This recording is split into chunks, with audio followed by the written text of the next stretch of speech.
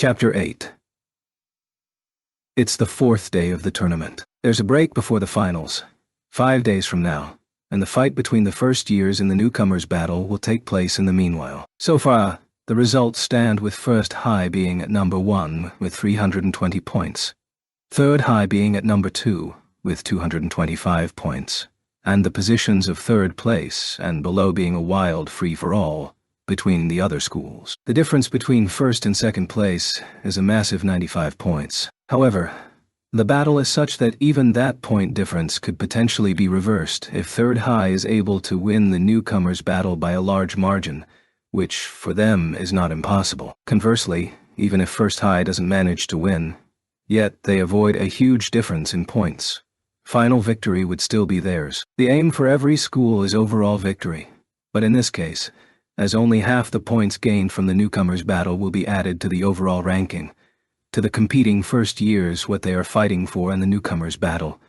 is their fighting for in the newcomers battle.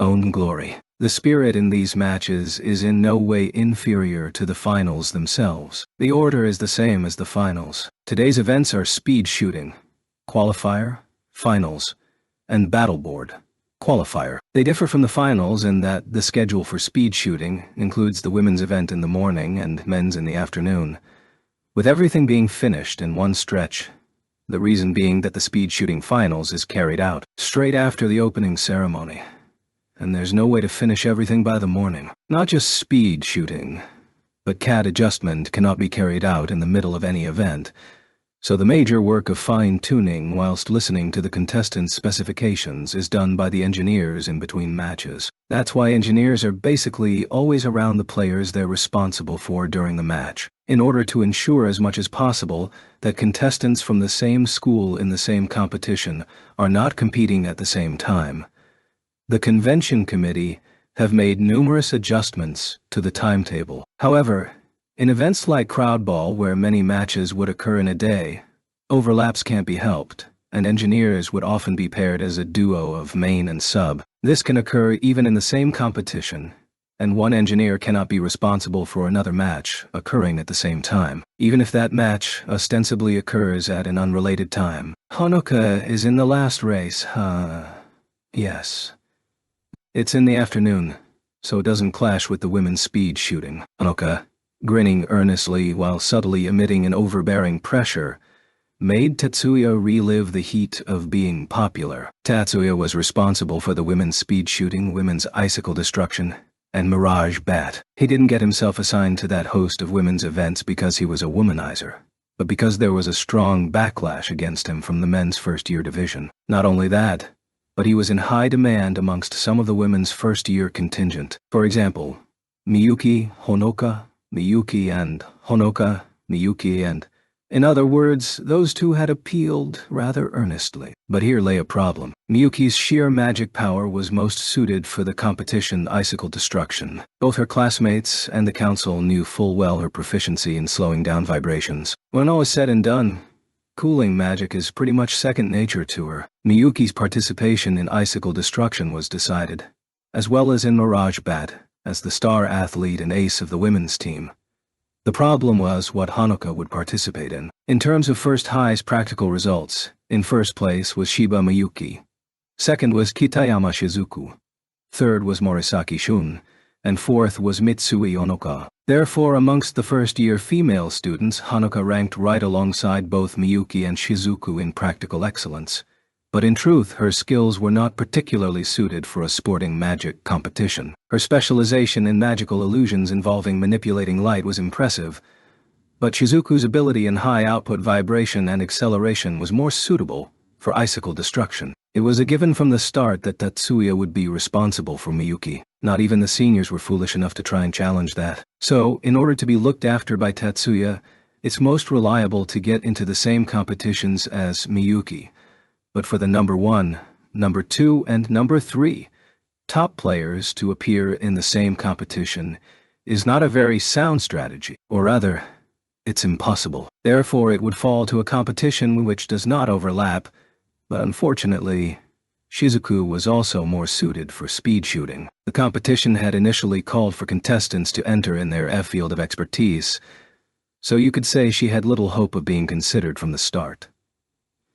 Following that train of thought, it was decided that Hanuka would compete in Battle Board and Mirage Beth. The organizers had at first floated the idea of Battle Board and Crowd Ball, but due to her own wishes and the vocal support of her friends, she was able to get into one event with Miyuki. In a situation like this, with her line "the events won't clash," just what is Hanuka really trying to say? Tatsuya wondered. But even if the time was compatible, from a team perspective, changing the engineer responsible at this late stage was impossible. And even if today was all right, on the 6th day, the 3rd day in terms of the newcomers' battle, no one could guarantee that there wouldn't be an overlap between Icicle Destruction and Battleboard. Hanuka too should have been well aware of that, but it seemed that Miyuki was not about to come to his rescue today. Faced with Hanuka on one side and his sister on the other, each with a different motive, Tatsuya sighed and came out with a bifurcated response. "I'd like to maintain your cat in truth, but that's not possible. So I'll watch your race at the least." "Really?" "It's a promise." Someone gave a small, ominous laugh. Tatsuya knew more than well whose voice that was, but his consciousness chose to pretend he didn't. From an outsider's perspective, maybe he really was a womanizer. Probably. Although the parties involved would never think of it as trivial, from the perspective of the main story, this was just a side episode. When the curtains rise, one must be absolutely focused. With the final checks complete, Tatsuya handed over the dedicated speed shooting CAD shaped like an elongated rifle, and confirmed its condition with Shizuku. The CAD absorbs scions from the magician, which the scion information aid transmits into the activation sequence. If a problem occurs in this process, no matter how well the other parts are serviced, it's pointless. If the problem occurs with the hardware, it has to be replaced with a spare device. And if the problem lies in the software, it has to be worked on the fly. Perfect. It feels better than my own. As both her face and voice were rather deadpan, after initially being paired with Shizuku, Tatsuya had sometimes been confused as to whether she was serious or not. But now he was pretty much used to it. Basically, she doesn't lie. In the worst case, she would simply remain silent. Tatsuya-san, you won't consider being hired. However, in cases like these, he still can't get used to whether she's serious or joking. If you're in a position to joke like this right before the match, you'll be just fine. It wasn't a joke. By the way, what she was saying had the meaning of formally signing on a contract to perform CAD maintenance. Shizuku had asked him, "Won't you be hired more than 10 times already?" Considering her personality, Tatsuya had thought it a long-running gag.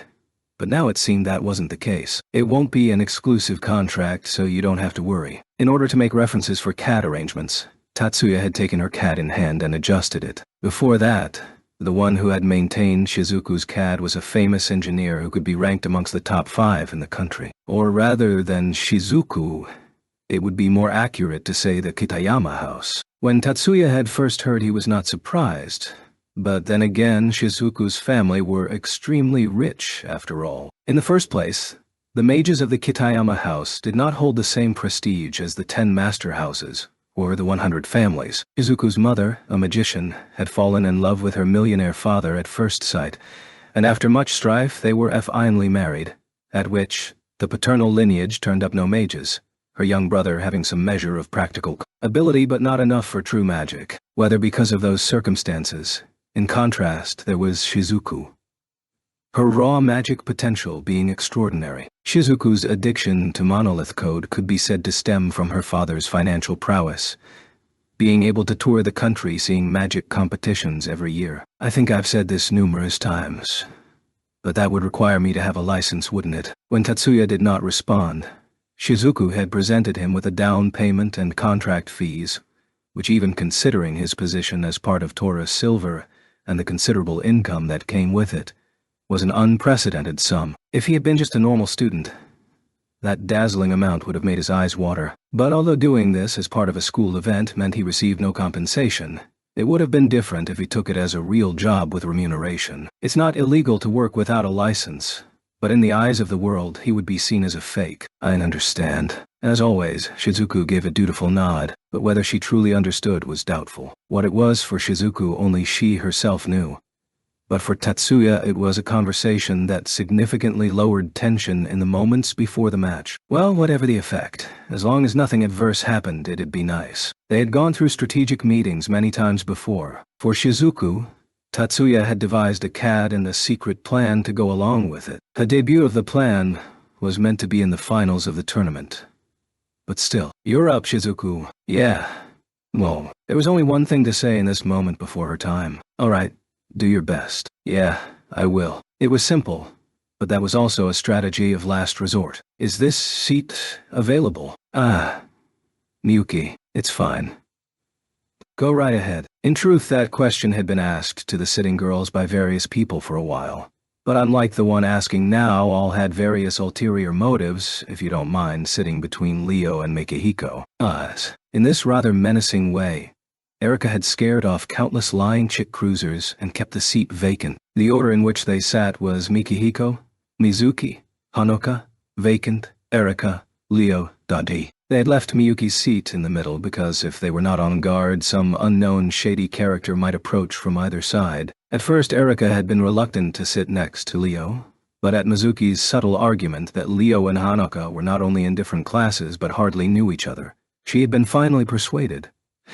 That incident almost but not quite resembled the nowadays rare event called a catfight. Before Miyuki had come, the four excluding Hanoka had been looking over the schedule of the newcomers' battle, and were holding a pamphlet intended for the audience.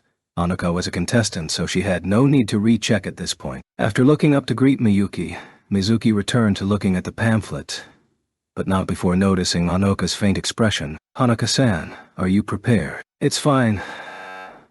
My race is in the afternoon," Hanoka answered Mizuki with a slightly forced smile. Miyuki replied to that in an incredulous tone. "Hanoka, if you're this nervous before the match, you'll be in big trouble later, you know." "Ooh, I know, but you'll be fine, Hanoka. Anui-sama said so as well, didn't he?" Yeah.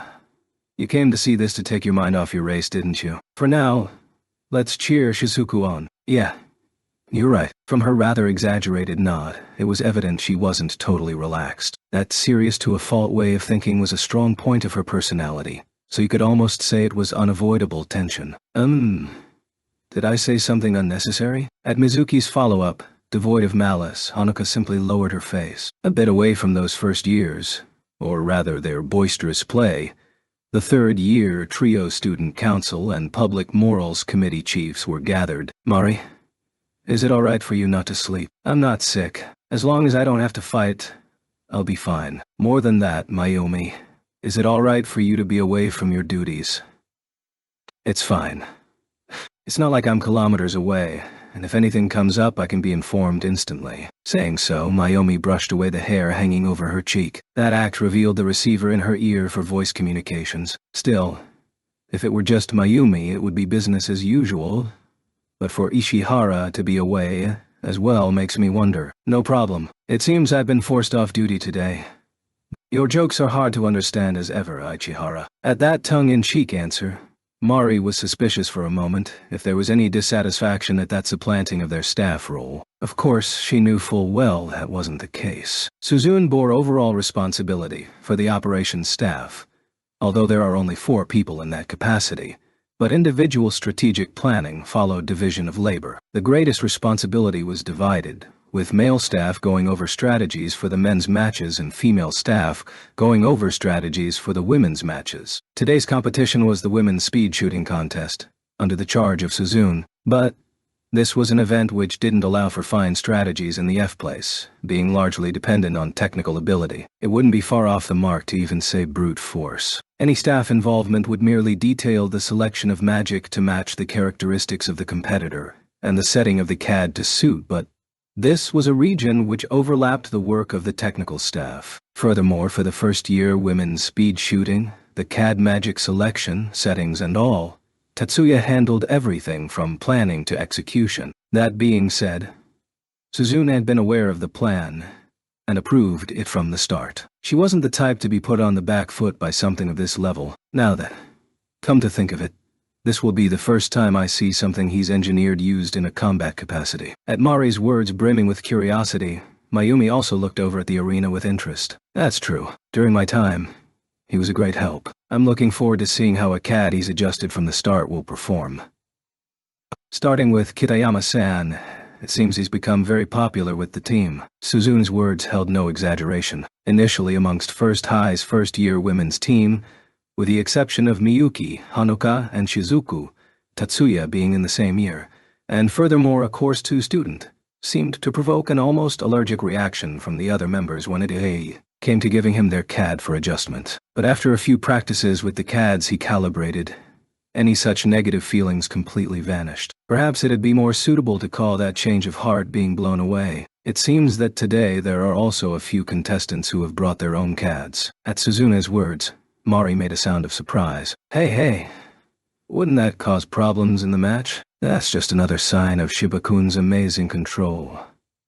It seems he'll service them after the match is over. Service refers to the adjustment of the CAD. The contestants using Tatsuya's competition-adjusted CADs were even bringing him their personal CADs to adjust. Furthermore, rather than just one or two, it was more like the entire female first-year team. His fans seemed to be steadily increasing. The good natures of people come out in the strangest of places. Both Mayumi and Mari, exchanging a glance, shared a small chuckle. If Tatsuya himself had been faced with Mayumi's remark, "His fans are increasing," he would have vehemently denied it. In fact, during social events he went out of his way to avoid women, or so he felt. Needless to say, however, he didn't possess any such divine ears.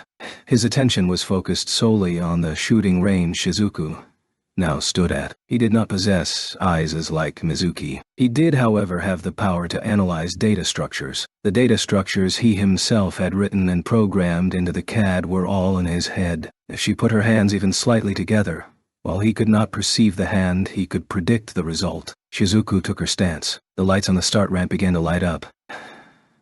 It seems this time it's all right. There was no evidence of the tampering which had caused problems, such as in Mari's case, Tatsuya thought.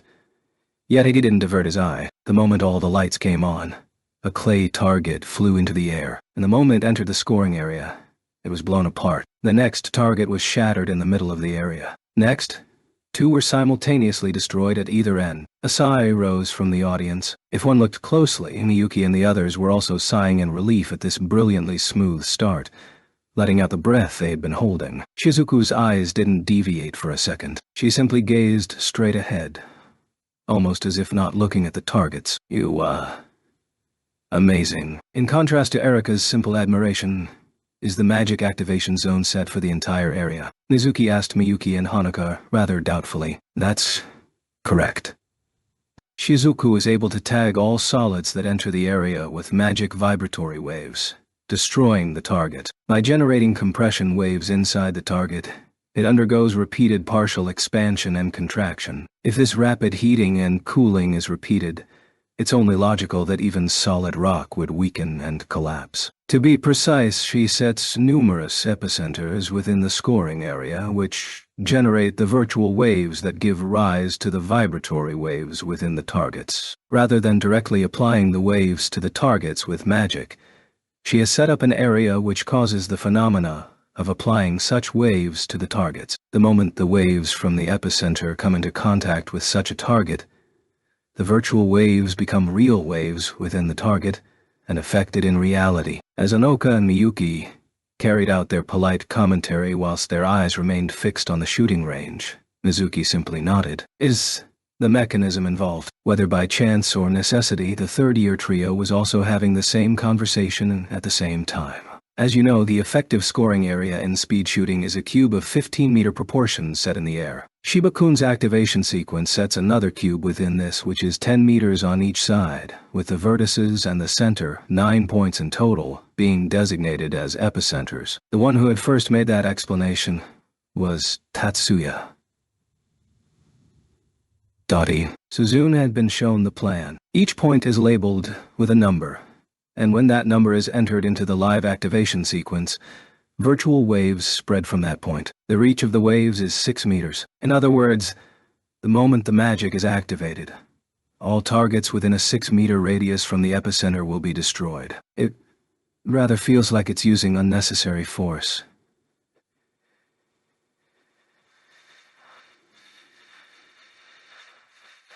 Is Kitayama all right with those settings? Although it has to be said that Kitayama-san is better known for her power than her precision.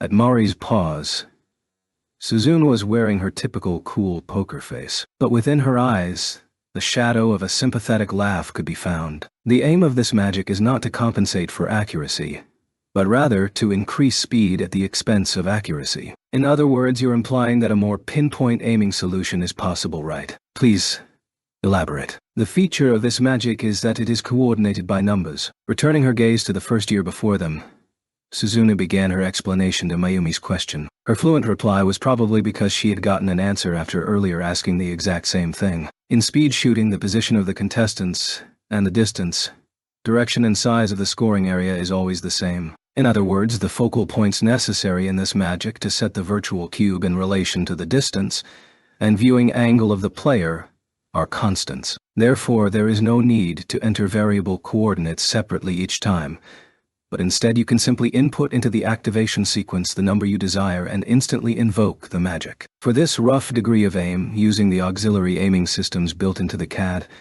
it's possible for the optimal point to be automatically picked out. Furthermore, this magic doesn't require changes in duration or power either. There isn't any need. In truth, they're treated as constants by the activation sequence. The contestant, just by selecting a point with the aid of the CAD without needing to think of any other variables, can simply pull the virtual trigger and end up destroying the target. The shoot was approaching the end. Not a single target had been missed. Since there's no need to physically interface with the controls, merely invoking the magic will fully realize the potential of effect. I do believe the continuous activation utilizes multicast as well. The shoot drew to a close. Final result, perfect. The proper name of the magic is Active Air Mine. It seems to be a Shiba-kun original. Well, all the numerous elements jammed in make the final activation sequence quite a beast, but Kitayama-san's formidable magic power makes up for it. It's pretty much the exact opposite of Mayumi's magic, isn't it? Coming up with a sequence like this is quite something. Mayumi's voice held not so much admiration as outright amazement. Still, it's rather intriguing. On the other hand, Mari's voice was filled with interest. In battle, the relative position between you and your opponents will by no means remain the same. So from the view of marksman magic, it's not quite combat-worthy, but if instead of setting the cube in the air, you center it as a sphere around yourself, wouldn't it serve very admirably in all directions as an active shield? The problem is activation duration. If you set it too short, the timing will be difficult, but too long, and you risk yourself being caught in the area of effect. Despite these issues presented by Mayumi, Mari's enthusiasm didn't dampen in the slightest. That will be up to the operator's skill. As you said, if you're able to gauge the timing, you can set the duration to be short, no problem. All right. Immediately after this, I'm going to nab him and install it by tonight. Try not to cause any problems for the competitors. Mayumi's voice as she responded was now 100% amazement. Good work. As Shizuku returned from the shooting range, Tatsuya offered up words of praise along with a towel. The engineer isn't the manager, so there's no need for him to have a towel handy. But he wasn't one to fall for such petty pride. It was somewhat anticlimactic. She wasn't blustering in any way. It seemed she really felt so. While swiping the sweat from her brow, Shizuku had a slightly dissatisfied look. Still at the same time, her joy was plain to see. It wasn't like she was trying to hide it or anything anyway. The qualifying score needed for the newcomers' battle was around 80% each year, because it was impossible to score any higher than what she had gotten. Regardless of the borderline, she would obviously advance to the finals. I don't think anything went through the blind spots as expected.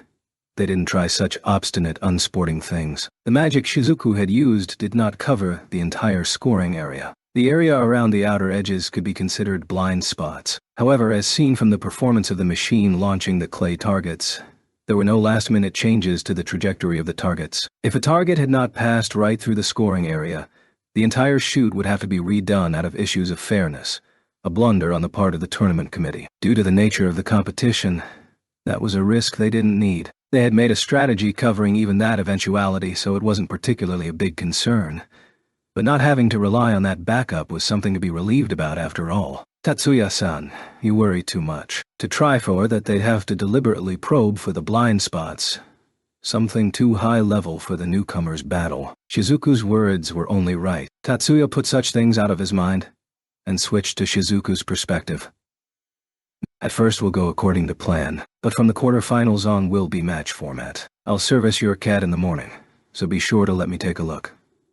Got it. The format between the qualifier and finals is different. The qualifier is to see how many of the 100 clay targets you can destroy in 5 minutes, a test of the speed and reliability of your magic. In the finals, however, it's a test to see which player can destroy the most targets being fired into the same area. The factors of speed and reliability are joined by raw power and the ability to overcome interference from your opponents. As per the nature of this competition, the magic you normally use will also change accordingly. Depending on the type of magic to be used, it's not uncommon to change the specialized CADs used for the competition themselves. Tatsuya was now making preparations for the next contestants, for the next match that would follow, and the one after that. Shizuku went alone to the storage tent to fetch the CADs used for the tournament finals. All 3 of them qualified, huh?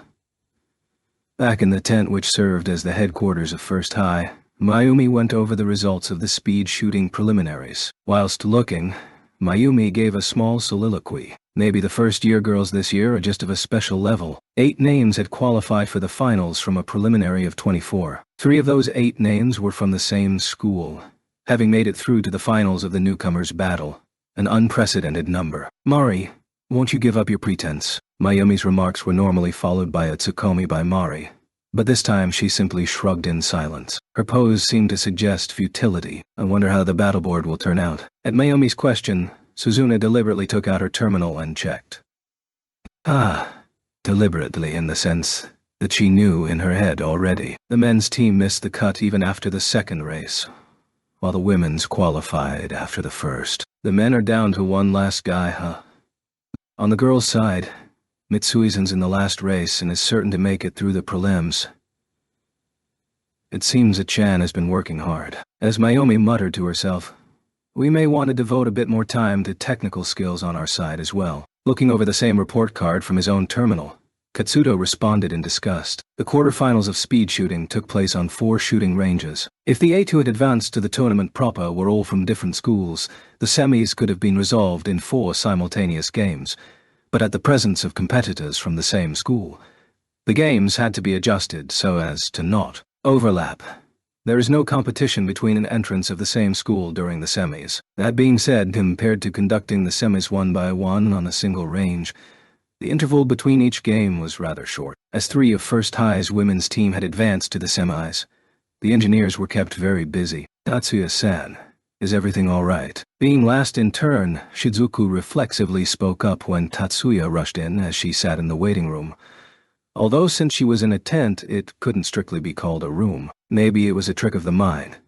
But it seemed to her that he was also slightly out of breath. It was fine. With that short answer, Tatsuya began a final check of the CAD. As Shizuku looked on, or rather stared, he rapidly scrolled through the monitor of the adjustment device, ensuring there were no abnormalities, before finally meeting Shizuku's eye. I think you already know, but this is a totally different model from the ones used in the preliminaries. There's almost no time now, but if there's even the slightest discomfort, I'll readjust it as much as possible, so please feel free to tell me anything. Taking the CAD from Tatsuya, Shizuku took a stance, and after repeatedly pulling the trigger with her finger 2-3 times, she put the CAD down. There's nothing of the sort. Rather, it fits so well it's almost frightening. I see. She didn't thump her chest or anything. But at Tatsuya's relieved look, Shizuku's expression filled with fighting spirit. The other 2 won, didn't they? Yeah. The other 2 referred to her teammates who had already gone. Those 2, who had along with Shizuku advanced to the finals tournament, seemed to have clinched a win in the semifinals as well. It's fine. Once again, Tatsuya used the same words, but with a different meaning. If Shizuku performs as usual, you'll definitely win. Of course. At that, Shizuku gave a brief yet far more vigorous than usual nod. Tatsuya-san has already made all the arrangements I need for victory, so all that's left is for me to take it. That's the spirit. Without challenging her early declaration of success, Tatsuya saw her off with a smile. It's finally Shizuku-san's turn. Hey. If even Mizuki is nervous, how should I cope? But aren't you all excited as well, Erika-chan? If Shizuku-san wins here, 3 of the final best 4 will be from our school. Aren't you a bit too nervous regardless? Shizuku is definitely going to win after all. At that confident affirmation, mingled with a teasing remark from Miyuki, to take a deep breath and calm down. Mizuki obediently cleared her mind and inhaled. I wonder if this also counts as a sort of promise. I guess even Mizuki-san can be playful at times, rather than as a result of the deep breathing, but more from not wanting to cause Miyuki and Hanuka any more worry. Mizuki finally regained her composure. I wonder what kind of twist we'll see this time. Hearing Mikihiko's voice bearing a hint of excitement, Erika made a expression. Good point. What will jump out this time? I can't even begin to guess. The one who actually responded aloud was Leo. His mind is almost like a jack-in-the-box. You can talk. For Mikihiko to look forward to and show interest in magic was something Erika hadn't seen for a long time. Whether this change had been brought about simply by watching the competition with others, she couldn't say. Perhaps without her knowing, something had happened between Tatsuya and Mikihiko. Without voicing anything aloud, Erika pondered such things. That's... Breaking her out of her train of thought and back to reality was a querulous voice. What is it? That CAD! Mikihiko's gaze was fixed on the CAD Shizuku held under her arm by a strap. That rifle-shaped CAD at first glance, with the exception of the strap, was no different from the CAD the other contestants were using, but the area of the gun where ammunition would normally be stored was thicker than the others. Mikihiko's school traditionally didn't place much emphasis on CADs. They still mainly utilized magic activated by charms, but ever since the accident last year, Mikihiko had obsessively been studying up on modern magic technology to compensate for what he had lost. The result of that had been evident in his test results. Mikihiko had considerably more confidence in CADs than comparable modern mages. If his eyes weren't mistaken, is that a general-purpose CAD? You're kidding. Yeah, well it is. I've never heard of a general CAD shaped like a rifle before. Firstly, isn't combining auxiliary sighting systems into a general system technically impossible? It was only natural that Leo, Mizuki, and Erika would ask one question after another, but Mikihiko simply shook his head with confidence. The arrangement of the body portion just above the trigger of the CAD is without a doubt FLTET's general purpose Centaur series. The Centaur series is a type which doesn't have any interfaces on the main body, and can be used without any external input devices. But the connector has had a grip and auxiliary aim assist system attached. You really know your stuff. Miyuki's words as she turned around and grinned confirmed Mihiko's observations. Then, that is. You're right, Erika. That's specially handcrafted by Onoi-sama. It was specifically made to incorporate auxiliary aiming systems into a general-purpose CAD. At Miyuki's proud words, the knowledge that the CAD was a special made-to-order model, Erika was rendered speechless at the amount of effort that must have taken. I don't think I could feel any more surprised, but just what is it all for? Of course, for the match. Onoka's brief answer was not near enough to satisfy Leo's and the other 3's questions, but no subsequent explanation followed through. As if by common consent, the 6 of them faced forwards. The signal for the start of the match began to light up. Red and white clay targets danced in the sky. Shizuku's targets were the red ones. The 3 red targets that twisted through the air and entered the scoring zone flew together towards the center and shattered. Movement system. No. That's wrong. Convergence system. In the tent used by each school as a headquarters, large monitors covering every aspect of the competitions gave full view of the matches underway. Both Suzune and Mayumi were watching Shizuku's match on the monitor with their full attention. Correct. This time, all red targets which entered the scoring area were being drawn into the middle and destroyed. That's the magic used in the qualifiers, isn't it? Yes. It's a continuous invocation of convergence magic and vibration magic. 2 of the white targets collided and broke apart. The opponent from second high was using an orthodox tactic of targeting the clay itself using movement magic, and turning it into a bullet to hit other targets. Although orthodox, its effectiveness had been amply demonstrated by past performances, but from the outset, the majority of the targets being removed from around the outer area were white. Since most of those had been hit around the outer edge, the problem lay not in the technical ability of the contestant, but rather, I get that the area of effect is able to recognize the targets on a macro level and enhance the density of red level targets in the center via convergence whilst displacing the white targets from that center, but the basic form of convergence magic works by defining existing space via the magic ritual, then taking that defined data and selectively manipulating it via designated coordinates using that same magic ritual. For example, Mayumi's magic, which utilizes dry ice to make bullets and send them flying,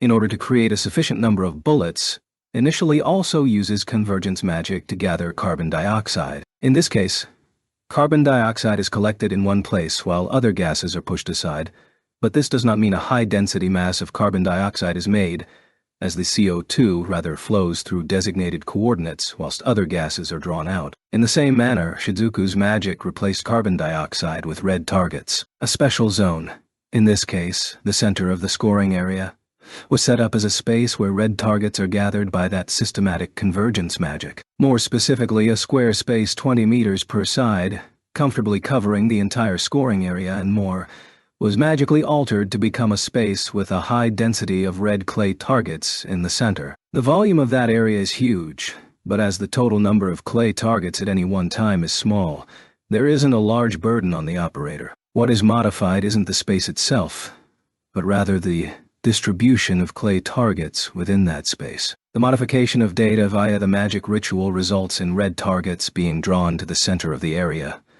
while white targets are repelled. The targets the second high contestant directly controlled weren't affected by such minor interference, but the targets the second high student tried to hit, due to not receiving any magic from her, had their trajectories changed by Shizuku's magic, and as a result, white targets began to be missed. The rules of the speed shooting tournament finals state that as long as you do not directly attack your opponent, interference is allowed. But as the clay targets fly for only short irregular periods, it's very hard to block your opponent and shoot your own targets at the same time. There were many cases when vacillating between sniping and interfering resulted in self-destruction, but as Shizuku's systematic convergence magic flawlessly linked disturbing the opponent and destroying one's own targets, it was a very skillful strategy.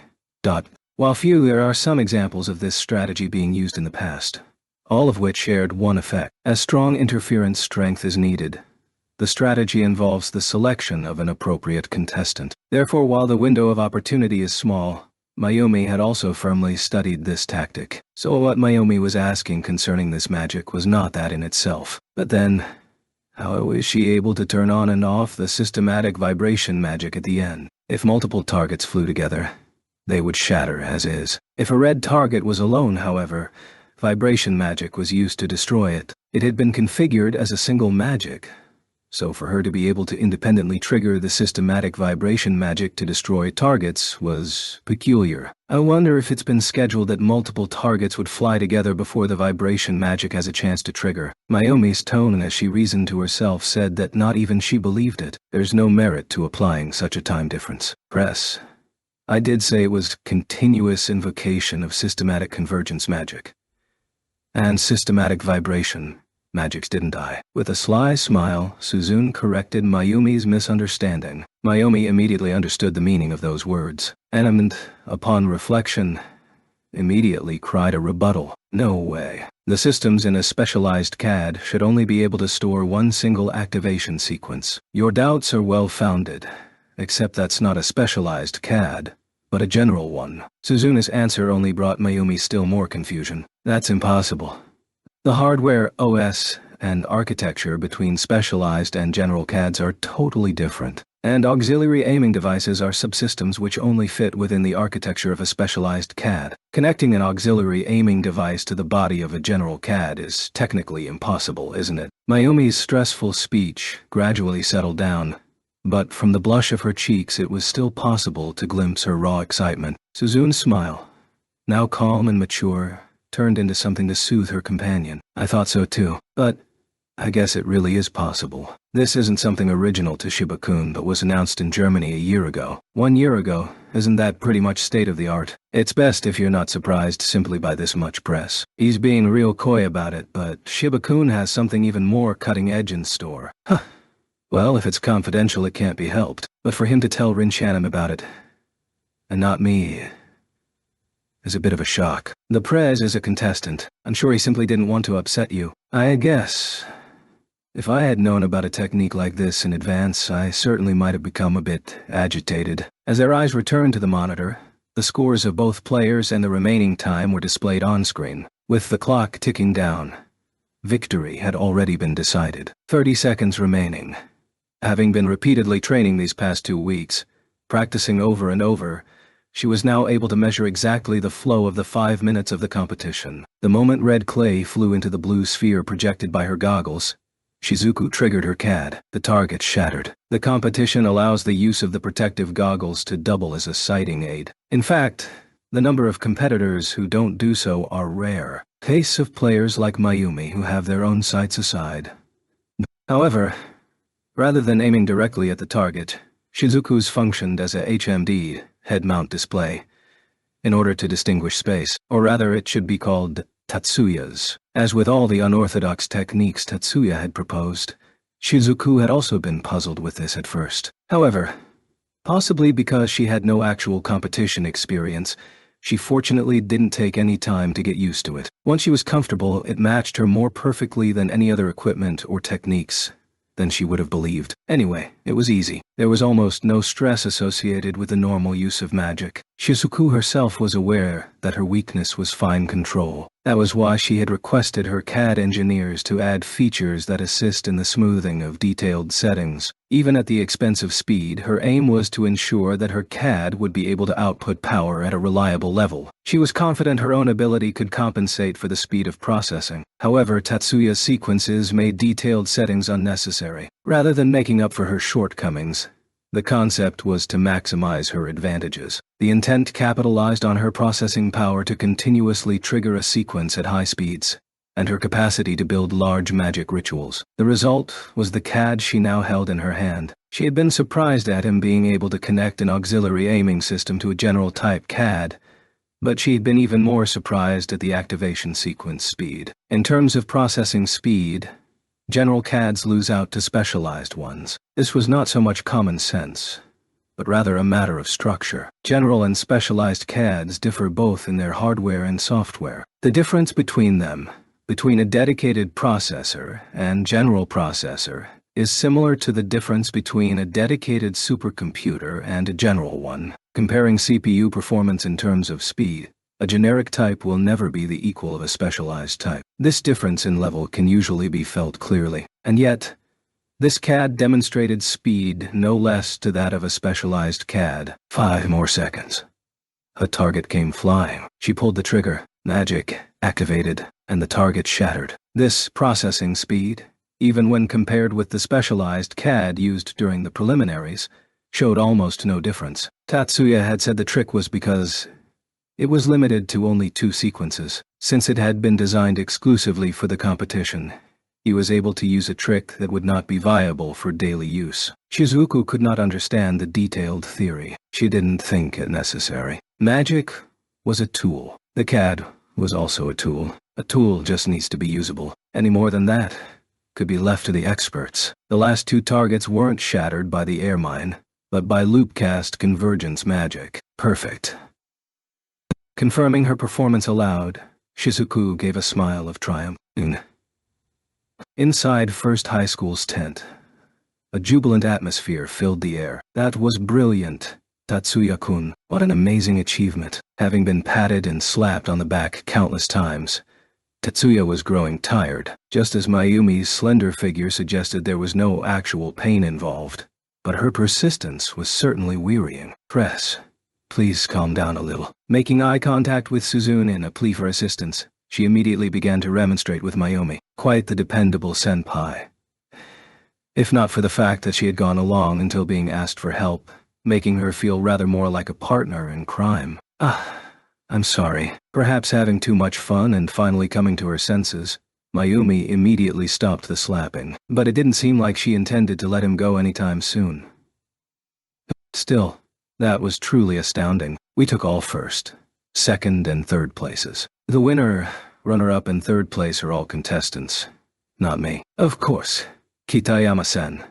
Akechi-san and Takigawa-san were also amazing. Everyone did so well. At the student council president's broad smile, the first-year women's speed shooting team bowed in unison with a happy thank you. But at the same time, your own achievements are no less. They were without a doubt spectacular. Although without Mayumi's sheer energy, Mari also joined in the praise with a good-natured face. Thank you very much. It's not like this is a contest. As the engineer who significantly contributed to our contestants' monopoly of all the placings, you should have your share of the recognition. At Mari's words, Shizuku and the others nodded deeply. I couldn't believe it myself. My magic suddenly became so good it was like an illusion. Unlike Shizuku, the other two added their own comments. Shizuku simply nodded as if everything was a matter of course. Especially concerning the magic Kitayama-san used, there has been an approach from the universities to officially adopt it into the index. However, at Suzune's words, Mayumi's eyes widened. Mari was lost for words, and Shizuku stiffened. The official name of the index is the National Magic University Compiled Magic Encyclopedia Index of True Names. For a magic to have its proper name recorded in the encyclopedia, the National Magic Universities are creating, in this context, means the magic would not be considered a subset of any existing magic, but officially recognized by the universities as SAS, an entirely new branch of magic. To researchers engaged in the development of magic in Japan, this was the one single honor they all strove for. However, I see. Then, please submit Kitayama-san as the developer's name. What? What? No way. At Tatsuya's utter lack of interest, Shizuku drew close in a hurry. That was Tatsuya-san's original magic. It's normal for the developer name of a new magic to be registered as the name of the first user, is it not? Distancing himself from Shizuku's pleas, Tatsuya replied with no tension. Excessive humility is also unpleasant, you know. At Mari's chiding, accompanied by a slightly chilling glance, Tatsuya simply shook his head reluctantly. It's not humility. Then what is it? I just don't want the shame of having my name registered as the developer of a magic I can't even use. Certainly, if one is known as the developer of a new type of magic, they are often asked for demonstrations. If one is unable to use a magic they developed themselves, suspicions would arise that maybe the magic was actually developed by others. Tatsuya's reason was not unjustifiable, but just how? Then did you manage to confirm the operative readiness of a magic you can't use? Building up a magic by theory alone is surpassingly non-standard, but, even if it were possible, to let another use a magic that was not tested and verified as functional was the work of a mad scientist who ignored all the risks. And it was extremely immoral. It's not like I can't use it at all. It's just that it would take me far too much time to set up, to the point it's not really at the level you could say I can truly use it. Well, Mari, Tatsuya-kun, let's not quarrel over such a thing now. Seeing Mari preparing more ammunition to throw at Tatsuya's comeback, Mayumi intervened between the two. We're finally back to a good start. Tatsuya-kun, please help the other competitors just as much. As Mayumi tapped his shoulder with a smile, Tatsuya gave a modest bow. The performance of First High School's women's speed shooting team had created a stir in the other schools. There was an enthusiastic feeling of, we can win this year throughout the 9 schools tournament, especially Third High School, who thought of the accident in the women's battle board.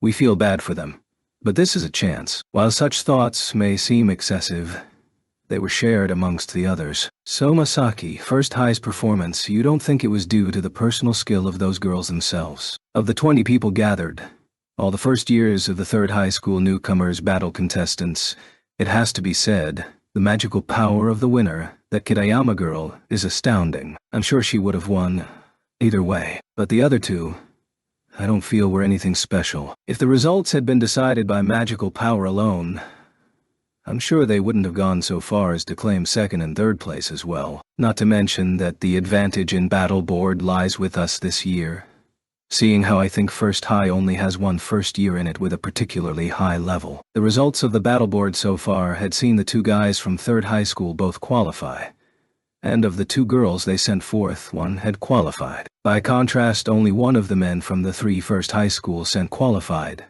and the one girl they sent qualified too. It's as George says, we don't lose out in terms of the quality of our contestants. If that's so, there must be some other factor. Ichiju-kun.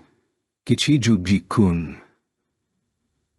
What do you think it is? At the question from the girl who had lost to First High in the semifinals of the speed shooting, both Ichiju and Kichijuji made eye contact, confirming their suspicions. It's probably their engineer. Kichijuji responded out loud. The engineer for their women's speed shooting team is probably quite the ace. I concur. George, the device that winner girl used, did you notice? Yeah.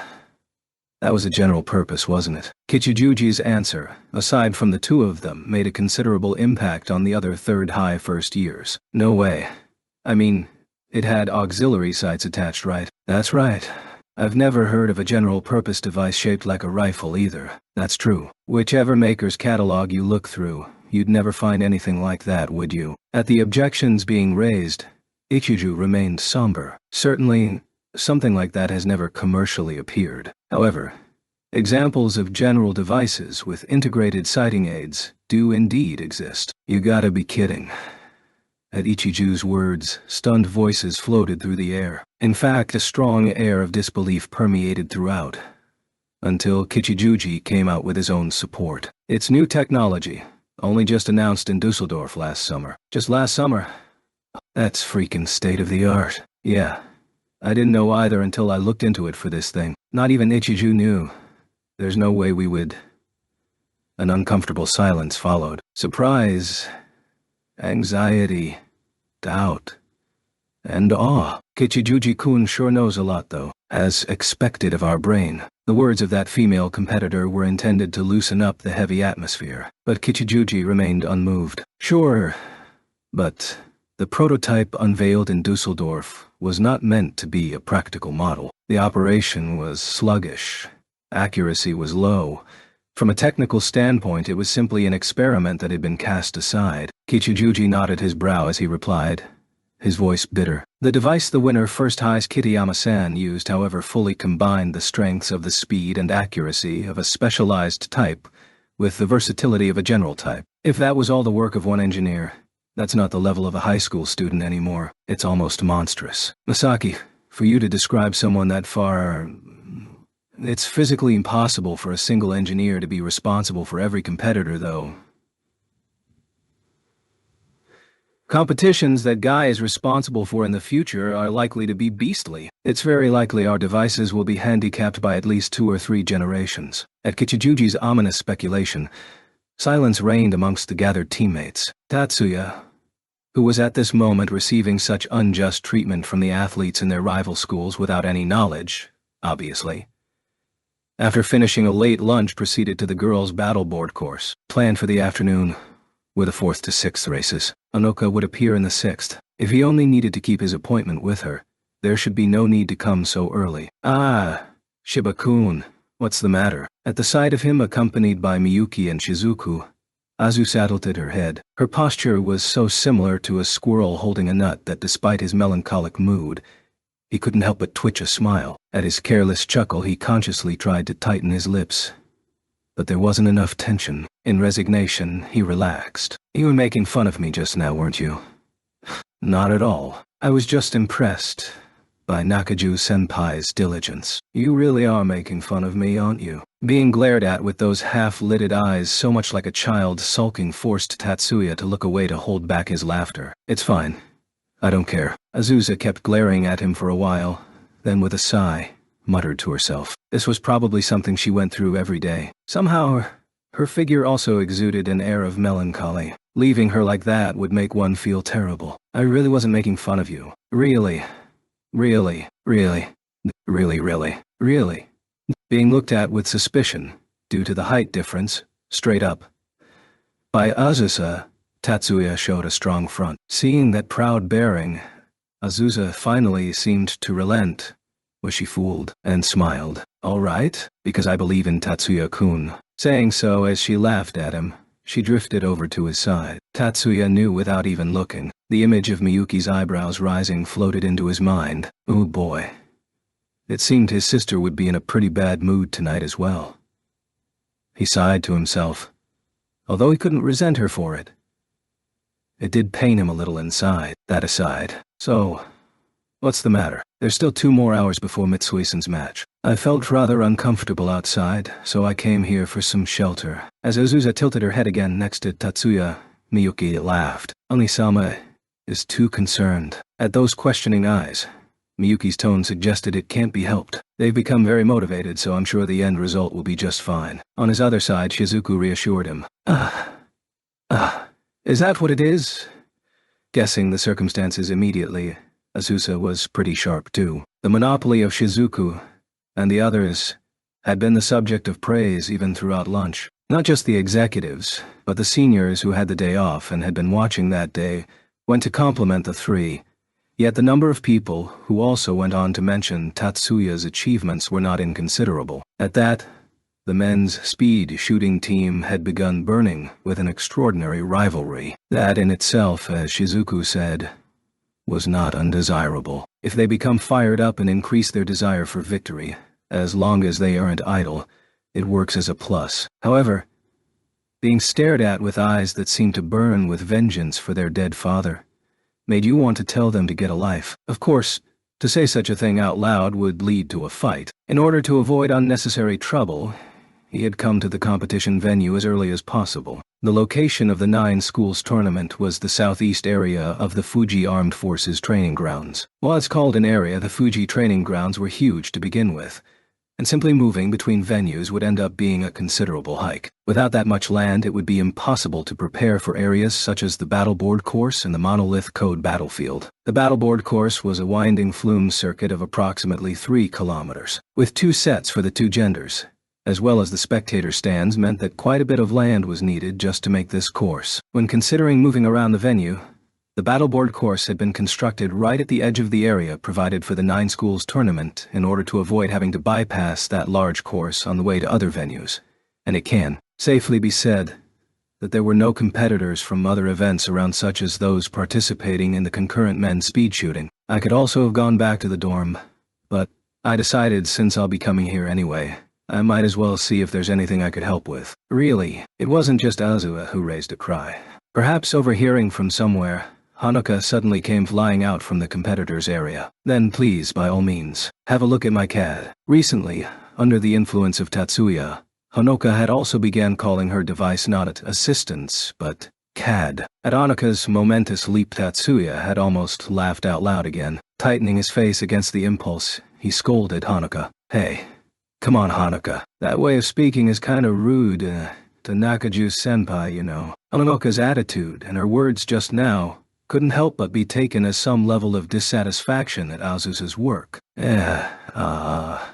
I'm very sorry. Hanuka lowered her head in a hurry. Don't worry about it. I know you didn't mean it in that way. Azusa shook her head with a dry smile. Her tone was almost sisterly. Resisting his urge to laugh this time was a difficult task. The average time for a battleboard round was about 15 minutes. However, the loading and unloading of the boards, as well as the inspection of the waterway, as well as the repair of areas damaged by magic, meant more time was needed to prepare for each race. Allowing for that, as well as extra time to give leeway, meant the competition schedule for Battleboard had been organized into blocks of 1 hour. The final race would begin at 3:30 in the afternoon. Already players were moving to the starting positions. The too long wait time was not good for tense nerves, and there were many instances of competitors ending up being unable to utilize their full strength.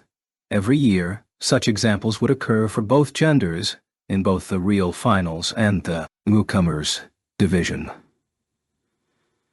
But possibly because of the chatter Hanuka had shared with Miyuki and Shizuku before the match, she seemed in great condition as she stood poised upon her board. The sight of Hanuka constantly sticking to Tatsuya had gradually stirred up Miyuki's mood, but instead of separating them, she had gone along and entered into their chat, the result of which seemed to have been a positive diversion for Hanuka. The heavy swim shoes and thick wet suit that covered the wrists and ankles were meant to protect the competitor's body from the friction of impacts and falling. But the pressurized uniform stuck fast to the wearer and sharply emphasized the curves of the body even more than usual. Over the thigh, in large letters, was the logo Ichiko, with her stimulating proportions unbefitting a first year highlighted by her colorful wetsuit. Hanuka crouched with one knee upon the board awaiting the start. The CAD over her forearm was thinner and wider than usual, increasing its area and allowing for larger buttons. As he had said earlier, Tatsuya did not tamper with Hanuka's CAD. After looking over the system, he found nothing which absolutely needed work. Being asked for advice by both Anoka and Azusa, he had just one thing to offer. The dark goggles that Hanuka now wore had been brought by him. To be sure, the midsummer sunshine was inclining in from the west, to the extent that facing that way directly would be uncomfortably dazzling. Due to water splashing on the glass and blocking their view, however, few competitors opted to use goggles or sunglasses. Azusa had felt that narrowing the field of view would only be a disadvantage, but Hanuka had taken the goggles without hesitation. Come to think of it, why has Mitsui-san prepared so many optical activation sequences? It's rare for an engineer to issue activation sequences. With the exception of Tatsuya, who plans out the activation sequence lineup himself, normally engineers install sequences based on the wish of the competitors. Azusa had known too that Hanuka was adept with illusionary magic of the light wave system from her profile. But due to the nature of the competition, Azusa had honestly believed there was no place for illusionary magic. The rules of Battleboard state that interfering with other players via magic is prohibited. However, interfering with the water and thus indirectly interfering with other players is not. What does that mean? Despite being asked repeatedly by Azusa, Tatsuya had only returned an evil smile. The signal for the start of the 6th qualifying race of the newcomers' women's battleboard came on. Immediately after, the audience in near unison turned away from the waterway. As if lit up by a flash, the water surface poured out light. One competitor fell overboard. The others had their balance disrupted whilst in the midst of accelerating, and one lone figure dashed to the front, as if expecting the situation, although it has to be said that she was the one who created the situation. Wearing dark goggles, that lone figure was Hanuka. All right. Looking up at Tatsuya, who gave a voice of affirmation, Azusa's face was full of amazement. Was this Anui-sama's strategy? Miyuki's voice as she removed her sunglasses was also filled with wonder. By the way, the sunglasses the three of them wore had been issued beforehand. Miyuki and the others had been mystified as to their purpose, but put them on anyway. To be sure, it's not prohibited by the rules, but... Shizuku's voice had a hint of reproach in it. One couldn't help feeling that this was rather against the spirit of fair play. However, the yellow flag which would indicate any significant unfair play remained unwaved, and the match continued. The red flag that signaled a player's disqualification for rules violations likewise remained unused. It meant that the tournament committee deemed Hanuka's magic and Tatsuya's strategy a legal move, performing optical magic on the water's surface. I didn't expect that at all. Her personality straightforward at all times, Azusa muttered in admiration. Interfering with the water surface, whether to generate waves or vortexes, affects the consciousness and orientation of other competitors, yet it is allowed since it complies with the rule that you may affect another competitor via magically targeting the water surfaces. Doing something like freezing the water solid or boiling it would certainly be too dangerous. But I did find it strange that no one until now had used it to cause dizziness. If one is suddenly blinded without any warning, it takes a while to restore vision. Meandering slowly along the course, unable to sprint due to their obscured vision, the difference between Hanuka and the other players was already decisive. It's in the bag. Who thought of this strategy? Mayumi, who was watching through the monitor, did not experience any discomfort as the monitor automatically adjusted the amount of light displayed. Yet now, while she was calmly assessing the originality of that tactic, she remembered her initial surprise, although calm surprise is a bit of an oxymoron. Following behind Mari's mutter and Mayumi's question, Suzune answered. It was Shiba-kun. But I thought Tatsuya-kun wasn't involved in this match. Hearing that answer, Mayumi tilted her head as if going, huh. Suzune's reply was possibly a bit too polite. The one who submitted the plan in the first place was Mitsui-san, but the one who decided the activation sequence lineup and brushed up the finer details of the strategy was Shiba-kun, or so I'm told. Suzune's deliberate mention of him deciding the activation sequence lineup was because of the perception that doing so was the exception, not the rule. It really is one thing after another with him, isn't it? A touch of reproach could be heard in Mari's voice. What's the matter? You seem somewhat dissatisfied. Mari didn't answer Mayumi's question. However, her silence itself spoke volumes on what was on her mind. Planning is very important, as the masters say. From what Mayumi could tell, Mari was cranky at being shown a tactic she hadn't thought of. For Mari, who prided herself on being a strategist, it decidedly wasn't very fun. It's a tactic no one has thought of for 9 years, so this is the point where you should be nice and impressed. I am impressed. That's why I'm so annoyed. Being cut into by Suzune. Reluctantly, Mari admitted her jealousy. Mari was magnanimous enough to accept it, so Suzune let her off for now. Still, this is a one-off strategy, isn't it? I wonder what he'll do for the F-finals. Mari didn't come up with a follow-through, so Mayumi responded instead. No worries. There's no way that man hasn't thought that far ahead. That's true. This is also just a strategic move for the next match. Seems like it was a needless anxiety. Yeah. Seems like I've done something bad to Hanuka. Watching Hanuka take the lead from her earlier move and maintain it all the way until the finish, Tatsuya muttered in a bitter voice. Next to him, Miyuki looked up at her brother's clouded face. What's the matter? Their appearance was noticed by others, and Azusa spoke up to Tatsuya. Nothing. His answer was evasive, or in other words, an excuse. Still, he didn't become silent. She could have won this race easily based on her speed alone. There was no need for the confusion. Well, even so, she did take the lead thanks to her initial dazzle, so couldn't you still call it a successful strategy? Azusa, not knowing the nature of Tatsuya's regret, tilted her head. When you stand out so much, it's going to mean you'll be marked by the other contestants. The semis are a race between 3 people. It's a possibility that in the next match, the other 2 will pair up. Miyuki complimented Tatsuya's words. Finally, Azusa understood what they were worried about. Oh, is that what it was? And laughed at their concerns. Something like that. I'm pretty sure it'd be a disadvantage, right? At Miyuki's countering hesitance, Azusa merely shook her head happily. That won't happen, since we've been marked from the start. She had said it so cheerfully that for a moment Tatsuya wondered if she was actually proud of that. Well, just for a moment. However insensitive he wasn't so far gone as to not realize she was just comforting them. I won, Tatsuya-san. As soon as she rose from the waterway, Hanuka immediately hurried over to where Tatsuya and the others were without even changing from her wetsuit, hopping all the way. Ah yeah, we saw. Well done. Aware of the other staff who had come down to greet their teammates, Tatsuya hastily put both hands out in front of him while congratulating her in an attempt to calm her down, but it had the opposite effect. Thank you so much. Perhaps misunderstanding. Hanuka clasped the hands Tatsuya held out and stared up at his face, tears of joy threatening to spill out from her eyes. Even Miyuki didn't expect her to show her emotions so straightforwardly. While Tatsuya stood frozen from a lack of experience with such things, Hanuka really did start to cry. Whenever it comes to competitions, I become so weak. I hardly ever win competitions in athletic meets or tournaments like these. It was the first time he heard of this. If that were true, then maybe using the strategy in the newcomers division wasn't such a miscalculation after all. But as Tatsuya stood helplessly looking left and right, behind Hanuka the figure of Shizuku waving her hands flew into view. From her appearance, it seemed she was saying, "That's not the case." Not at all. With his hands still firmly grasped by Hanuka, and establishing line of sight with Shizuku, she began to mouth words to him. Her lip movements read, "She's talking about during primary school. A story from their primary school days, huh?"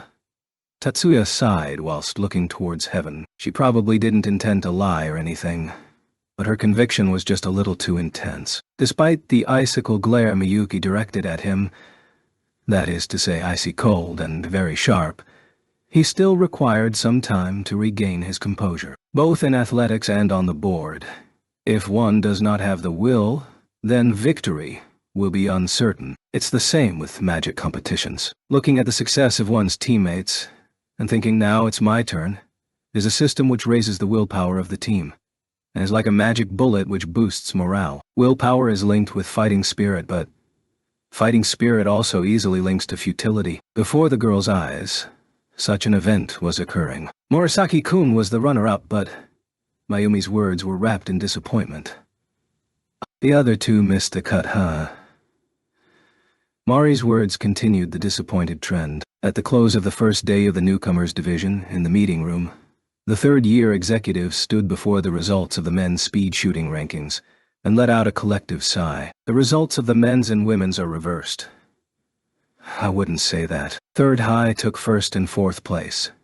So the girls still give us a positive balance. You're being just a little too pessimistic. Suzuna's sober analysis countered Mayumi's gloomy remarks. It was all in an effort to dispel the stagnant mood. Right, as Ichihara said.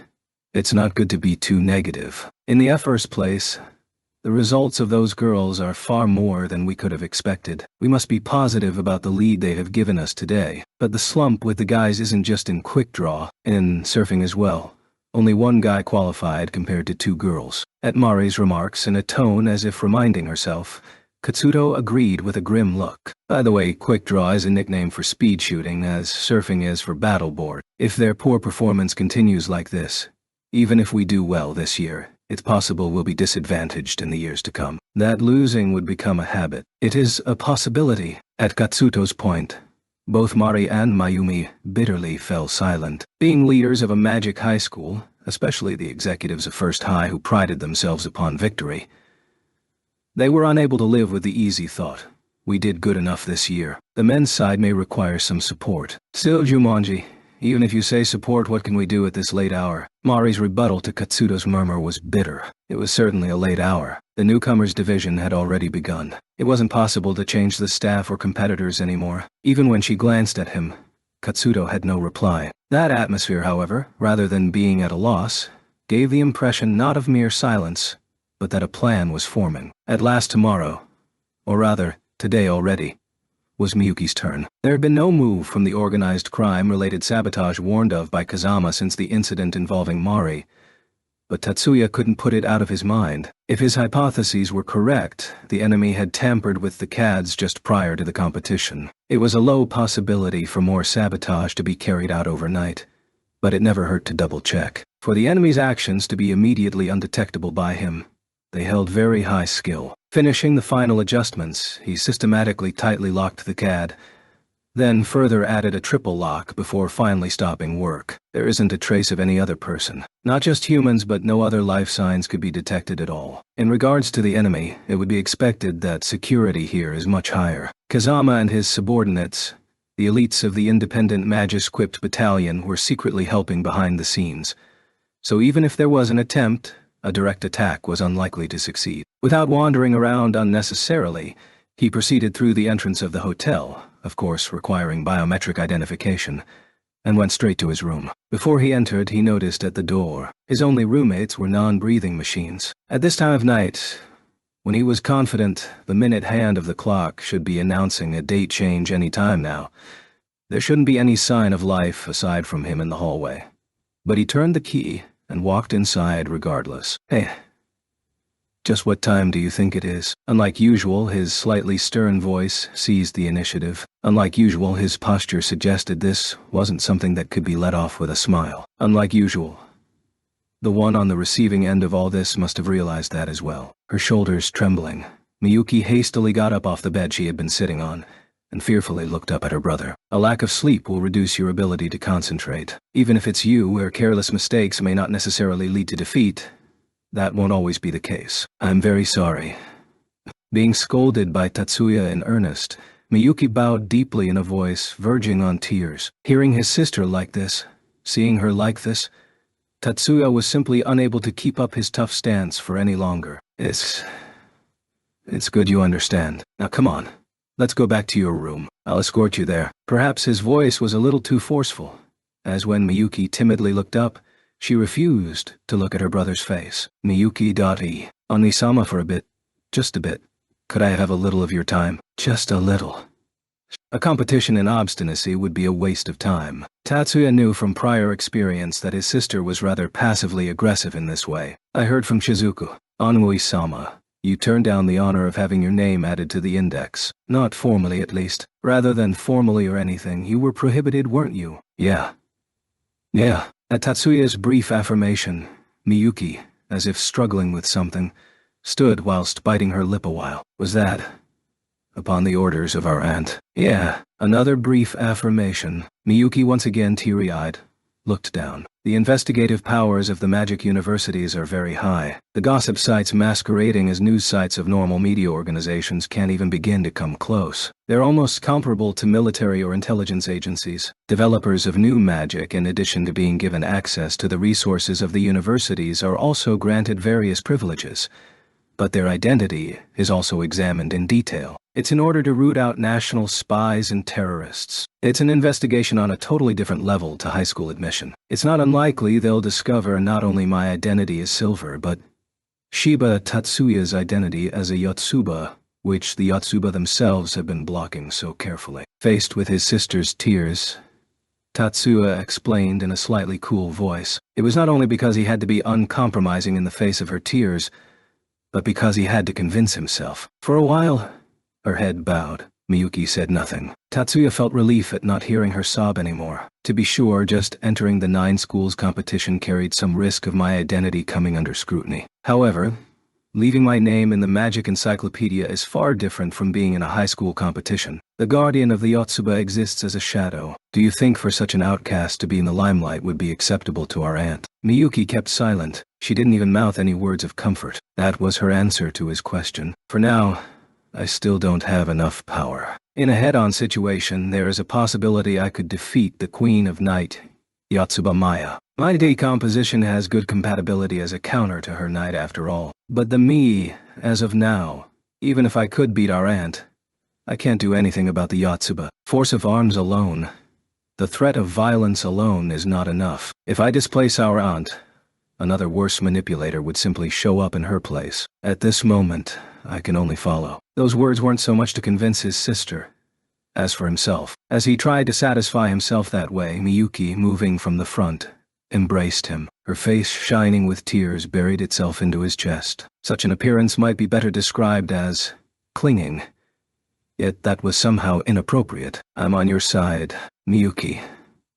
I will always, no matter what, come what may, be on your side. That time will definitely come. Without a doubt, it will come. Until then, and forever after, I will always be on Anisama's side. The hands of the clock accused them of far exceeding the realms of just a little, but let's go along with her just a little more, Tatsuya thought as he gently wrapped his arms around Miyuki's back. Chapter 9.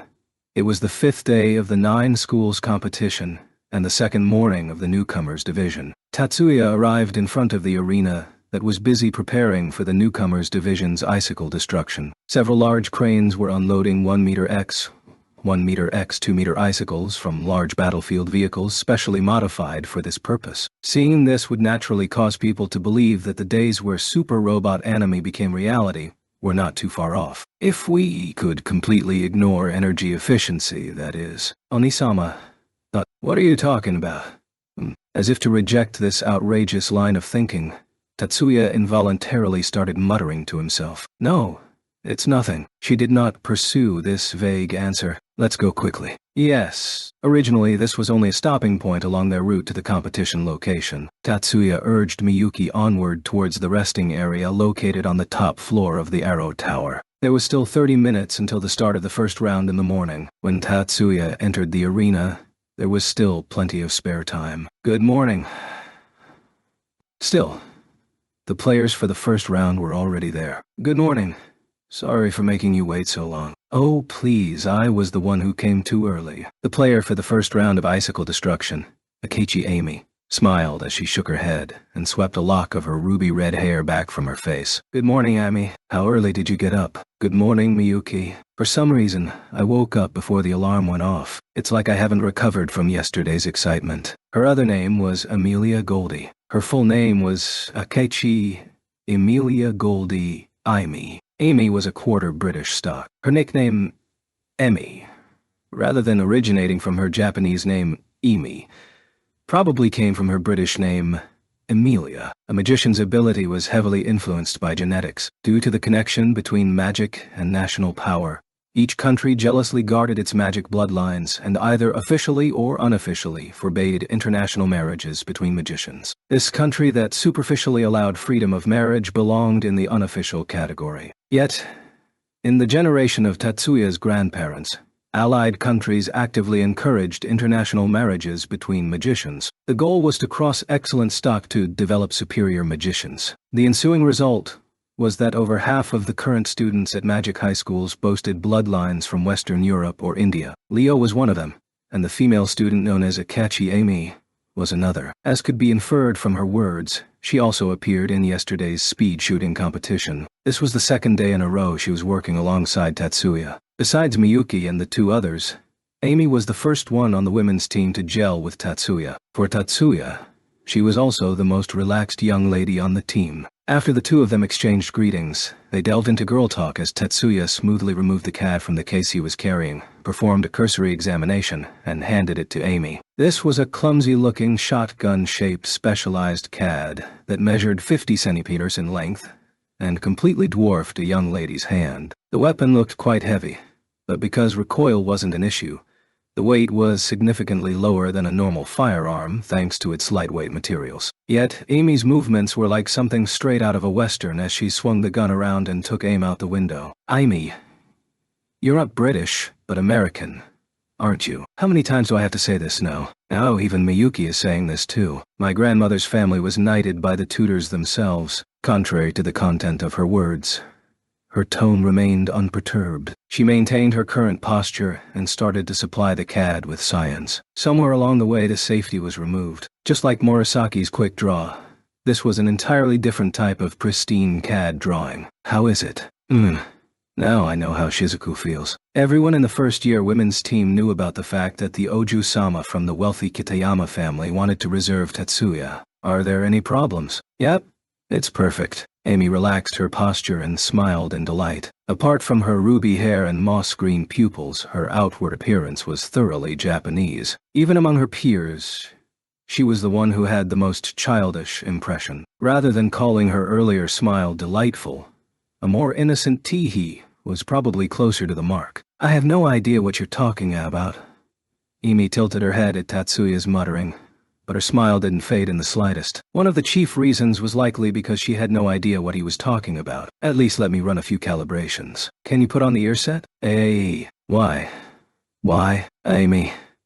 In truth, you didn't get up early, but didn't sleep at all, right? At being asked this sudden question, Amy's smile grew a tad forced. How could you tell? Seeing Amy's widened eyes, Tatsuya silently nodded and, in response, took the CAD from her hands and restarted the calibration process. You're sharper than my parents. Amy obediently put on the headphones used for measurement while nagging with an "I can't believe you" and placing her hands on the measuring pads. Seeing the numbers scrolling down the screen, Tatsuya's expression darkened. With Tatsuya's minute facial changes, Amy's body also started to curl up. This scene didn't escape Miyuki's eyes. Well, Onani-sama. There was no reprimand hidden in her words, but when Tatsuya heard her words, he raised his head in realization and smiled as he rubbed the space between his brows with 2 fingers. Unless Amy also forgoes sound sleep. Also, you mean Shiba-kun does that too? Amy's reaction prompted Tatsuya's expression to soften somewhat as he nodded. Wow. I discovered a comrade. How should I put this? Doesn't that give you an uncomfortable feeling? Especially those weird sound waves. There's no actual health risk, but I do agree that it is quite uncomfortable. I do make an exception for sleepless nights though, especially if I have a competition the next day. Okay? Amy's response was perfect for a child that had just been scolded by a parent. Tatsuya could only smile wryly at this. Then, I'll raise the feedback loop a little higher. This might be a little irritating, so bear with it for a little bit. Certainly you wouldn't want to be accused of losing the contest owing to lack of sleep. Right, I'll bear with it please. If that really happened, they'll never let me live this down. There was nothing worthy of note in her tone. Amy blushed as she pressed her hands against several interesting points on her pants. Tatsuya paused and was frozen for a solid second. I really didn't want to bring this up, but Miyuki, what do you people do in your rooms? Nothing. Onusama, Miyuki hasn't done anything shameful. Really. Miyuki's room is a complete safe house. Amy Dai. Do not speak of such strange nonsense in front of Ani-sama. An awkward silence covered the resting area. To break this stalemate, an abrupt change in the conversation was inevitable. He wasn't entirely sure who this excuse was directed to. Tatsuya thought to himself. Fortunately, the first round is in the early morning, so you can take a nap before the second round begins. Sorry, Miyuki, but could I trouble you to prepare the sleeping dock for immediate use? I understand. I will be right back. After Miyuki departed to set up the sensory inhibitory dock, soundproof, shockproof, light-shielded, sealed single bed, Tatsuya started CAD calibration. Although the first round got a little tense at one point, victory was finally achieved with 3 icicles, still left in Allied territory. Speaking of which, the ending result was that Amy was currently deep in dreamland without any opportunity to complain that it's too dark or it's too cramped. This was the 5th event, which was the second event for the female students from First High. They were currently in the resting area before the match began. I seem to recall saying something very similar recently. Tatsuya thought of this, but was still forced to say it aloud. Shizuku, are you really wearing that uniform during the competition? Yeah. When Shizuku replied with "Is something wrong?" expression on her face, Tatsuya really wanted to cover his head and was completely at a loss. Icicle destruction involved the players standing on 4-meter-tall platforms and defending the 12 icicles in their own territory that measured 12 square meters while simultaneously knocking down or destroying all their opponents' 12 icicles. The players were strictly using long-range magic, so there was no need to move their physical bodies. In other words, the players' wardrobe played no role in this event, besides the uniforms that hinder the grip on their CADs. The only criterion for wardrobe was that it must be decent, and the ensuing result was that, while unintentional, at some point women's icicle destruction became a fashion show. In addition, when Kanon appeared for the official division on the 2nd and 3rd days, she was wearing a fairly normal sports uniform. She wore tights, a mini jacket, an adequate shirt, as well as long socks and tennis shoes. On the other hand, Amy was dressed like a jockey, complete with a white-collared shirt, red riding jacket on the upper body, tight women's pants and black riding boots below, along with a black duck-billed hat. Still, those still fell within normal boundaries and didn't qualify as anything particularly gaudy. Then there was Shizuku. Shizuku? Yes. Wouldn't the Temoto get in the way? Yes. No need to flog the dead horse. But that was a Temoto from a kimono. There's no problem. The sleeves are short enough, and I also have the obi high. Speaking of which, Shizuku deftly tied the obi in front of Tatsuya. Such a fluid motion clearly showed that she had plentiful experience in a kimono. Yet, if you needed to use the obi to keep the Temoto in check, wouldn't you be better off forgoing the kimono in the first place? Tatsuya thought of this, but managed to hold his retort in. There wasn't much time before the next round, so Tatsuya quickly gave up on persuading her otherwise. After all, this was the official garb for boosting one's spirits. In that case, he'll just have to turn a blind eye. Shizuku chose. Correction. The CAD that Tatsuya chose for her was a generalized CAD. This implied that the event demanded a careful energy allocation that possessed a balanced strategy. It wasn't like Tatsuya could keep pulling rabbits out of a hat. To be precise, Tatsuya himself had no interest in creating devious tactics. For him, it was all about providing the players with the most appropriate tools and the strategy that could bring about their maximum potential, and nothing more. In light of this, if direct assault was the most effective strategy, he would ruthlessly adopt that as his course of action, just like this match. The moment Shizuku appeared on the platform, the audience raised a clamor likely due to her outfit. However, the person in question was steady, even if a light breeze had grazed her face as she lifted her left arm before her chest, the Temoto held firmly in place by the obi. Shizuku's CAD was just like the one she normally used, with the command console facing the inside of her arm. In the recent age, most female magicians used CADs with command consoles facing towards the outside. Despite the height of fashion, Shizuku still preferred to use the feminine inward-facing console, which befitted her status as an Oju-sama. Still, given her usual taciturn and emotionless nature, as well as the occasional merciless snarking, this honestly gave people an incompatible feeling. If voiced aloud in front of aforementioned young lady, this would undoubtedly end with a beating. Tatsuya adjusted the focal point on the monitoring device and set these thoughts aside. In the following time period, Shizuku's mission was to focus entirely on this match. Tatsuya's mission was to gather his attention entirely on her. Yuki. Aren't you going where Tatsuya-kun is? Hanoka piped up from beside her. At this time, Miyuki was sitting in a different section of the stands reserved for players and auxiliaries that was not part of the normal audience stands, and was patiently waiting for the match to begin, just as she did during Imi's match in the first round. The moment Tatsuya entered the monitoring room, Miyuki split apart from him. It was perfectly natural for players from the same school to cheer on their teammates from the monitoring room, but Icicle Destruction is a solo performance. Sooner or later, Shizuku and I will meet on the field, so wouldn't it be unfair for me to sneak a peek at her trump card? In terms of trump cards, there were certainly opportunities during practice to see them. Even First High wasn't extravagant enough to prepare several large-scale practice facilities for the 9 schools competition. So what Miyuki was actually referring to was something else. They were fated to be opponents. Miyuki didn't want to see Tatsuya, who was serving as their mutual technician, worry needlessly about such trivialities. This was probably Miyuki's real concern. At the same time, she didn't want Shizuku to be distracted by her presence. Hanoka and Shizuku were close friends and rivals since elementary school. Until middle school, Hanoka saw Shizuku as her strongest opponent, and conversely,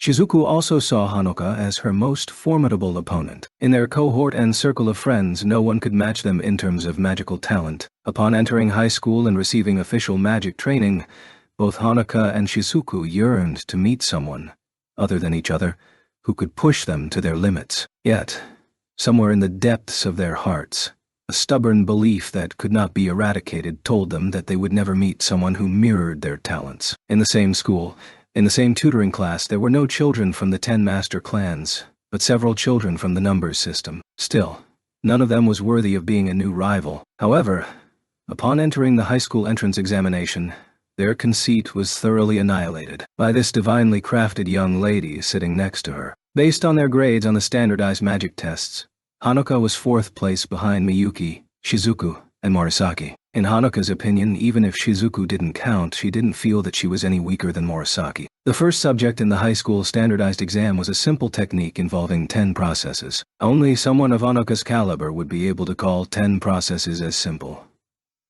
There was no real stress from the technique, and Morisaki only seized the advantage because of his superior speed. If this was a more complex technique with additional processes, Hanoka was adamant that she would have outperformed him. Yet, Miyuki was an exception. She possessed the overwhelming ability and strength that made jealousy itself ludicrous. Even if someone claimed she was from the 10 master clans, Hanoka would undoubtedly hold that to be true. But that was only natural. That was what Hanoka thought when she first beheld Miyuki's magic in the entrance examination area. Hanoka was completely unaware how close she was to the truth, proving beyond doubt how utterly Miyuki's magic astounded and overwhelmed her. This impression followed her for the next 4 months in school and, rather than being diluted, only intensified even more. Hanoka felt that even the solitary Shizuku would not be able to calmly manipulate her magic normally if Miyuki stood before her. When she learned that Miyuki was being switched to Mirage Bat for the official division, and thus avoided meeting her on the field,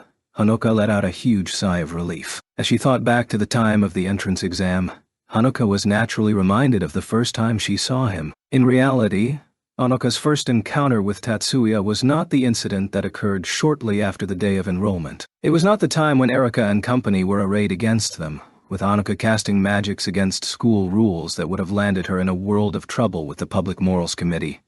Chief had Tatsuya not intervened. Hanoka had encountered Tatsuya long before this incident. Coincidentally, on the day of the entrance examination, not just Miyuki, but Tatsuya was also in the same testing group as Hanoka. This pair of siblings was not outwardly similar. Hanoka didn't possess the excess mental finesse to remember everyone's names. The reason Tatsuya left a lasting impression on Hanoka wasn't because he was Miyuki's older brother. His technical scores were only so-so. Regardless of speed, strength, scale, every subject was thoroughly mundane and unappealing, to the point that they could be labeled as below average. However, his magic was so beautiful, it was breathtaking. Hanoka was incapable of analyzing magic sequences like Tatsuya. Neither was she like Mizuki in her sensitivity towards scions and potions. When compared to normal magicians, Hanoka, who specialized in light wave oscillation magic, was only acutely sensitive towards the magical side effects that created light wave background noise. An overabundance of interference or remnants of magic sequences would all form into surplusation surges and oscillate in the empty air. When photons interact with these responses, the ensuing result is light wave noise. But this cacophony was wholly undetectable in his magic. In other words, there were no excess materials in his magic sequence. His magic power was expanded to its limit and entirely devoted towards phenomenon rewriting, making for a magic that was calculated down to the last detail. Anoka thought that it was a work of pure art. Hitherto, she had never seen such a beautiful piece of magic. Afterwards, even though she bore witness to Miyuki's dominating magic, she still couldn't forget that magic. That's why Hanuka felt deeply betrayed when she saw the lack of the 8-petal flower on Tatsuya's breast during the student orientation. This was the reason why Hanuka nursed an overly antagonistic attitude towards Tetsuya's group that day. Why are you on that side? Course 2. Why aren't you on this one? Course 1. Hanuka's eyes were blurred by this illogical fury. True, in terms of speed, strength, and scale, every category clearly set him far from the standards of a Course 1 student. Yet, the fact that he who could weave such wondrous magic had to be satisfied with being a mere substitute, weed. Hanuka felt that this was utterly unforgivable. Hanuka, what's wrong? Shocked, Hanuka turned to her side to find Miyuki watching her in confusion. She must have noticed that Hanuka had fallen into an odd state of silence in the middle of their conversation. Sorry, it's nothing. Even she would suspect herself if something of that sort had happened. When she considered her actions as well as her misdirected anger displacement, and the reason why she consciously noticed him, Hanuka blushed to the roots of her hair and drooped her head. It's finally Kitayama's match. Looks like she's carrying a generalized head. 2 ladies from the women's team brass were hunched shoulder to shoulder in front of a screen at the pavilion. Suzune, who was overloaded with work from the unending stream of results, sighed as she beheld this sight. Yet, the 2 of them blatantly ignored this obvious sign of displeasure. I wonder what trick he's got up his sleeve this time. Hard to say. Maybe he's intentionally playing mind games with us and will launch a full frontal assault precisely because we're thinking that way. Mayumi and Mari were congregated in front of the widescreen monitor just like 2 young children sharing their favorite television show. Suzune had long since given up. Sighing once more, she accepted the inevitability of working alone. Neither Mayumi nor Mari batted an eyelid at Shizuku's choice of wardrobe. For 3-time 9 schools competition veterans like them, this didn't qualify as anything outlandish. In fact, they may be thinking, there are actually less of them this year. Also owing to this reason, Shizuku was someone who came to watch the 9 schools competition every year, so she wasn't embarrassed by her dress either. Oh, we're starting. The 2 of them edged closer to the screen. The lights next to the flanks of the arena flashed red. The lights advanced to yellow, and the moment when the lights turned green, Shizuku's ring started dancing along the command console toward her own 12 icicles. She set all of them as targets and fired the magic sequence. Immediately afterward, her opponent's magic came rushing toward Shizuku's field. This was a popular tactic involving move-type magic to blitzkrieg the opponent's field. Except Shizuku's icicles stood rock solid against her opponent's magic and didn't shift at all. Data fortification. Every HQ was equipped with a widescreen monitor that could analyze the magic being used as well as the type of magic used and its strength. Much like a heat display, the various displays were expressed through various shades of color. Using this function, it was a simple matter to determine the offensive and defensive positions. Data fortification. IDOS was a record of the current status of an information body. Through this information body, parts of the information or even the entire whole could be replicated and projected back into the target to protect the IDOS from being altered any further. This was known as data fortification within the counter-magic field. The copied portions from data fortification possess the ability to prevent magic from affecting the target. Shizuku used data fortification to emphasize the target's location right there. As the screen plainly displayed, her opponent's move-type magic was nullified by Shizuku's magic. Quite the direct confrontation. Wasn't this precisely how Mari predicted? Suzune, who overheard the conversation, couldn't help but think, not really. I hardly think that this strategy was created solely to play with your heads.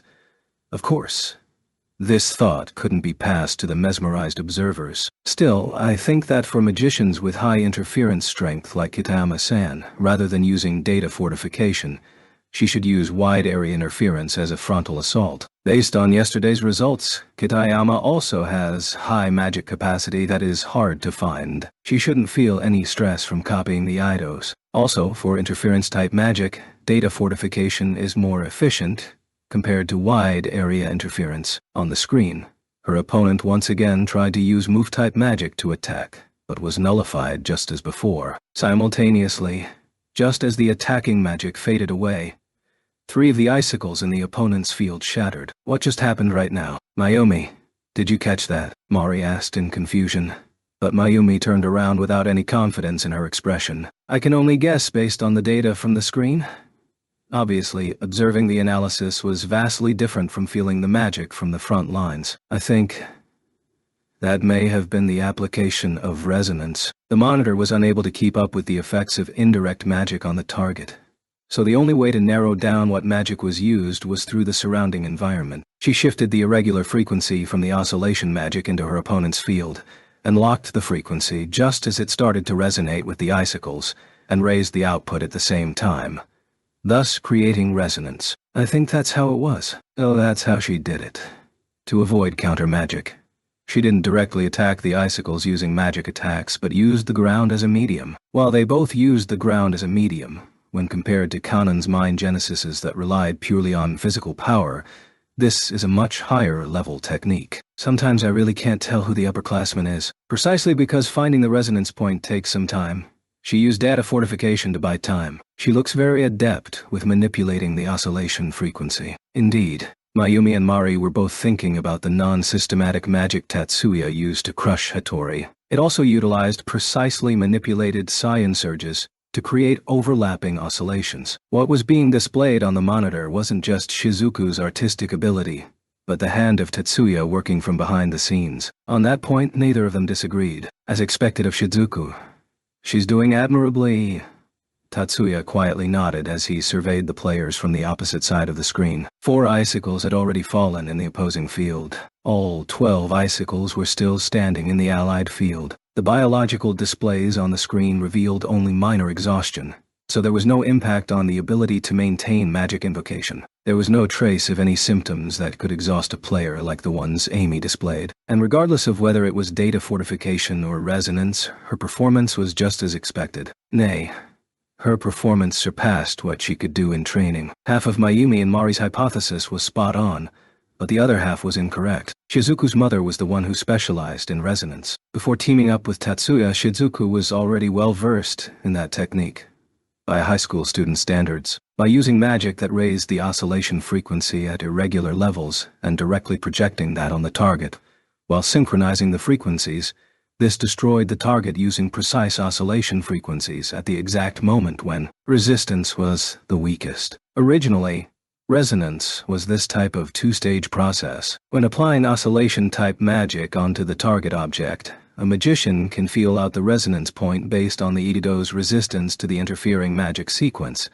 If using regular intervals, then an alternate method would have to be used to identify the target's resonance. This was not reliant on monitoring devices, but done while compiling activation sequences into magic sequences. That was the part that Tatsuya was responsible for. This technique was created by adding a new process into the resonance magic that Shizuku was familiar with. Yet, Shizuku was able to wield this at will. Obviously, this level of skill was not obtained by just training in school, but honed through long hours of practice outside of class. As another icicle collapsed in the enemy's field, one of the allied icicles collapsed as well. However, this was only her opponent's last gasp. Tatsuya could tell with a glance. The opposing player threw everything she had into that last attack. She most likely knew the writing on the wall, but desperately wanted to avoid being defeated without knocking down a single icicle. Tatsuya watched Shizuku's back with his own eyes, and not through the monitor. The scions she was releasing were not ruffled in the slightest. No sense of wavering, no hint of pride. At the same time that she vigorously defended her own territory,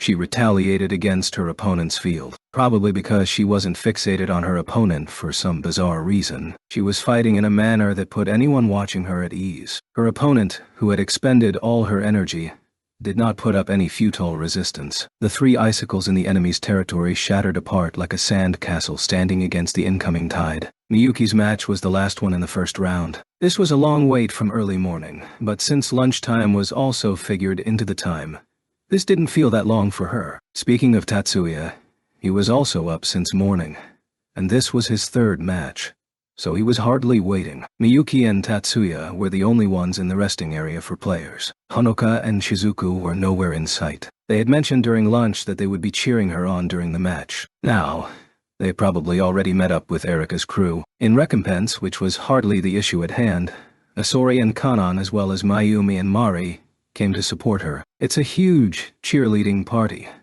Tatsuya wore a helpless look on his face as he murmured in the privacy of his mind. Of course, he actually said something else. I'm glad that you all came to cheer on Miyuki, but, Chief, shouldn't you be in bed? What? Even you're treating me like an invalid. It's not like I have to hop around and dance. So there's no problem. Yet, it was still a serious injury. Tatsuya swallowed those words and directed the conversation towards Mayumi. Oh.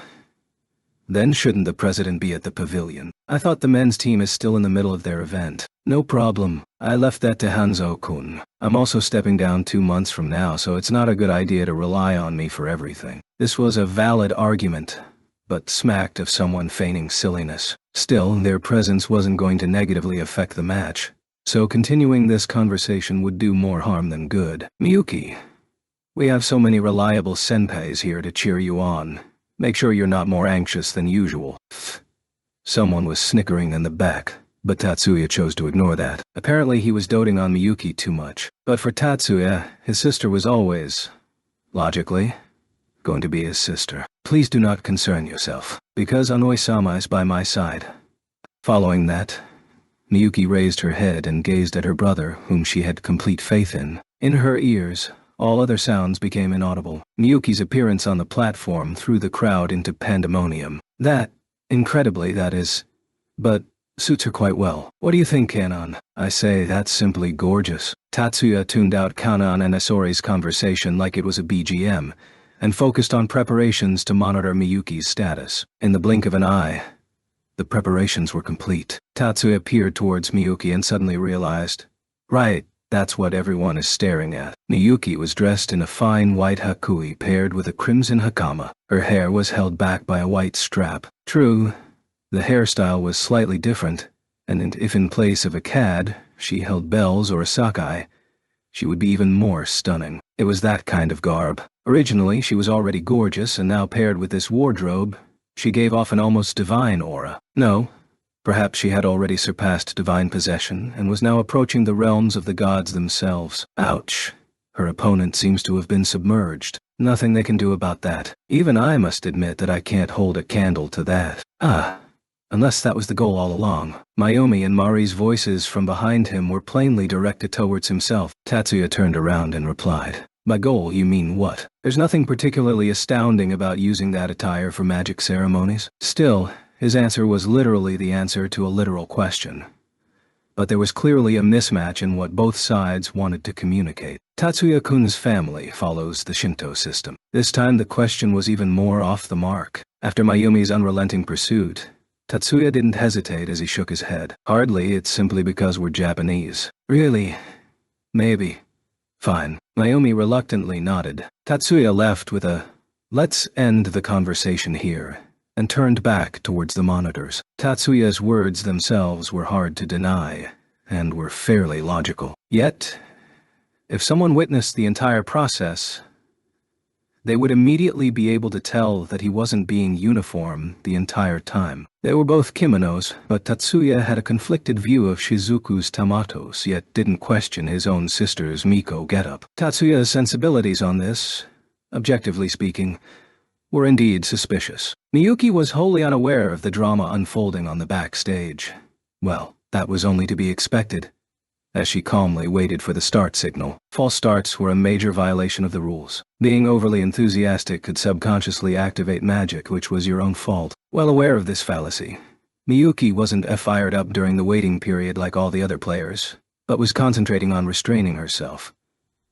In the eyes of others, this was a posture of silence. The signal lights on both ends of the arena flashed red. Miyuki opened her faintly closed eyes and gazed directly at the enemy field. A sigh arose from the audience, and not just in one area either, but from nearly the entire arena. Surprisingly, it wasn't the young men, but the young women who were mesmerized by that fiery gaze. This was no longer the atmosphere expected from mere spectating. With apologies to the other player, the entire audience was fixated on Miyuki's every move. The signal light flashed yellow, and just as it turned green, an intense Seishin light flooded the entire area without heed to allied or enemy territories. Yet, the arena had turned into two different seasons. An absolute chill enshrouded Miyuki's field. A burning heat wave flooded her opponent's field. The icicles in her opponent's field started to melt. Her opponent was desperately trying to apply cooling magic with no apparent effect whatsoever. Her own position had turned into a frozen hell that surpassed the winds of winter. Her opponent's field transformed into a scorched purgatory that rivaled summer's might. Still,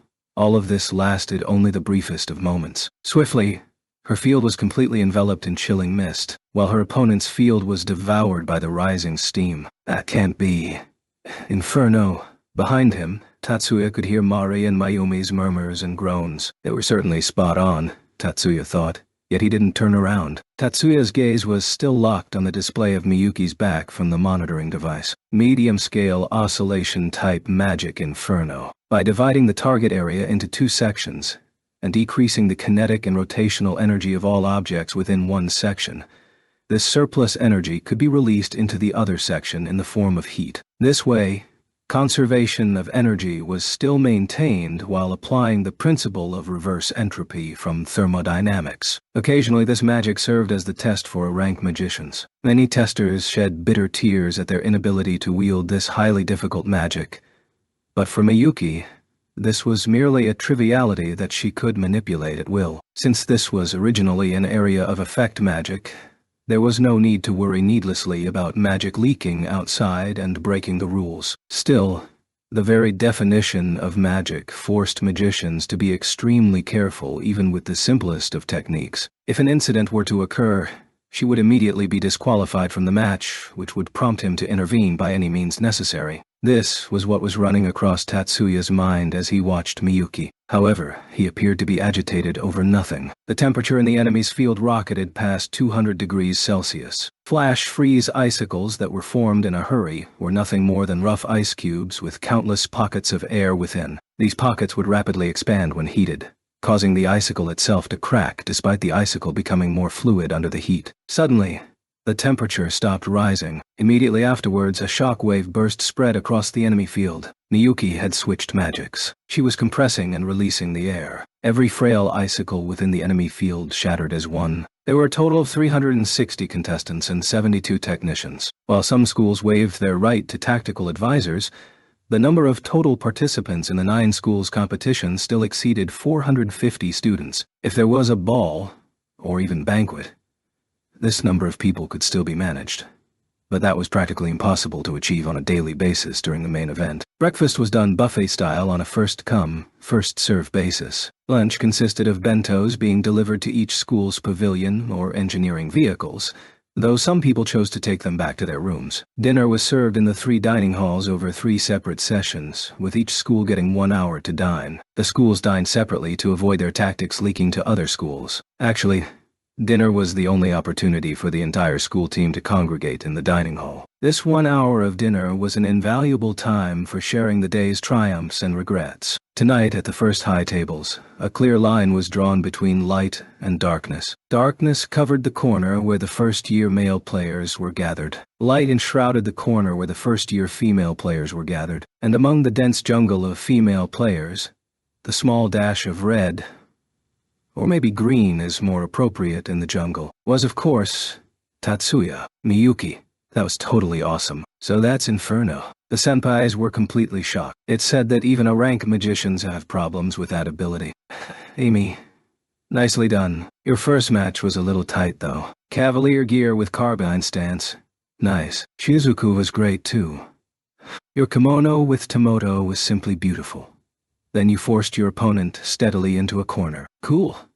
While the newcomers' division crowdball only clinched 1 second place and 1 sixth place, yielding a so-so result, the dominating performance from the Icicle Destruction players allowed all three to advance to the third round, continuing their triumphant performance from the speed shooting event. This caused the female players to bask in a festive mood. The format of the Icicle Destruction event had 24 players in total, with 12 matches in the first round and 6 matches in the second round. With 3 people advancing to the third round, First High laid claim to fully half of the players still in the field. The 3 victors from the third round would then engage in a round-robin to decide the ultimate victor, though based on the current situation, there was a strong possibility that all 3 of those positions may be claimed by players from First High. If so, that would truly be an astounding feat. The very fact that this remained a distinct possibility made it impossible for them not to be beside themselves with joy. The upperclassmen all wore smiles that said,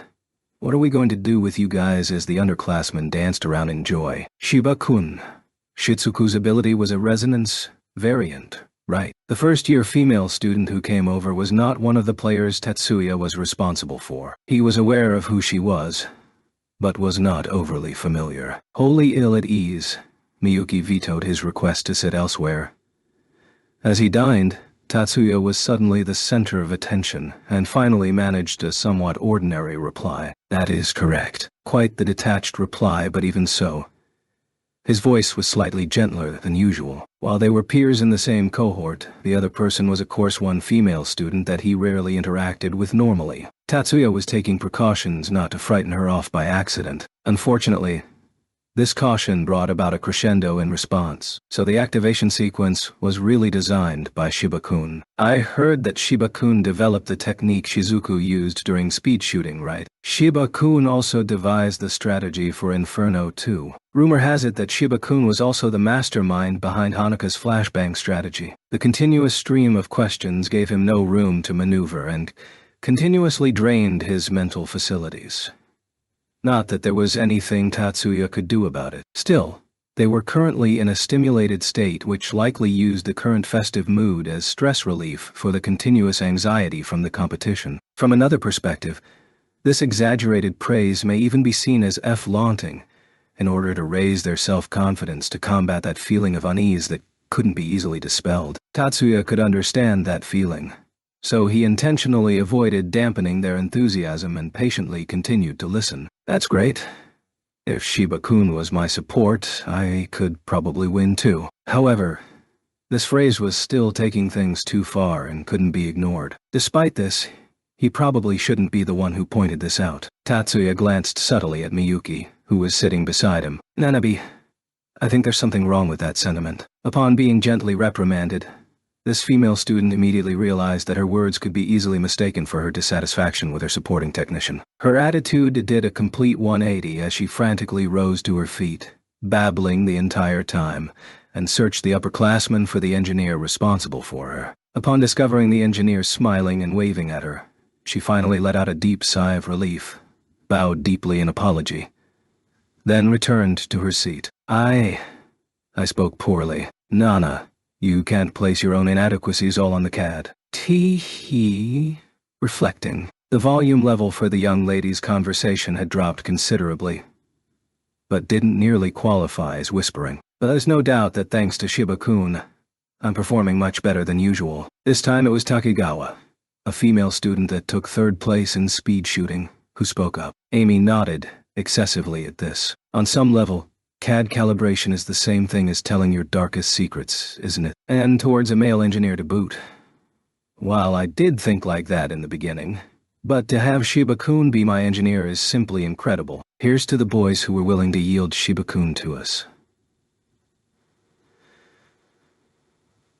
Tatsuya could only smile wryly at the massive misunderstanding hidden behind that innocent smile. However, there were also people who couldn't muster even a wry smile. Hey. With a violent bang, one of the boys stood up, heedless of anyone trying to stop him.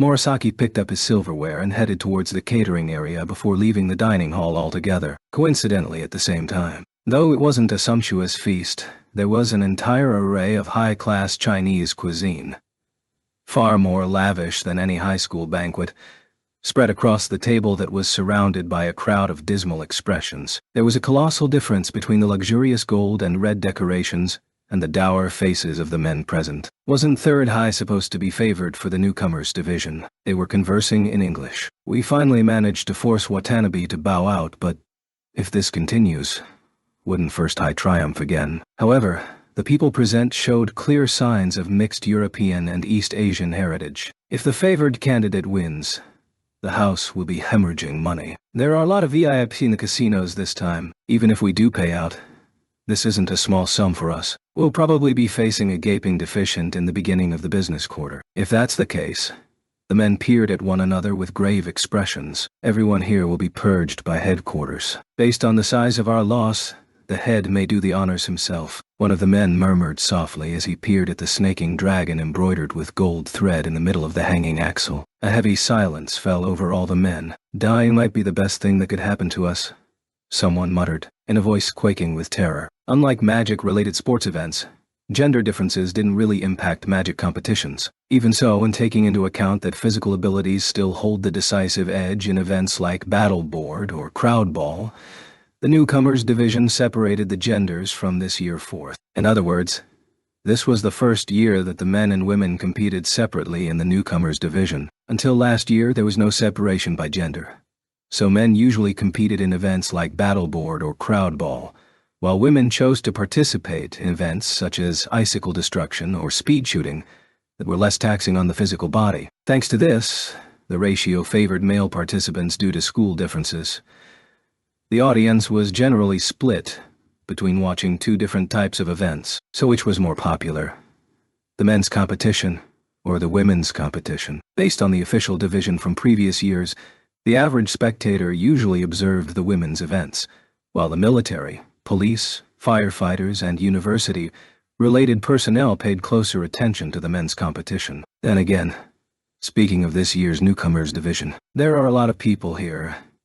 There were plainly more open seats during the men's competition. Two young ladies were sitting in the empty reserved observation area and cast pitying gazes across the spectator stands that were filled to capacity. They were Mayumi and Mari. Somehow, I feel that there are a lot of people from the universities. Mayumi said this as she directed her gaze towards the VIP stands. After seeing that yesterday, they wouldn't be satisfied with just a recording, would they? Mari completely agreed. Exactly. Aren't we here to watch as well? To preserve all fairness, the order of the matches was reversed from yesterday. It was the 6th day of the 9 schools competition and 3rd day of the newcomers division. The first match of the 3rd round in icicle destruction was about to take place. Mayumi glanced at the time and waited for Miyuki to take the stage. Turned back the clock for a few moments. As Tatsuya and Miyuki were headed towards the resting area for icicle destruction, 2 students from 3rd High appeared before them. Both of them were male students. One of them matched Tatsuya's physique in terms of height and shoulder width, to the point that it was extremely difficult to tell the difference. However, that student had a much more stunning appearance. The other student was significantly shorter, thanks in part to the school's reputation for emphasizing martial abilities. This did not give off a weak impression. They appeared to have noticed Tatsuya at the same time, and directly walked towards him. I am Ikiju Masaki, 3rd High, 1st year. The taller one spoke first. For people that have just met for the first time, his tone was slightly overbearing, but amazingly, Tatsuya didn't seem to mind. While both of them were first-year students, Ichiju Masaki naturally effed into a leadership role and seemed to exude the charismatic aura of a true leader. Both his eyes were focused on Tatsuya. Likewise, Kichijuji Shinkuru, also from 3rd High's first year. The shorter youth spoke politely and identified himself with a more traditional air, though his eyes teemed with a challenging glint. 1st High, 1st year, Shiba Tatsuya, ... So, the Crimson Princes and Cardinal George in the flesh. What may I do for you? No sense of malice. Slightly different from sheer enmity. Still, there was no question that this was not a friendly attitude. Strictly speaking, it was a naked fighting spirit. Just like Masaki, Tatsuya also responded in a tone that would be considered overly rude for first acquaintances in his usual manner. Tatsuya felt that putting on a mask of false friendship would be insulting to these two. Oh. So you know of George's reputation as well as mine. Well, that makes this simple. Shiba Tatsuya. A hitherto unknown name, but I shall never forget this name. You are probably the most ingenious technician since the advent of the 9 schools competition. I'm afraid we are lacking in manners here, but all we wished for was to meet you once. I am honored to be called a genius by the prodigy that discovered the cardinal code at age 13. But you are right in that this is against the norm. As for his own manner of speaking, he replied back in a frank and straightforward fashion. Yet, neither of them appeared irritated. They came with absolute determination and maintained a posture one usually reserves for a serious opponent. Miyuki, go ahead and prepare. Tatsuya did not lift his eyes from these two as he gave his instructions to Miyuki. Tatsuya estimated that they would be here for a while. I understand. Miyuki bowed towards Tatsuya and departed for the resting area without sparing Masaki a single glance. As if the pair did not exist within her dimension. There wasn't even a hint that she was intentionally avoiding them. That was how perfectly she rendered them to non-existence. For an instant, Masaki's eyes followed Miyuki, but swiftly reverted back to Tatsuya. Princess, isn't your side about to begin? The split second of wavering and reluctance did not escape Tatsuya's eyes. Inwardly, he let out a small breath. Unwavering, Tatsuya's eyes forced Masaki to reply. We will appear in tomorrow's monolith code. Yet, the one who replied for him was Kichijuji. Kichijuji was the champion for the Newcomers Division speed shooting event, while Masaki was favored to clinch the crown for the Newcomers Division icicle destruction event. Naturally, it was expected that each school would commit their aces to the Monolith Code event. What are your plans? Although he wanted to ask what he was referring to, there wasn't enough time left. I'm not responsible for that. That being said, he had no obligation to reveal any details, so he went with the abstract answer. Is that so? That's unfortunate. One day, I wish to line up against the players you're responsible for. Of course, we will triumph. Kichijuji's words caused Tatsuya to feel. Are you throwing down now? But he quickly thought otherwise, since these guys originally came to challenge him in the first place. Sorry for taking your time. We look forward to meeting on the field of battle. Before Tatsuya could respond to Kichijuji, Masaki made this declaration and walked past Tatsuya with Kichijuji. So they're still a rude bunch in the end, Tatsuya thought as he headed towards the resting area where Miyuki was waiting for him without turning his head in the slightest. What were they up to? The first thing Miyuki asked when she came out of the changing room was about the earlier scene. Scouting, I think. Still felt pointless though. Tatsuya tilted his head and chose to reply in neutral terms, and handed Miyuki the CAD he had prepared for her while she was changing. If there were any extraneous distractions before the match, this would only negatively impact the match itself, so Tatsuya moved to curtail the conversation with haste. Yet, after Miyuki heard Tatsuya's reply, she burst into laughter as if finding some profound meaning in his words. I think that's their declaration of war, Onisama. He wasn't ignorant of what his sister was referring to. He himself felt those two came to specifically challenge him, but in Tatsuya's eyes, this was a pointless gesture. You don't believe me. Even though Miyuki rolled her eyes upward and pouted sulkily, this wasn't something he was going to let slide so easily. No, well, I'm not a contestant, right? I don't believe these two renowned individuals who have extended their reputations beyond the scope of Magic High School students would view a nameless person like myself a rival. A rival was based on the assumption that they acknowledged that both sides were equal. Objectively speaking, from outward appearances, he wasn't even in the same strata as those two. Superficially, comparing themselves with him was a ridiculous notion. Furthermore, they didn't appear to have discovered his secrets either. Ordinarily, it was frankly impossible for the Crimson Princes or Cardinal George to see him as an opponent, Tatsuya thought. Upon seeing her older brother actually thinking this way and not out of humility,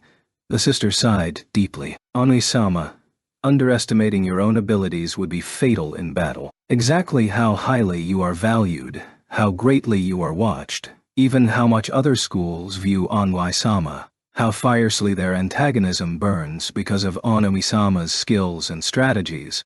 I think Onui-sama should consider all of this objectively. Once more, for Miyuki this was an exceedingly rare and blunt counsel. This was a completely unexpected boldness and unimaginable reproach. Tatsuya could only stand there and watch her blankly. This was the third time Miyuki used her mysterious beauty to captivate the hearts of the audience at the same time that she wielded her terrible might to vanquish the enemy. On the ways where battleboard would be decided, the first round of the women's semifinals was about to begin. The players were already at their starting positions. Honoka's figure was among them. That's a little... Okay, what the heck are you two doing? All three players were side by side at the starting line. In the stands, Erika was humming in frustration while Mizuki was utterly silent by her side. Finally caving, Leo asked reluctantly, "Isn't that just a little strange? All of the players are wearing sunglasses." "Erika-chan, those are called goggles." Indeed, just as Erika and Miyuki said.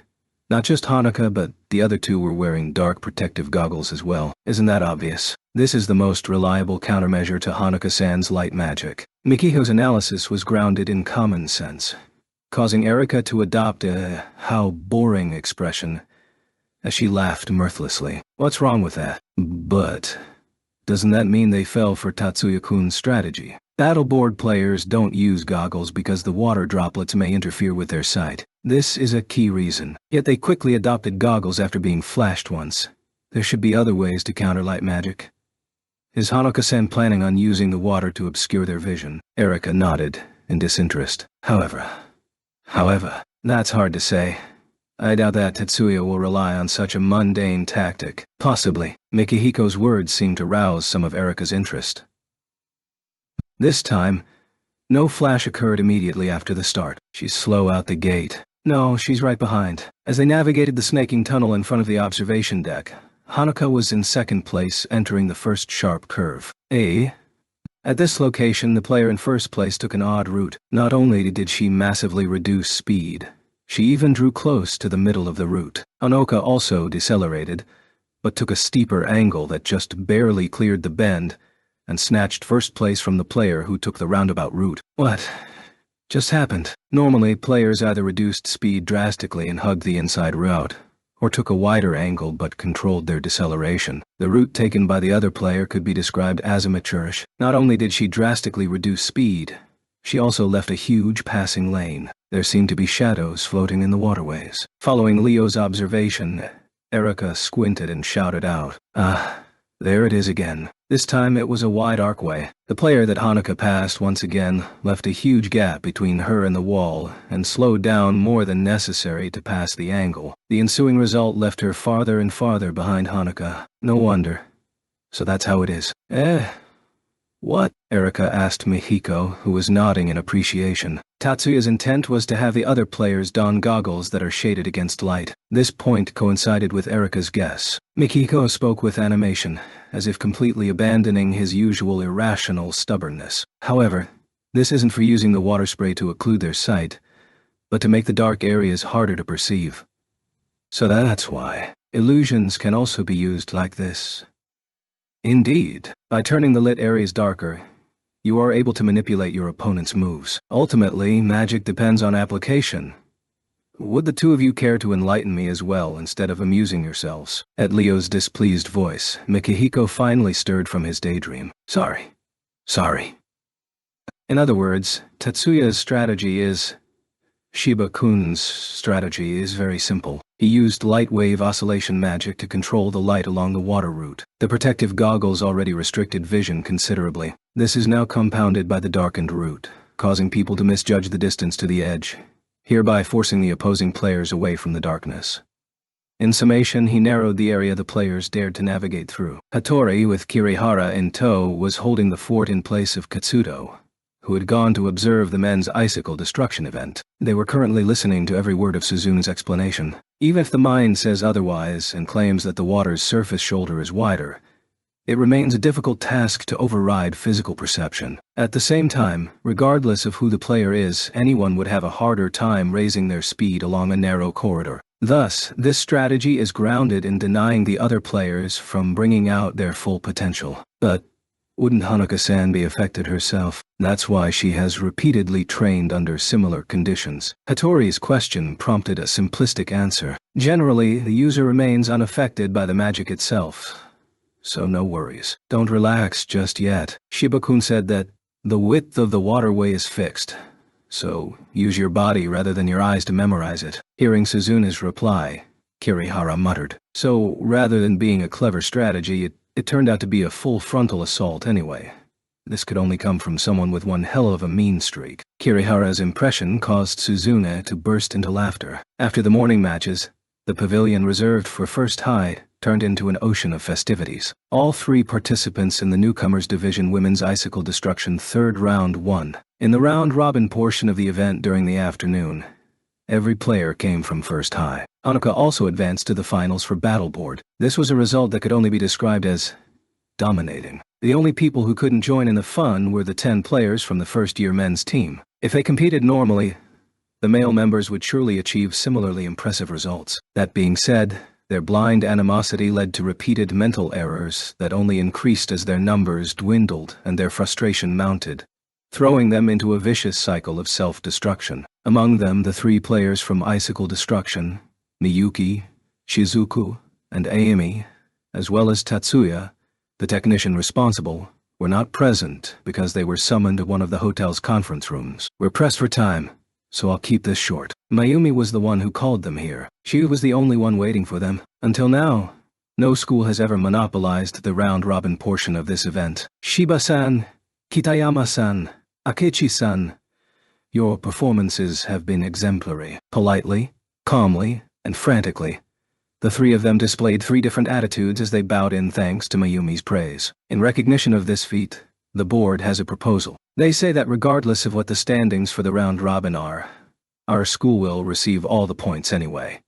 So there's no need to play this out. All 3 of you will share first place collectively. The 3 of them looked at one another with Tatsuya smiling sardonically in the back. No matter how they tried to disguise this, the board was obviously trying to lighten his workload. It is up to all of you whether to accept the board's proposal. The only criterion is that you don't have much time to consider this. Please make a decision here and now. Upon hearing Mayumi's words, Ayumi started fidgeting as her eyes roamed around. With her skill level, she was well aware that she had no chance against either Miyuki or Shizuku. Up until this point, she was satisfied with third place, but it was simply human nature for people to desire first place. It was too much of a stretch for her not to want this to happen. Miyuki glanced at Tatsuya. Shizuku also looked towards Tatsuya. Tatsuya-kun, what is your opinion? If all 3 were to fight it out, you would have a hard time managing all 3. So, Mayumi wished for the 3 of them to share first place together, Tatsuya thought. In truth, this was the most desirable outcome from the leadership's perspective. To be honest,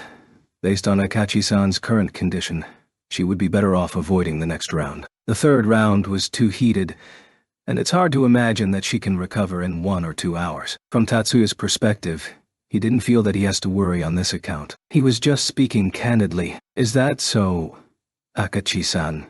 Do you agree with what Tatsuya-kun said? Well, before I heard what you said, I was already ready to give up anyway. It is true that I'm not in optimal condition, so I was planning on bowing out after talking it over with Shiba-kun anyway. Because Shiba-kun knows me better than I know myself. Her tone was diffident, likely because she felt that she was shirking her responsibilities by accepting the board's proposal. Really? Mayumi smiled to console her and nodded before turning to Miyuki and Shizuku. Shizuku spoke up first. Want to compete? Her eyes burned with fiery determination as she looked Mayumi in the eye. After this, how many opportunities will I have to go all out against Miyuki? I don't want to miss this chance. How unfortunate. Mayumi dropped her gaze to the ground and sighed. What does Miyuki-chan think? If Kitayama-san wishes to compete against me, I have no reason to refuse. Mayumi knew very well that Miyuki was made of sterner stuff that belied her appearance, so she was completely unsurprised by this response. I understand. Then, I will report to the board that Akakichi-san has withdrawn, whereas Shiba-san and Kitayama-san will engage in a duel to decide the final round. The match should be the first one of the afternoon, so you had best take this opportunity to prepare. After Mayumi finished speaking, the first one to bow was Tatsuya. As he left the conference room, Miyuki and Shizuku immediately bowed to Mayumi and left right behind him. Amy frantically bowed as well and said, "I'll take my leave." The stands were overflowing with spectators. The changes in the Newcomers Division Women's Icicle Destruction event were quickly announced and intentionally set as the first match of the afternoon to avoid conflicting with other events. Not just the normal stands, but even the reserved seating area for members was quickly filled. There, Tatsuya could be seen sandwiched between Mayumi and Mari. After finishing the calibrations for both their CADs, Tatsuya didn't accompany either Miyuki or Shizuku, but sat in the last row of the reserved seating area. Before leaving, he left the two of them with these words. The words, "Do your best." But in reality, he wanted to stay by Miyuki's side, didn't you? Alas, the rare well-meaning words took on a different connotation when delivered from her lips as Mayumi revealed an evil smirk. For some reason, whenever she was with Tatsuya, her fiendish side seemed to rise dramatically. Yeah. Undoubtedly because she was annoyed by Tatsuya's wooden reaction. You sure admitted that easily. Although she gave pretense to being mean, Mari's real nature was, perhaps, much kinder than Mayumi as she interjected with her almost signature retort. "Do you know what sister complex means?" "I don't think I follow." "How does cheering on your own kin constitute being a cis-con?" His direct rebuttal while feigning ignorance had long since become customary, except Mayumi and Mari had wised up to his tactics. "Wow, did you hear that, Mari? This child is actually confident in his own cause. Looks seriously ill to me. Is it hopeless? Isn't it pointless to loudly gossip about the person stuck between them?" Tatsuya thought. He was thoroughly helpless against this special way of bullying the underclassmen. This short skit was nothing more than the appetizer before the curtains were drawn. As if to prove this, when both players took the stage, the entire audience fell into complete silence. In the arena, two young women stood facing one another. On one side, her white hakui and crimson hakama filled the eyes. On the other side, Tamatos the color of water flooded the vision. Miyuki didn't bind her hair. Shizuku didn't bring an obi. The long, wavy hair and silk tomatoes fluttered in the slight winds of summer. The two young women were suffused with a suffocating silence. This was the chilling fighting spirit that shared the name of this purely magical contest, and was far removed from its burning counterpart. The preparation signal light lit up. The colors changed, and at the moment the beacon responsible for starting the match went off, magic flooded outward at the same moment. A heat wave rushed toward Shizuku's field. Yet the icicles stubbornly resisted the incursion. The wide-area heat wave from Inferno was denied by the data fortification magic that stopped the changes in the icicle's temperature. The earth groaned as magic rushed towards Miyuki's field, but the oscillations were stamped out the moment they tried to resonate. Wide-area magic prevented oscillations and movement within her own field, and extended across the earth's surface and below it as well. The two of them went back and forth, taking turns using phenomenon rewriting on the other's icicles. This was a perfect stalemate, worthy of the praise from all the pundits and experts on the outside, but the combatants involved didn't think so. I can't get in." As expected of Miyuki, Shizuku's resonance was completely rejected by the enemy field. In comparison, Miyuki's heat wave was enveloping Shizuku's field. Data fortification is a counter magic used to prevent magic from passing through and altering the eidos. It was unable to prevent the physical effects from magic. Even if the magic couldn't directly influence the icicle's temperature, the heated air would cause the icicles to melt. It was only a matter of time. In that case, Shizuku stuck her left wrist with the CAD attached into her right sleeve. She pulled out a pistol-shaped specialized CAD in her hand. This was the final trump card that Tatsuya had prepared for Shizuku. Shizuku pointed the muzzle towards the front row of icicles in Miyuki's field and pulled the CAD's trigger. Dual-wielding CADs. "Shizuku, you managed to accomplish that." Seeing Shizuku's left hand also holding a pistol-shaped CAD, Miyuki inwardly wavered. Wielding multiple CADs simultaneously was her brother's trademark ability. It was an extremely difficult technique that was almost unique. Miyuki believed that, for someone who could so easily lose control of magic like herself, it was far too soon for her to challenge that ability that demanded absolute control of her Taishans.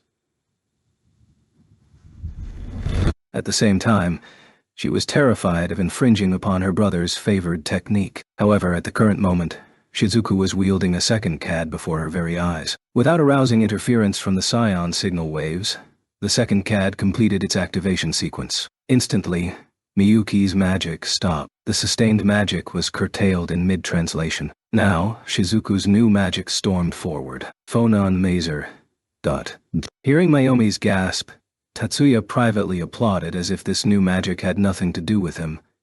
She certainly is well-versed in magic. The front row of icicles in Miyuki's field started to give off white steam. For 3 rounds, Miyuki's icicles were untouched, at the magical level, by her opponents, and were now damaged for the first time by enemy attack. Oscillation Systematic Magic Phonon Mazer.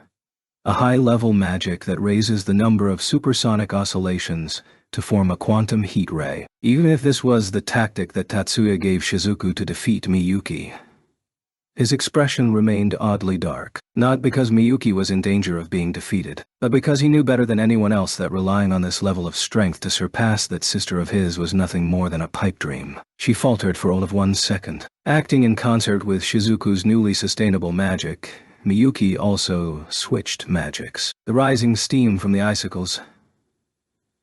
The sublimation of ice halted, not because she blocked the heat ray formed by the shooting supersonic waves, but because an absolute chill that surpassed the heat of Phonon Mazer had materialized itself. Miyuki's field was instantly enshrouded in a sublime white mist. The mist gradually drifted toward Shizuku's field. Miyuki knew that Shizuku would raise the inference strength on data fortification. Despite this, regardless, alas, you are too naive, Shizuku. The flowing mist was cold air. Temperature change, magic that prevented melting, had no effect on this magic. Niflheim. That's impossible, right? What magical dimension are we in here? Mari said in amazement. Tatsuya shared that sentiment, but remained silent on the issue. Wide area freezing magic Niflheim. At the basic level, this technique ignored heat and appearance, using magic to uniformly cool down all the objects within a set area. Even so, in terms of practicality, this magic could be used to create diamond dust, dry ice particles, or even large clouds of nitrogen gas in a pinch that could be advanced towards the target. Likewise, its strength was building towards the strongest level. The nitrogen mist passed through Shizuku's field and vanished near the other end of the arena. On one side of Shizuku's icicles, the side facing Miyuki that is, nitrogen was coated on its surface, creating dynamite on the icicles. Miyuki disabled Niflheim and once again activated Inferno. Shizuku's data fortification could only affect objects that originally existed within the area, and thus had no impact on newly applied materials. Lowering the temperature of nitrogen gas produced a cooling effect. Likewise, rapidly heating nitrogen liquid at temperatures far exceeding normal room temperature would instantly evaporate the nitrogen, expanding it to 700 times its size. With a huge roar, Shizuku's icicles collapsed as one.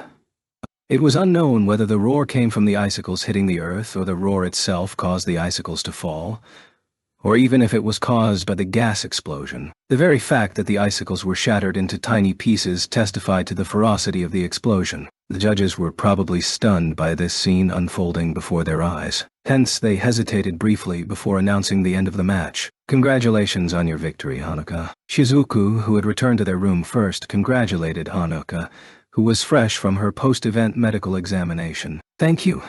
It was a nice try, Shizuku. Yeah, but I can't accept it. Her soft words would likely prompt some people to suspect. Is that true? But Anoka was her close friend from childhood, and there was no way she could misinterpret Shizuku's meaning. Shizuku! Hanuka wrapped her arms around the slightly shorter Shizuku and pulled her into a hug. Arms dangling, Shizuku dove into Honoka's embrace. Even though I never thought I had a chance from the beginning. Really. But there was nothing I could do. I still can't let it go, Hanuka. You gave it your all. This persisted for some time. Thanks. I'm okay now, Shizuku said as she separated from Hanuka. There were no tear tracks on her face. Is that so? Shizuku. Want to grab some tea? I'm a little hungry. Ok. Oh, give me a second to change. All right. Shizuku smiled in embarrassment and nodded as she watched Hanuka's sunny attitude. The moment Hanuka stepped into the cafeteria, she was immediately caught between a rock and a hard place and struck immobile. She locked gazes with Miyuki, who had arrived beforehand. They couldn't just retreat like this. But even so, it's not like they could just nonchalantly sit down next to her. This terrible situation almost caused Hanuka to burst into tears. Congratulations on your victory, Hanuka. While Miyuki's warm smile was no less brilliant than usual, there was still a little stiffness in her upper lip. They were unable to act normally, and while there were some degrees of difference, Miyuki was no exception to this either. Hanuka, congratulations. If Hanuka hesitated now or put on a stilted smile, this would only worsen the mood. In order to deny her that opportunity, Tatsuya immediately addressed her in his usual tone, and simultaneously dispelled the awkward atmosphere around them. However, by doing so he also cut off Hanoka's path of egress. Thank you very much. Tatsuya-kun.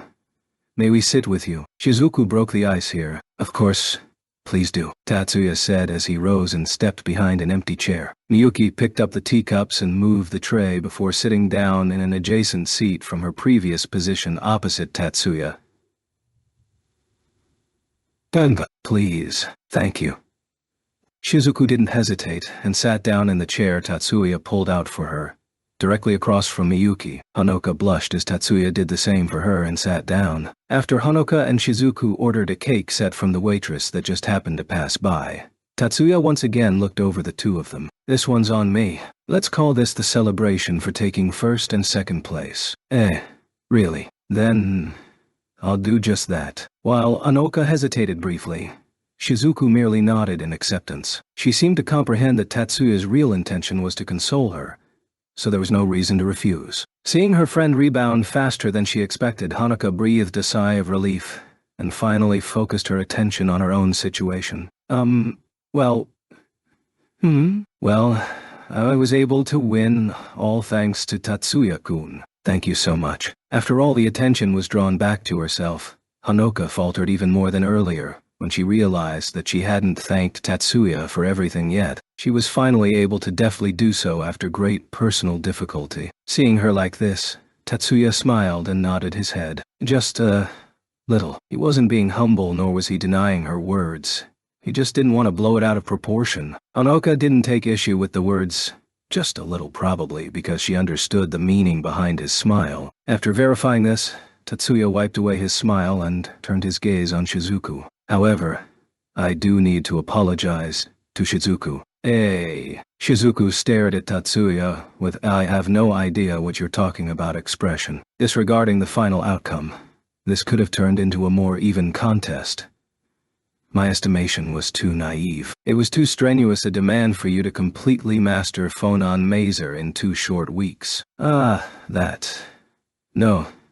that's not Tatsuya-kun's fault at all. Also, without that, I would have had no chance to retaliate at all. Fully comprehending why Tatsuya was apologizing, Shizuku vigorously shook her head. It was my fault.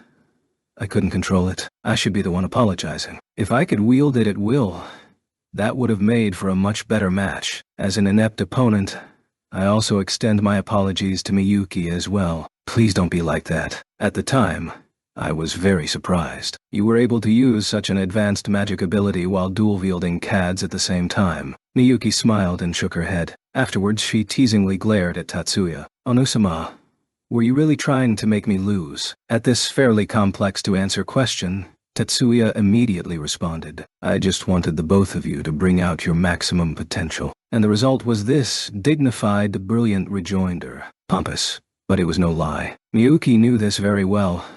But understanding this was one thing. Being satisfied with this answer was another thing altogether. Seriously. Does this person not care about his own sister? I do believe you would be truly indignant if I went easy on you. Anyone could encounter their friend teasing an older sibling, but this was an extremely rare occurrence for Miyuki. Her words not only brought about Tatsuya's rebuttal, they also caused Hanuka and Shizuku to burst into laughter. It was the 7th day of the 9 schools competition, and the 4th day of the Newcomers Division. Today was the preliminaries of the Newcomers Division Monolith Code event, which was widely regarded as the most important event within the 9 schools competition. Yet, the audience's attention was completely concentrated on Mirage Bat. Since this was an event that only young ladies participated in, their uniforms consisted of colorful spandex that was covered by flowing miniskirts and sleeveless vests or jackets. When compared to the fashion show, cosplay contest, that women's icicle destruction presented.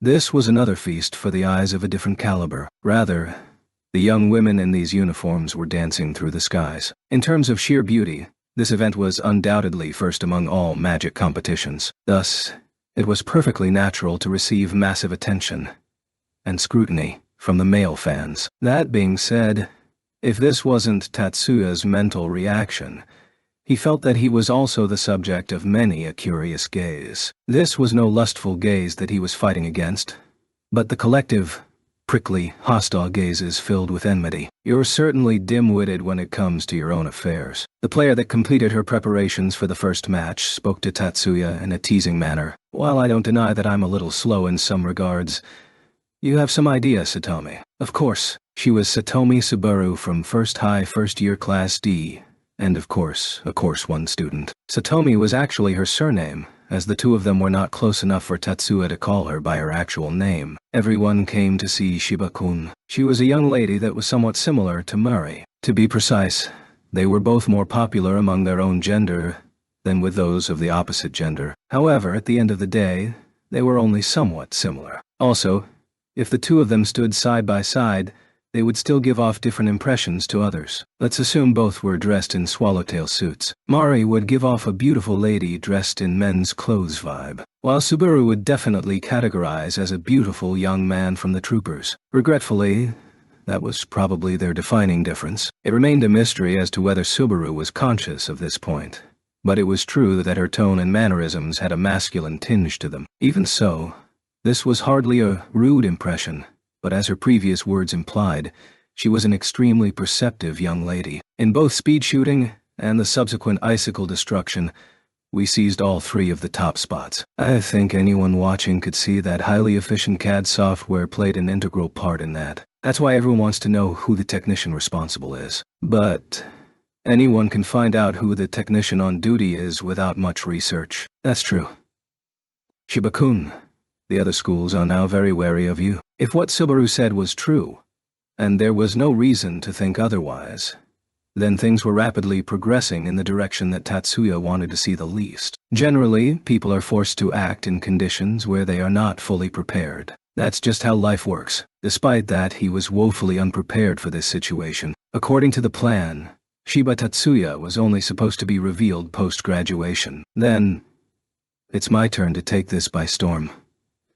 Honestly, with this cat in hand, there's no reason I can be defeated in the preliminaries. As she paced continuously towards the entrance, Subaru raised her right arm with a bracelet that seemed to flash in the sunlight. Over one shoulder, she revealed a daring smile. Tatsuya gave her a thumbs up and watched her depart. As she said herself, Subaru was practically guaranteed to triumph in the preliminaries. Using the CAD he calibrated. While he didn't want to be in the public eye so much, he couldn't exactly just mail it in either. As a Course 2 student, as a weed in the system, nobody save for one person placed high expectations on him.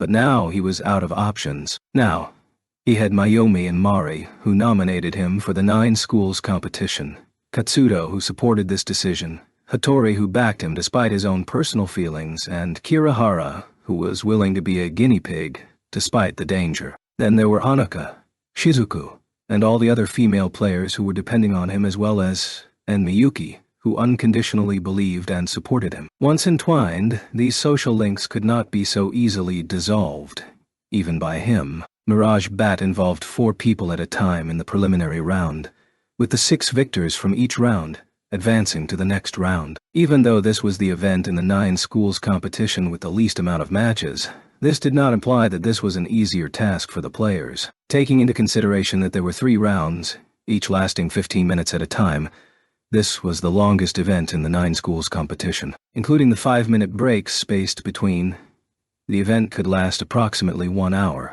Compared to Icicle Destruction and Monolith Code that had no time restrictions, this was an especially long duration. Also, during the match itself, the players had to use sustainable magic and continuously leap into the air. The stress placed on the players themselves easily rivaled that of a marathon. And to top it all off, there were 2 matches in one day alone. In terms of physical stamina, this was a more punishing event than Crowd Ball or Monolith Code. With the players' exhaustion in mind, There was a large interval for resting between the preliminary and elimination rounds, which could be said to be a unique feature of this event. The first match was set at 8 a.m. With two arenas going at the same time, the preliminaries would be finished around noon. The elimination round would start at 7 p.m. This was the only nighttime event in the entire 9 schools competition. Some may question why the 9 schools competition forced the preliminary and elimination rounds into one day, rather than splitting them across 2 days. There was, of course, a method to the madness. Mirage Bat was an event that involved swinging a bat towards the orb-shaped holograms. Strictly speaking, they were 3-dimensional orb images. Modern imaging techniques technically possessed fundamental differences with holograms. In other words, the player had to identify the illusion floating 10 meters off the ground while still grounded. Otherwise, there was no way to complete the event. This event was not suited to be conducted under the burning sun. Hence, an airship was deployed during the third match to avoid letting the sun interfere with the event. Mirage Bat was designed to be conducted during nighttime, in order to avoid letting the players' bodies cover the projecting lights. The 3D projector was set atop the cylindrical light towers that surrounded the arena. From this alone, one could fully understand this was intended to be a night event. After the end of the second match, as expected, both Hanuka and Subaru advanced.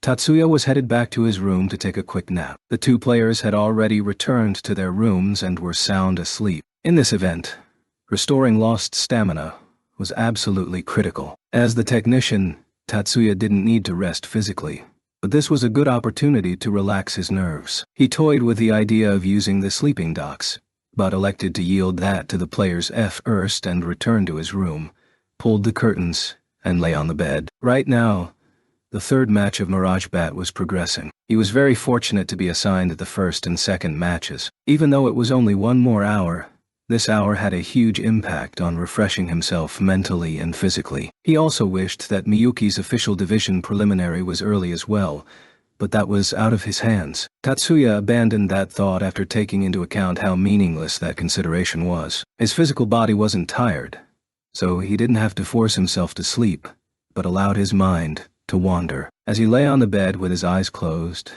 Tatsuya thought back to the scene from yesterday morning. Ichiyu Masaki and Kichijuji Shinkuru. While they were of the same age as he was, they were both prodigies that were renowned in the world of magic. Ide Masaki, 3 years ago, when the Great Asian Alliance invaded Okinawa, the new Soviet Union also took military action on Sado, where the young man of a mere 13 years volunteered for the front lines, and, alongside the current head of the Ichiju family, Ichiju Tsuyoshi, used Rupture to annihilate many enemy soldiers. He was a magician who possessed live combat experience. While the scale of the battle was quite small, to this day, the new Soviet Union denies their connection with the militants that invaded Sado. He was awarded the title, the Crimson Prince of the Ikiju family, for his exploits. Here, Crimson praised him for the fact that he was bathed in blood and fought to the last, rather than being a derogatory bloodthirsty label. Kichijuji Shinkuru, a genius magician that identified the Cardinal Code, which had only existed in theory at age 13. Based on his surname Kichijuji and the Cardinal Code he discovered, he was given the title Cardinal George, and was held to be one of the rising stars behind theoretical magic sequences who were known throughout the field. The fact that both of them registered at the same school in the same cohort was a coincidence that bordered on criminal. For the 2 of them to team up during Monolith Code was already an invincible combination. At least for the newcomers division. Morisaki and company deserved to be pitied. Tatsuya viewed things that were not connected to him more mercifully. If only there was some way to close the gap. Rupture is a magic that possesses a rank destructive power. Maybe. The Ikiju family's far-famed ability Rupture was a dispersal systematic magic that vaporized all fluids within the target's body. Once the fluids from a biological target were vaporized, the body would tear apart. For internal combustible machines, once the fuel evaporated, the car would immediately explode. This was also the case for battery liquid. Even if there were no flammable liquids on board, there was still engine oil, lubricants, coolant. There was practically no machine that didn't use some sort of fluid. Thus, as long as Rupture was activated, the Ikijus could destroy any machine at will. This was the perfect magic for both anti-personnel and anti-armor combat. Rupture was designed solely for military use, so naturally it infringed upon the rules for Monolith Code. That being said, he is still the next head of house for one of the 10 master clans and possesses the proud title Crimson Prince, so he wouldn't just rely on rupture as his trump card. Speaking of which, he shifted his thoughts from two people who signed up for Monolith Code and declared war in front of him to the Monolith Code event itself. He didn't have to devote all his energy into creating countermeasures for Third High yet. Right now, First High's second match was about to start. They already took the first match, and the second match is against the lowly Fourth High. Even they can't screw this up that bad. Tatsuya's eyes remained closed as he surrendered to his drowsiness and drifted off to sleep. Tatsuya woke up shortly after noon and headed for the competition area, only to find the area covered by a rattled atmosphere. Scratch that. It was a complete state of panic that enveloped the pavilions. First High's pavilion was the center of it all. Anui-sama. The moment he stepped into the pavilion, Miyuki ran over to him as if this was a predetermined event. Shizuku was right alongside her. Miyuki. Shizuku too, weren't you two with Erika's group? According to the plan, before Hanuka got up, she had to prepare for the finals around 5 p.m. Miyuki and Shizuku should have been watching Monolith Code with Erika and the others. Yet, the two of them were here, which implied that... what's going on? Did something happen during Monolith Code? Without waiting for an answer, Tatsuya immediately followed up with another question. There was no reason to ask if something had occurred. The very mood testified that an incident occurred. Tatsuya had an inkling that this was likely worse than he had feared. Yes, there was an accident, but... Miyuki, that was no accident. As Miyuki hesitated to speak, Shizuku forcefully overrode her words as she interrupted. That was intentionally overkill. It was blatantly against the rules. Although she kept a tight rein on her tone, Shizuku's eyes betrayed her fury. Shizuku. This is not the best time to make wild accusations. We don't have proof that Fourth High intentionally did this. Indeed, Kitayama-san. Behind them, Mayumi interjected into the conversation. It is hard to imagine that this was purely an accident. Even so, we cannot jump to the conclusion that this was premeditated. If we hurtle suspicions around blindly, some people who do not know any better may assume that's the truth. This may be a little impolite, but that was certainly a worthy argument from the upperclassmen leadership. As he saw Shizuku reflect upon that gentle reprimand, Tatsuya also thought, the president does have a few tricks up her sleeve. Unfortunately, Mayumi immediately squinted at him from the side. Is there a problem? You were just thinking something impolite, weren't you? How sharp.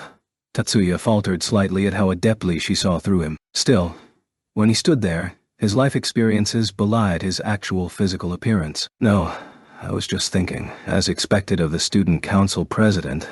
He wore a mask of honesty and feigned that he was being unjustly suspected in order to carefully gauge her reaction. Is that so? While her eyes remained suspicious, Mayumi reined herself in at least. Not only was she unable to find any chinks in Tatsuya's acting, she also felt this wasn't the right time to pursue this issue. Then, what's our injury situation? So you realized from the conversation alone that Murasaki-kun and the others are injured. Mayumi sighed.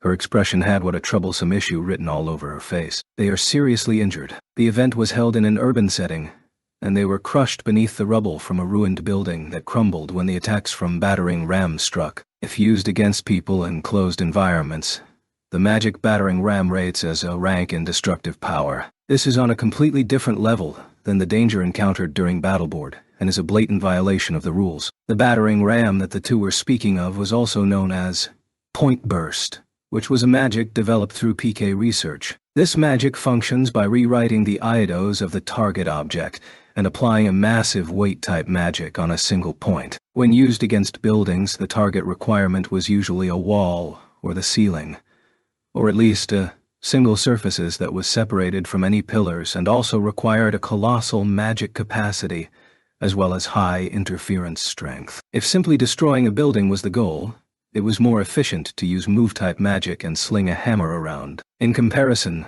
battering ram was a highly demanding magic that, besides BS magicians, was not something that could be casually treated like a toy. Agreed? Even if they were wearing military-use protective equipment, that's not going to help against tons of rocks and dirt falling on top of you. Thanks to the protective helmets and the observers casting lightweight magic in time, disaster was averted.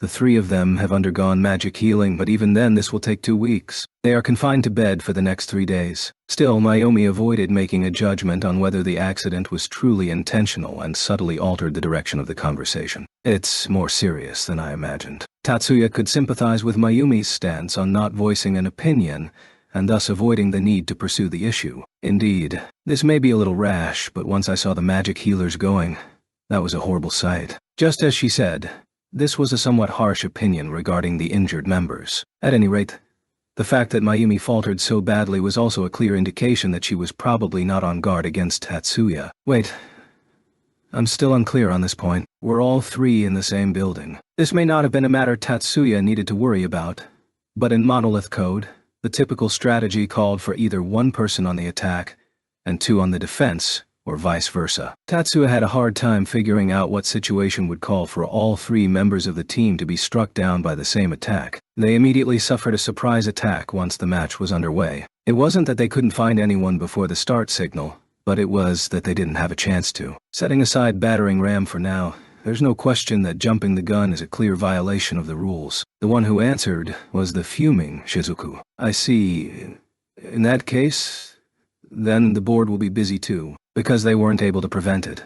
Right. Seeing Tatsuya grin evilly, Miyuki tilted her head as she asked in confusion. Miyuki was too sincere and honest to comprehend Tatsuya's twisted line of logic. This isn't anything too important. Rather, setting an easily destructible ruin as the starting location was one of the key causes of this accident.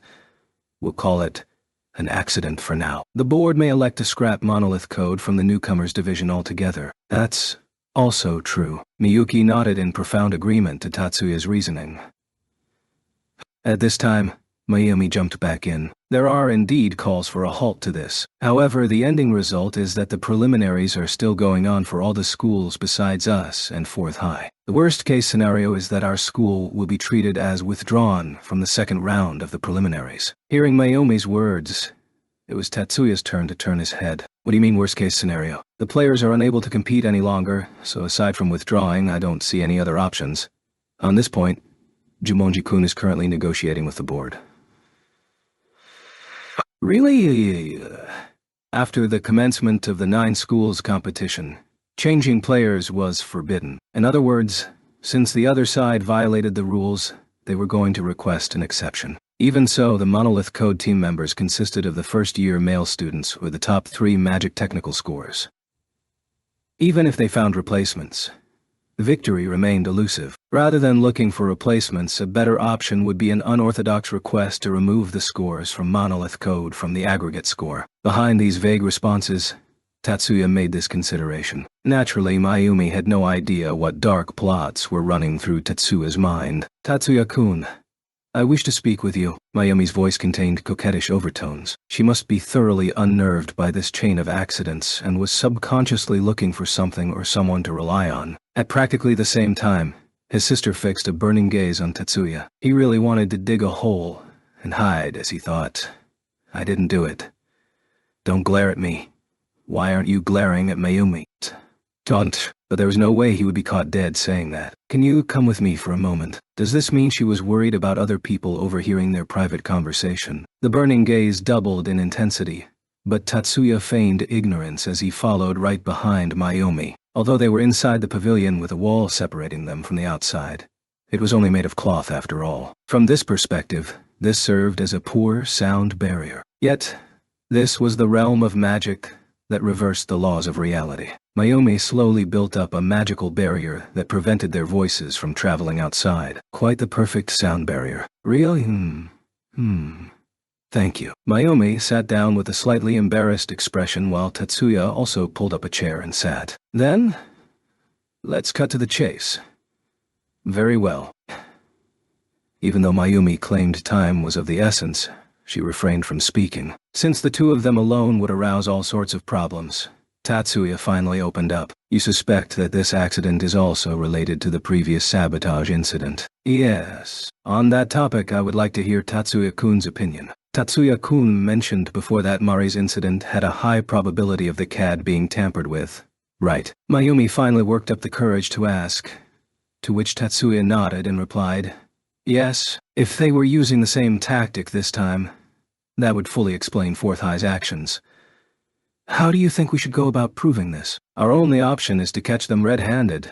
All other options are not viable. Can't we borrow Fourth High's CADs and look them over? This would be fine if traces of the rewritten activation sequence remained. But given the ominous silence from the already disqualified Seventh High, this seems unlikely. Ria. Mayumi's gaze dropped down to her 10 interlaced fingers on the tabletop. Tatsuya watched her pose and considered that he caused her some disappointment here. Mayumi didn't raise her eyes and continued asking. If this played out according to Tatsuya-kun's assumptions and our school is the subject of sabotage, what do you think the motive is? Vengeance. Revenge for the incident in spring. So that's the real item that Mayumi was concerned about, Tatsuya thought. Tatsuya possessed the intelligence in his hands to dispel this concern. He knew that this situation was not caused by remnants of Blanche, the terrorist organization that they shattered, or any related organizations. If he revealed everything that he knew, he would be able to alleviate Mayumi's anxiety. Yet, whether revealing everything was truly the best choice, he hesitated briefly over this decision. This is unrelated to the incident in spring. Finally, Tatsuya elected to play one card from his hand. What makes you say that? Mayumi quickly raised her head and asked back, her voice betraying her hopes and prayers that he had some basis for saying so. Tatsuya possessed the power to realize that hope. At the same time, he was denied the option of laying everything out on the table. The day before commencement? No. The date had already changed. At any rate, the night before the opening ceremony, several miscreants sought to infiltrate the dorms. There were a total of 3, each equipped with firearms. That's the first I've heard of this. That's because a gag order has been issued. By pure coincidence, I was on station when this occurred and may have supplied some assistance. I also have some passing familiarity with their background. The ones who struck at this year's 9 schools competition appear to be a criminal organization out of Hong Kong. The classified portions were filled in with a few white lies. Mayumi didn't suspect his words at all. This time may have been coincidental, but please refrain from such dangerous behavior in the future. If pressed for an answer, I feel that I'm always getting dragged into things. Mayumi gazed suspiciously at Tatsuya, shrugging his shoulders. But, as she quickly realized, this wasn't the time for that. Okay, haven't you been asked to keep this under wraps? Thank you for telling me. In return, please don't let this spread. I know.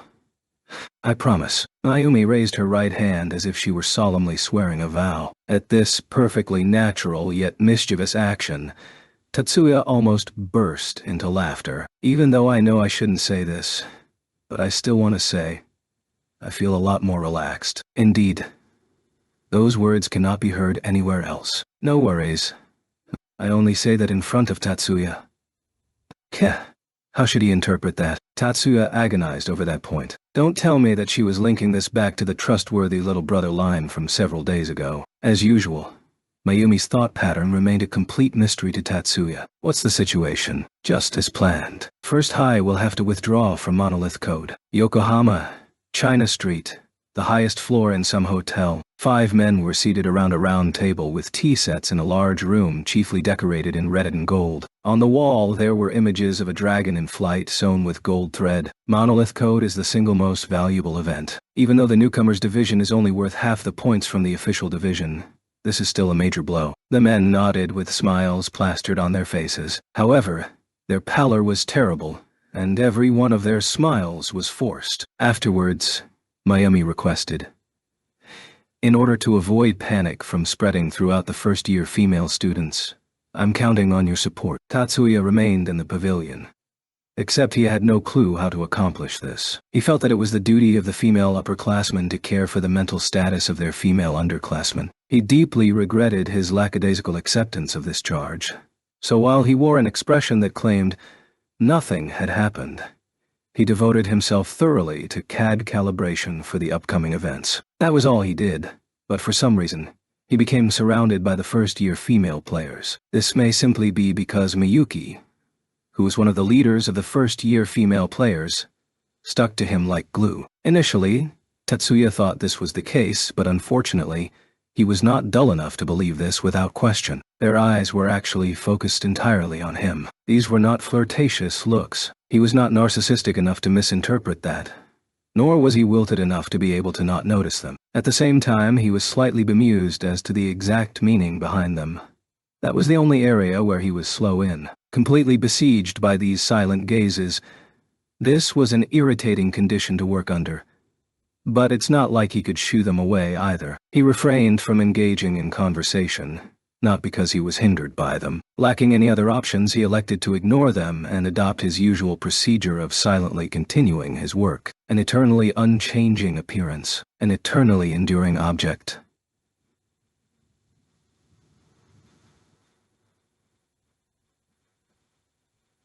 He had no idea what value this possessed, for someone who had always labored under restrictive conditions, and was well aware of the intermittent nature of the world like Tatsuya.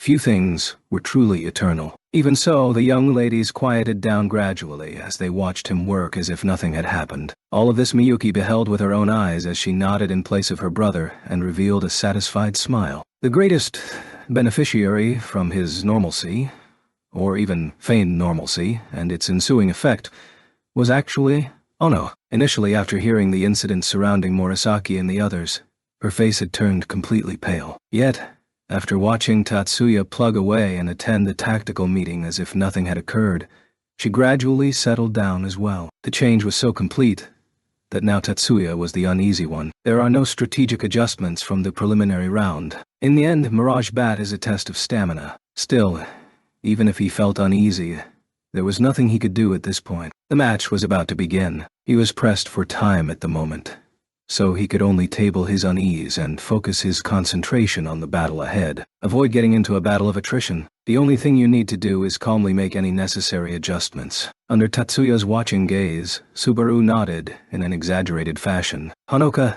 don't expend energy on excess techniques. Just as we practiced, there are fakes created from illusion magic that serve to waste your stamina. Forewarned, it was Hanoka's turn to nod. The only thing the two of you should be thinking is how to release your specialties to the fullest. Don't worry.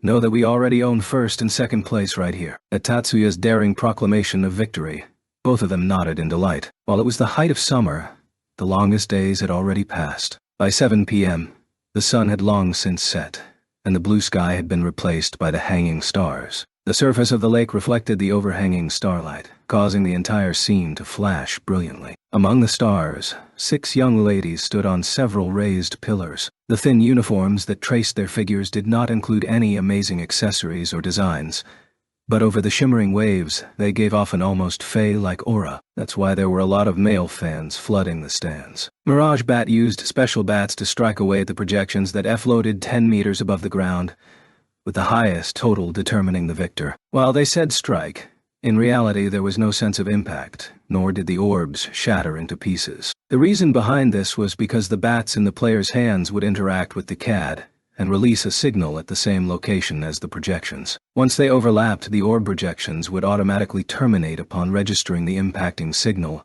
and add the score to the striking player's column. Winning this event required 2 skills: the ability to swiftly leap to the same height as the floating projections, and the ability to even more hastily locate each and every orb's location. Of the two, it was the second that could be easily and unexpectedly overlooked. Since nothing was faster than light, immediately taking off after verifying the projection location was usually the swiftest choice. But there were a few exceptions. There were a few milliseconds of delay before the projection materialized in the air. If someone could detect the oscillations of the light waves even an instant earlier, they would be able to move towards the location of the light waves before the orb had even formed. Hanoka was extremely adept at reading light waves. Strictly speaking, the subtle changes in the eidos of the light waves. This gave her a tremendous advantage during the elimination round. The instant before the red orb materialized, Hanoka had already activated her magic. The other players could only watch helplessly as she seized the initiative. The next orb materialized. The color was blue. That color was lit for the longest time, so they were the easiest points to score. 5 players started their activation sequences. The first into the air was Subaru. Everyone started their activation sequence at the same time, but the first 2 to finish them were the players from First High. Compared to the players in the event, it was the technicians on the outer perimeter that were furious at this outcome. Since the difference was so splendidly displayed before their eyes, they were forced to admit the cause was the differences in CAD performance. Since every school had an upper ceiling in terms of machinery, there was no significant difference in hardware capability. Thus, the only difference lay in software performance. In other words, the strength of the technician. Damn it. How can he fit such a complicated action into such a tiny activation sequence? Someone choked out in the back. They were probably using a Kirlian filter. A filter that could bring the psion density and activity into the visible spectrum to take pictures of Hanukkah and Subaru activating and processing from the start of the activation sequence to the beginning of the processing phase. They leaped straight into the air, completely ignoring the effects of gravitational deceleration towards the projections, stopped at the orbs, then immediately returned along the same axis after scoring the point, and landed after expending all inertia. Throughout this chain of movements, regardless of whether it was Hanukkah or Subaru, they never manipulated the CAD once. In other words, everything from the player leaping into the sky thanks to the activation sequence onward was completely written into the CAD. The smaller the activation sequence, the faster the processing speed. Likewise, the less activation sequences that needed to be processed, the less strain was placed on the player as well. They were using the minimal magic power to accomplish phenomenon rewriting at the fastest possible speed. It's as if we're up against Taurus Silver himself out here. No one knew who made that comment in the ensuing ruckus. "Ah-chan, what's wrong?" Azusa turned around to find Mayumi studying her strangely, studying the wide-eyed, petrified her. "No, it's nothing." Seeing Azusa curl into a ball, Mayumi replied with, "And is that so?" and turned back to observing the contest. Azusa's reaction was well within the normal boundaries of her behavior, so there probably wasn't anything to it. However, what was different was that something other than her usual embarrassment currently captured her heart. Ha! As if we're up against Taurus Silver. Somewhere, someone made that complaint, mixed into the middle of all the shrieks of delight and dismay. For some reason, these particular words wormed their way into Azusa's ears. That fully manual activation sequence adjustment, connecting the main systems from the generalized model to the subsystems of the specialized model, is the current cutting-edge research. The ability to use loopcast on generalized CADs. Inferno. Phonon Mazer.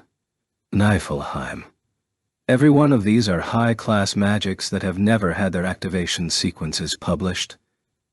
For someone who was also aiming to become a magic artificer, Azusa started thinking back on each tour de force that shocked the crowd time and time again, as if we're up against Taurus Silver. Know that if it wasn't Taurus Silver himself, this is simply impossible. I wonder how shocking it would be if he turned out to be a Japanese teenager like us. Suddenly his voice rang out through Azusa's memories. "What's the matter? If you're not feeling well, go take a break." "No, really. It's nothing." Mayumi's anxious and concerned gaze was drawn towards Azusa, who had suddenly leapt out of her seat. Yet, Azusa was beyond caring at this point. The words that clearly rang out from her recollection. Maybe that wasn't a guess at all. How is it possible? How is it possible? How is it possible? How is it possible? How is it possible? How is it possible? How is it possible? Those words occupied all of Azusa's consciousness. Far away from those troubled thoughts, two of her underclassmen raced out to a dominating lead to greet the end of the first session. In the end, Mirage Bat for the newcomers division turned out just as Tetsuya predicted, with Honoka and Subaru in sole possession of first and second place. Immediately after the end of the match, Tetsuya was summoned to the conference room without any opportunity to partake in the fruits of victory. Inside, the upperclassmen waiting for Tetsuya were wholly unlike his female peers who were delirious with joy. Upperclassmen who were the utter masters of their emotions and hid them beneath solemn expressions. Mayumi, Mari, Katsuto, Suzune, Hattori, Azusa. Everyone from High Command and First High was present. In addition, Kirihara and Asori were also on the flanks. Given that team members just suffered serious injuries, it was only natural that they could not appear delighted. But even so, their expressions were a little stiff, as if dreading what was coming next. Especially Hattori, who apparently was at wit's end about what expression to adopt. So he chose to form a mask with his own face, with a thoroughly ill-at-ease expression. This could not turn out well, so Tatsuya mentally fortified himself. Good work. Thanks to you, we obtained a far better result than any we could have hoped for. Mayumi used a normal, more like official, choice of words. Before she said this, Tatsuya's keen senses picked up how she and Katsudo exchanged a glance in a blink of an eye. That's all thanks to the player's diligence. Tatsuya also replied back in a vague fashion. He hadn't felt this sort of tense atmosphere since he first enrolled here. Of course, credit is due to Mitsui-san and Satomi-san, as well as all the other students who tirelessly trained to achieve this result. However, everyone acknowledges that Tatsuya-kun's contribution is nothing short of outstanding. We didn't suffer a single setback in any of the 3 events you were responsible for. In terms of points, the fact that we are guaranteed at least 2nd place in the newcomers division is all thanks to Tatsuya-kun. Thank you very much. Tatsuya executed a short and prudent bow. They kept their eyes from matching as they waited for the other person to speak. Yet, Mayumi didn't cut to the chase. Tatsuya slowly raised his eyes to find Mayumi using her eyes to stop Katsudo. There appeared to be something difficult to speak of that Katsudo wanted to clarify. What was it that warranted such a level of indecision? Finally noticing that Tatsuya was intently watching her, Mayumi seemed to cave and briefly shut her eyes. As I said earlier, even if we withdrew from Monolith Code, we are still guaranteed 2nd place in the newcomers division. Right now, there's a 50-point difference between 1st high and 3rd high. If 3rd high takes 2nd place or higher in Monolith Code, they would take 1st place overall in the newcomers division. We would retain 1st place if they only achieve 3rd place or below. This way, there wouldn't be a huge gap in the rankings for the newcomers division, which was Tatsuya's objective all along for the combined score. So what were they so anxious about? Also, why was he summoned in the first place? Tatsuya was also starting to fret now. Before the newcomers division, didn't we assume this would be enough? Mayumi could already detect his growing displeasure from his voice. In the midst of her suppressed expression, there were hints of a slightly harried look. What came out was an anxious, frantic voice. Since we've come so far, even so, she wasn't settling down to re-examine the situation, but rushing for the finish line. At this point, Tatsuya finally realized what they were going to ask of him. We wish to charge for 1st place overall in the newcomers division. At some point, Mayumi's tone had reverted to her normal level. Are you aware that 3rd high is dispatching Ichiju Masaki and Kichijuji Shinkuru for Monolith Code? At Mayumi's question, Tatsuya replied with a succinct yes. Exactly. Setting aside Ichiju-kun for the moment, Tatsuya-kun may know more about the details surrounding Kichijuji-kun. With those two teaming up, the chances of them being upset in the elimination round is extremely remote. If we withdraw from Monolith Code, our chances of triumphing in the newcomers division vanish as well. So, they wanted him. So Tatsuya-kun, may we rely on you to replace Murasaki-kun and the others in Monolith Code? The thing that Mayumi wanted him to do coincided exactly with what Tatsuya surmised. May I ask 2 questions?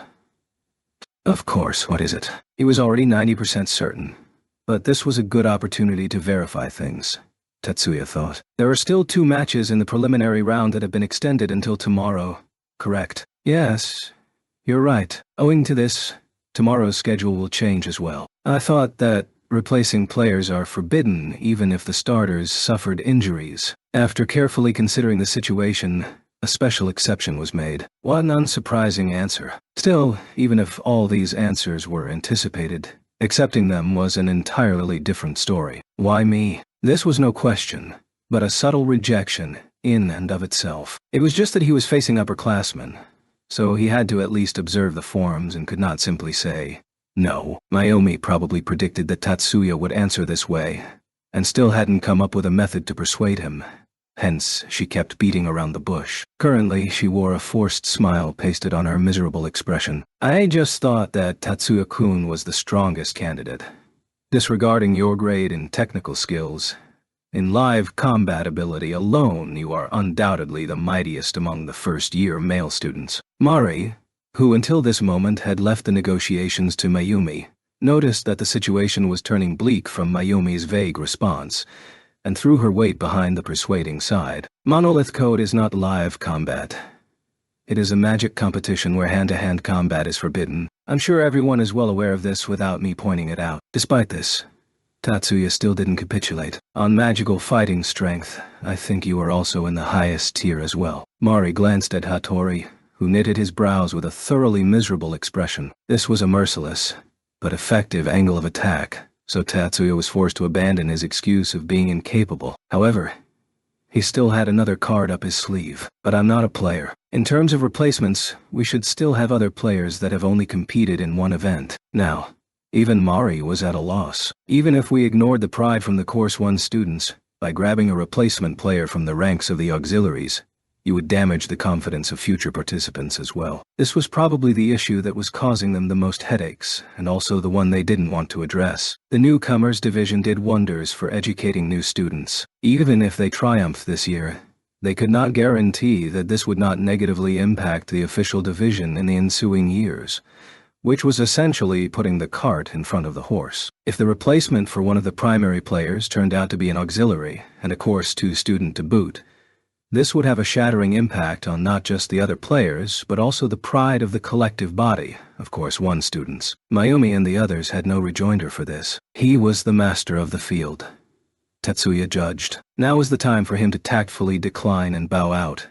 And, don't be naive, Shiba. Katsudo's booming voice rang out. For a time Tatsuya was unable to respond. He was temporarily unable to discern exactly why he was being scolded. While it was true that his words were sophistry-laden with logic, it was logic nonetheless. If they deployed him, even if victory over Third High wasn't attainable, second place in Monolith Code was still possible. The difference between gold and silver in Monolith Code was a paltry 40 points. If they captured second place, then they would likely carry the newcomers division. But in that case, no matter how you sliced it, Tatsuya would become the key contributor that made the newcomers division victory possible. This would be an absolutely unacceptable result to the Course 1 students still dwelling in their elitist world. Even if he was eliminated during the preliminary round, they would not suffer a Course 2 student like him to represent them in Monolith Code. You are already a member of the representative team. However, Katsudo's words fell precisely on the weakest point of Tatsuya's defense. Regardless of whether you are a player or auxiliary,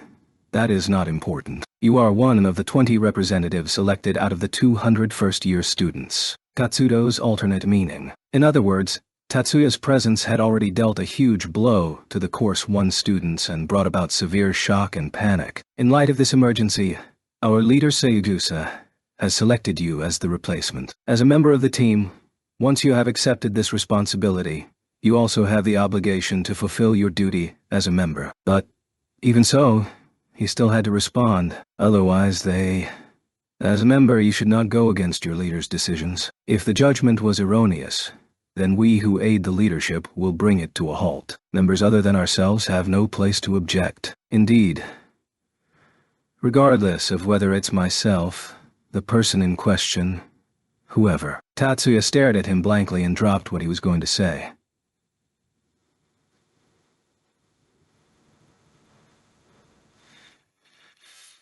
Tatsuya finally comprehended what Katsudo really wanted to express. The message Katsudo was driving across was that regardless of who objected and regardless of what the outcome was, the brass would take full responsibility for the fallout. Do not cower, Shiba. Do not worry that you are a substitute. Since you have been selected, go out there and do your duty. These words were not just restricted to the 9 schools competition. The 9 schools competition never had a replacement policy in the first place. Do not use your status as a Course 2 student as an escape route. Do not look for excuses. Do not put yourself in a position of weakness and wallow in despair. Do not worry that you are a substitute. That's what this meant. Do not concern yourself with your substitute, weed, Course 2 student, status. These are what those words entailed. All his egress routes had been denied. Also, since they've already gotten to this point, he had no plans to back down. Understood. I shall do my best. Mayumi and Mari both relaxed. Katsudo solemnly nodded. Then, who are my teammates? In front of the upperclassmen, his tone was noticeably softer. To be precise, he was intentionally using a firmer tone than usual up until now. That's up to you. Tatsuya was not feigning ignorance. He was once again unable to comprehend what was being said. The last two members will be decided by you. The same instructions were repeated in a different manner. Katsudo added a few words as if he had just thought of something. It would be best if you could decide now, but if you need some more time to consider, then come back an hour from now. Hearing Katsudo's words, Tatsuya almost blurted out, "You're just the same." This was the case in April when they sacked Blanche's base. He gave full authority to an underclassman as if nothing was out of the ordinary. If he could avoid taking full responsibility, then this would only be a tactic to preserve himself. Yet for Katsudo, the only thing he had was responsibility here. So there's no reason he could treat this so cavalierly. Rather than calling this a byproduct of his leadership training, it may be more appropriate to say this was his nature. Abandoning these useless thoughts, Tatsuya focused back on the topic at hand. "No, if I just need to choose, I don't need any time."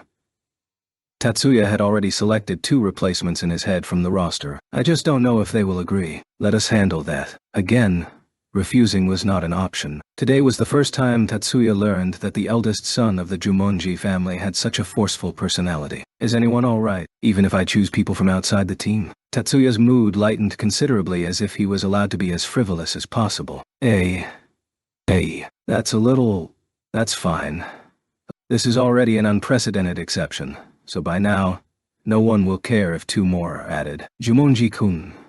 Mayumi helplessly glanced at Katsuto. On his part, Katsuto was wholly unperturbed by this. "Then, I choose Yoshida Mikihiko from Class 1E and Saijo Leonhardt, also from Class 1E. Hey, Shiba." Hattori quickly tried to interject, but was held back by Suzune's raised hand. "That's fine. Nakaju. Yes. Present." Katsudo didn't bat an eyelid at Azusa's exaggerated response. "Please call Yoshida Mikihiko and Saijo Leonhardt here. The 2 of them should be at this hotel, though not with the normal cheering squads." At first glance, he was bold and unconstrained. While this was also true, he was also someone who paid attention to the minute details. That being said, it was true that unofficial members and students that weren't part of the cheering squads, and were also residing in this hotel, did count as oddities. For people doing their due diligence, this was something worthy of devoting some attention to, so it was hardly surprising that he knew. Even so, Tatsuya was still impressed with Katsudo's knowledge. "Tatsuya-kun, can you tell us why you chose them?" Since she abandoned the responsibility for persuading Tatsuya to Katsudo, Mari was in no position to object at this point. Nevertheless, she was still unable to accept this answer, maybe even suspicious that something was afoot as she asked this. "Of course. A big reason is that I've practically not trained or interacted with any of the male team members. Tatsuya was only responsible for calibrating the women's team, so it was true that he had never observed any of the men practicing. I am utterly unfamiliar with their proficiency and weaknesses. The competition is tomorrow. It is by far too late to start investigating, devising strategies, or doing calibration. Do you know these 2 very well?" "Yes. We're not just in the same class, we also understand each other very well." You have a point. Since we can rely on other technicians for calibration, if teammates don't understand each other's strengths and weaknesses, teamwork would become a serious issue." As Mari considered this, she suddenly revealed a completely unexpected, mischievous expression. "Then, that's not the biggest reason.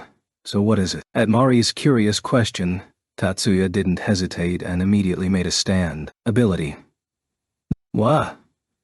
This intrepid answer caused Mari, Mayumi, Katsudo, and Suzune to look upon Tatsuya with profound interest. "Hey, Tatsuya. Is it true?" Rather than being confused, Leo wore a forlorn expression as he repeated this question for the umpteenth time. Setting aside President Sagusa for the moment, do you think group leader Jumonji would spin such a complicated lie? Tatsuya was getting ready to give up answering this question. "Even if you said setting aside the president, I still don't understand." "Oh. So it's really true." Until now, Leo was still skeptical as he heaved a deep sigh. To his side, Mikihiko was highly distracted as his eyes drifted, evidently unsure where to look. "Miki, settle down a bit. My name is Mikiko." After conversing with Erika as if prearranged, a disgruntled Mikiko sat down on the bed. They were in Tatsuya's double room. The entire brass went and persuaded the 2 of them to accept, more like coerced, and Tatsuya called them over to make plans for the future, with Erika and Mizuki following along. This does seem a little prearranged. Miyuki, Honoka, Shizuku were tied up by Amy, Subaru, and their teammates and were currently locked in a spiral of madness. But Mikiko and I made no preparations whatsoever. Exactly. Forget about the CAD, I don't think we even have uniforms. Mikihiko's face was a little pale. Owing to his sudden selection, he was a little timid and mystified at his completely unexpected elevation as a Course 2 student to starter for the newcomers division. Not that Mikihiko would ever be caught dead admitting that. Leo's coloring was normal, but he had shaken off his usual joking expression. He didn't look particularly energetic. Besides Mikihiko, Tatsuya was surprised to find that even Leo was a little daunted, but he didn't choose to alter the plan of attack. Don't even dream of throwing everything to me, Tatsuya thought. Relax. They didn't prepare a uniform for me either. Wait.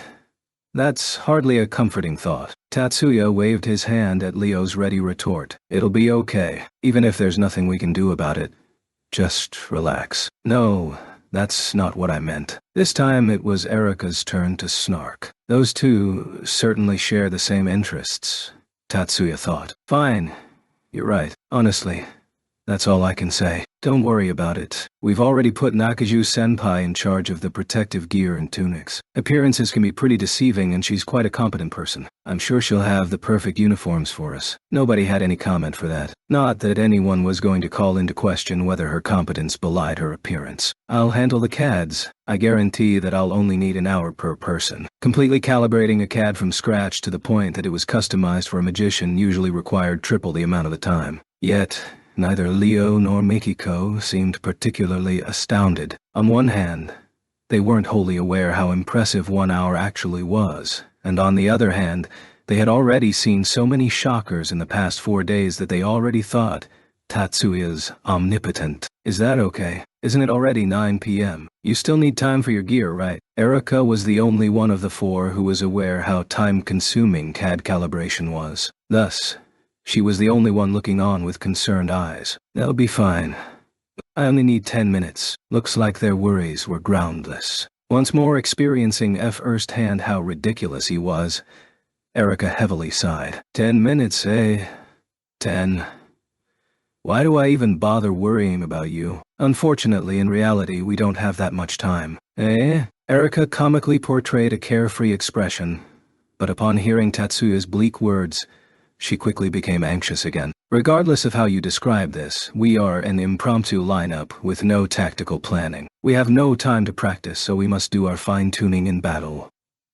Charging into the fray with only a rough battle plan is like heading in there blind. For me, this is simply the last resort. Rather than saying that Tatsuya was discouraged, it was more like he was ranting. Erika relaxed somewhat and nodded. So, that's how it is. Trickery is Tatsuya-kun's specialty. That's going a little too far. Tatsuya could only droop his shoulders and smile at Erika's overblown description of his shortcomings. Well, it's pointless to complain any further about something that has already been decided. While Ishihara-senpai and Nakajo-senpai are scrounging up the necessary materials, let's go over our strategy. You were the one who said we couldn't come up with a plan. Seeing Erika nitpicking Tatsuya's words, Mizuki barred her path with a vexed expression on her face. She was just standing in front of her. Erika-chan, at the very least, please don't hinder Tatsuya-kun. Ouch. Mizuki, I was just trying to liven up this totally deadbeat atmosphere.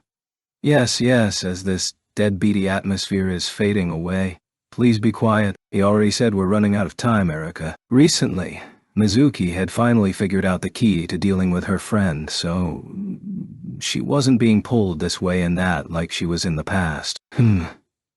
Erika puffed her cheeks at being scolded but mercifully remained silent. No matter what she said or what attitude she adopted, she stayed because she was sincerely worried about Tatsuya, Leo, and Mikihiko. Our first topic is the formation itself. Tatsuya completely ignored the interruption and kept going. I'm on offense. Leo is on defense, while Mikihiko will use guerrilla tactics. Okay.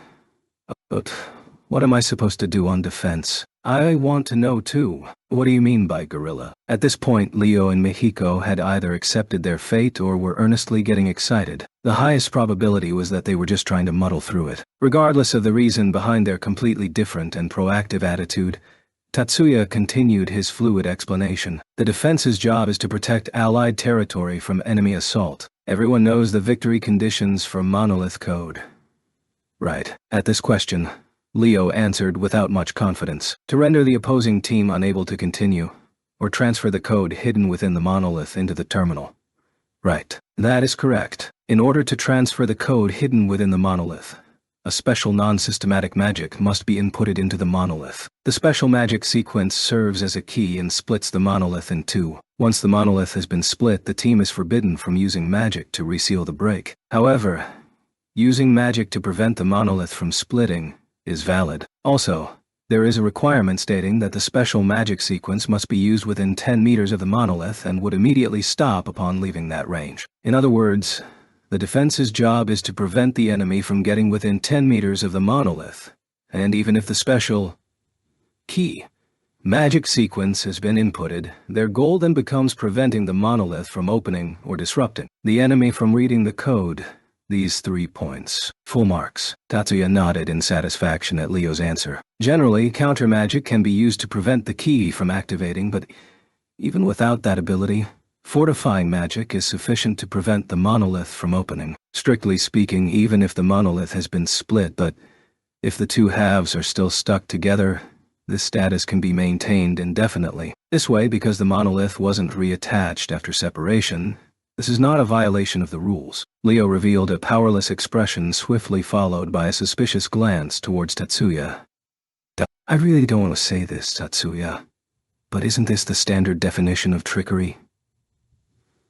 Still, Tatsuya wasn't going to surrender to this level of sarcasm, even if it was only joking among friends. Leo and Erica say the exact same thing. The first one to waver and shout out was Leo. Who do you take me for? What are you talking about? Erica immediately set off a chain reaction. Okay. Erica-chan, relax a little. Leo-kun, please don't get too excited. Thanks to Mizuki's intercession, the two of them avoided a head-on conflict. So I understand the key portion. But how do we go about denying the enemy? Leo recovered his composure and asked a new question. Is kicking and punching off limits as well? I'm not exaggerating here, but long-range magic is not my strong point. Then use this. As he said this, Tatsuya pulled out that sword. Wait. I thought direct contact was forbidden. When Leo said this, Tatsuya handed him a thin little booklet. A manual. Why are you handing me this? Just as he was about to ask, Leo noticed a dog leaf on one of the pages and abandoned his question to flip open that page. Rules for Monolith Code, eh? The printed rules for Monolith Code were all over the page, ranging from a simple explanation to newcomers without any preconceived notions to a more detailed play-by-play of an actual competition. It's enumerated here that attacks caused by objects under the effect of magic are not against the rules. So, if an object is in flight due to magic, isn't that... I got it. The basic setup of this sword involved separating the blade in the middle, with half of the blade maintaining a set distance from the other half, and flying through the air at will. From a magic system's perspective, it may be more appropriate to describe this as the blade extending through the air. From outward appearances, this was half of a broken sword flying to and fro through the sky. Since there was no physical connection between the two halves, this fulfilled the condition for objects in flight due to magic. Tatsuya, did you create this thing because you knew about this ahead of time? At Leo's sincere query, Tatsuya could only chuckle wryly and shake his head. You overestimate me too much. This was made purely on a whim. I'm not in the habit of creating malicious tricks day and night. It seemed that neither Leo nor Erica was wholly satisfied with Tatsuya's explanation, but time was of the essence, so he chose to ignore it. This weaponized integrated CAD mini communicator has already been calibrated for Leo's personal use. I've already adjusted the variability of the distance and duration like we spoke of earlier, so don't mess up the controls. You mean we're doing a live test in combat? Everything tomorrow would be the same thing as live combat. Tatsuya switched his tone and paused before adopting an enigmatic smile. Besides, I guarantee that this time it'll be far easier to use than last time. Fine. Hopefully this won't be a problem. Facing Tatsuya's evil smirk, Leo fearlessly took the mini-communicator from him. Next is Mikihiko's role. Yep, Tatsuya. What should I do? Mikihiko rose from the bed. Although he was initially indecisive, he was now very proactive, or maybe he was simply motivated now. Being roused to action was infinitely preferable to how he was before. But Tatsuya didn't touch on this and focused on his mission briefing. Guerrilla tactics will entail providing support to either the offense or the defense. After delivering this simplistic answer, Tatsuya continued to ask, "You are capable of other long-range magic like the earlier lightning-based magic, correct?" "Well, yeah," Mikihiko vaguely replied. Families that had inherited ancient magic had a strong tendency to hide their own magic abilities. In modern magic, thanks to the categorization and systems approach to magic, with a notable exception for a few BS magicians, confidentiality has become a mere formality. However, due to the ingrained value system, this could still be seen at the subconscious level. Nonetheless, they were headed into battle tomorrow. So if they couldn't be honest with one another now, they would be in dire straits. The destructive power for lightning magic is C rank. Right.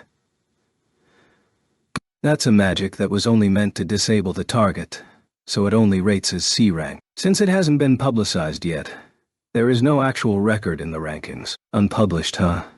Huh. Wouldn't that be a huge problem if we use that tomorrow? No.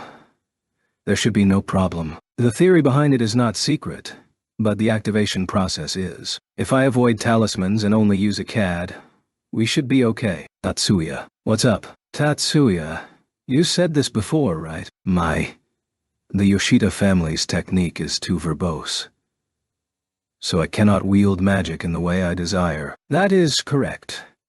Erika stared at them with widened eyes. Next to her, Tatsuya decisively, more like ruthlessly, nodded. Mizuki covered her mouth with both hands. Even Leo was struck speechless. The technique that the famous line of ancient magic users had laboriously developed over many generations had just been judged to be a blemished product. Without a certain degree of confidence, no one dared to make that assessment. Otherwise, they were fools of the highest order that believed solely in the superiority of their own techniques. Obviously, Tatsuya did not belong in the latter category. Then Tatsuya, can you tell me a more efficient technique? I won't tell you. I will configure one. I'm sorry. The difference escapes me. The magic you used was likely a variant of Thunderchild. What I can do is remove the unnecessary portions within the technique and reduce the number of computations while maintaining the phenomenon rewriting ability, and alter the activation sequence to make that magic sequence possible. That's all. At the end of the day, this is still the magic that Mikihiko is comfortable with. So you weren't joking when you said you can comprehend anything you see. It is a variant of Thunderchild. In order to hide the weakness of the technique, additional layers were added on to disguise the original ability. However, this may tie into the unnecessary portions that Tatsuya spoke of. There was a time when longer casting times required certain defenses to avoid interference. Nevertheless, with the advent of CADs and the rise in casting speed for modern magic, individual counterspells have become obsolete since the magic that is being activated remains unknown. Thus, the real counter to modern magic doesn't lie in the type of magic, but counter magic that can eradicate its effectiveness in the first place. Mikihiko made a small noise. Amazingly, his smile was in no way self-derogatory. Haha. So that's how it is. Ancient magic was supposed to possess superior firepower, but now they cannot stand against modern magic. That's incorrect, Mikihiko. Ancient magic and modern magic are not separated by superiority or inferiority, but by their individual strengths and weaknesses. In a head-to-head matchup, modern magic commands a devastating advantage in casting speed.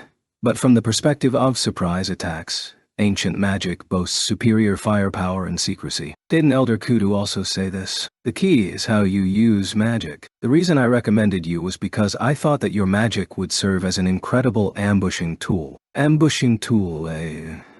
That's the first time I've heard of that. Mikihiko closed his eyes and ruefully murmured. Afterwards, as if dispelling all his doubts, he opened his eyes again. I understand. I will use this technique without the talismans, so I'll rely on the CAD instead. Tatsuya, We'll go with your suggestion. I believe in you. Thanks, Mikihiko. Since you said that, there's one other thing I wanted to ask of you. Sure. This can't be helped. Right. Not that I plan to keep it a secret anyway. My father was the one who brought me here, so even if our secret got out, it's not like they have the right to complain. Don't worry on that account. My lips are sealed. Me too. I promise that I'll never let this spread. Likewise, I'm good for that too, as you know. Besides Tatsuya, everyone present who had been silent until now affirmed their intent to keep his secret. After viewing the last person, Erika, with considerable suspicion, logic finally trumped emotion as Mikihiko nodded towards Tatsuya. I'll keep this short. Can you use visual tuning? Mikihiko replied after a short pause. Not because he was unwilling, but because he was totally shocked. You know about that too. Did Kokono-sensei tell you that as well? Maybe. You certainly gave me a scare there, Tatsuya. Well, the answer is a definite yes. While I'm incapable of performing 5-sense tuning, if it's only 2 at a time, I can still use sense tuning. Visual is good enough, Mikihiko. In that case, our plan of attack is... Tatsuya didn't noticeably change his volume, but Mikiko seemed to naturally crouch closer. As promised, the calibration of Leo's CAD took less than an hour to finish. After receiving his personal CAD and weaponized calculation device from Tatsuya, Leo opted to do some training to get used to the new model. Erika volunteered to be his sparring partner as they headed for the outdoor training facility. The hour was late, but Erika said that with Leo around, nothing would happen to her or otherwise. So, Tatsuya compromised. Presently, Tatsuya was calibrating Mikihiko's CAD at lightning speed. Next to him, Azusa was staring at him in shock. As the user, Mikihiko was also present as he stared wide-eyed at Tatsuya's unique calibration method and typing speed. Yet, the subject that astounded Azusa was not so superficial. Right now, Tatsuya was assembling an activation sequence that took into account the traditional requirements for ancient magic, and adapting them for use in modern magic. Translating the technique itself wasn't a particularly daunting task. Much like using a clumsy machine translation, awkward details and minor errors would be scattered all over the place. Even Azusa was able to fix errors like those. Yet, the calibration being displayed before her eyes was nothing short of a complete rewriting of the activation sequence. By fully comprehending the transformation process from activation sequence to magic sequence, he was rewriting the activation sequence without sacrificing any efficiency from the magic sequence. The activation sequence is the blueprint for the magic sequence. Rewriting the activation sequence implied that the magic sequence was also being rewritten. Not only did the magic have to be finely tuned to the individual magician, the excess details in the magic sequence also had to be pruned to increase efficiency. That level of rewriting had long surpassed revision or configuration, and had ascended to the realm of innovation, which was the same thing as improving the very magic itself. Before he began, Azusa honestly wondered whether this was even possible when she learned from Tatsuya what he was attempting to accomplish. Yet, before Azusa's own eyes, he bypassed any experimental verification or live testing, and proceeded directly to extracting the very essence of magic from the activation sequence and began cutting away at the unnecessary portions and redesigning the activation sequence.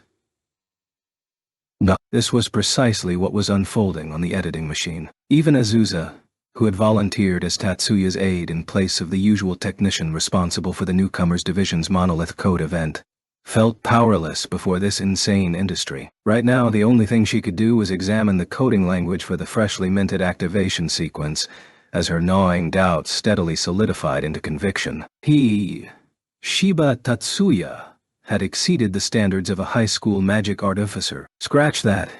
He had long since surpassed the boundaries of what it meant to be a magic artificer. He must be, leaving Azusa milling in confusion behind him. Tatsuya used 1 full hour to completely rewrite Mikiko's personal activation sequence. Chapter 10.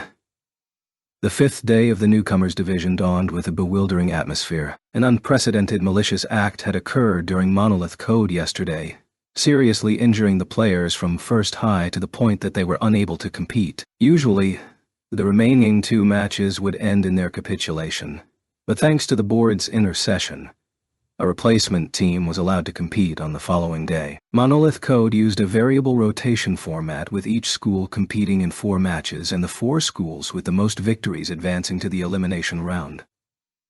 In the event of a tie, totals were recalculated with uncontested victories excluded. In the event of a tie, there's been a precedent where 2 schools fought it out to determine who advanced. If there was no direct contest, then the school with the smaller amount of time needed for victory would advance. The current standings were 3rd high, with 4 victories, 8th high with 3, 1st, 2nd, and 9th high, each with 2 victories. 9th high took less time to achieve 2 victories than 2nd high. One of 1st high's victories included 4th high being disqualified, so they couldn't simply advance with 2 victories. In today's special matches, if 1st high defeated 2nd and 8th high, then the schools that advance would be 1st, 3rd, 8th, and 9th high. If they beat 2nd high but lost to 8th high, then 1st, 3rd, 8th, and 9th high would advance. If they lost to 2nd high but were able to beat 8th high, then 1st, 2nd, 3rd, and 8th high would advance. If they lost to both, then 1st high would not advance to the elimination round. 2nd, 3rd, 8th, and 9th high would advance instead. That was how this event was going to play out. Regardless, if 1st high defeated 2nd high, then 2nd high would be eliminated rather than advancing without a win. Hence, 2nd high vigorously protested this arrangement. On the other hand, if they beat 8th high and went easy on 2nd high, then the 9 schools competition would be accused of cutting inside deals. In other words, to please both sides, we just have to lose both matches. If we're heading out, we're going out to win it. If we lose, then making the exception becomes pointless. Looks like I don't need to worry on that account. The fact that 1st high's replacements were not registered players was the source of much confusion and gossip. Rather than selecting their substitutes from the top 10 representatives of their cohort, they went with a member of the technician team as well as 2 newly recruited members. Some wondered, did 1st high hold back another expert on Monolith Code? In that case, why wasn't this person put forth as a starter for Monolith Code in the first place? Each of the schools was mystified by 1st high's intentions, and now, the 3 of them who walked onto the arena only aroused more curiosity. Don't you think we're a little too conspicuous? Mikihiko seemed unable to settle down. Hearing this, Tatsuya resolutely curtailed his words. It is only natural for players on the field to draw the eyes of the spectators. Well, that's not what I'm talking about.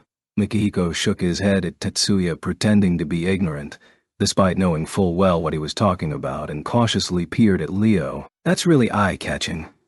Leo knew what that look implied and dropped his own gaze to waist level. The ruckus from the stands vindicated Leo's suspicion. That being said, it's not like they could tell what was being said. Their protective gear and helmets were the same as the other schools. A sword isn't direct contact against the rules, but the presence of the mini-communicator threw the crowd into an uproar. Leo's sword was actually a weaponized integrated CAD. However, less than 10% of the crowd was actually able to discern that detail. Very few people, even among the players and engineers, knew of the existence of weaponized integrated CADs, which was hardly surprising in and of itself. In addition, magic written into the weaponized integrated CAD usually involved buffing its martial ability, the weapon's ability. Blades usually improved cutting power. Spears buffed their piercing force. Rods strengthened their striking power. Shields empowered their defensive abilities. Take Sonic Blade for an example.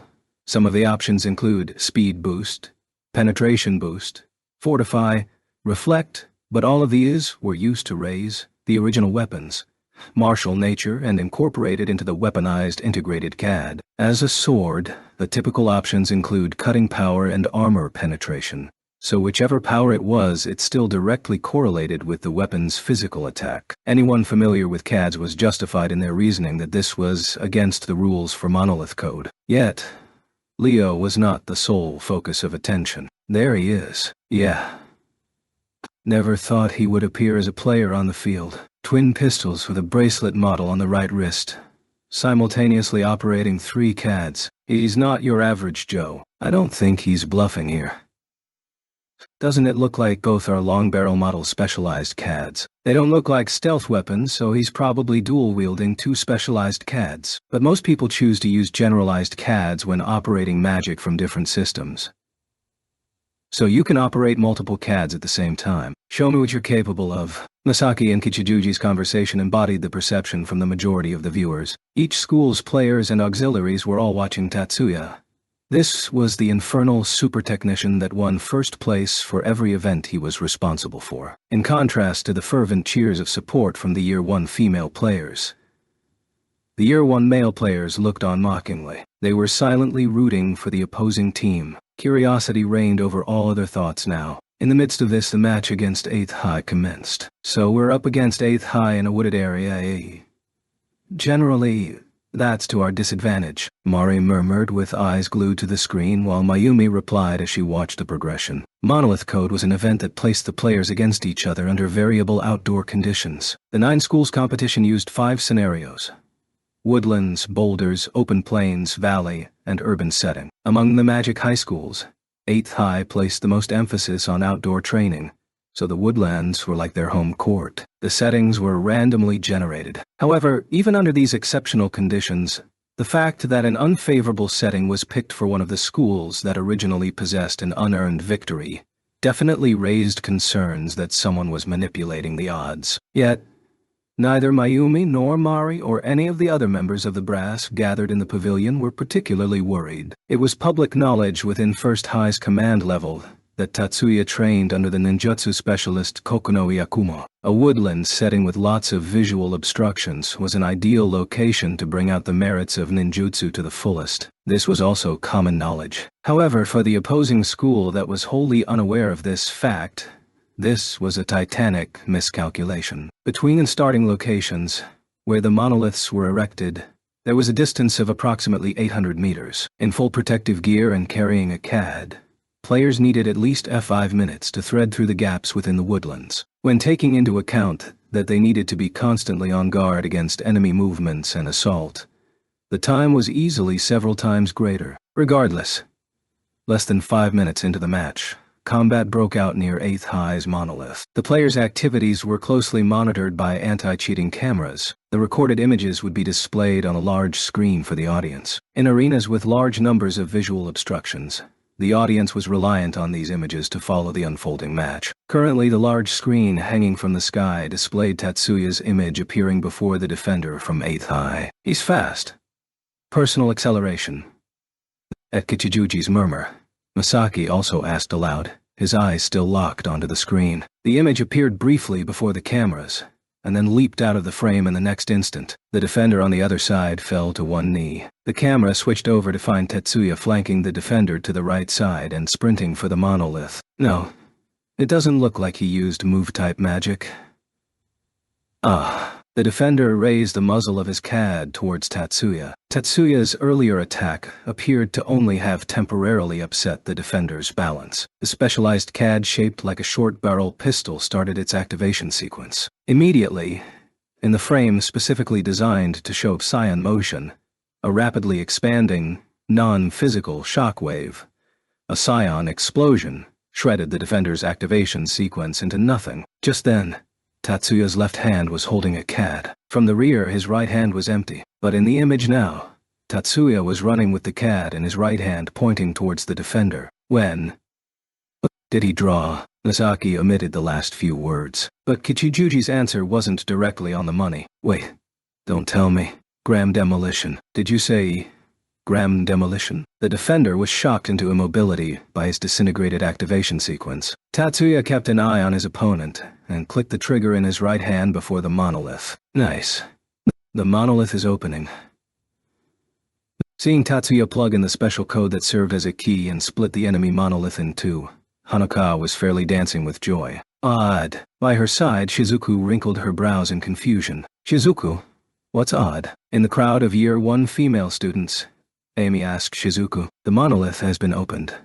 So why is he retreating? Just as Shizuku said, Tatsuya didn't approach to copy the code in the monolith, but altered his path and ducked back into the cover of darkness within the forest. Now that you mention it, Hey Miyuki, what do you think? Even Onui-sama would be hard-pressed to input all 512 characters under constant enemy harassment. The shell-shaped keyboard worn on the left wrist was also the terminal used to input the code. Even if Tetsuya typed at lightning speed, he would still need some time to input all 512 characters on the tiny keyboard. You're right.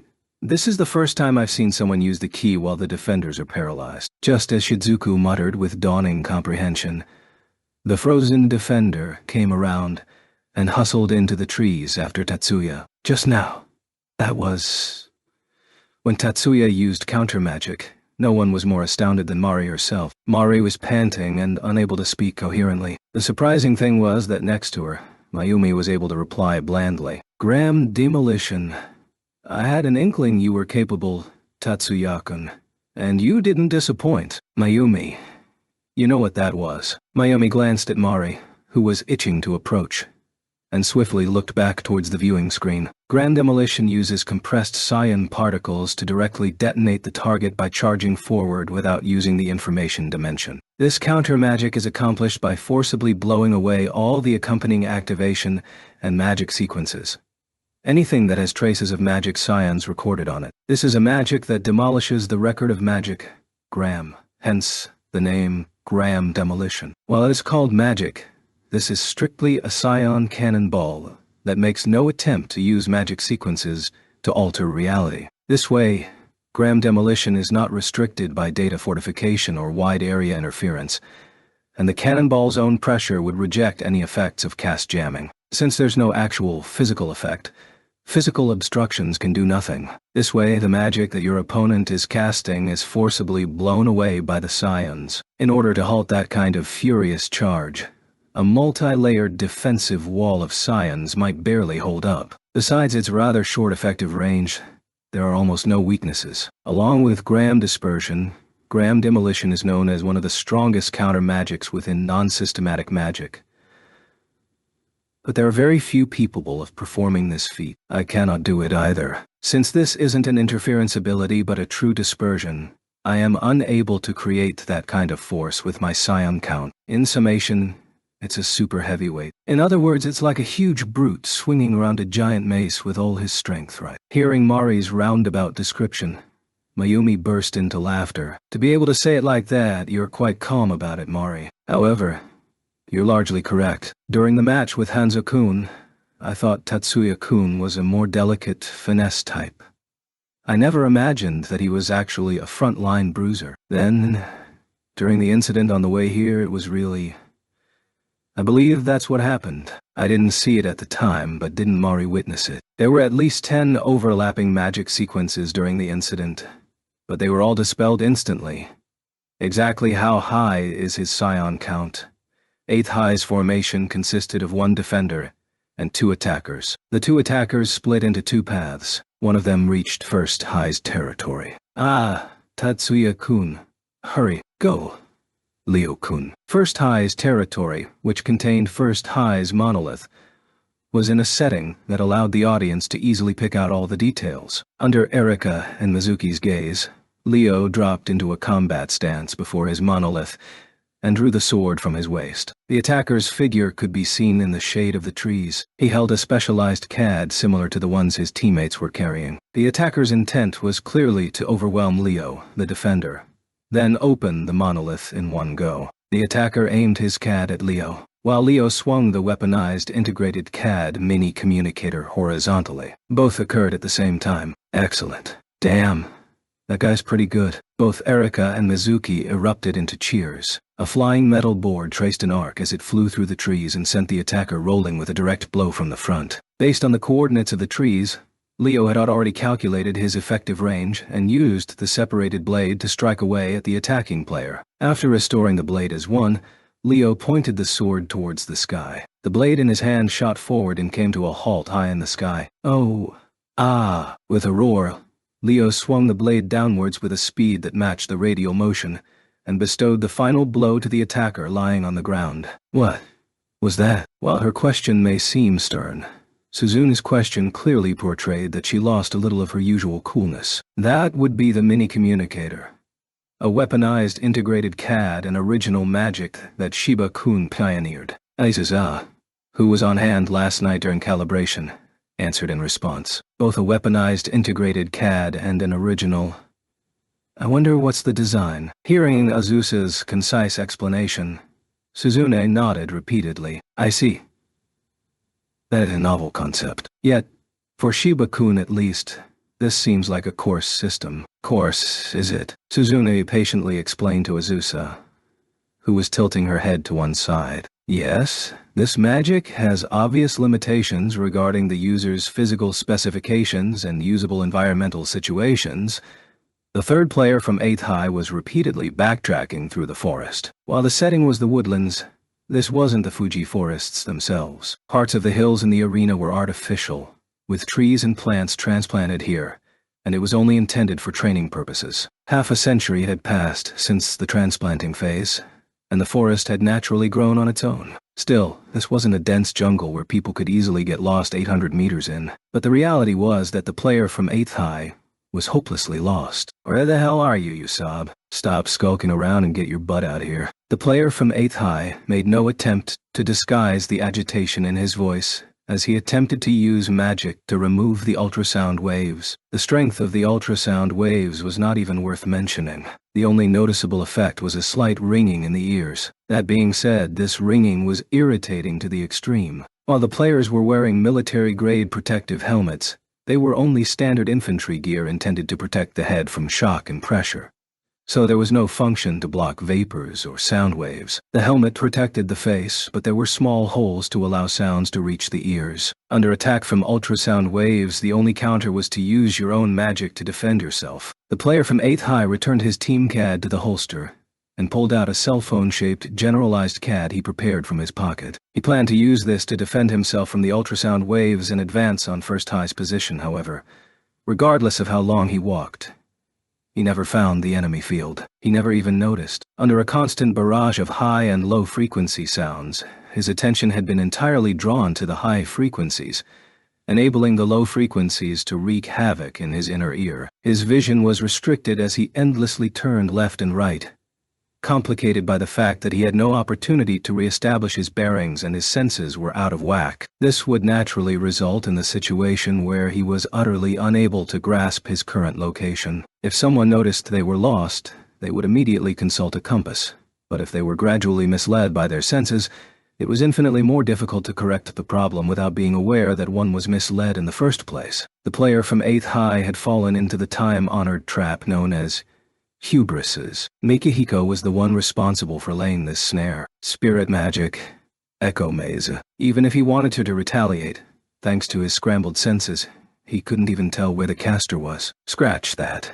Even if he was functioning normally, he had no chance of sniffing out Mikihiko's location. That was because Mikihiko initiated this sound wave attack through the spirits. If he caught the source of the magic, the only thing he would find would be the position of the floating spirits, the power of absolute stealth. This was one of the greatest weapons within Divine Earth magic, the branch of spirit magic Mikihiko belonged to. Behind the aimlessly wandering player from 8th High, Mikihiko calculated that it was about time to execute the next phase of the mission. After luring the defender away from the monolith and deep into the forest, Tatsuya was mulling his options and trying to decide whether he should attack directly or assist in other theaters. If he chose to attack, he must win the necessary time to input the code after swiftly incapacitating his opponent. If he chose to assist, he must continue to draw the defender's attention, hereby buying time for Mikihiko to input the code. He paused for an instant to consider. Tatsuya elected to attack. He drew the cat on his left and clicked the trigger after pointing it towards the ground. After activating magic to lighten his weight, he lightly tapped off the ground and sprang along the treetops with the ease of a squirrel. Once he used magic, his opponent should be able to easily pinpoint his location. The use of magic would create unavoidable side effects through the change in eidos. A skilled magician could not only identify the caster's location based on the ripples of magic, but even the magic used as well. However, for such a weakly applied magic like this, could the player from 8th High even detect that he used weight-type magic? And if so, could he ascertain that Tatsuya was bounding along the treetops? For Tatsuya, that would be the most convenient outcome. As he moved between trees, he didn't cast magic while leaping, as if his legs had springs attached to them. He didn't even cause the trees to shake. As expected, The defender had already arrived at the point where he had leaped off the ground. His gaze was scrolling upwards. Behind him, Tatsuya squeezed the trigger in his right hand. On the wide screen that showed cyan movements, the image depicted the defender from 8th high as he was inundated with scions from non-systematic magic. The defender staggered briefly, then collapsed. Resonate. Non-systematic magic. So he used biological waves and the scion wave to create resonance in order to incapacitate his opponent. Hearing Kichijuji's words, Masaki nodded. It appears that he's calibrated the right hand to use non-systematic magic and the left hand to use weight-type magic, and is using them interchangeably. George, don't you think this guy's non-systematic magic contains traces of ancient magic? You think so too, Masaki. Is it Shugendo, or even ninjutsu? Biological waves, historically known as chi, is actually quite similar to the magic he's using. I think that even those ancient magic users wouldn't con people with the term chai these days. Oh, nitpicking isn't very becoming of you, Masaki. The defender hadn't completely lost his mobility. He was still somewhat conscious. Still, in his current condition, he was no longer able to keep up with Tatsuya. Using a bent tree branch's potential energy, Tatsuya took a giant leap. As he flew overhead, he clicked the trigger in his left hand and didn't bother to adopt a landing posture. He arrived in front of the monolith in a blink of an eye. The image of Tatsuya opening the shell and inputting the code was displayed all over the screen. Off in the distance, the wails of the supporters from 8th high could be heard, but Mayumi turned to look at Mari. Mari also turned to catch Mayumi's gaze. He won. He actually won. Now, 1st high was guaranteed to advance to the elimination round. Yet for some reason, neither one of them seemed overjoyed at that thought. After receiving the code, the ending whistle rang out shrilly. As 1st high's banner was raised into the air, the stands where 1st high's supporters sat turned into a complete bedlam. We won. We won. Amazing. Amazing. Amazing. It was a complete victory. Congratulations, Miyuki. Your brother did it. The shrill shrieks of joy came from the Year 1 female players. It was as if they had captured the championship already. There were also cheers and congratulations being swapped in the normal stands, but much more subdued. Woo! My heart almost stopped. Why? Weren't Tatsuya-kun, Leo-kun, and Yoshida-kun all safe and sound? Nah, I felt that besides Tatsuya-kun, the others were really tight. How? You ask how? Well, in a lot of ways. Hearing her friend's abstract and incomprehensible words, Mizuki tilted her head in a comical fashion. You're weird, Erika-chan. At being seen as a weirdo by Mizuki, Erika had dozens of excuses lined up to defend herself. But making her friends anxious wasn't Erika's favorite pastime, so she decided to let it slide just this once. The next match, between 1st high and 2nd high, was set 30 minutes from now. While he felt that the break was rather short, Masaki didn't have to worry about this since he was certainly, not going to meet them in battle today. On the other hand, he should probably welcome the idea of 1st high's players exhausting themselves. Yet, the moment he thought of this, he found the idea despicable and immediately erased it from his thoughts. The next setting hadn't been announced yet. After the match, Masaki was still sitting on the observation deck and couldn't help but engage Kichijuji in conversation. So, what do you think of that match? Masaki isn't asking about the team as a whole, but him. Right. His words corrected for him. Masaki could only smile wryly. You're right. George, if it was you, how would you handle him? I feel that he's very accustomed to the battlefield. Combat movement, surveying the battlefield, positioning. Compared to his magical abilities, those are the things we should be watching out for, aren't they? What about his magic? Let me think. While I was shocked by Graham Demolition, but that final resonance, even though he got the perfect surprise attack from behind, he wasn't able to render his opponent completely unconscious. Isn't that an opening we can exploit? Yeah. Now that I think about it, at first contact he likely used weight-type magic to disturb his opponent's balance. But he may have wanted to topple his opponent completely, but was only able to force him to one knee. That was also the case with the lightweight magic he used to jump to the trees. Just that alone was not sufficient to hold his weight. To a certain degree, perhaps he's unable to wield strong magics. This may be a side effect from using high-performance CADs for so long. He may be unable to use his full strength with inferior models, but we may never know. That's possible. With that kind of superlative skill, he would naturally use the state-of-the-art hardware. Thanks to his sudden elevation as a substitute, he didn't have the time to get used to the weaker models. We don't know all the details, but that's not necessary, is it? At any rate, from a magic perspective, I think Graham Demolition is the only thing we need to watch out for. Rather than following the example from the player of 8th High, we should definitely take heed not to fall into the same strategy. So you mean that we do not fear him in a head-to-head confrontation? Exactly. If we could only force him to meet you man to man. If we could do that, then Masaki's triumph is assured. For example, if our match is set on the open plains, we would win 10 out of 10. During the resting period for the players of 1st High, Mikihiko was distracted as he repeatedly sat and rose from his seat. Mikihiko, can you settle down? The calibration for the mini-communicator was just completed. As if re-examining its weight, Leo was waving it around as he said listlessly, Leo, you're truly a carefree sort. Well, even meeting peers from other classes that we've never met before. Those words seemed to be squeezed out of Mikihiko. Under a what? Gaze from everyone, Miyuki revealed a charming smile. I never knew that Yoshida-kun was so shy. Tatsuya shrugged and sat in a relaxed posture. Behind him, Miyuki stood there massaging his shoulders and turned a dazzling smile on Mikihiko. I think that Mihiko's reaction is perfectly normal. He's an innocent youth after all, Miyuki. Really?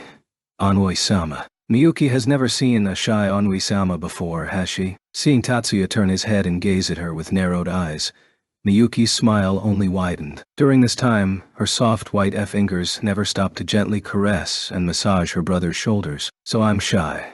Damn it. But seeing you guys like this only makes me even more mortified. Unable to voice this aloud, Mikihiko could only suffer through this in silence. Speaking of which, Mayumi and Azusa passed through the covering, made of the highest quality cloth from the 21st century, and came in. Seeing the siblings like so, both came to a halt, with Azusa's face turning hotter with each passing second. While Mayumi failed to blush openly, she looked at Tatsuya as if she saw a dirty stray crawling in the filth. Somehow, I feel like I'm being mercilessly condemned.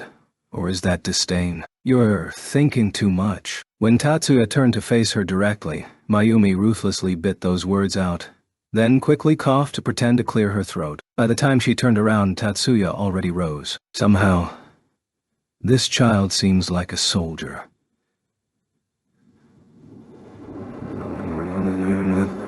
The tips of his toes were slightly apart, his back ramrod straight.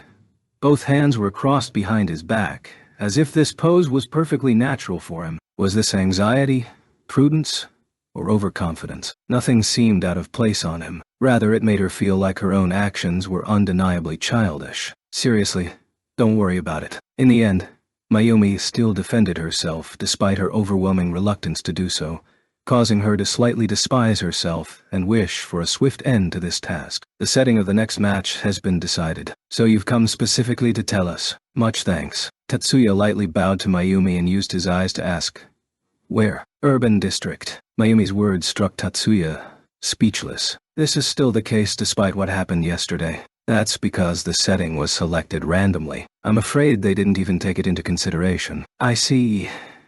It was quite impressive that the board was willing to be so candid, Tatsuya thought, but he chose not to voice this. I'll hurry over immediately. The CAD calibration is already done. Thank you. Mayumi nodded her acceptance while Leo and Mayuko immediately started preparing. The preparations only included buckling on the protective jacket, helmet, and CAD they took off earlier. That was all the preparation necessary. They threw on the jacket, closed the zipper, and tightened the buttons. Shiba-kun. As Tatsuya adjusted the CAD and holster, Azusa asked him a question. What is it? What are you going to do with Saiju-kun's CAD? What am I going to do? Because wouldn't it be hard to use the mini-communicator in close quarters, such as rooms or stairs? That magic can only cause the blade to float in the air, so its strength is still reliant on the user's arm strength, right? While the blade does possess the advantage of extension, if there isn't sufficient room to swing the weapon, then there wouldn't be any advantage in its design. At least, that's what I heard. From Ichihara-senpai. Correct.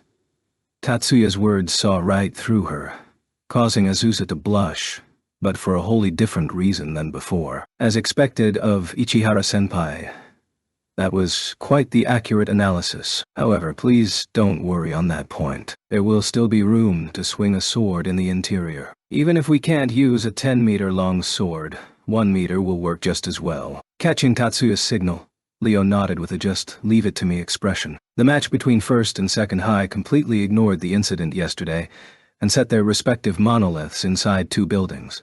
Specifically, the 3rd floor in 5-floor buildings. This stubborn refusal to accept their own responsibility and error once more reminded everyone that the bureaucracy from the magic universities was quite politically minded. However, neither the responsibility nor the blame for yesterday's accident would fall in the laps of the management board. For Tatsuya, at least.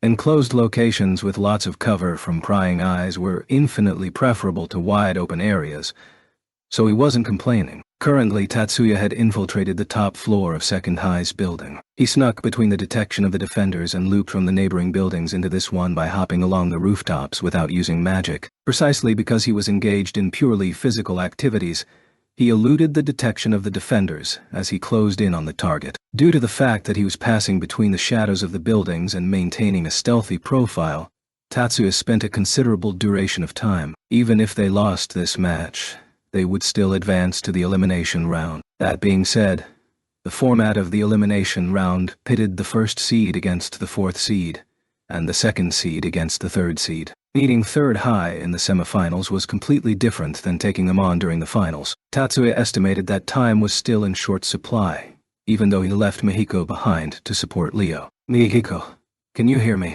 Received Tatsuya. While Monolith Code didn't forbid the players from using wireless communicators, very few schools took advantage of this. That was because, even if the contents of the message couldn't be deciphered, modern techniques were quite capable of pinpointing the sender's location. On top of that, a 3-man team using wireless communicators could easily run into the situation where one or more of their members were out of range. Generally speaking, wireless communicators bore little value in this competition. Despite this, Tatsuya still prudently chose to use this service. Undoubtedly for some ulterior motive. "Let's begin. We're relying on you to find the monolith's location. We can't hold out here forever. Hurry up." "Understood." The other side appeared to be locked in combat. Tatsuya manipulated the bracelet on his right wrist and brought up summoning magic. Leo swung the mini communicator horizontally with gusto. The metallic piece was 40 cm long and 12 cm wide. Part of the blade flew through the air in an arc and rushed towards the player from second high. The weapon's lack of weight was made up for by additional arm strength in the swing. Leo chopped the attacker's legs from beneath him. The attacker fell to the earth. If this was live combat, he would immediately step forward and bestow a finishing blow. However, Monolith Code forbade close quarters combat. "Kiwa, Mikihiko." Even knowing he couldn't hear him, Leo still signaled Mikihiko, who was watching the scene unfold through the spirits. In response, a ball of lightning formed in the air and struck the prone player from second high. Yet, Leo didn't have the spare time to express joy over taking out one person. Noticing that his body was under the effect of move-type magic, Leo hurriedly shouted, "Halt!" The voice-activated CAD on his left wrist received his command through the microphone, embedded in his helmet. In terms of wielding 2 CADs simultaneously, so long as the 2 activated magics were from different systems, no interference would occur between the 2. Fortunately, in only a handful of situations, Leo's personal CAD was a highly durable and reliable CAD that had the processing power from 2 generations ago, so it fulfilled the conditions for competition-use CADs in the 9 schools competition. Even if the dubious nature and slight time delay for the voice recognition system were not up to Tatsuya's standards, in this situation, personal habits trumped that concern. Hence, Leo was using his personal CAD after some massive adjustments to the activation sequence. Just as planned, even though Leo's CAD was the latter one, it still managed to invoke defensive magics before the enemy's move-type magic launched its attack. From where he was standing, setting the point where his feet contacted the ground, he fortified his body's connection to the corresponding coordinates. This was the same tactic that Mari used during Battleboard. Though on a smaller scale, Mari's magic allowed the body freedom of movement while stabilizing herself relative to the moving board. Unlike this, Leo's sole purpose was to solidly stabilize himself to the ground without moving a single muscle. This only lasted for a short instant. However, because this was a massively downgraded application, this was still able to counter the magic his opponent was in the process of casting. This building was designed after a school dorm. From the broken windows, their opponent's figure could be seen passing through the corridors. Leo pulled back his right hand and fell into a lunging position, but his opponent had already fled. Cautiously approaching the prone and convulsing player, he removed his protective helmet. According to the rules, once an opponent lost their protective helmet, they were forbidden from taking any further action during the match. Now we've taken out one of them. Even knowing he had no way of sending this message, Leo still thought this in the privacy of his mind. It's all up to you, Tatsuya. It's getting hairy over here. Thanks to Tatsuya's summoning magic, the spirit stuck to him became active. Tatsuya was unable to use spiritual magic. Even if he could detect the active SB, he had no way of commanding it. Magicians utilized modern magic to create false signals to manipulate and rewrite the eidos of a target, and not because they could exert their will to control the eidos itself. Nonetheless, they were still capable of using the most basic summoning magic from spiritual magic. He was able to memorize the magic sequence within the activation sequence, because his artificial magic calculation area was stored within his consciousness. No matter what magic it was, once he decoded the activation sequence that served as a blueprint for the magic sequence, this rudimentary projection of the magic sequence was still within his abilities. This wasn't even on the same level as casting magic, since he was merely imitating the processes that led to magic invocation. However, so long as the necessary components were involved, even if it was a simple replication, some degree of effect could be achieved. Mikihiko placed an inactive spirit on Tatsuya, which Tatsuya used magic to reactivate. This way he immediately established a connection with the master, Mikihiko. While Tatsuya was unable to control the spirit, he had no reason to do so in the first place. To some degree, his objective was to bring Mikiko's reactivated spirit into enemy territory. His earlier magic should have alerted the defender to his presence. The most desirable outcome was for the defender to leave the monolith and climb to his level. Tatsuya silently began to move. Through his contracted spirit, Mikihiko detected that Tatsuya also successfully summoned. Seriously, how are you a Course 2 student, Tatsuya?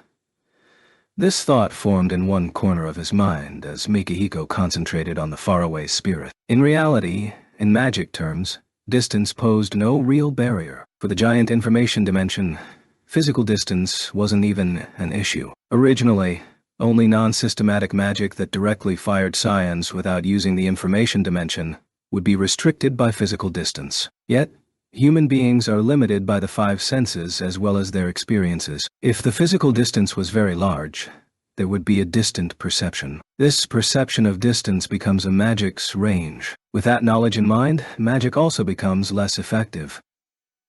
Thus, for casting magic on remote targets, the key lay in the perception that the target was right before the caster. On this point, spiritual magic referred to the connection between caster and spirit. Once synchronized, they could feel the proximity of the spirit. In other words, spirit magic was something that could easily circumvent the range issues for magic. Just like this. I see him. Visual tuning. He wasn't summoning the spirit over and reading the recorded information. Instead, he was using the connection through the information dimension to directly receive the visual information through the active spirit. This was known as spirit magic's sense tuning. When restricted to vision only in order to promote clarity, this technique was known as visual tuning. Found him, Tatsuya. Yet, next came the tricky part. Mikihiko was maintaining the connection to 2 spirits, the one following Tatsuya and the other on Leo, as he transmitted this to Tatsuya. That was fast. So he found it already. Spirit magic was quite convenient, he thought leisurely as he heightened the tension in his body. No matter how you described it, he was concealing himself by hanging from the ceiling. Probably because the building was intentionally set in a state of construction, there were many exposed air vents intercrossed over the room where Second High's monolith was located. Tatsuya hung from one of them and watched the defender cautiously poke his head around beneath him. He must have detected the source of the signal, but he never imagined that his opponent was lurking in ambush above him. Maybe not, Tatsuya thought. In his eyes, The defender's extreme agitation created this tunnel vision. His breathing was ragged, likely because he ran up the flights of stairs. He certainly didn't feel like someone suited for defense. At this juncture, he was supposed to be cheered at his opponent's ineptitude, as pity would most definitely be hypocritical. He toyed with the idea of letting the defender pass, but ultimately chose to release his grip, twisting in the air to prepare for his landing and pulling out the CAD from his right at the same time. He squeezed the trigger immediately upon hitting the ground. The defender didn't even have a chance to turn his head. The activated magic was simply a scion shockwave. For a few seconds, the technique would incapacitate him by creating concussion-like symptoms. In combat, a few precious seconds was the difference between life and death, but this was a competition that forbade direct contact. Tatsuya kept an eye on his unbalanced opponent and ran towards the target Mikiko pinpointed for him. It took him less than 10 seconds to pass 2 rooms and reach his destination. Noticing that the defender was finally on the move, Tatsuya pointed his CAD directly at his feet. Each floor was 3.5 meters high. There were approximately 7 meters between the 3rd and 5th floors. This was well within the firing range of the key. He squeezed the trigger. A subtle change in eidos traveled along his hands. Prudently, Tatsuya took the stairs opposite from where he came and descended to the next floor. With his sight synchronized with the spirit, Mikihiko easily saw the code carved within the monolith. He looked away. Right now, Leo hadn't made contact with the enemy yet. Mikihiko prayed for a little luck as he started to input the code he visually received from the spirit. When the ending whistle sounded, Tatsuya was busy dodging the Kamitachi magic the defender was shooting at him. Leo had his back to the monolith and was prepared to throw everything he had into one last charge. Ooh. That went down to the wire. Mayumi let out a satisfied breath of relief, to which Mari responded with a displeased disposition. That guy.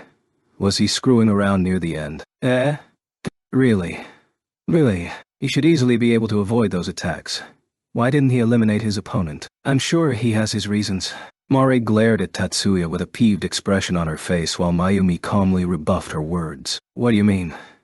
He used resonance during the last match and something else to take out Hattori. Shouldn't he have more tricks up his sleeve? Supposedly he cannot use the magic he used against Hanzo-kun because the hardware requirements for the competition use CAD are unable to execute his abilities. Likewise, wasn't his resonance's attack from the last match unable to completely silence his opponent? Mari, have you forgotten? Yesterday we forced Tatsuya-kun into the replacement's role, so he only had one night to prepare. In that one night, he had to calibrate Saiju-kun and Yoshida-kun's CADs, and also had to iron out a strategy that took full advantage of their talents.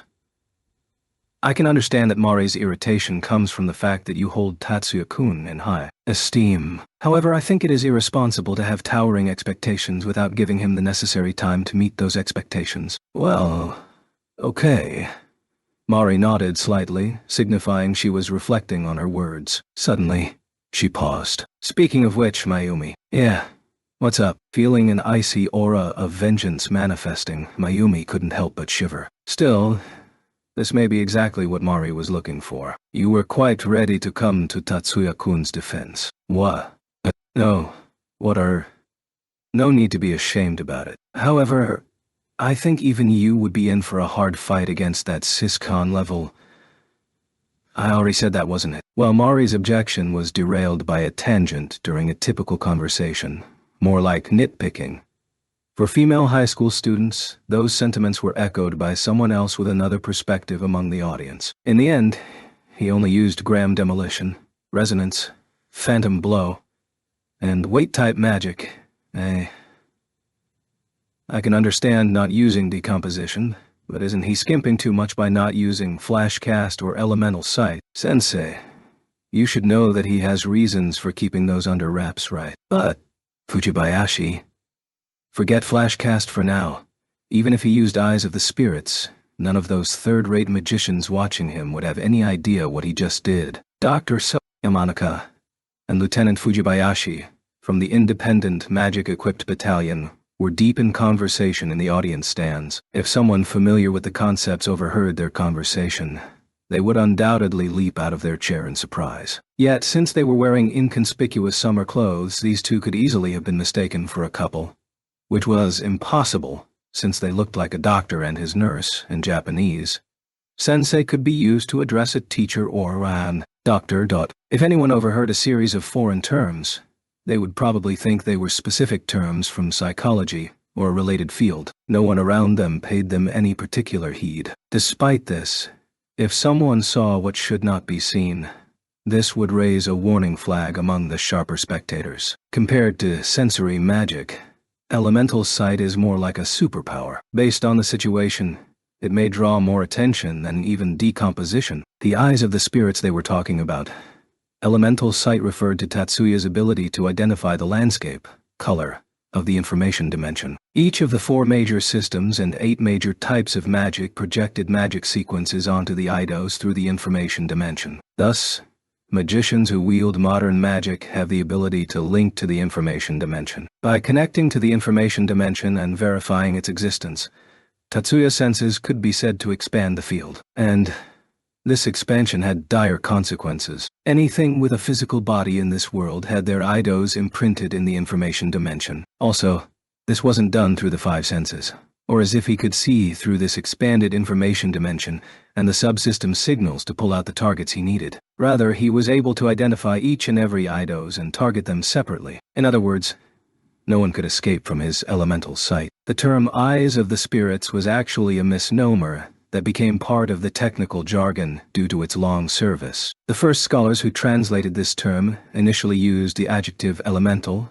but that was mistaken to mean the noun elemental, giving rise to eyes of the elementals, which was shortened to eyes of the spirits. Of course, there were many people who caught on to the mistake, but since eyes of the spirits was more magically inclined than elemental sight, the name stuck. This was a slightly unscientific way of approaching the issue, but that was the reason why the term was never corrected. While this mistake was the source of much friction between specialists and non-specialists, regarding the fact that no one stepped forward to correct the issue, the jury was still out on whether this was mystifying or worthy of despairing over. Oh, back to mainline. Yamanaka knew exactly what Fujibayashi was talking about. Elemental sight was the same as mist dispersal, in that they were both highly classified. Despite this, Yamanaka was still reluctant to accept that. Since he's not allowed to disclose this, we're probably in the same boat. They were neither simple nor innocent enough to simply come and support Tatsuya, nor was Tatsuya fragile enough to painfully publicize that which was forbidden before everyone present. On this point, Yamanaka, Fujibayashi, Kazama, Sanada, and Yanaji were all perfectly clear. Nonetheless, there were always exceptions. If a catastrophe broke out and classified magic was forced out into the open before public eyes, they had to be on hand to handle the situation. That was why they were here, bending all their focus and energy towards Tatsuya's match. Thus, they had no right to criticize the Yotsuba family's clandestine nature, which was precisely Yamanaka's point. Regardless of how much Yamanaka wanted to see Tatsuya cut loose and show the world a move or two, there was nothing to be done. Still, I think that he may get around a flash cast. Against the Princers, or the Cardinal, I don't think even he could handle them with such a weak cad. As if finally soothing Yamanaka's demands, Fujibayashi ended the conversation there. Not all the audience members were focused on Tatsuya alone. A considerable amount of people were watching Leo, especially because he was the first one to wield a weaponized integrated CAD in this competition that both dazzled and bewildered the audience. Likewise, several spectators were also watching Mikihiko, who had accurately seen through the 512 character code from range. Among the crowd of spectators who remained oblivious to what happened, one childhood friend was the exception. Really, Miki? You're just like you were before. What is the same as before, Erika-chan? Mizuki tilted her head in interest at Erika's involuntary muttering. Erika vaguely replied back to muddle the issue, then fell deep into her own thoughts. Erika and Mikiko's relationship went back farther than Mizuki realized. So of course, she knew exactly what Mikihiko was doing. While sense tuning was by no means a small feat, before his unfortunate accident, the so-called prodigy Mikihiko could use that as easily as he breathed the very air itself. Nevertheless, after that incident occurred, he was never able to freely wield magic the way he used to. Your mental trauma had long since healed. Occasionally, people would say that physical injuries were easy to heal, but mental wounds closed slowly. In reality, physical injuries were also separated between those that could be saved and those that couldn't. At the same time, mental trauma should be the same. Did you notice? Today you are just like you were at your peak. Erica didn't possess the power to identify spirits, nor was she equipped with the eyes to see the spirits themselves. Thus, she was unable to directly confirm whether spiritual magic had succeeded. That being said, she was a daughter of the Chiba family, renowned for endlessly training in anti-personnel magic combat, based on the minute and subtle changes in motion, line of sight, and expression. It was possible to identify to some degree when someone used magic, what they were targeting, and whether they succeeded. The daughter of the Chiba family used her pair of swordsman's eyes to behold that Mikihiko had cast his desired magic at long last. Unbelievable. Hurry up and realize this. You've already recovered. Presently, Mikihiko had recovered his ability but not his confidence. She could read that much from his stolid expression. This was the product of many years of forced interaction during their childhood years. Now, all he needed to do was renew his confidence. All he had to do was believe in himself. Erica-chan, what's wrong? Erica-chan, what? What do you mean, what? Oh, some more. What's up with you shutting yourself away all of a sudden? Are you worried about something? Yeah. Now that you mention it, I'm a little worried. Didn't I just say this one was close? Hopefully, the next match will be AOK. Mizuki was successfully misled by her words and started talking about speaking of which. Next time, we'll cheer them on. Setting Mizuki aside for now, Erica once again delved into her inner sanctum. The seeding for the elimination round had been announced. For the first match of the semifinal round, 3rd High was up against 8th High. In the second match, it was 1st High versus 9th High. The results for the rotating preliminaries were 1st place, 3rd High, 2nd place, 1st High, 3rd place, 8th High, and 4th place, 9th High. According to the rules, the semifinals should have pitted 3rd High versus 9th High, and 1st High versus 8th High. But since 1st High already crossed swords with 8th High in the preliminaries, they made another exception here. The elimination round would begin in the afternoon. While Tetsuya's match was the second one in the afternoon, they couldn't afford to miss out on 3rd High's match. It was still a little early for lunch, so Tatsuya carried a bento box and accompanied Miyuki back to the hotel. It didn't appear that they could enjoy their lunch in peace at the pavilion. Leo and Mikiko had already evacuated back to their rooms to avoid the chaos. Even though Hanoka wanted to join them, if her presence caused an endless stream of well-wishers from their cohort to tag along, then, if fleeing the pavilion became meaningless. Shizuku stopped her by whispering this in her ear, finally shaking off the intrigued gazes. The majority were warm looks directed towards Miyuki. The siblings quickly moved away from the competition area and found a rare scene waiting for them in the hotel's lobby. Wow.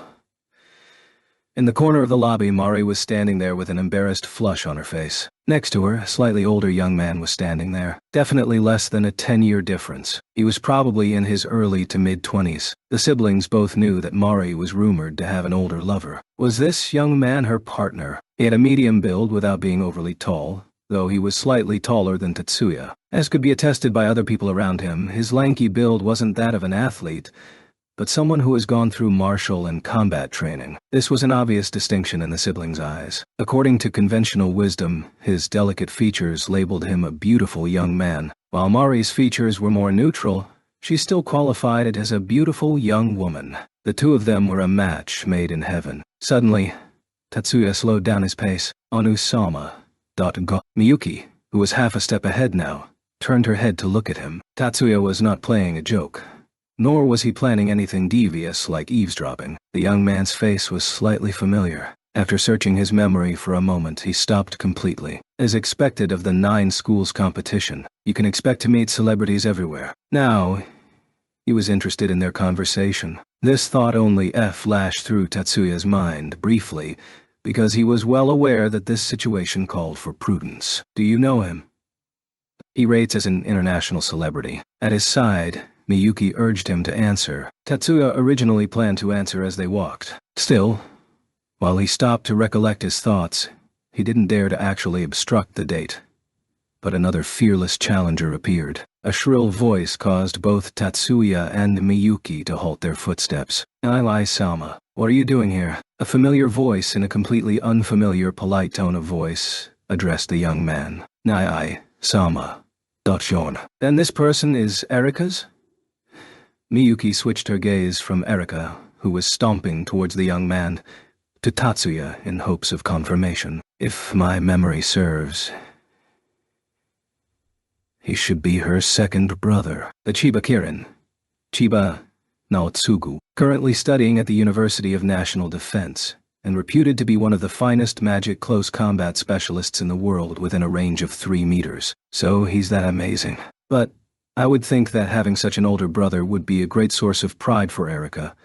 But this open animosity seems out of sorts. Correct. Well, there are rumors that Naotsugu is an apostate within the Chiba family. Yet I hardly find Erika the type to be a stickler for the formalities. Indeed. As the siblings were discussing this, Erika was in the process of tearing her brother a new one, and wholly ignoring Mari to one side. Nai-sama should be in Thailand serving as a swordsmanship trainer until next week. Why are you here now? Erika was already burning with fury. Normally, she was indifferent to the coming and goings of other people and the world at large. Today, this scene was certainly a surprise. Erika, settle down a little. The young man, Chiba Naotsugu, sought to calm his sister's towering fury, but this seemed to have no effect on Erika's animation. How can you tell me to settle down? I have no idea what Anoi-sama would do, but I could never imagine that Nioi-sama would abandon his post. That's not it. Calm down. I didn't return by abandoning my post. Chiba Naotsugu appeared to be at odds with his fame given his weak, or maybe gentle, disposition. In front of his little sister's agitation that showed no signs of diminishing before a crowd, he never scolded her, and couldn't muster any defense, save for a few excuses. Oh, is that so? Then, as you said, cooperating with the Thai royal magicians and serving as a swordsmanship instructor was my complete misunderstanding. Well, no, that part is just as Erika said. But I didn't go AWOL. I was granted furlough.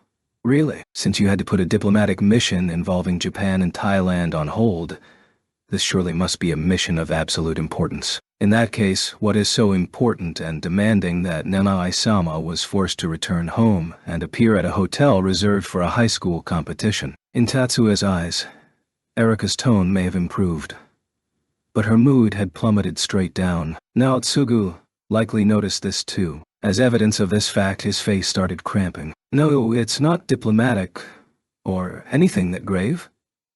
It was only an exchange of goodwill for military officer candidates about to receive their postings, so it's nothing more than a university student exchange activity. Nui-sama, present. Goodwill exchange or not, student exchange activity or not, isn't that still an official mission? That's not a reason for you to be lax on your duties. Yes, just as you say. Seeing one of the world's finest reduced to such a state, Tatsuya could only gape in shock. I've certainly heard of being henpecked, but I have no recollection of someone being whipped by his little sister. Feeling that the sight was too much for him, Tatsuya averted his gaze to find Mizuki fidgeting anxiously to one side. After waving her over, Mizuki seemed to relax somewhat and skitter over. Tatsuya-kun, what's up with Erika-chan? Seriously, what's going on? Hearing Mizuki's question, Tatsuya could only shake his head in bewilderment. Anu-sama, I believe Erika is venting. Miyuki could barely contain her laughter bubbling up from within and gave Tatsuya this vague answer. Venting? Venting what? You'll find out very soon. More and more mystified, Tatsuya and company could only keep watching as this sibling fight turned a new corner. Ansama, don't tell me that you abandoned your post because you wanted to see this woman, did you? Again, I already said I didn't abandon my post.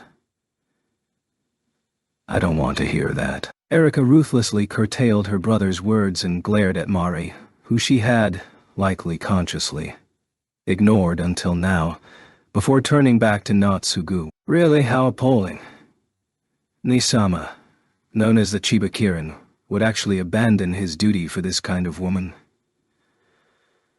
Erika, at the very least, I'm still your senpai at school. I don't recall slighting you in any way to deserve being called this kind of woman. Up to this point, Mari patiently endured in silence, but finally broke her silence to interject. Yet Erika completely ignored Mari's words. Speaking of which, I do believe that Nelai Salma fell from grace after starting a relationship with this woman. A swordsman that mastered the arts of the 1,000 blades neglected to practice his training and became infatuated with those petty magic tricks. Erika. For Naotsugu, that must be a taboo subject. He shed his gentle nature like an actor removing a mask. Faced with this blistering castigation, Erika quivered in shock. In order to hone the talent, one must always absorb new techniques. This is what I believe, and have always done. This has nothing to do with Mari. After hearing Mari got hurt, I was the one who could not sit still. Even so, Mari told me that it's fine if I couldn't make it. In spite of this, from the very start, as a daughter of the Chiba family, you should be ashamed of your behavior. She bit her lip in silence, but even so, Erika never shifted her gaze from Naotsugu. Come, Erika, apologize to Mari. Never, Erika.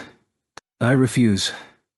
It's true that Nii-sama dropped his official task to come here, and all because of that woman. Once again, the tables turned. I'll never budge on this point. Nii-sama started to degenerate after going out with that woman. Erika swiftly pivoted and fled from her brother with rapid footsteps. Erika-chan. Hold up, Erika-chan. By the time she reached the elevator, and completely out of sight of the lobby, Erika finally turned around to face Mizuki's voice. Then, she opened her mouth to form an "Oh, Tatsuya-kun." Miyuki as well. Don't tell me both of you heard that. Her tone and expression were both typical of Erika. Yet, Tatsuya's instincts told him that Erika was barely holding back her tears. I apologize. We didn't mean to. Tatsuya-kun, this time you foot the bill. What? Fine.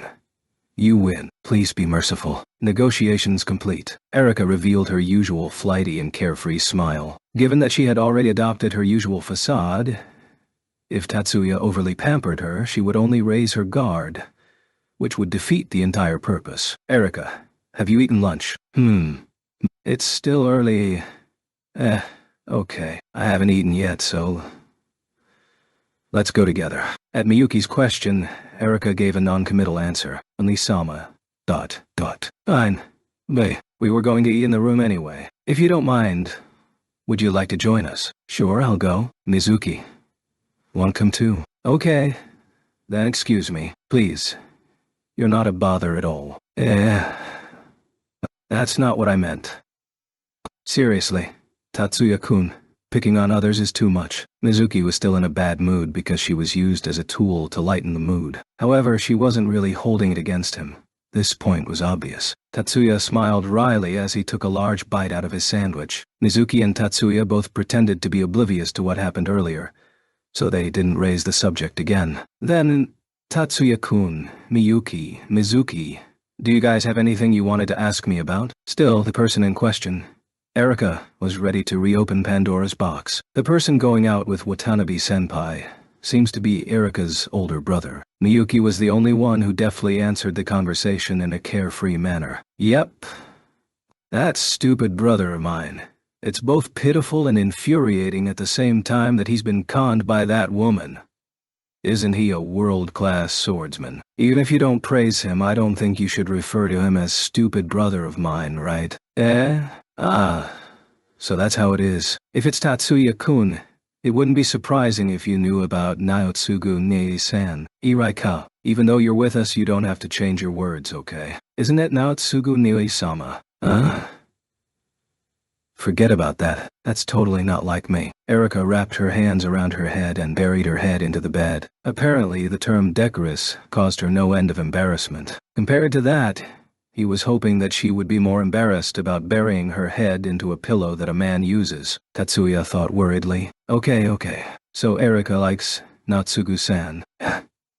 Erika wasn't the only one who froze. Miyuki's frost bomb instantly turned Tatsuya and Mizuki into ice cubes. No way in hell. Erika leaped to her feet and screamed. Owing to the fact that her face was buried in the pillow as she started to reply, the only words they heard was, "in hell." To be able to respond so swiftly in that situation was certainly worthy of praise. Miyuki laughed merrily as if a cornered beast had let out a furious but easily understood bellow and dropped an even more explosive bomb. Oh. Erika. You turned out to have a brother complex. What? Erika gaped at that. The following explosion far surpassed her critical point. I don't want to hear that from you. You hardcore bro-con girl. As to what happened afterwards, Tatsuya and Mizuki kept that to themselves. Hey, Tatsuya. You're looking pretty bad, eh? Are you alright? Somehow, you look exhausted. When Tatsuya arrived at the audience stands, the first thing he heard was Leo and Mikihiko commenting on him. I'm a little tired. It's nothing really.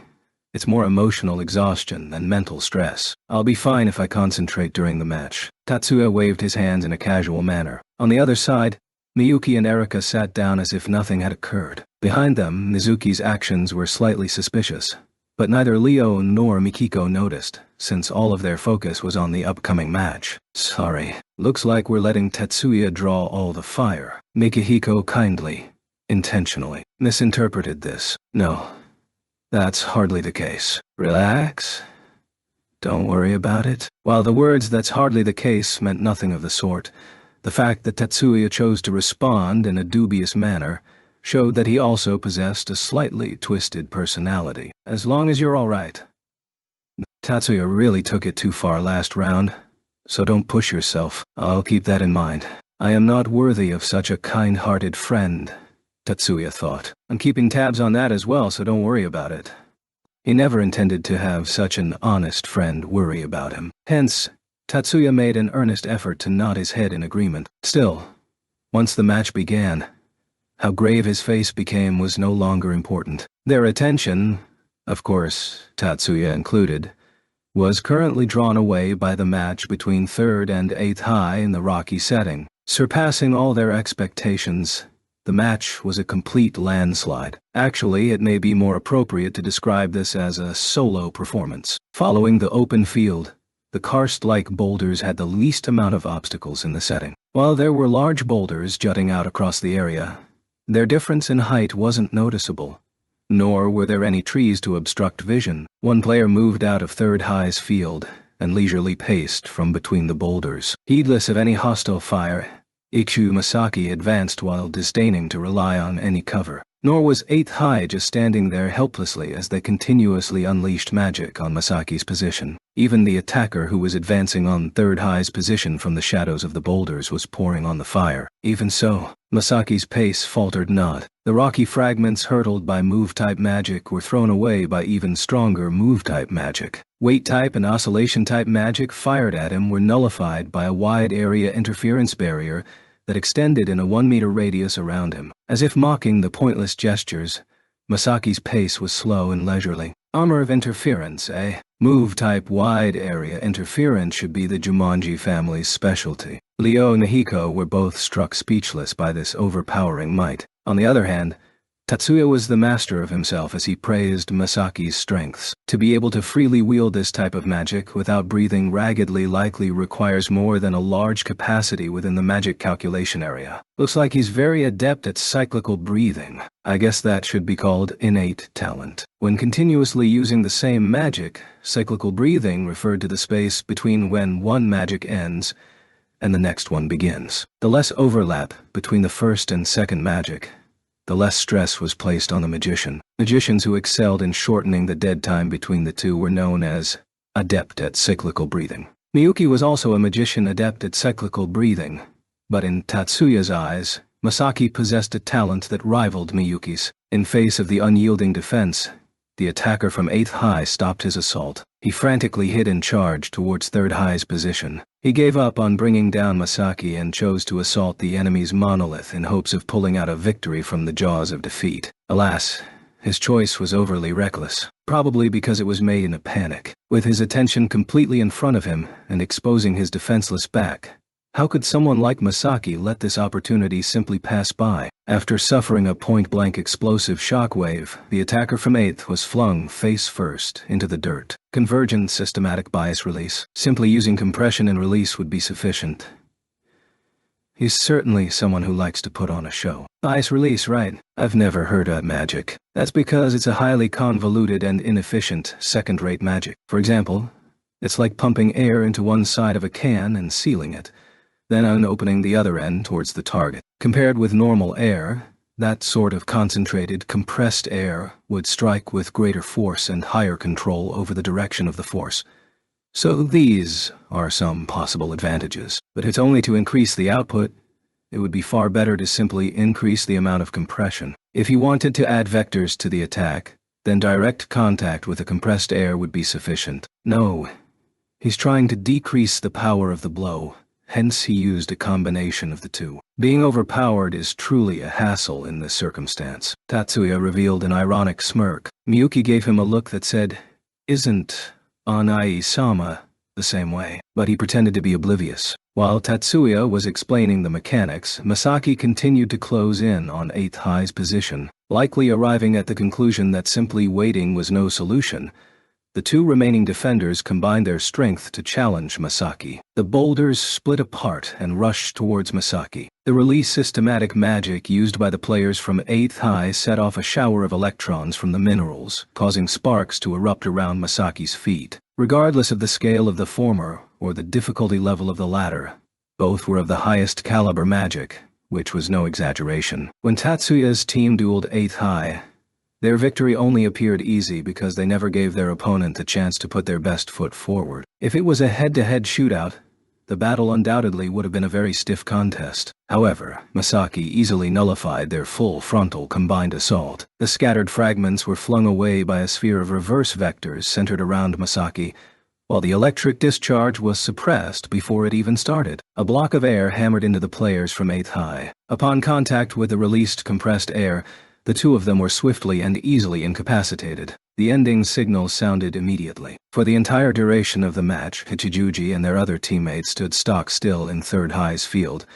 and contributed nothing to the overall result. "He has far exceeded our expectations, this prince of the Ikiju family," Mayumi said to Katsudo as she shifted her gaze away from the screen. Her usual companion, Mari, wasn't present. Currently, Mari was preoccupied to the point that whoever disturbed her would rue that day. Originally, she should have been confined to bed rest, but Mayumi and the other members of the brass turned a blind eye. Somehow I feel that he's very similar to Jumanji-kun. Even if someone said they were similar, this would probably be a hard sentiment for Katsudo to respond to. As expected, before he was able to reply, Suzune had joined the conversation already. That may be intentional. The combat dogma for the Ikiju family revolves around proactively controlling the initiative through medium to long-range bombardment. Today, in the rotating preliminaries, he used long-distance attacks to annihilate the defenders. I don't have a real basis for this, but I think this may be Ichijo-kun throwing down the gauntlet. A challenge? At Mayumi tilting her head,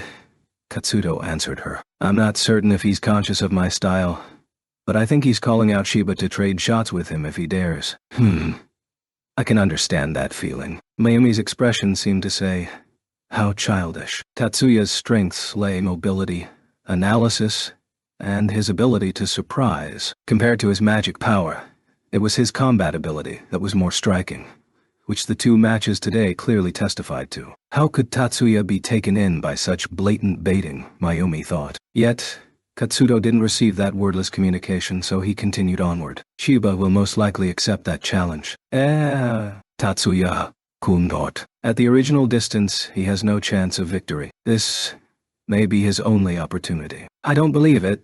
That's simply, in the audience stands far from the main pavilion.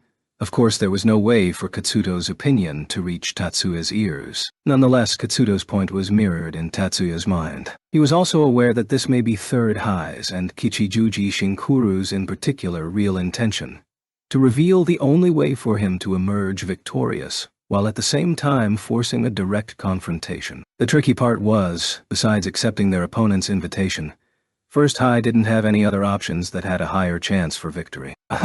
Cardinal George, seriously, what kind of defensive ability is that? In the end, the only thing we caught a glimpse of was Ichiju-kun, which was our mistake. This way we have no way to plan for our encounter. Leo and Mihiko must have misinterpreted Tatsuya's comment. The two of them seemed to be overwhelmed by Masaki's strength, but at least they were better off than he was. He was in the process of being devoured slowly by this quicksand hell, so they undoubtedly suffered less mental stress than he did. In regards to Kichijuji-kun, I have a rough estimate. I have no idea about the third person, though. Oh, really? Tatsuya proceeded to correct their misinterpretation. The cardinal code that Kichijuji Shinkuru discovered is a fundamental code used in weight-type magic, and he appeared in speed shooting. Thus, his favored magic would probably be Invisible Bullet, which applies increased weight to select points. Cardinal code. So, he's not altering the target's eidos but only applying increased weight to a certain portion.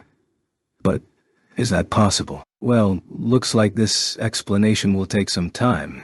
Is that fine? At Tatsuya's query, Leo hesitated briefly, but Mikihiko immediately nodded. Within magic sequence research, there is a theory known as the cardinal code hypothesis. There is considerable popular support behind this theory. There are the 4 great systems and 8 major types: speed, weight, movement, oscillation, convergence, dispersal, absorption, and release, as well as their corresponding positive and negative poles for a total of 16 fundamental poles.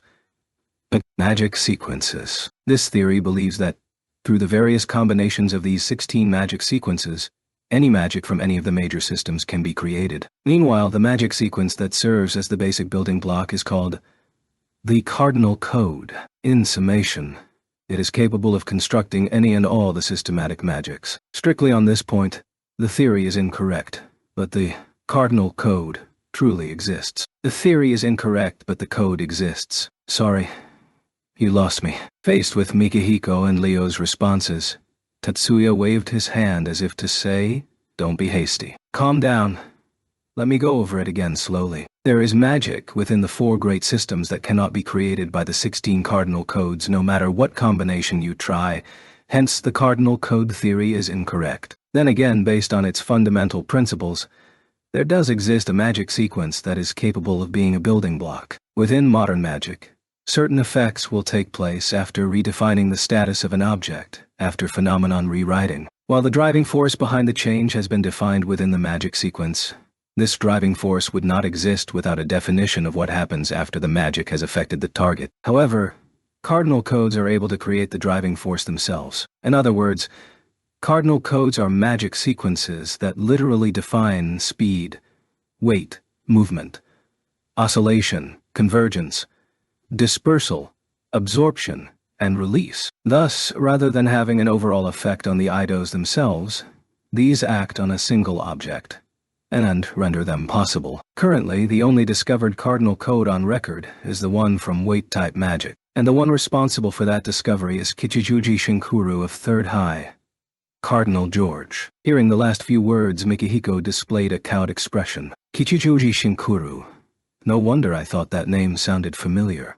So he's Cardinal George. Seeing his face, Tatsuya thought, damn it. Regardless, he had already said the words, so there was nothing he could do about it. Exactly. So Ichiju-kun isn't the only one we have to be on guard against. While it is true that talented researchers are not necessarily talented users, so long as he is capable of wielding the cardinal code, he will be a fearsome opponent. Magic that relies on the cardinal code has no need to define the altered phenomenon that is mandatory in normal magic, because the driving force itself has been defined. Under this condition, where force is applied unilaterally, the magic that directly involved Tatsuya in Monolith Code, Battering Ram and Invisible Bullet share the same characteristics, but Battering Ram required additional force. Especially Ram required additional force, especially on the point of attack, in order to rewrite the entire phenomenon. Compared to that, Invisible Bullet had no need to rewrite the surface that force was applied on, regardless of whether it was a wall, the surface, or even the human body. Invisible Bullet was a magic that directly improved the force itself. Since it was not rewriting the entire eidos, the magic sequence needed to rewrite only the necessary portion is naturally going to be smaller, because this was not altering the eidos of the target itself. Data fortification. Abilities that defended against rewriting the eidos was unable to defend against it. Smaller magic sequences and the ability to influence the eidos in spite of data fortification makes this a powerful advantage for using this type of magic. Fortunately, Invisible Bullet was hampered by the absolute necessity of visual confirmation. Rather than relying on the eidos, a direct confirmation of the object was a necessary, but ironic, handicap. Owing to this handicap, cover was a useful defense against the attacks from Invisible Bullet. While wide area interference is viable, Data fortification is no defense, so be very careful. Got it. I will be extra careful. Oh, I still don't understand one point. After Mikihiko nodded in understanding, Leo politely opened his mouth. What is it, Leo? This doesn't really have anything to do with the match. Tatsuya, earlier you said something about there are magics that cannot be constructed by the 16 cardinal codes, right? In other words, Tatsuya knows all 16 of the cardinal codes, though his attitude and tone might claim otherwise. Leo was no fool in his own right. Setting aside general knowledge, he was still highly intelligent. Tatsuya was well aware of this, but was still caught by surprise by this keen statement. Currently, Kichijuji Shinkuru is the only one who has discovered a cardinal code. I only know that there are magics within the 4 major systems that cannot be created by the cardinal code hypothesis. Anisama, isn't it time to go? Leo opened his mouth. He wanted to ask another question but was interrupted by Miyuki. You're right. They're about to announce the setting for the next match. Let's return to the pavilion. Upon rising, Tatsuya's figure denied any more follow-up questions. The match against Ninth High was set in a valley setting. The layout of the arena was an artificial valley shaped like a Japanese. If the water was moving, there would be a difference between being upriver or downriver. Hence, rather than being referred to as a valley, this was also described as a long-shaped lake surrounded by cliffs. No, it wasn't deep enough to be a lake. The greatest depth was only 50 centiarm or so. So maybe it should be called a shaped pond. This match was the perfect stage for Mikihiko's solo performance. A white fog covered the entire length of the arena. From the side of the completely blinded audience came a loud shushing noise before all returned to silence. After all, for the audience to be so affected by the magic competition and the sheer difficulty of maintaining this magic was quite telling on who owned the advantage. In addition, the first high players were only covered by light fog, whereas the players from Ninth High were enshrouded in a dense fog. Under the effect of the mist, the players from Ninth High had great difficulty approaching the first high monolith. They repeatedly sought to dispel the mist, but after several half-successful attempts to blow the mist away, the pure white cover swiftly returned to rob them of their sight as if mocking their efforts. Even if they summoned the wind to blow away the mist, the replacement air was still filled with mist, making this a pointless gesture. Also, any attempt to raise the temperature only prompted the lake to evaporate and increase the unpleasantness. The ancient magic responsible for creating this barrier of mist was unrelated to the level of moisture and simply congregated the vapor in the air. Even if the temperature was raised, this would only increase the amount of water vapor and make the mist even thicker. Barrier magic naturally included the sealing concept, so even manipulating the air currents would only cycle the air filled with mist. Fundamentally, trying to sustain magic on a vague target was one of the weaker areas of modern magic. In order to use modern magic to dispel this magical mist, they had to identify the magic that Mihiko used to create this area. Barrier. Otherwise, no countermeasure would be effective. The new students from Ninth High appeared to be lacking in their knowledge of ancient magic. Besides having a slightly denser cloud of artificial mist hanging over the area, there was nothing that surpassed the laws of nature. Since there was no paradoxical effect, there were no signs of the magic weakening. Likewise, there was no effect that locked people in place. The only aspect directly being restricted was visibility, and subsequently, mobility. The attackers from Ninth High advanced along the cliffs with trepidation. Tatsuya took a quick glance before diving into the mist and easily arriving at Ninth High's position. The mist intentionally became thinner around his immediate position, which wasn't a problem to maintain if he was only walking quickly. Then again, even if there was zero visibility, that would pose little problem to Tatsuya anyway. Here, he didn't have to worry about the audience watching him, so he could freely use his vision to identify the entities around him. Looping behind the unsuspecting defender from Ninth High, Tatsuya fired the key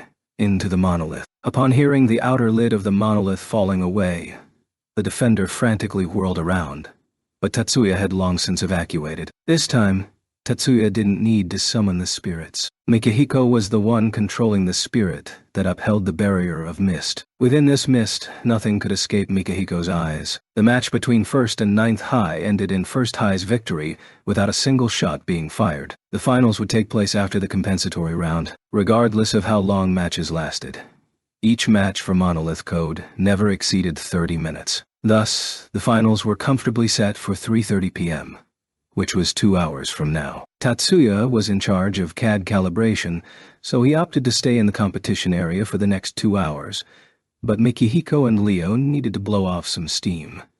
So they left the competition area. There's no way he could last if he saw those siblings sticking together like glue again. Maybe that was the reason why they arranged to meet up 1 hour before the match. So how they spent their time until then was their personal choice. Leo said he wanted to grab a bite from the cafeteria before heading back to his room to rest. Mikihiko wasn't as gluttonous, so he elected to visit the tourism room on the highest floor of the hotel. The hotel was erected near the Fuji exercise grounds, so the tourism room had a direct view of Mt. Fuji. The divine earth magic of the Yoshida family was ancient magic that belonged to the Shinto system, and more specifically the branch concerned with earth deities within the Shinto system, deification of the country. Fuji had a special meaning for magicians who used ancient magic from the Shinto system. The god enshrined at Mitar Fuji was joined with one of the heavenly gods, so Mitar Fuji was worshipped by both heaven and earth denominations. Even excluding this religious meaning, spiritual Mtot. Fuji was a locale that powerful magics revolved around. Walking out onto the exposed balcony of the tourism room was like bathing in the mountain's aura. Mikihiko had this in mind as he ascended to the highest level, but there was an unexpected individual waiting for him. "Ah, Mikihiko-kun, why are you here?" The one turned to ask him was Erika, who was wearing a straw hat to shade herself from the sun as she placed her elbows on the railing and gazed upward towards Mr. Fuji. "I came to see Mitar Fuji. Erika, why are you here alone?" As Mikihiko said, the tourism room, including the exposed balcony on the highest level, was empty save for Erika's presence. No, Mikihiko was here now, so the amount doubled. This was only natural, considering all the visitors today would naturally be here for the 9 schools competition. Even though it was the break period, the match for 3rd place was about to start soon. Besides Mikihiko, who had a special reason for visiting, anyone choosing to visit this tourism room that could only see Mtot Fuji now must have brain damage. I probably wanted to be alone for a while. Seeing Erika turn her gaze back to the scenery and the loneliness accompanying her face, Mikihiko felt a little flustered. This was hardly the time to retreat, or just stand there. So he had no choice. At least his consciousness told him he had no choice but to sidle along Erika. "Mikihiko-kun." Erika spoke with her gaze still fixated on Japan's highest mountain. What? Something's awry. Don't you feel it? Hey, you came to bathe in the aura of the mountain, right? Are you properly soaking it in?" Though the words were the same, her voice was altogether different. It was as if her tone was just as usual, but still different at the same time. Leaning against the railing, Erika's expression was incredibly earnest, more sincere than any time in the past 4 months. Nay, the last couple years. The last time he saw this expression was before she cut her hair short, when it was even longer than when she allowed it to grow out last spring. 2 years ago, she never loosened her grip on the sword in her hand. "Mikihiko-kun." "Ah, sorry. Yeah, just as Erika said." Mikihiko stammered a reply and finally realized what was wrong. Erika was calling him Mikihiko. "I came to soak in the aura." "Not that."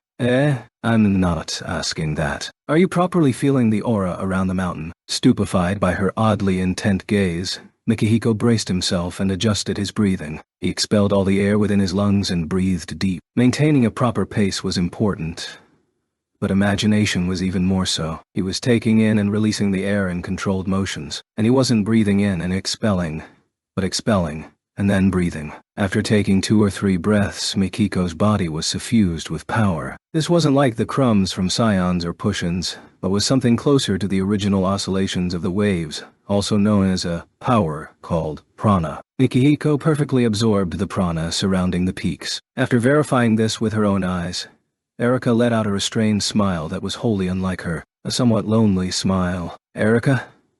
See, you still have it in you. I'm sorry, but I have no idea what you're talking about." This wouldn't be the first time someone had spouted some abstract comment without sparing a thought towards others, but today, Mikihiko felt that it was more like his fault for not understanding her. "Mikihiko-kun, have you noticed? Today you were able to wield magic like before the incident, when you were known as the prodigy of the Yoshida family.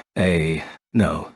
You're not the same as before. You have made great strides compared to then. Regardless of whether it was sense tuning, the barrier of mist, the absorption of prana, they have become as natural as breathing for you. He didn't say, "How is it possible?" Likewise, Mikihiko didn't say, "Why would you say that?" He was well aware what sort of eye the swordsman of Chiba Erika possessed. Isn't that wonderful? With a sudden paw and a slap on the back, Mikihiko nearly staggered. In this state, Miki has nothing to fear from third high. Go get them. My name is Mikiko. Erika suddenly reverted to her usual state and departed without a reply. Mikihiko finally relaxed as he called out his usual response to her retreating back. Exactly why he did so or what he was concerned about did not cross Mikiko's mind. Tatsuya, who should be stuck with his sister like glue, that was only the wild mass guessing from their teammates, was summoned to the entrance of the grounds shortly after the two departed. Ono-sensei,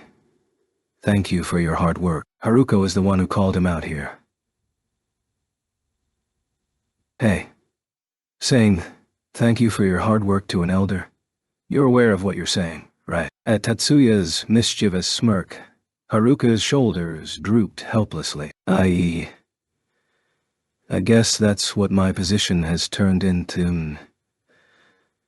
A supporting actor whose secrets have been exposed, only to be buried within the ignorant masses. What are you talking about? You're spouting nonsense. No worries, I'm a nonsensical woman anyway. I think it's about time you returned what I placed in your keeping. I don't have much time. Seeing Tatsuya reach out a hand, Haruka playfully sighed.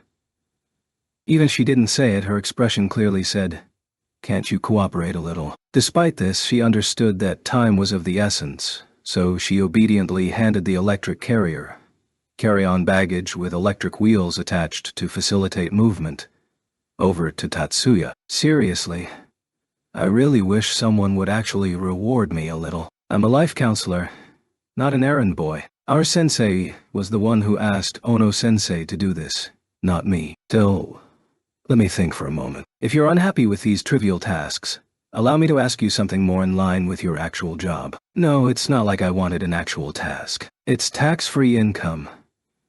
You really don't want it. Haruka's eyes sparkled with an easily understood wavering. Is this sort of kind disposition, and not personality, truly suited for intelligence work? Tatsuya watched her in a taunting manner. He didn't have to wait very long. I give up. It's our duty to assist students deviating from the right path. This isn't the time to say I'm off duty or I haven't got the time. So, she was looking for an excuse to make this easier on herself, Tatsuya thought. However, alas, that's not the task I had in mind. I'm referring to your other line of work. What exactly do you want me to do? Haruka was immediately on high alert. Is it really all right for her to be this transparent? This time, Tatsuya was seriously concerned. Forget it. Even if she messed up by feigning silliness and punished with this and that, those were not related to him in any way. No head dragon. I want to know the current HQ for the Hong Kong International Criminal Organization.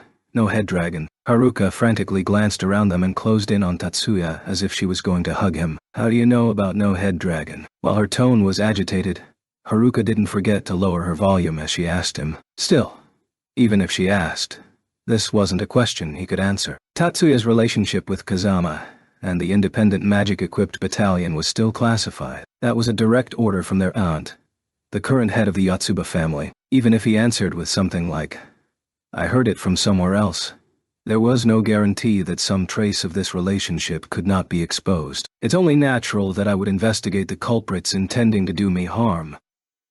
Hence, Tatsuya chose this vague answer that could be applied towards anything. Nevertheless, Haruka correctly interpreted this to mean the recent obstructions in the 9 schools competition. What devilry are you up to now? Public safety and internal affairs have both been mobilized for this case. There's no need for Shibakun to act on this. Haruka was still whispering. From their posture, any bystander would mistake this for a troublesome relationship. Miyuki posed no difficulty.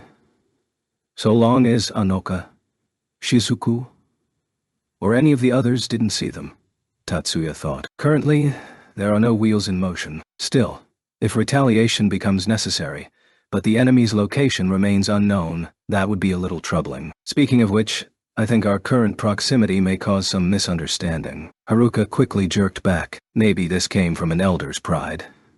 But she was using a placating smile to cover her internal discomfiture. It's about time to seriously advise her to abandon the intelligence work, Tatsuya thought. That being said, he never thought of retracting his request. Insurance, is it? That interpretation would be acceptable. After carefully examining him, she swiftly nodded. Understood. Give me 1 day. Impressive. You only need 1 day. This was pure, worry-free praise. Haruka was someone who wore her heart on her sleeve and could only smile in embarrassment. As Tetsuya dragged the electric carrier back to the pavilion, the students on duty all gazed at him with interest, completely ignoring the fact that he was the center of attention. Tatsuya retrieved something from the bag.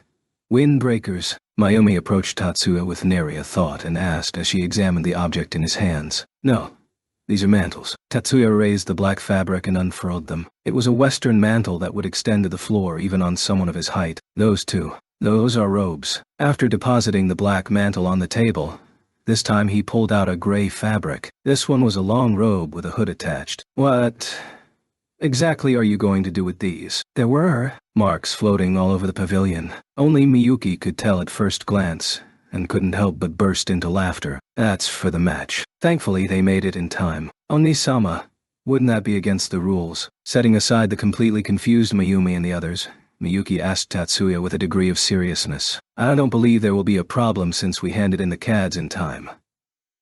The rulebook didn't say that we are forbidden from wearing uniforms inscribed with magic themselves. Hearing his answer to Miyuki, the number of marks on Mayumi's head increased by 1 as she asked Tatsuya. Magic inscriptions. Correct. This is done by combining the principle of engraving magic with the mediums from ancient magic. The mantle and robe include enchantments that facilitate the user using magic. Supplementary effects.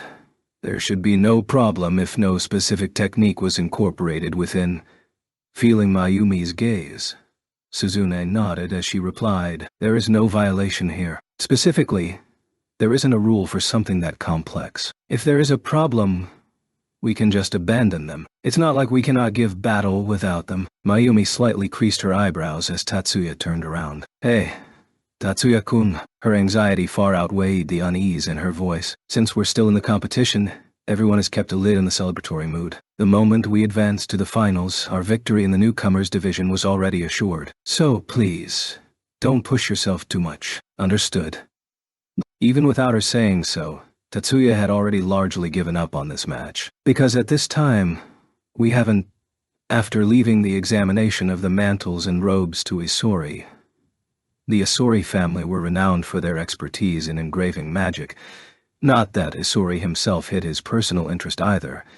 Tatsuya left the pavilion to relax himself. When he was appointed as one of the substitutes, the mission he received from Mayumi was to clinch First High's victory in the newcomers division. The moment they advanced to the finals of Monolith Code, in other words, right now, Tatsuya had already accomplished his objective. He was carefully warming up to prevent injury during the match. Bruises or scratches were meaningless to him, but if there was a major fracture or artery being severed, he had to take precautions against his classified abilities automatically activating, even if he could voluntarily halt the process.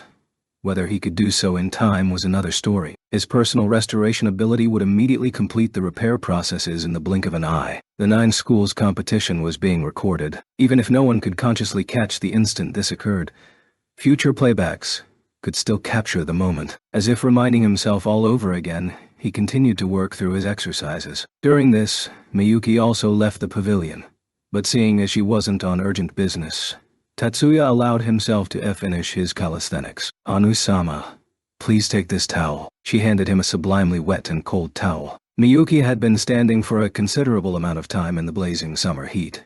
Yet the towel felt as if it was freshly removed from the icebox. Upon learning that this was her area of expertise, this fact was no longer surprising. By paying attention to all the minute details, she was certainly a sister who pampered him, Tatsuya thought. In normal circumstances, hordes of men would undoubtedly pursue her at the cost of their lives. No, even in the present, his sister was still probably capable of sending men to their doom with a word. Even setting himself aside, Though he would probably be the first man into the breach, Tetsuya felt a slight chill as he considered his sister's future. Onusama, is there something on my face? Even though she didn't seriously believe that something was on her face, Miyuki had no other way of interrogating her brother, who was watching her with an indecipherable expression. Tatsuya didn't answer. Answering would only muddy the issue. Oni-sama.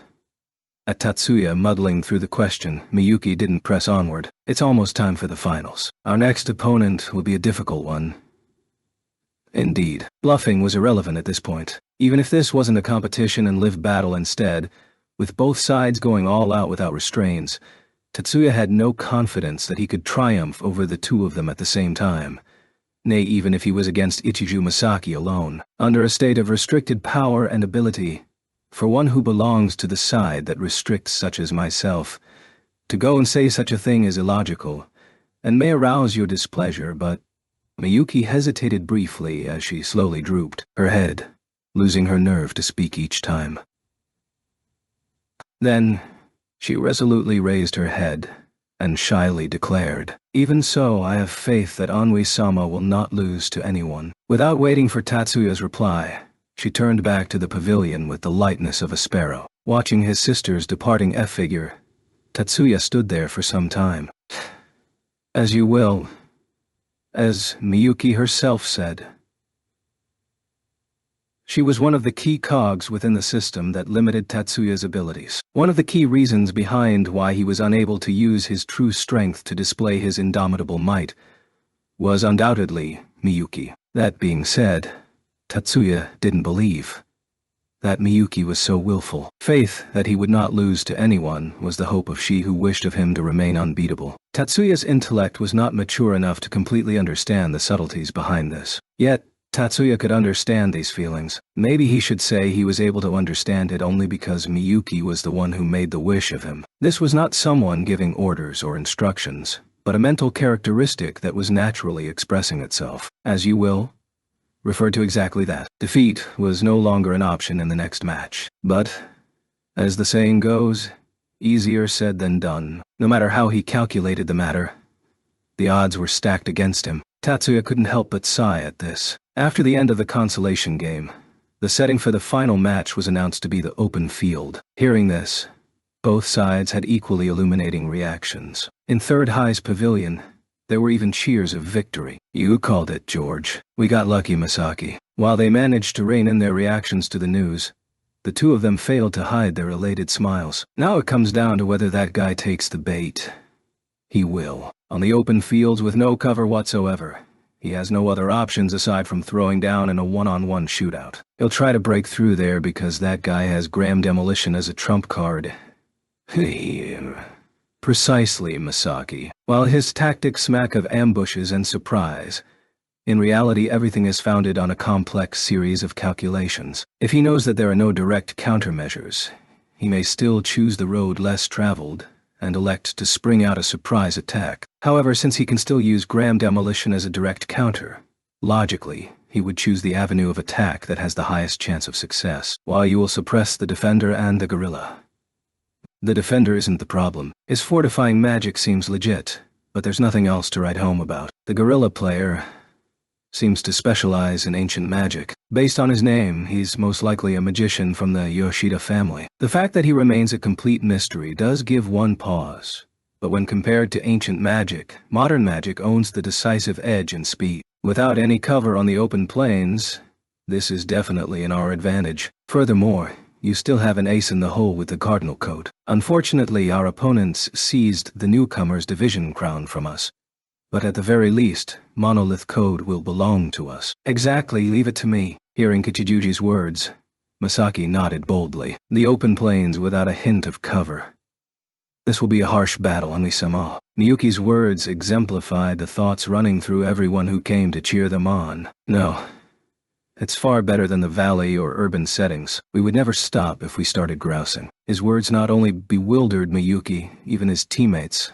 Leo and Mikiko turned around in confusion, prompting Tetsuya to launch into another explanation. The Ikiju family's rupture is a technique that transforms liquids into gas, using the expanding force to wreak havoc. For members of the Ikiju family, using water vapor to initiate explosive attacks is the simplest of tricks. For Ichiju-kun, the Valley Arena is synonymous to preparing a gigantic keg of explosives for him. Likewise, an urban setting would be filled with water pipes. On the other hand, the open plains have no fluids that can be turned into explosives. Even the prince himself wouldn't be able to call up water from underground to create explosions. Of course, the woodlands or rocky areas would be more preferable, but we should be thankful that it wasn't the valley, which would be the bleakest condition for us. While the Year 1 students all wore a "that's how it is" expression, the upperclassmen still wore grim faces. Still, you're still forced to fight on an open field with no cover against a magician who specializes in bombardment, so this disadvantage remains. Shiba, do you have a plan? After Mayumi's question, Hattori also spoke up. Hattori actively striking up a conversation with Tatsuya was an incredibly rare event. Similarly, Tatsuya wasn't able to completely hide his shock at this turnout. Hence his response was half a beat slow. If they insist on using their original tactics, honestly, I don't see how we can turn that around. However, Ichiju-kun seems to be particularly fixated on my presence. If I can get into close combat range, then I have a few options. Isn't close quarters combat forbidden? I'm in the clear so long as I don't touch him. I have a few tricks up my sleeve. At Kirihara's question, Tatsuya smiled without much confidence. The finals for the newcomers division monolith code.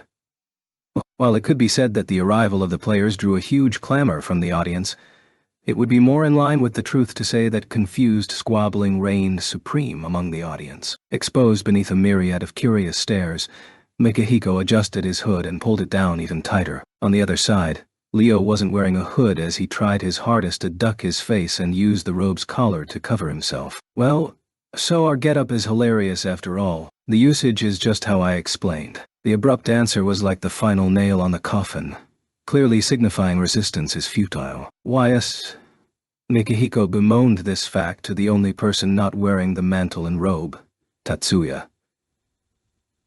As the vanguard, there's no point in wearing anything that would obstruct physical movement. Regardless, Mikihiko's objection was easily turned aside by combat practicality. That scoundrel. She must be laughing herself silly now.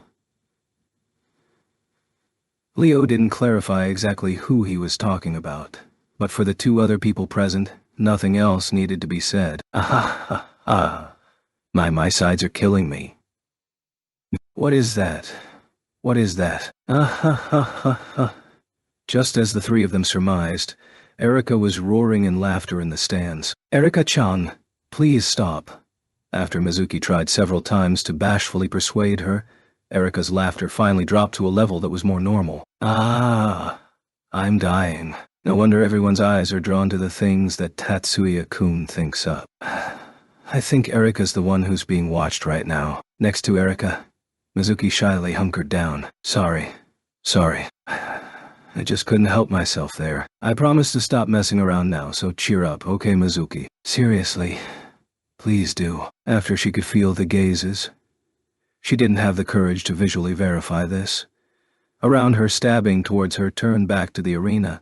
Mizuki finally raised her head. But what exactly is that? Since there were no obstructions on the open plains, the audience could directly view the entire arena. Even so, the distance was still far enough that details were hard to make out. So everyone watching the large screens for details on the players' expressions. Just like in the other competitions, Erika was watching the images on the main screen that depicted Mikihiko and Leo standing in First High's territory. After watching for a few more seconds, she shook her head as if to say, might as well raise both arms now. Nope. Well, I still can't tell what they're trying to do.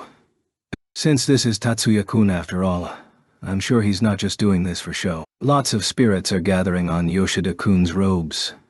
An unexpected response answered her murmuring. Erika turned to one side and sucked in a breath as she saw Mizuki remove her glasses and an incredible light dancing in her eyes. While a minority in the audience believed that Leo and Mihiko's garb was out of date, or from the wrong century, very few people laughed outright in derision. The thought that dominated the minds in the audience was what were the robes and mantles being used for. Still, for their opponents, they couldn't just use the word curiosity to wave it off. Are they just doing this for show? Hearing their teammates' speculation, Masaki and Kichijuji both shook their heads. That guy's George's background. Is this his solution to invisible bullet? It's true that my magic doesn't have much in terms of penetrating power. Still, it's not so simple that a mere piece of cloth can stand against it. So it's hard to believe that he would rely on such an amateurish countermeasure. Or this is done to make us think there is some strategy at work here. That possibility is not altogether zero, yet Masaki's words became vague. I don't understand. Was he saving this all this time for this moment?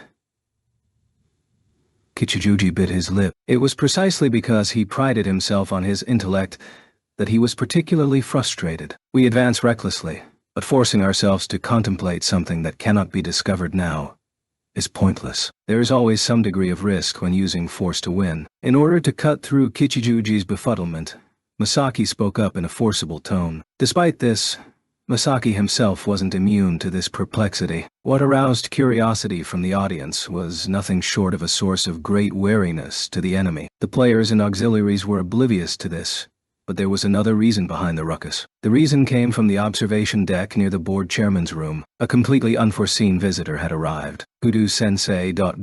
Why are you here? Elder Kudu, who usually watched the matches from the screens in the VIP lounge near the main headquarters, had personally come to the visitor's observation deck. Even I like to occasionally come here for a look. Kudu-retsu nodded generously to the board members that all stood to welcome him and sat in the leather chair that was hastily prepared for him. Of course, it is our honor to host you here, but why now? In face of this silent query, Elder Kudu frankly replied, "It's nothing really. I just noticed a rather interesting young man." The moment before the match begins was undoubtedly the time when a player was at their most nervous. No matter how confident they were, or how great their odds were, all things became questionable at this time. This was no playoff that was the best of a series. This was single elimination where everything came down to the line in one match. So it was only natural to be uneasy at being uncertain of their opponent's strength. That being said, their nervousness vanished the moment the starting signal sounded. Once the battle was initiated, there was no room for further doubt. Once the signal was lit, both sides began bombarding one another. They were using long-range magic attacks. The audience was overjoyed at this result, whereas the supporters in First High's stands were shocked into silence. There were approximately 600 meters between the two fields. The distance was shorter than the woodlands or valley settings, but in terms of range for firearms, this was still a stretch for the effective firing range of assault weapons. This was the range for sniper rifles. At the same time, both sides were firing at one another with CADs shaped like automatics as they steadily approached one another, step by step. Tatsuya was dual-wielding twin pistols just as he was during the preliminary and semi-final rounds. On the other side, Masaki had swapped out the generalized CAD he used during the semifinals for a specialized CAD. While the CAD in Tatsuya's right hand was responsible for intercepting enemy attacks, the CAD in his left was retaliating. Realizing this, Masaki abandoned his defense and concentrated on attacking. The ensuing result was the originally disparate gulf in firepower widened even further. Compared to Masaki's shots that possessed the power to decisively end the engagement, Tatsuya's shots could do nothing aside from trying to tie up his opponent. However, his attacks were not telling. This level of oscillation-type magic was too weak to rate actual defense, as a magician's unconscious data fortification would protect themselves. The number of attacks was also overwhelmingly inferior. Despite having many tricks up his sleeve, Tatsuya was undoubtedly weaker in terms of pure technical skills. Yet, not only was he exposing himself to his opponent's attacks, he was accurately shooting down each of the incoming attacks at a distance that the naked eye could barely ascertain. Just this point alone was awe-inspiring. Such courage. A nameless Year 3 male student quietly gasped. "Is he really a Course 2 student?" a female player asked one of her teammates. The upperclassmen were expressing their surprise, not because of the strength of his magic, but because he maintained his mental concentration despite suffering severe bombardment from his opponent. Yet, Mayumi, Katsuto, Suzune, Asua, Hattori. Each of them wore grim faces. Right now, both sides were still feeling each other out. But every step Tatsuya took forward put him more and more on the defensive, and subsequently he was retaliating less and less. This point was blatantly obvious to all of them. Compared to the players and members of First High, Kichijuji felt an altogether different shock in Third High's territory. Tatsuya was currently using oscillation-type magic. Yet, in the 3 matches leading up to this moment, Tatsuya was using non-systematic and weight-type magic. He managed to alter the design of his activation sequence in a mere 2 hours.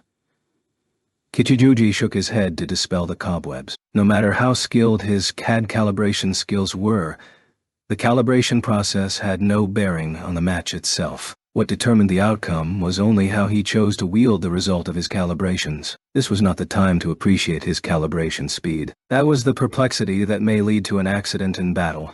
Proceed as we discussed. I'm heading out. Understood, leave the rear to me. He hadn't even noticed his hubris towards the enemy team before his eyes. Kichijuji looped around Masaki's rear and charged towards First High's territory. Since Kichijuji charged out of Allied territory, the match had entered a new phase. Nonetheless, the audience's attention was largely still focused on Tatsuya and Masaki's ongoing struggle. To be able to endlessly release powerful magic, Masaki's talent was truly worthy of praise. Regardless, Tatsuya's Gram demolition that unerringly struck down Masaki's magic was even more moving. Few members of the audience were aware of high-level counter-magic like Gram demolition. Gram demolition demanded an excessive scion count, so even researchers specializing in the field had few opportunities to catch a glimpse of this magic. Even without knowledge on the subject, the large screen that displayed the scion movements clearly showed the scene of brilliant scion shells striking, shattering, and then erasing the compression-type magic sequences. This was a glorious,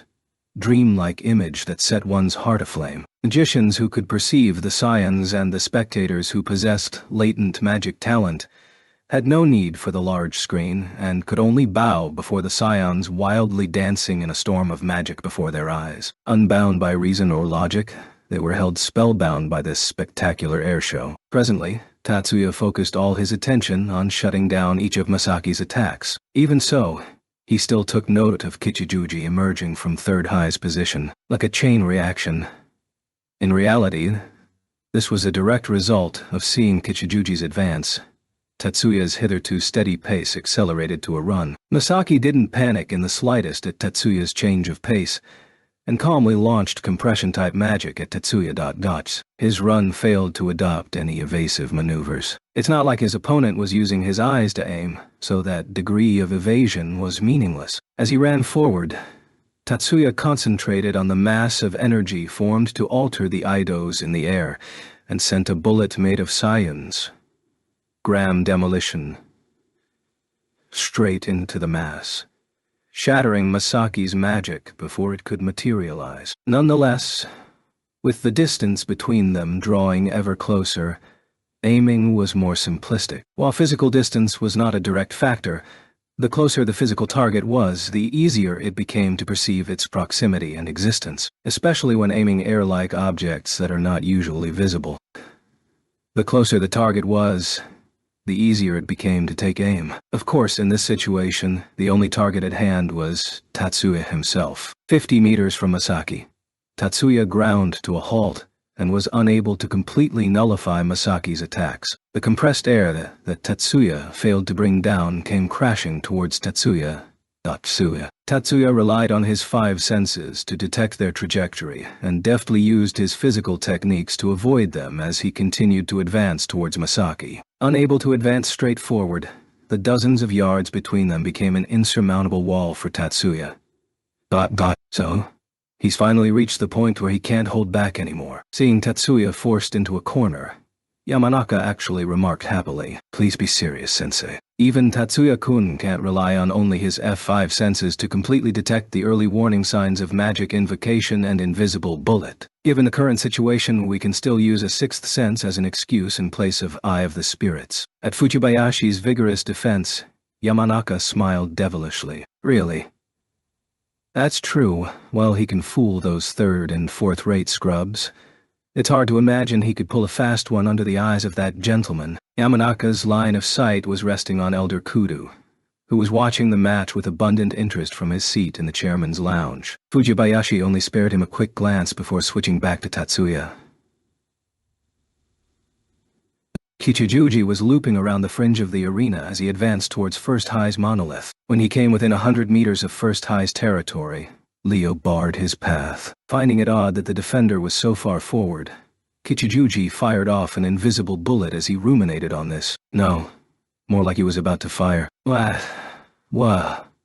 In front of him, a black wall obscured his gaze. Leo had removed his mantle and held it unfurled before him. A metallic plate flashed towards Kichijuji's flank like a storm of blades. Facing the flying blade from the weaponized integrated CAD, Kichijuji immediately activated move-type magic and sprang backwards to avoid the blow. On its heels, a powerful gust chased after him. Kichijuji used weight-type magic to reduce inertia his body was suffering and used the force of the wind to reduce the gust attack. Ha!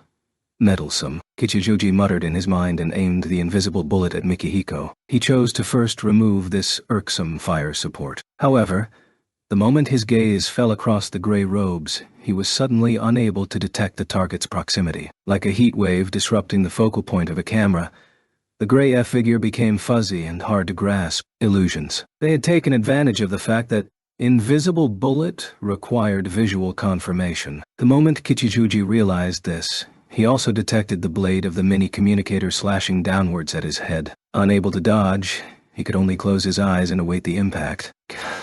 Gah. Yet, Leo was the one who cried out in pain, as if all the air had been forcibly expelled from his lungs. The blade Leo swung was sent off target and buried itself into the earth. Leo was flung aside by the blast and crumpled to the floor. Misaki. He was saved. Sparing the words of thanks, Kichijuji called out the name of his protector. Kichijuji, who had completely fallen into the enemy's trap, was plucked out of danger by Misaki, who was still bombarding Tatsuya's position. His fingers quickly danced across the screen of his CAD as Kichijuji brought up weight-type magic. The force of gravity abruptly intensified, sending Mihiko plummeting downwards helplessly. Kichijuji abandoned fixating on his favorite magic and poured on the magic to crush Mihiko into the earth. Completely suppressed, Mikihiko could only expel the crushed air out of his mouth. Tatsuya did not idly watch this scene pass by. The split second that Misaki diverted his attention to Kichijuji, Tatsuya immediately closed the gap to within 5 meters. For someone with Tatsuya's physical skills,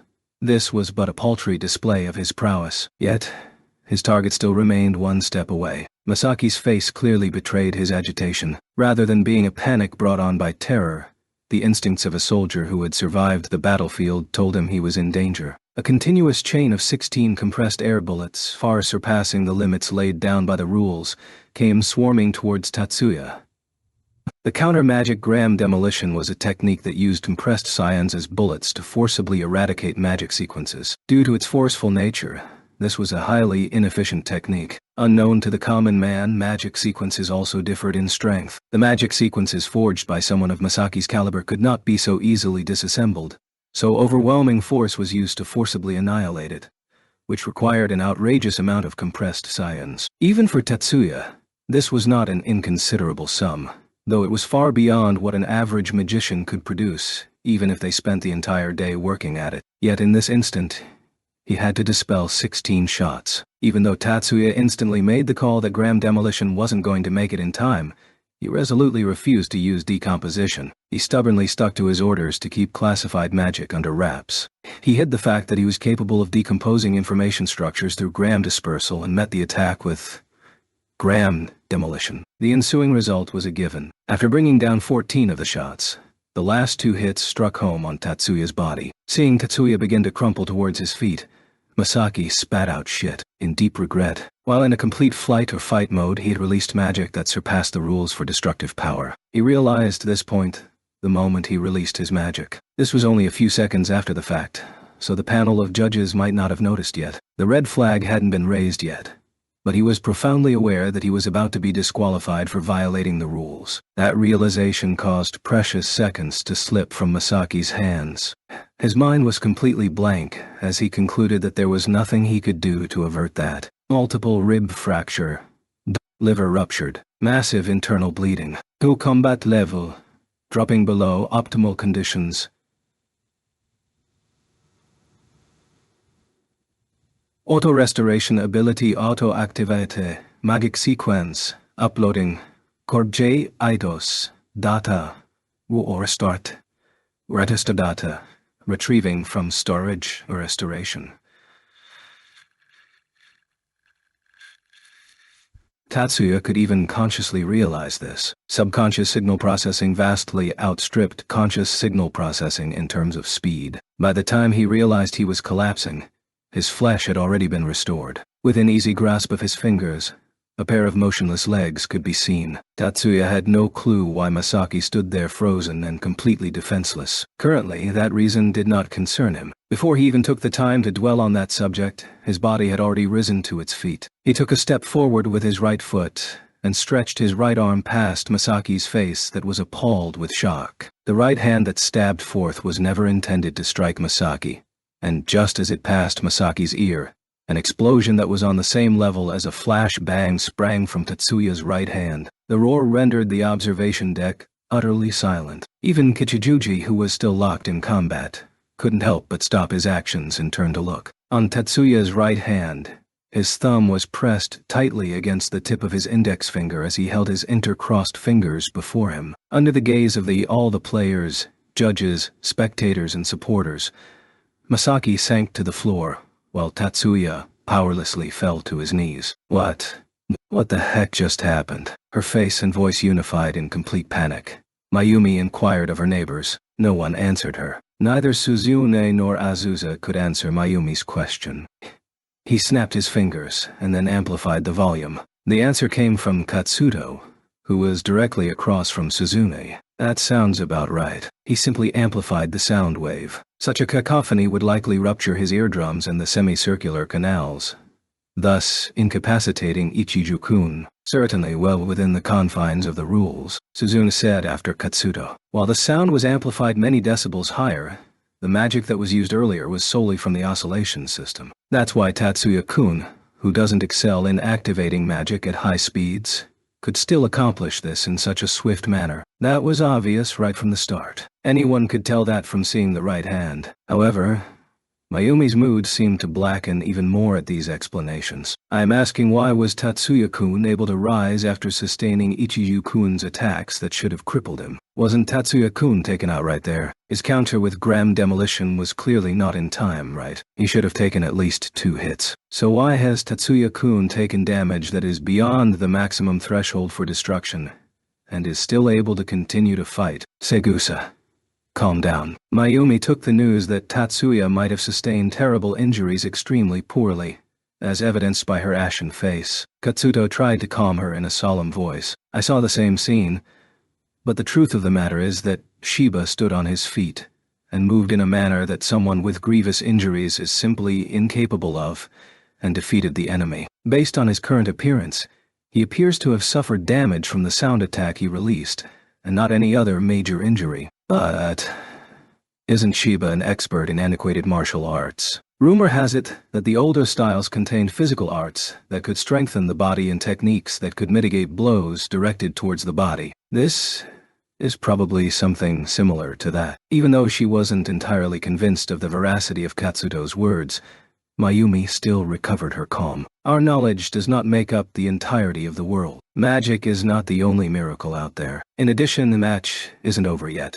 You're absolutely correct. I apologize, Jumonji-kun. Sorry, Rin-chan. As Mayumi was reconciling with Suzune, the battle entered a new phase. No matter when I see his self-restoration, the sight always impresses me to no end. Fujibayashi turned a half-skeptical look at Yamanaka, who was happily remarking on the situation, albeit with an appropriately lowered volume to account for the crowd around them. Did you really see self-restoration actually activating? I, for one, didn't see the scion waves generated by spell activation. Neither did I. I doubt Kudu-sama noticed either. That being said, the speed of his self-restoration ability has long since surpassed the realms of human cognition speeds. After reaching this point, Yamanaka finally noticed Fujibayashi glaring severely at him. No.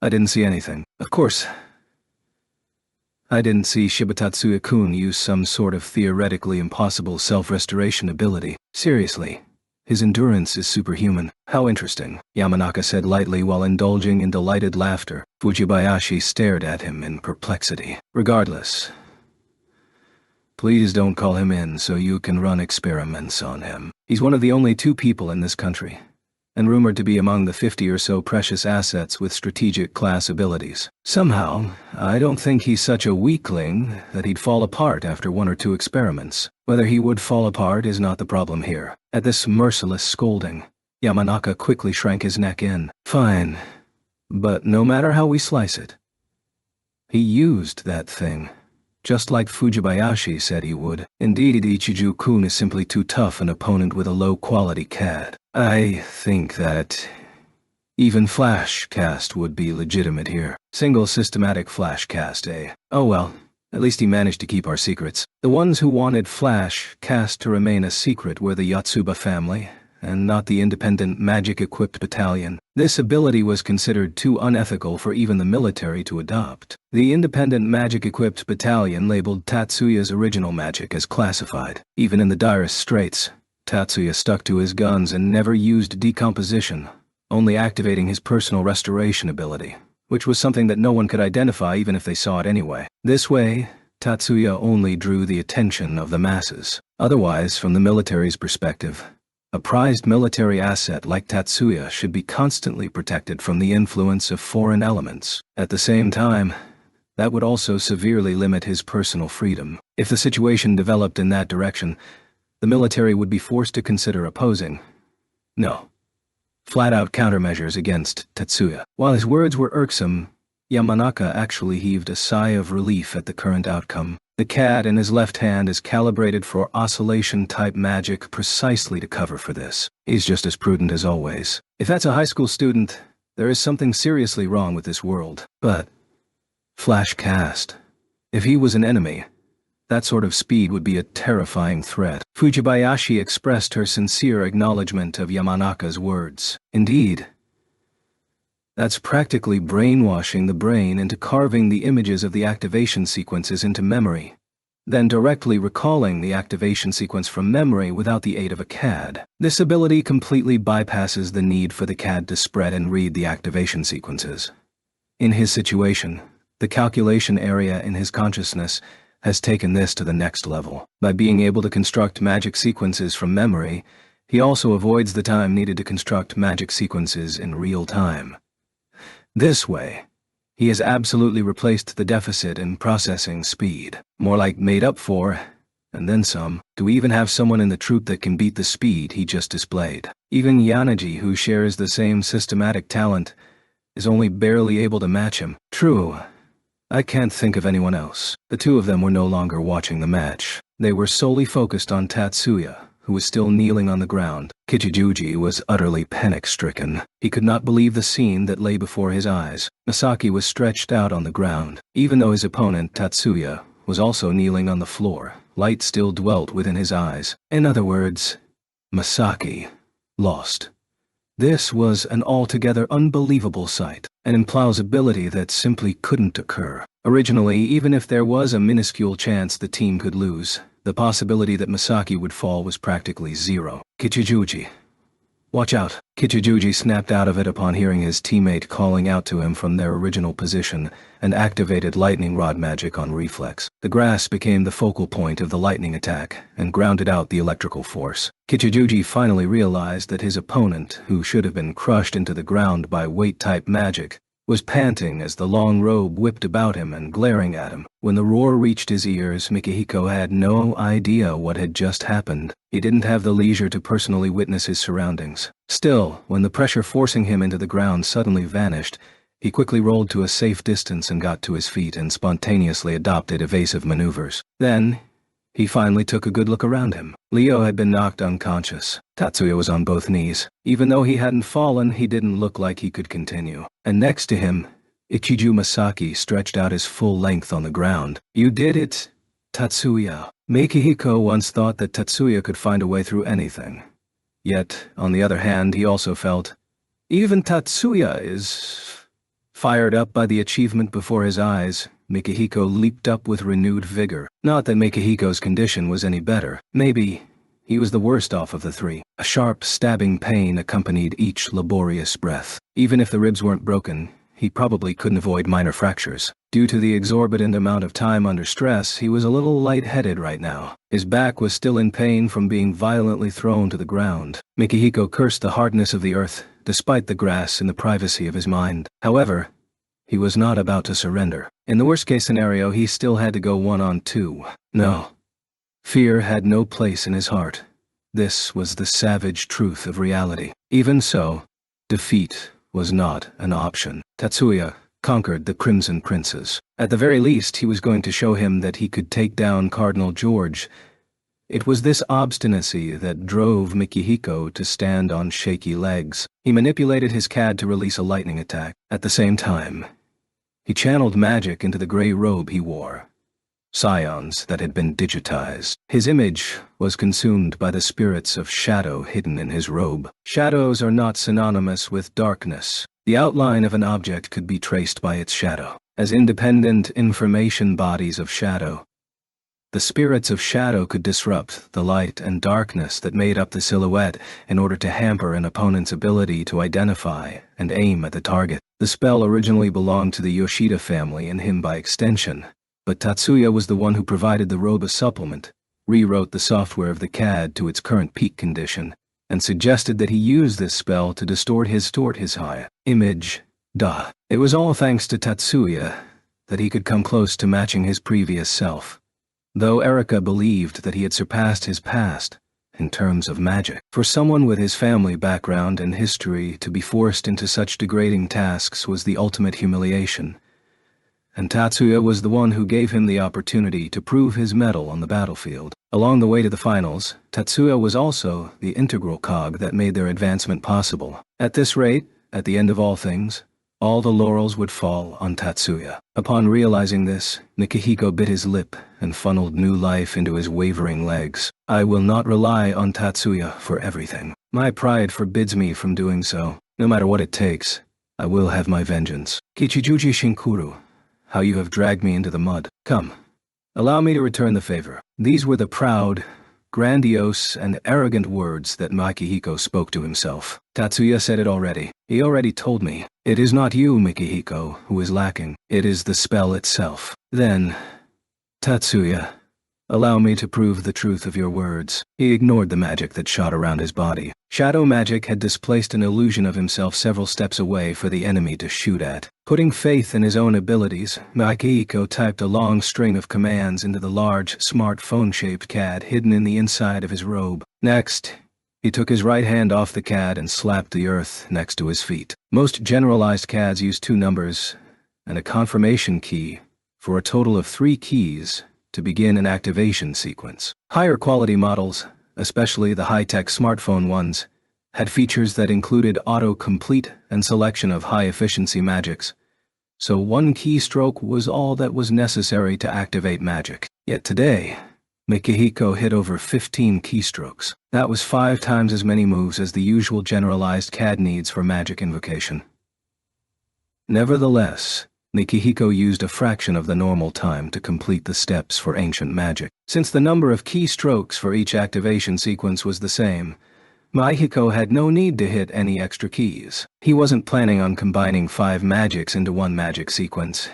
He was setting for the continuous activation of 5 magics. This was a technique that unfolded in increments. It wasn't a simple magic sequence that had 5 magics crammed inside. Inside the code for each magic, there lay instructions to begin constructing the next magic sequence. Each magic would verify the surrounding conditions and pass that on to the next spell, which was a mandatory and critical step for all magicians who wielded spirit magic. This continuous chain of movements didn't require individual verification, but would process everything in a single, uninterrupted string. That was the answer that Tatsuya gave Mikihiko. The earth groaned beneath his hands. Kichijuji was aware that the groaning was not caused by the ancient magic user striking the earth with his hands, but because he had activated oscillation-type magic in the ground. In spite of this, the magister-like appearance and movements as well as their accompanying effect was sufficient to allow Kichijuji to mistakenly perceive that The earth shook when the palm struck the ground. Cracks formed in the earth beneath Mikihiko's hands and rushed towards the location where Kichijuji had lost his balance. The ground was not physically tearing apart, but was being separated by the force exerted within. Theoretically, this was a concept he understood, but for unknown reasons, his mental calculations seemed to have lost touch with reality. Kichijuji used a combination of weight-type and move-type magic, and sought to escape through the air. However, his feet were unable to leave the earth. Grass was firmly wrapped around his ankles. He didn't know of any magic that could command the plants like animals. His heart wavered at the idea of being attacked by unknown magic. This was done by simply commanding the air currents that brushed over the earth's surface to create the image that the grass had wrapped around the target. Yet, magicians who were only familiar with systematic magics would never believe that this was simply a coincidental.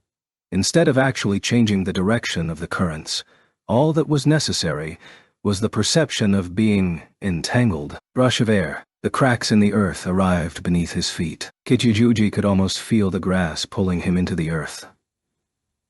These were all illusions. In order to escape from these illusions, Kichijuji gathered every ounce of magic power at his command into a leaping spell, and completely ignored the possibility that all this was unnecessary. He had no need to tear through the cumbersome grass to jump to such a height. Kichijuji was overcome with relief at escaping the mossy hell that had risen to his chin by springing into the sky. In this particular moment, his consciousness had completely overlooked Mikihiko's presence. The opponent whom he was locked in battle with currently did not exist within his attention. This was the decisive opening. Mikihiko had continuously activated 5 magics: Earth Shaker, Earth Splitter, Wild Hair, and Hell. Those were the first 4 spells that Mikihiko used. And for his last attack, Thunder Child.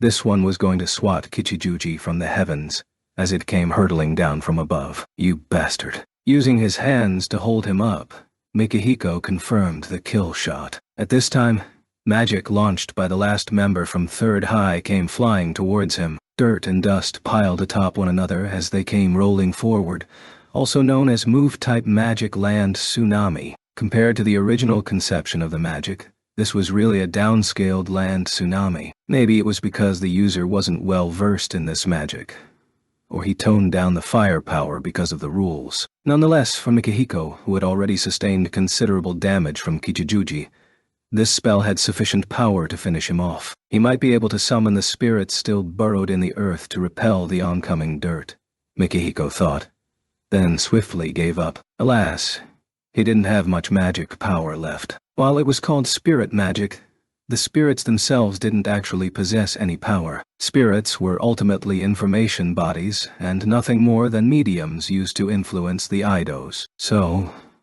we still lost, he thought as he watched the earth rush towards him. Suddenly, Mikihiko's vision was obscured by darkness. With the heavy sound of something colliding into a metal wall, the earth returned to its original position. Mikihiko raised his head towards the black flying object that blocked his view. There, he found his teammate waving his hands and shouting at him. The flying edge of the weaponized integrated CAD had traveled a long distance to take out Third High's last player. Did we win? Yeah. We did, Mayumi asked as if muttering to herself, to which Suzune replied in the same manner. That became the signal. No one knew who started cheering. One person set off 2 others, then 4 people, 8 people.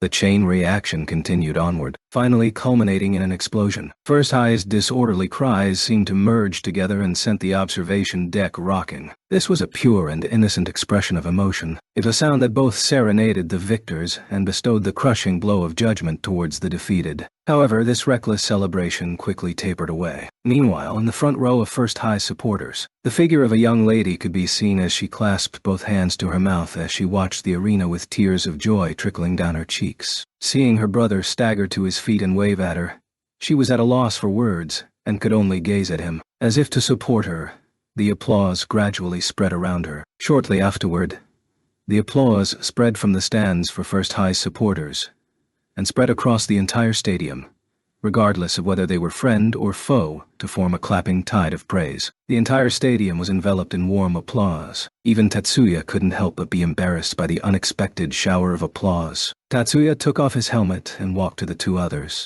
Leo and Mihiko were both waiting for him, neither one of them sparing a glance at the audience stands. Speaking of which, you stole all the limelight. Were you waiting for that to happen? The first thing Tatsuya said as he approached was this accusation of being a glory hound. Yet, regardless of whether it was the recipient Leo, Mikihiko who heard this, or Tatsuya who spoke up, everyone knew this was only to hide their awkwardness. No way, I was really out of it for a while. That's the first time I've taken such a hit since taking a hit from a large motorcycle 2 years ago. What?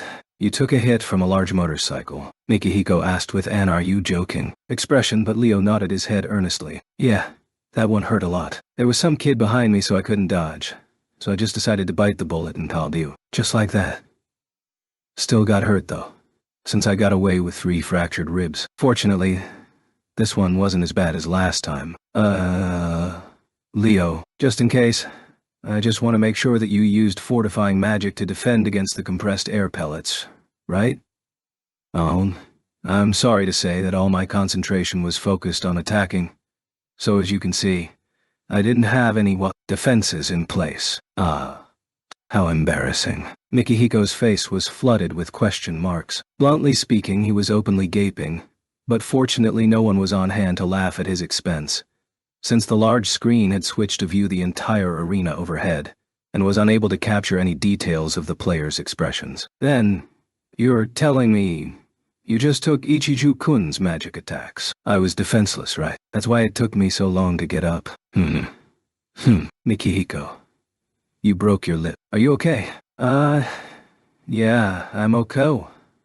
Sorta. Mikihiko could only stand there stupefied at this disjointed conversation and unbelievable confession. However, Leo was in an excellent mood, so he didn't pay much attention to Mikihiko's bewilderment. Speaking of which, Tatsuya, you okay? Sorry. Could you repeat that? I said, Tatsuya, you okay? Eardrums are ruptured on one side. Right now, my ears aren't doing too well. Compared to that, Mikihiko, what's wrong with you? You look like you've seen a UFO. Mikihiko was currently engaged in a mental struggle over was he the strange one? No, that's impossible. Tatsuya, you didn't hear our earlier conversation, did you? I'm sorry.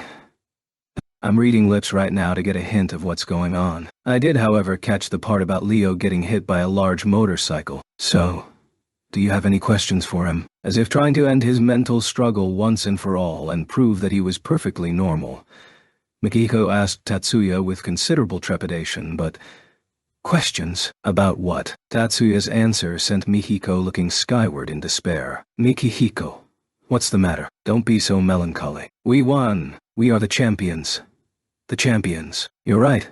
Mikihiko suddenly looked exhausted, which was perfectly natural considering Leo was perfectly at ease, and Tatsuya seemed to mirror that sentiment. Seeing those two, Mikihiko thought, in the end, the final gasp was not decided by magic power or spells, but by physical endurance. Upon seeing the two others finally give in to the undying applause and stand there side by side, shoulder to shoulder as they waved back in response, despite their embarrassment, Mikihiko was painfully aware that, I need to train a lot more. Chapter 11. The celebrations for both the newcomers division and overall victories happened at the same time. The 3 replacements who took first place and were directly responsible for the triumph in the newcomers division were all injured in the finals, so this wasn't exactly the time for reckless celebration. Even with that in mind, the real reason was even though overall victory was assured, preparations still needed to be made for tomorrow's Mirage Bat event. Hence, they didn't have time to really celebrate. Thanks to First High's newcomers turning the table, the difference in score between First and Third High grew even further. Currently, the difference was 140 points. For tomorrow's Mirage Bat event, First place earned 50 points. Second place received 30 points. Third place gets 20 points.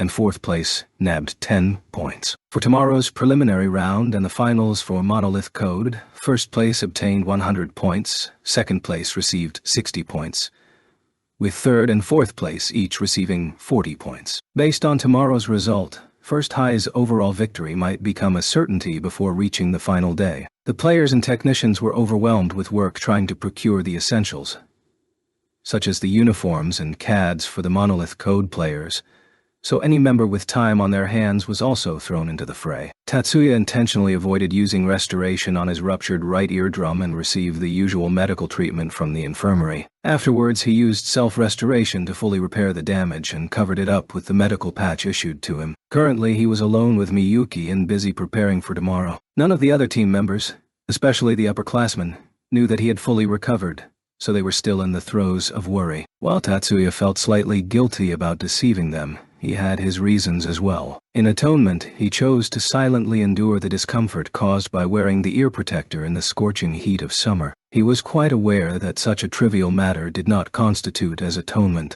Still, even though they were overwhelmed with work, this could not compare to the sheer madness from the day before. Scratch that. Maybe it wasn't even close. Yesterday evening, he had to fully equip 2 people from scratch. 3, including himself.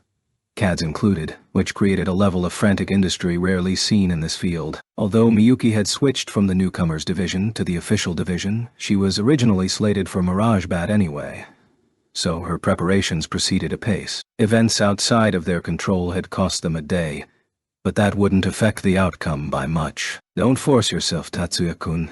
Take a break. You already pushed yourself too hard yesterday. Miyuki-chan, you too. If you always work so hard, we'll never stop incurring injuries. Tatsuya expertly completed the CAD examination. Along with Miyuki, he was practically forcibly expelled by Mayumi and Suzune, drawing today's activities to a close. Elsewhere, at this time during the same night, another group of people were plagued by insomnia as they were backed into a corner. At this point, First High's victory is practically written on the wall. Fuck that. Do you want to give up? Do you want to sit down and die? If First High wins like this, we're going to lose over $1 billion in US dollars.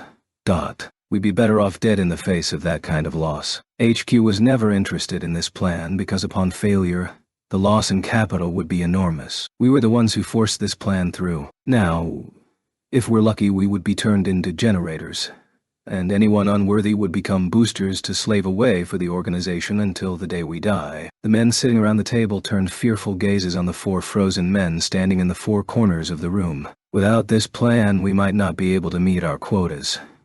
But I think we overreached ourselves. This isn't the time to say that. In that case, let's do it, by any means possible. He's right. We already spent considerable energy forcing the favored candidates to lose their matches. By now, we shouldn't hesitate to adopt more brutal tactics. Even if our customers are suspicious, so long as we don't leave any evidence behind, those are only empty accusations at the end. Now we go all the way or bust. Send agents to the assistants. For tomorrow's Mirage Bat, force all of First High's players to withdraw, by any means possible. They won't die if they're lucky. Otherwise, I guess they weren't lucky. The men looked at one another with maniacal smiles on their faces, their thoughts in accord. The 9th day of the 9 schools competition. The pleasant weather that lasted until yesterday took a turn for the worse, with thick clouds that hinted of rain covering the skies. It was a dark and overcast day. Still, there was no blinding sunlight with the dark clouds in the sky, creating perfect conditions for Mirage Bat. For the players, Miyuki included, this forecast was undoubtedly excellent weather. While this is an ideal condition for Mirage Bat, yet I somehow feel that this is the harbinger of conflict. Hearing Tatsuya murmuring to himself as he watched the skies, Miyuki creased her brows. Is something else going to happen? Since their goal remains a mystery, no evidence of something afoot does not guarantee that nothing will occur. Regardless, Miyuki doesn't need to worry. No matter what happens, only you I will protect to the absolute end. Tatsuya's words had no superfluous meaning. For Tatsuya, his sole purpose was to safeguard Miyuki. To be brutally honest, in Tatsuya's mind, sacrificing the other players was nothing more than a method to the madness. However, Tatsuya probably gave thanks that no one was around to overhear their conversation. If a third party was present, if someone saw Tatsuya watching the sky and, out of his sight range, Miyuki drooping her head in embarrassment while wearing a thoroughly delighted smile as she drifted towards him, they might report the siblings for him. The crime of homicide by headaches. Miyuki was set to appear in the second match. Actually, appearing in the first match with the maximum amount of rest was the best case. But now that Tatsuya thought about it, not everything goes their way.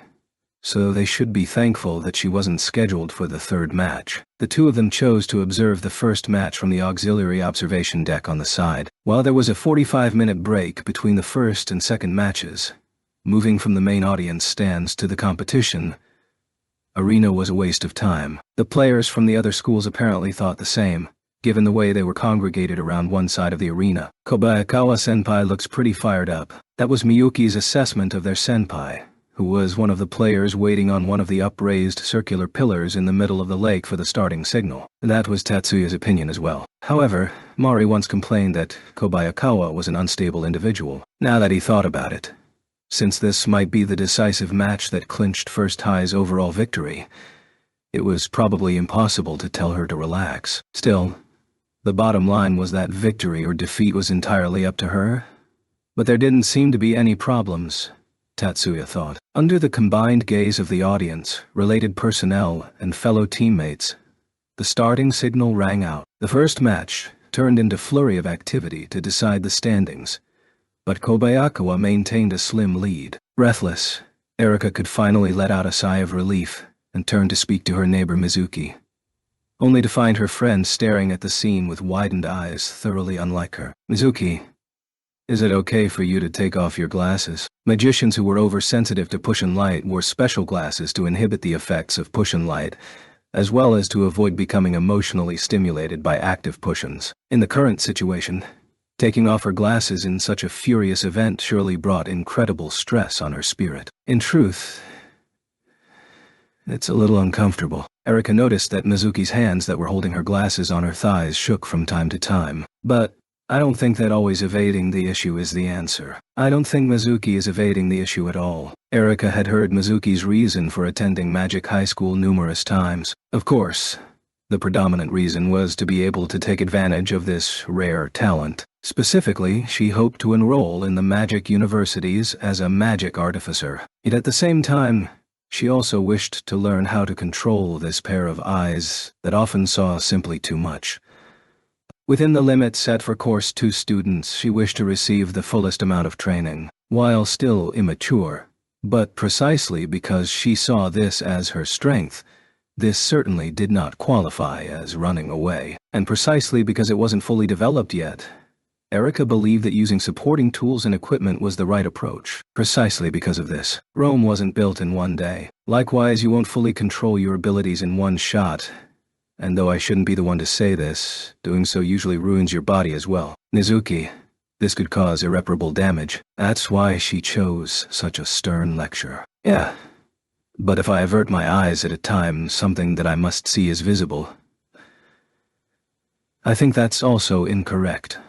In spite of this, Mizuki still kept her glasses on her lap. When Watanabe-senpai was injured, if I was watching carefully, I might have provided some assistance to Tatsuya-kun and the others. So this time, you're keeping watch in case another incident occurs. Exactly. You know, I think Miyuki will be perfectly fine. That's because if something was wrong with Miyuki, there's no way that could escape Tatsuya-kun's eyes. However, he's simply unable to handle all the other players today. In addition, he was overworked yesterday. So if the other players ran into trouble, Tatsuya-kun wouldn't just sit there twiddling his thumbs either. That's most likely the case. He looks cold on the outside, but he's a good guy on the inside. Tatsuya-kun's warmth comes from looking after his friends. Yes, I got it. If not towards his friends, he would definitely be the sort to make the coldest, most objective decisions. Erika kept that thought to herself. She pressed both palms together in front of her and sought to comfort the slightly annoyed Mizuki. Mikihiko, who was sitting on Mizuki's other side, interjected upon hearing their conversation. I understand Erika's concerns toward Shibata-san, and share the same belief that Tatsuya has. Shibata-san's eyes are undeniably the most reliable tool to prevent someone using spiritual magic to hinder the competition. Since we have a barrier erected around us to dampen the effects of push and light, I don't think any residual after effects will linger. Hearing the unnatural eagerness within Mikihiko's words, according to Erika revealed a mischievous smirk. So Miki will protect Mizuki now. If something happens to Mizuki, Miki will take full responsibility now. Of course, that's the type of responsibility men will take for women, right? What? This isn't the time to talk about that. Eat red. Mikiko's furious rebuttal wholly ignored his usual objection to his nickname. Speaking of Mizuki, she was also blushing a deep red and seemed to be at a loss for words. You truly are an evil woman. On the other hand, Erika utterly ignored the sighs and annoyed scoldings coming from the other side of her seat. Between Leo, who was currently being ignored, and Erika, who was feigning ignorance, the usual lively conversation started. At this time, the bell for the second round started. Both of them wore an unsatisfied expression and used their facial expressions to convey their meaning while shutting their mouths to avoid distracting the players and the other members of the audience. Afterwards, shortly after the second round began, that incident happened. Both Kobayakawa and another player leaped at the same time towards a green orb in the sky. Unfortunately, the other player reached the target first. Kobayakawa used magic to stop her leaping momentum. Her body came to a stop in the air. Next, she sought to use magic to return to her starting location, but found another player had already landed at that location. Unruffled, she decided on the closest landing spot and switched the magic sequence to land there. However, her body that was supposed to move in a diagonal pattern fell directly downwards through gravity's influence. Even the spectators in the audience could see Kobayakawa's expression falter as she began to fall. Shock, panic, terror. The magic that was supposed to support her failed to activate. Magic had supported her life to this day, yet suddenly betrayed her at this critical moment. She forgot to even struggle as she plummeted towards the surface of the lake. Even though it was the water's surface, this was still a 10-meter fall. If the landing was poor, this might be fatal. Nor did Kobayakawa appear to take any stance to prepare for landing. Fortunately, this was an athletic competition with 2 or 3 layers of safeguards in place. There were emergency responses in place if a player suddenly lost control of their magic and began to fall. The staff on hand immediately released speed-type magic. From the moment Kobayakawa started to fall until the staff used magic to catch her body, probably less than a second had elapsed. Still, she was less than halfway from the water's surface. This was more than enough to completely crush her confidence. With pitying eyes, Tatsuya watched them carry away his unconscious senpai on a stretcher. The greatest reason why young men and women lost their ability to use magic was because of hazardous situations caused by magic failure and the subsequent distrust towards magic in general. Magic is a power that deceives the world. Magic itself exists outside the truth of the world. Hence, the deception. Even so, if everyone could use their eyes to see magic like Tatsuya, then they could easily believe this deceptive yet truthful power. Nevertheless, for most magicians, especially the chicks and saplings, magic was an immutable, invisible existence. Even if they could see the science, they couldn't see how magic was interacting with their world. In short, they were clueless beyond theoretical knowledge. When I'm using magic, is this really my own power? Every magician in training came across this question during their education. No, this suspicion. Once magic failed to materialize, resulting in danger that relied on magic to avert, this suspicion rapidly turned into belief. See, magic doesn't exist.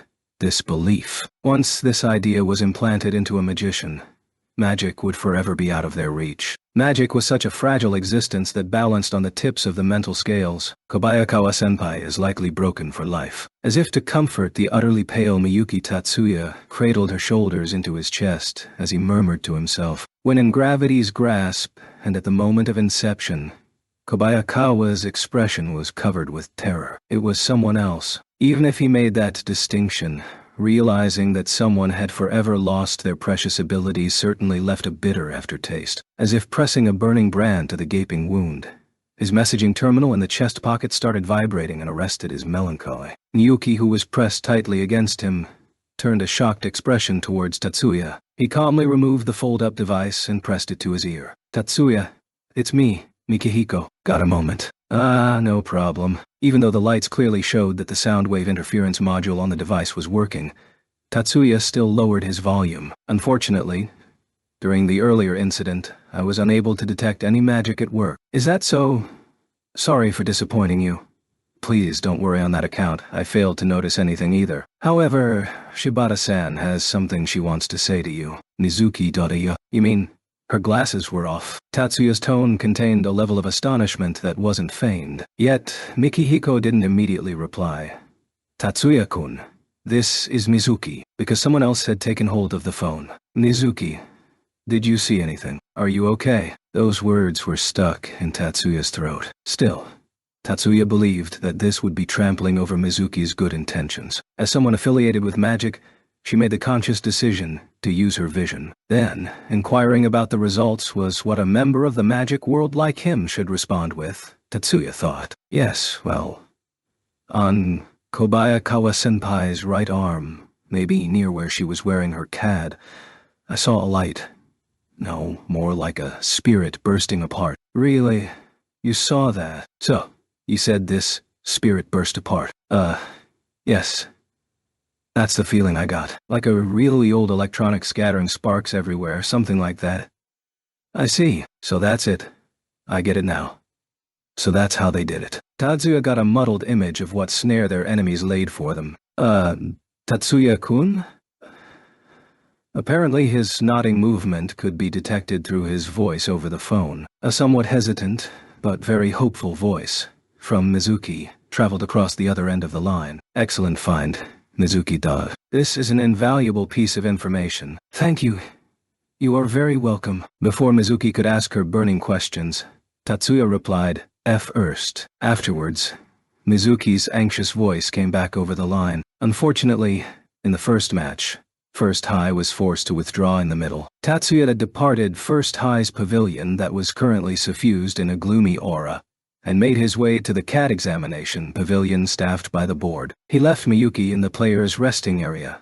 Even in the pavilion, it still counted as a room. Based on the modus operandi, it seemed highly unlikely that they would strike in 2 consecutive matches, and they hadn't directly assaulted the players themselves. On the other hand, players usually focused all their attention on the upcoming match rather than worrying about details like mechanical inspections and the sort. Tatsuya adopted a similar line of reasoning with his companions. CAD examination was a procedure that had been repeated numerous times in the past few days, and should be the area of least hassle or concern. However, his optimism died the moment he plugged the CAD into the examination device. This behavior was completely impulsive. The moment the board member took the CAD from his hands and connected it to the examination device and started operating the controls, instantly, he detected the anomaly. And by the time he realized this, his hand had already dragged the man across the table and thrown him violently to the floor. A pained shriek rang out. Immediately afterward, an angry roar.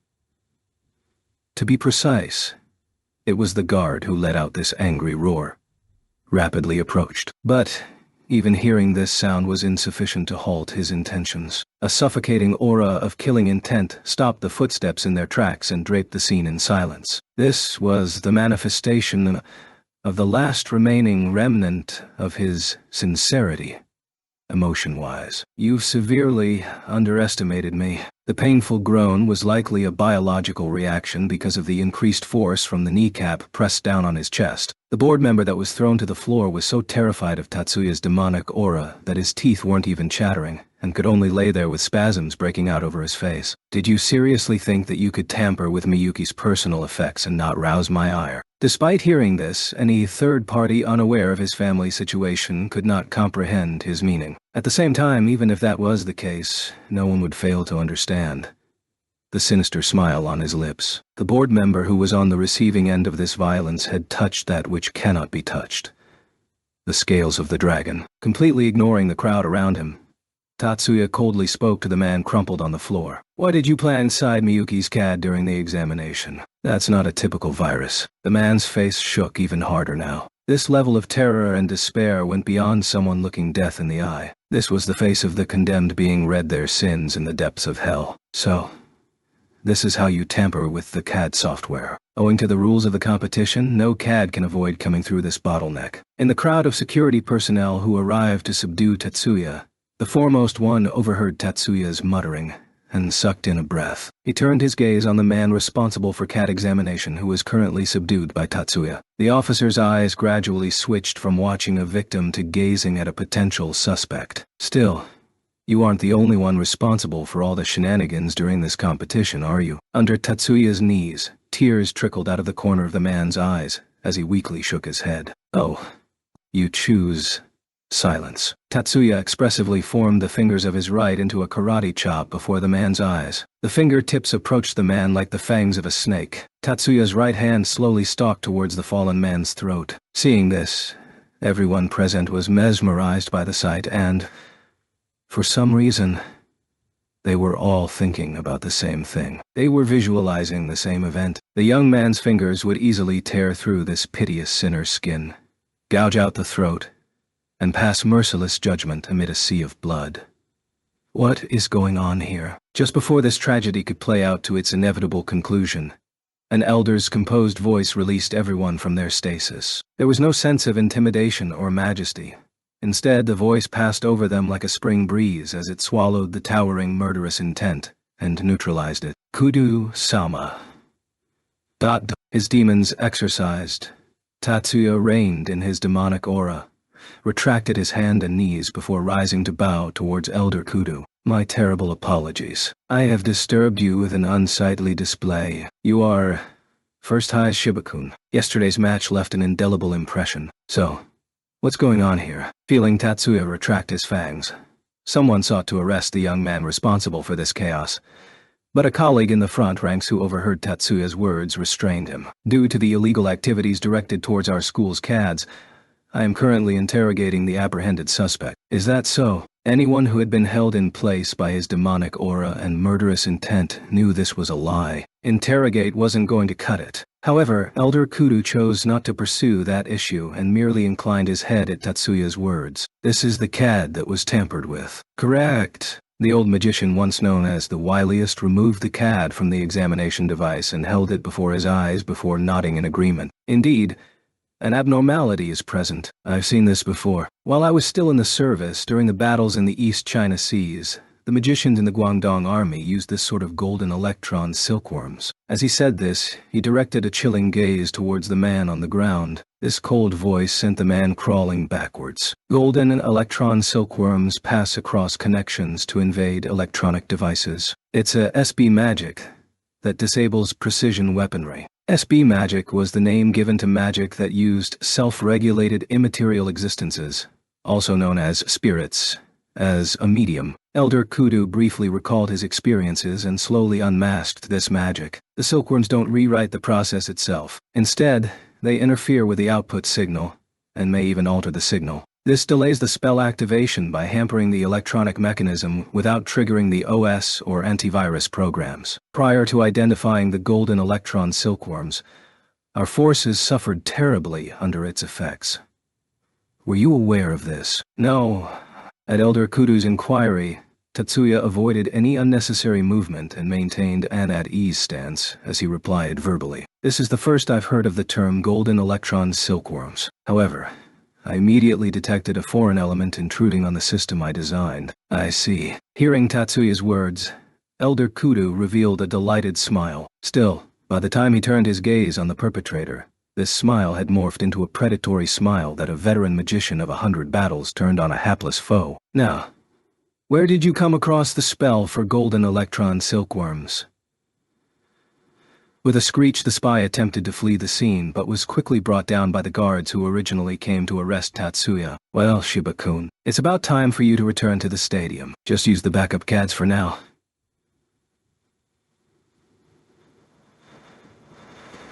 Since this kind of situation has occurred, there's no need for further examinations. Speaking of which, board chairman. At these sudden summons, one of the older gentlemen behind him, that being said, he was still a dozen years younger than Elder Kudu, hurriedly nodded his head. For such an unsavory individual to infiltrate the staff is a scandal of unprecedented proportions. Afterwards, I would like to hear your explanation. The chairman looked ready to faint, but still managed to reply in the affirmative. Elder Kudu turned from his band of followers and once more turned a delighted gaze towards Tatsuya. Chiba Tatsuya-kun, I would like to speak with you sooner or later. Definitely, if the opportunity beckons. Indeed. Allow me to look forward to this opportunity. This was the first encounter between Tatsuya and Kuduretsu. Upon returning to First High's pavilion, Tatsuya was acutely aware that the look sent his way had developed minute, yet definitive, changes. Maybe he should say they have reverted to their original state. The reason he said minute was because they were trying but failed to hide their subtle glances. They felt guilty about seeing him in a different light, yet could not suppress the wavering in their hearts. Tatsuya was no fool. His emotions were merely skewed in a certain direction, with one particular half becoming especially sensitive. Hence, he was slow to accept good intentions, yet very adept at picking up hostility. Currently, he was very accustomed to reading the glances thrown his way. It was the bewilderment, terror, and avoidance one experienced when encountering an unidentified outlier. Andi-sama. Among them, one young lady did not shun him and approached him with subdued voice and expression. "Sorry, I made you worry." That was the only gaze that plucked his heartstrings. How can that be? Wasn't Andi-sama enraged on my behalf? At the same time as she shook her head vigorously, her brushed hair parted slightly. That was fast. Have you heard the details? Tatsuya gently adjusted the loose strands and caressed his sister's head. Shyly, Miyuki dipped her head, but still answered her brother's question clearly. No. That's because, whenever Andi-sama is actually furious, it's always because of me. Her clear answer trailed off into a sob. Tatsuya used one hand to stroke his sister's face and gently raised her head. Exactly. I will only anger for your sake. But, Miyuki, it is perfectly natural for an older brother to be furious for a young sister. In my heart, that is the last scrap of something perfectly natural. So, Miyuki, you don't have to be so sad. Tatsuya released his right hand and pulled out a handkerchief, which he used to dab at the tear corners of his sister's eyes. Besides, wouldn't it be a shame for your tears to ruin such a beautiful makeup job? Today is an auspicious day when you will ascend to the stage. Don't say that. Seriously, Andi-sama, I'm not the only one competing today. This is called blatant favoritism. In spite of the wry smile, the brilliancy of Miyuki's smile was second to none. At least that's how Tatsuya saw it. Seeing his sister's smile restored, Tatsuya was satisfied and at ease. His hands dropped from his sister's face to her shoulder as he directed them inside. When he lifted his head to look at the pavilion, he suddenly felt another subtle change in looks he was receiving. This time, the change was in a more interesting direction. Hidden within the secret glances in their direction was a lukewarm gaze that was both irritated, but unable to take their eyes off of them. Tatsuya-kun. Presently, as if the student council president spoke on behalf of all the students present, Mayumi used an especially cold voice and gaze to welcome Tatsuya. When I heard from the board that one of the students from your school abruptly assaulted someone, I was at wit's end trying to figure out what happened. So, apparently a certain Siscon brother flew into a rage when someone attempted to act against his beloved little sister. While this wasn't a very flattering way to describe the circumstances, Tatsuya got the distinct feeling of someone in the path of a tornado and feeling the cold wind nipping at him. Realizing that he was in a completely inferior situation, Tatsuya helplessly chose to make a tactical retreat. Thus, he quickly retreated into the workroom allotted for technicians. This way, Tatsuya finally managed to avoid being ostracized within First High, though whether this result was brought about by his own will, even he was not able to say. The day broke over a darkened sky and showed no signs of turning for the better by the time the second match started around 9:30 a.m. It's a fine day today. Hopefully, this will continue into the evening. Like it's sunny around the evening. Though starlight presents its own challenges. Oh well. Still better than a rainy day. The siblings' conversation seemed to assume that advancing beyond the preliminaries was a statement of fact. However, Azusa, who was sitting in a nearby chair, seemed completely indifferent with this. Generally, the difference in strength between Year 1 and Year 2 students exceeded the difference between Year 2 and Year 3 students. This was because customized magic education officially began at the high school level. Thus, if not present during the newcomers division, rarely do Year 1 students appear in the official division. Usually, players that were suddenly promoted to the official division from the newcomers division had a tough time getting through the preliminaries, not to mention placing in the standings. That being said, that sort of common sense probably doesn't apply to Miyuki. And on top of that, there's Shibakun as well. Excluding her more timid nature, Azusa was undoubtedly one of the top-tier magicians, chicks, in her cohort. The fact that she was selected as one of the brass within First High, despite her weaker personality, was a testament to her skills. Yet in Azusa's eyes, Miyuki possessed the power to challenge for first place. Just the sister alone was already a formidable opponent with superlative skills. Now there was an older brother who was fully supporting her. Even Mari, the favored champion, would be hard-pressed to defeat her even in peak condition. While Azusa was contemplating these other details, in reality, she was the technician responsible for the third match, which is why she was here so early to help make any final CAD adjustments and system diagnostics. The official division's Monolith Code and Mirage Bat were the final two gender-exclusive events in the 9 schools competition, so each school's personnel were busy preparing for the events. First High chose to pair one player with one technician to handle these two events. To be brutally honest, as a technician, Tatsuya was also Azusa's opponent. However, before the first shot was fired, regardless of who won or lost, Azusa's will to compete had completely evaporated. The earlier incident, the board sent word that Tatsuya assaulted some of the staff. Upon learning this, she was more terrified than shocked. Rather than being surprised, somewhere in her heart she knew, if it was him, even though they were nothing more than recent, casual acquaintances, Azusa believed that he wasn't the type to act violently without cause. On the other hand, if he did have a reason, he wasn't the sort to hold back. This readiness to resort to unbridled savagery chilled Azusa to the core. A considerable proportion of magic usage fell within the purview of the military, both in terms of military strength and active deterrence. Azusa was perfectly clear on this point. But regardless of whether it was the military or public safety, this was still an institutionalized violence. In order to activate this violence, the responsibility was divvied between the decision-maker, the one who gave the orders, the executors, and the supervisors. Yet, he was willing to make the decision, execute, and bear the full responsibility. Perhaps he wouldn't even bat an eyelid if the man had to die, executed with his own hands. She was absolutely terrified of that ice-cold heart forged of steel. The shock came afterwards, when he shared the details behind his actions. He came across illegal CAD modifications and apprehended the culprit on site. The tear-stricken, tortured expression on Hirakawa, the Year 3 student who served as Kobayakawa's technician, was deeply imprinted into Asusa's eyes. That sort of harrowing regret was easy to imagine, and could resonate with anyone. She hadn't noticed that the CAD was tampered with. Due to this, a player suffered a major accident, culminating in an exceptional peer possibly bidding farewell to her powers forever, and being doomed to a broken life. In the face of that, if she was in Hirakawa's shoes, she might have fled the scene and cried herself to sleep in her hotel room, Azusa thought. It was an undeniable fact that Tatsuya was a Course 2 student and, at the same time, a dunce. His technical scores hovered just above passing. During the skill examinations after school commenced, roughly 5 students failed every year.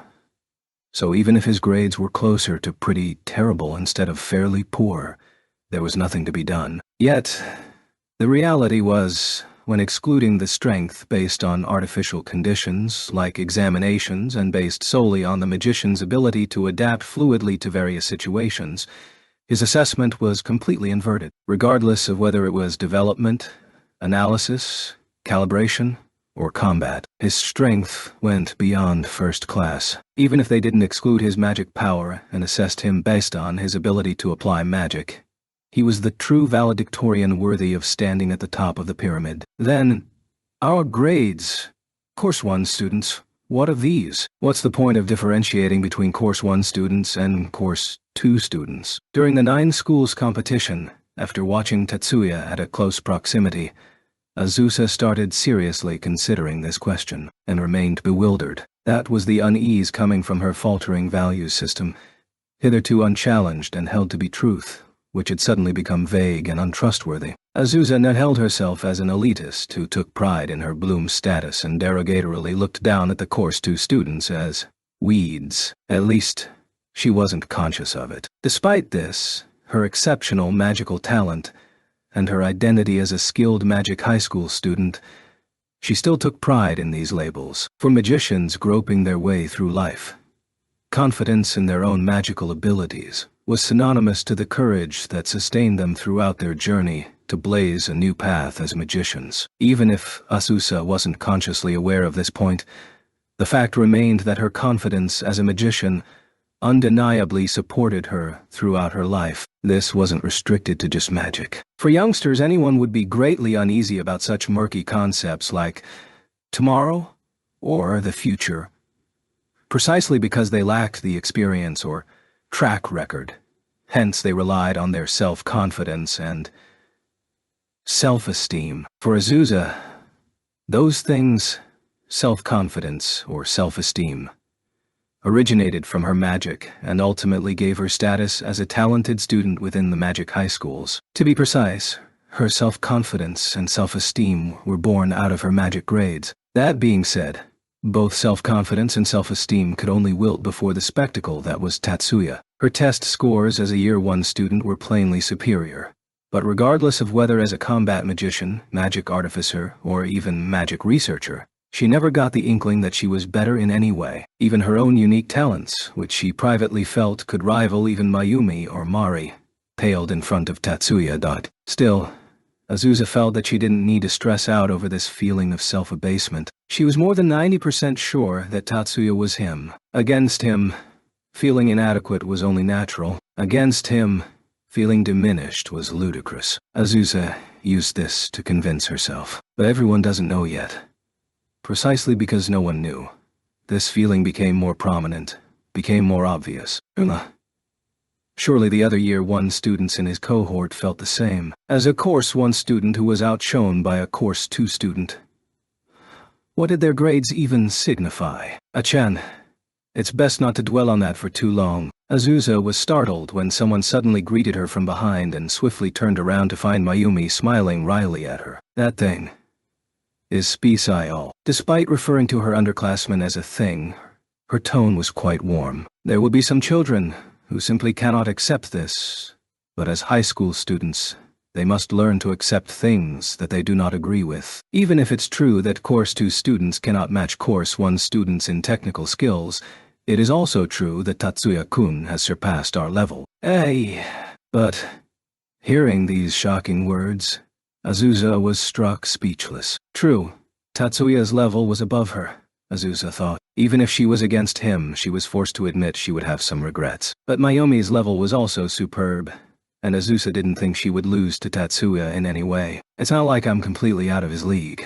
Maybe seeing through Azusa's bewilderment, Mayumi smiled wryly once more. From an aggregate magic perspective, I should have the edge. If it turned into a shootout, so long as I keep a wide berth, I can still do it. After downplaying her words, Mayumi's expression eased somewhat. However, there are areas where I am unquestionably behind. For CAD-related skills, even though I'm not far behind, I'm definitely no match for him. Unfortunately, he also holds all the cards in terms of magic knowledge, Mayumi added carelessly, as if the upperclassman's complete loss of face didn't concern her in the slightest. Everyone is proficient and lacking in different areas, so there's rarely someone who's superior in every single way. When I say Tatsuya's level is higher, I mean that his knowledge and skills in magic engineering are unrivaled. Mayumi caught Azusa's eye in order to carefully examine Azusa's gaze. On the other hand, regardless of whether it is myself or Achan, both of us tower over Tatsuya-kun in magic technical ability. So there's no reason to be so depressed. The contents of the magic skills examination each possess their purpose. Just as the test scores are not representative of a person's value, test scores are only one part of a person's value. Azusa wordlessly listened to Mayumi's words. Then again,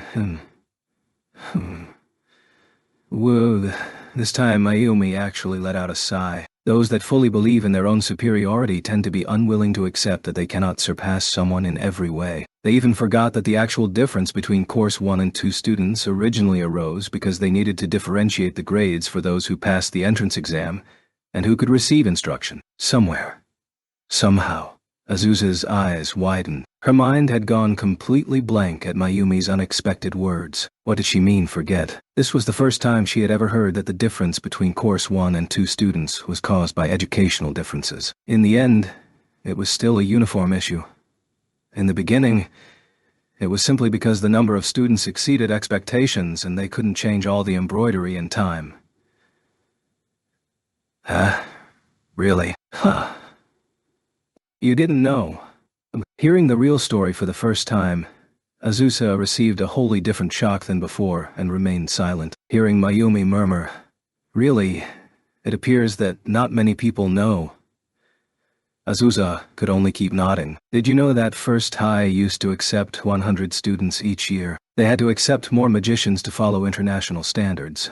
So First High increased their student body size. The government at the time must have wanted immediate results. Adding new students at the beginning of the next school year would have been fine, but in reality, they added more students in the middle of the term. However, the school was unable to increase the number of educators in the middle of the term. So, their temporary solution was to teach the theoretical knowledge to the students who joined in the middle of the term, then begin technical instruction during the second year. This became the course two-student system. However, once the course 2 students enrolled, there was an error in the orders for school uniforms. Because of this, the Year 1 students who were temporarily set as Course 2 students had to suffer the indignity of wearing uniforms without the school emblems. This led to an unexpected misunderstanding. The Course 2 student system was meant to be a placeholder until they could enter the next level. They were simply students who were enrolled after the original spots were already filled. Yet, they were gradually seen as replacements. Also, the plan that called for increased students ultimately failed to provide the adequate instructors, resulting in the misinterpreted replacement treatment eventually becoming reality. This is the true face of the Course 2 student system. The uniforms also suffered the same fate. In order to cover up the error, no one bothered to correct the issue after the original plan was scrapped. This is the truth behind the matter. In hindsight, creating 2 different uniforms was a complete waste. Since everything is done automatically until the school emblems are affixed, it would be cheaper to have one uniform design, even if the measurements differ. Once she started, the words just wouldn't stop. Azusa's sincere opinion after hearing Mayumi's explanation changed drastically. The deep antagonism between blooms and weeds that had caused numerous instances of friction actually originated from such a trivial matter. These words definitely must be kept from Miyuki, Azusa thought. The outcome was too terrifying to imagine. "Please, don't tell Miyuki-chan." Mayumi seemed to arrive at the same conclusion. Azusa nodded in agreement without another word. Miyuki was wholly unaware of the fact that she was seen as a dangerous individual by 2 senpais on the student council. She was standing in the arena and happily waiting for Mirage Bat to begin. That was because this was the first time in the 9 schools competition that her brother's time and energy were solely devoted to her. Normally, by the time they returned home, their lives were restricted to each other. There was limitless time for the 2 of them to be alone. Yet in the dorms of the 9 schools competition, this was impossible. Not that her unfulfilled desire was bursting from the seams. At least, that's what she thought. But after spending such a long time in a suppressed state, her joy was magnified in this instance. In the box reserved for related personnel, her brother was watching her, and watching only her. Somehow, she felt that she could soar into the skies without the aid of magic. She rendered the naked, lustful gazes directed towards her uniform that left none of her curves to imagination into oblivion. There was no reason to care because all stares other than Tatsuya's own were nothing more than trash. Turning the audience into beans, or even onions and carrots, was a widely known tactic that was rather useless to people who suffered from stage fright.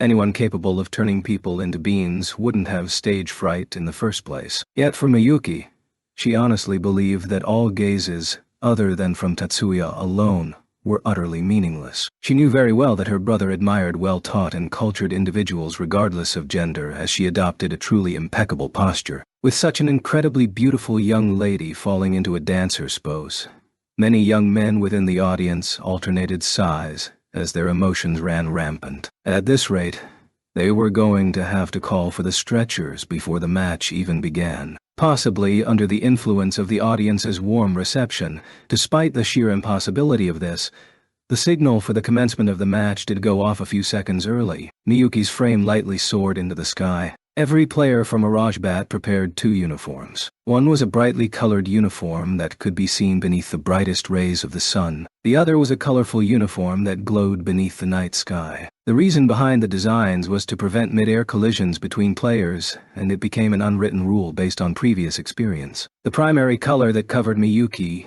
was a deep magenta. A tiny shade off, and this would be a helplessly coarse color, but Miyuki wore this with an aura of nobility. Neither did the cosmetics with UV protection take away from her elegance. Her fair and graceful form was still developing, but when she extended her slim limbs, this painted a glorious vision of her beautifully curved bosom and slender waist. All of this combining to give off intimate charm of a blooming flower rather than a sheer animal desire. No two ways about it. Her beauty was breathtaking. No one was going to second anyone anything as they all leaped towards the targets. Among them all, only one person could be worthy of the term floating. Miyuki captured everyone's gaze once more. If this match was judged by the beauty of dance alone, she was unquestionably first place. Yet, as expected of the official division with its numerous aces, the 9 schools competition could not be underestimated. Someone is actually leading against Miyuki-chan. When the signal sounded to end the first round, Mizuki held her breath and seemed to expel out a series of disbelieving words. The player from second high who is first place. Even if she isn't a BS magician, but plainly, she has refined the leaping spell into a specialized magic spell. Not just that, she also takes her trajectory into account and neatly obstructs Miyuki's path. Rather than calling her an expert in leaping, she's more like an expert in Mirage Bat. Right. Mikihiko and Erika both shared Mizuki's shock while they offered their own opinions. That's because the player from second high was another favored candidate to take the crown alongside Watanabe-senpai. Can't say anything about being noticed after that conspicuous display. Also, the pride of the Year 3 students is on the line. Honoka and Shizuku, who were in the normal audience stands today, each expressed their agreement from different perspectives. However, this is not the end. Leo's bright declaration seemed to blow the depressed air around them to the 4 corners of the earth. In the next round, Miyuki managed to make up for lost ground and exited the second round in first place. However, her lead was slim. Miyuki still had strength within her, but her opponent appeared to be making adjustments for the third round as well. Victory was still uncertain. While it has been said that magic has become more constrained due to a limited number of combinations, for someone to be able to fight Miyuki to a standstill at the high school level surprised Tatsuya to no end. This country is so small yet so broad at the same time, Tatsuya muttered to himself in front of Miyuki, who was busy regulating her breathing. Instead of watching his sister, he directed his gaze towards second high's box. Just then, someone suddenly yanked his sleeve. Looking down, he found Miyuki standing from her chair and watching him with eyes that shone with a brilliant glint. "Ani-sama, may I use that?" Her eyes, her voice, and her slim fingers that clung to his sleeve sent the message. I don't want to lose. She wasn't just a beautiful, adorable doll. Tatsuya delighted in seeing her expression that carried such a powerful will. Her mouth naturally parted, and her eyes narrowed slightly. Of course, all is as you will. He originally prepared that as the ace in the hole for the finals. Still, Tatsuya abandoned his original game plan and nodded his assent. Miyuki's CAD has changed. Seeing Miyuki standing on the field of the final round, Erika was the first to notice the change. Until now, Miyuki held her usual smartphone-shaped CAD, yet now she wore a bracelet-shaped CAD on her right wrist. But she looks like she's holding a CAD in her left hand, too. Mikihiko also took a look. In their group of friends who were mystified by this turn of events, Hanuka was the only one who nodded emphatically. Yes, Miyuki wanted to try that long ago. That. Hearing Shizuku's question, Hanuka replied back with a longing expression that was mixed with frustration. The secret weapon Tatsuya-kun prepared only for Miyuki. A secret weapon that Tatsuya-kun devised that only Miyuki can control. This will be a shocker. Definitely. Everyone present here, without a single exception. What exactly is it? Before Shizuku could make her inquiry, the signal sounded for the start of the third round. The bracelet on her right wrist was only the backup. The real one was the smartphone-shaped specialized CAD held in her left hand. The simplistic command interface only contained the on and off buttons. Once the starting signal went off, Miyuki swiftly tapped the on switch. A tiny activation sequence started spreading out. The sequence never halted nor paused as it repeatedly began processing automatically. Following that, Miyuki's body started floating into the air. The player from second high was directly in her path. Her trajectory would place her to Miyuki's lower left. Owing to her opponent's faster rising speed, Miyuki would end up crashing into her if she continued forward. Miyuki used her accelerated flying speed to avoid the collision. The audience raised a clamor after Miyuki eliminated the orb and slightly turned in place as she became still in midair. During her leap, she had applied additional magic power to accelerate again. The gasps from the audience only reflected their cursory understanding of the basics of magic. However, Miyuki paused briefly in the air, then immediately proceeded towards the next target without landing. Once this scene was imprinted into their eyes, the cheers were shocked into silence. 2, 3, 4. The other players, who had to continuously jump back and forth across the 10-meter height, had no way of competing against Miyuki, who only had to move parallel to the earth. After she had seized the 5th point, the audience's frozen vocal cords finally started to thaw. Flying-type magic? Some unidentified individual murmured aloud. Even the players could only stare in amazement as they gaped at the skies. With the players not even making any jumping or landing sounds, this soft grumble reverberated throughout the silent arena. With bat in hand, Miyuki's appearance took on that of an avenging angel of heaven, but never lost her grace and beauty. Taurus silvers? The whispering started a chain reaction. Bullshit. How can that be? That was just released last month, and quickly rippled through the crowd. But, no doubt about it, that's flying-type magic. Without a single exception, everyone's eyes were glued to the young lady dancing through the skies. In the skies, a fairy was waltzing over the lake. Her arms spread out to maintain her balance, and her lovely legs swayed lightly to change her stance as if the spring breeze itself washed her dancing partner. Actually, flying through the skies was nothing short of revolutionizing modern magic, and no one was more appropriate to perform this miraculous feat said to be impossible than this beautiful young lady before them. Surpassing age, gender, and even the enmity, all were mesmerized by the young girl dancing through the sky. They were all touched by this magic that simply went beyond modern or ancient magic. By the time the ending signal sounded, this spellbinding magic wasn't dispelled until the young lady landed before them. In Mirage Bat's preliminary round, first arena, second match, Miyuki stormed into the finals by a dominating lead. The audience finally recovered their wits when the players started leaving the arena. The players did not depart in sequence. At the end of the match, the players closest to the exit left first. Miyuki, who landed in the center of the lake, was the third out of the 4 people to leave. After extending a deep bow towards first high supporters in the stands, Miyuki lightly leaped into the air and flew across the sky towards the exit like a figure skater gliding across the ice. Her graceful motions prompted a thunderous applause from the audience. In the stands, numerous individuals could be seen frantically typing away on their portable messaging terminals. Some were overly excited to the point that they sent scattered spittle as they shouted into the microphone. Others had to repeatedly shout the same words over and over into the phone, yet still wound up with a headache because of the speaker on the famous other line. Still others furiously ran their fingers through their hair as if mad while their fingers danced across the keyboard. There were others who jotted down their thoughts on erasable boards. All sorts of people used a myriad ways to convey their amazing experience to others who were not present. Among them, one strange, expressionless man was staring at the messages from the HMD. However, no one seemed to remark on his presence. Number 17 has reported in. The target from the second match has passed the preliminary round. It's the opponent who saw through golden electron silkworms. This is the expected result. But things are looking grim. Not just that. The target also used flying-type magic. Bullshit, how can that be possible? If the target is exhausted, then we lucked out.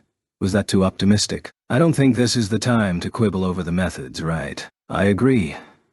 100 deaths or so would be enough. The competition would be forced to end prematurely. Once the competition ends, we would have to return the original bets. While there will be some loss, that's well within our limits. Won't our customers balk at this? Setting aside the guys from our line of work, Those weapon merchants will be a hassle. Those guys maintain close relationships with various governments around the globe. It doesn't matter what excuse we give to the customers. Currently, rather than worrying about the merchants of death, we should be more concerned about the organization's purging. Exactly.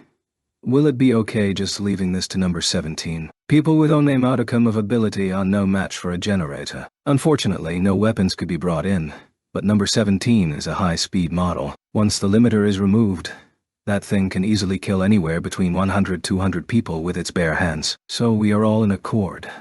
Then remove the limiter. Once the tide of enthusiasm ebbed, the man removed the CAD and slowly rose in a crowd that was slowly departing for other matches. The exposed eyes give off an emotionless impression. No, this wasn't a blank expression.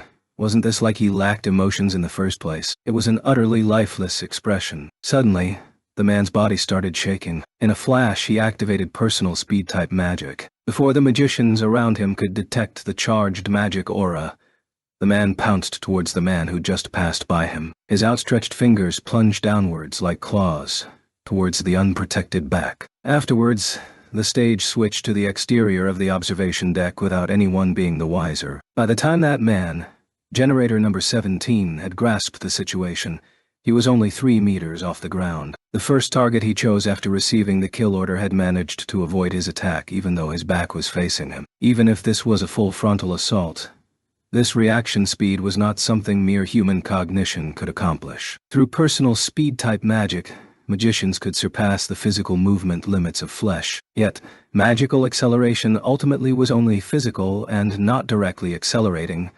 Biological reactions, signal relay for the nervous system, the brain's processing ability, the mental processing speed itself. Human senses surpassed physical motion, so it was possible to mentally control physical movements that have been accelerated beyond normal limits. However, the reverse was not true. In other words, magicians were still biological organisms with upper limits. While magical acceleration had no glass ceiling in terms of magic, there was still a finite amount that the brain could command. In that case, his accelerated movements coupled with chemically enhanced mental processing abilities shouldn't be something that normal humans, even humans who could wield magic were ultimately mortal, should be able to handle. Yet, the reality was that his stabbing forearm was caught and used as a fulcrum to throw number 17 into the air using his downward force as added momentum. Just like he was doing a somersault over a horse, he went heads over heels in the air. During the instant he was upside down, a powerful force smashed number 17 past the railing of the observation deck and sent him hurtling out of the arena. This was move-type magic that had intentionally omitted the accelerated processes. He was almost knocked unconscious by the blow, and by the time he recovered his senses, he had nearly reached the end of the trajectory and was about to collide with the ground from a height of 20 meters. Normally, this situation called for an individual to huddle into a ball or flail about in a panic as they helplessly plummeted to the earth. But this man was a generator. He was a reconstructed individual, created through a combination of surgery and magically crafted medicinal herbs, hereby eradicating free will and emotions, and completely controlling all thoughts and flushing all unnecessary thoughts that might obstruct magic activation. A biological weapon forged to wield magic in the heat of battle. A magician repurposed to be a tool for using magic.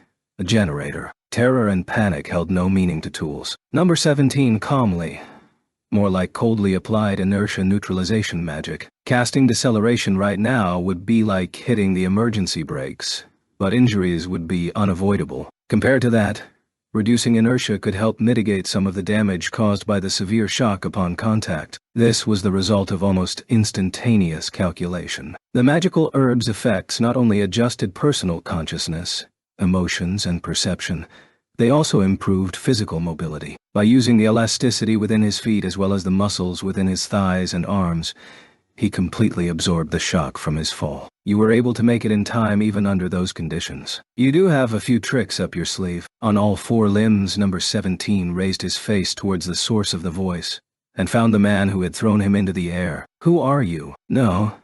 Never mind. Not like you can answer anyways. Captain Yanaji of the Independent Magic-Equipped Battalion let out a dismissive smile and peered down at number 17, who was still crouched on the ground. Your physical abilities can't be from magic alone. Are you an augmented human? Seeing his opponent adopt a combat stance even after being flung over the railings from the height of a medium-sized building, Yanagi's tone was laced with mockery and amazement alike. Yanagi-kun was the one who said there's no need to answer. Also, the other guy probably doesn't want to talk to a guy who also jumped from the same height but didn't need to use his hands to cushion himself. Right. Number 17 whirled around like a four-legged carnivore. Having appeared sometime during this exchange, Captain Sanada Shigeru of the Independent Magic-Equipped Battalion stood there as if to cut off his retreat. Despite this, if he actually chose to flee, Number 17 could still probably accomplish this with ease. In terms of sheer speed, Generator Number 17 surpassed the two men from the Independent Magic-Equipped Battalion. However,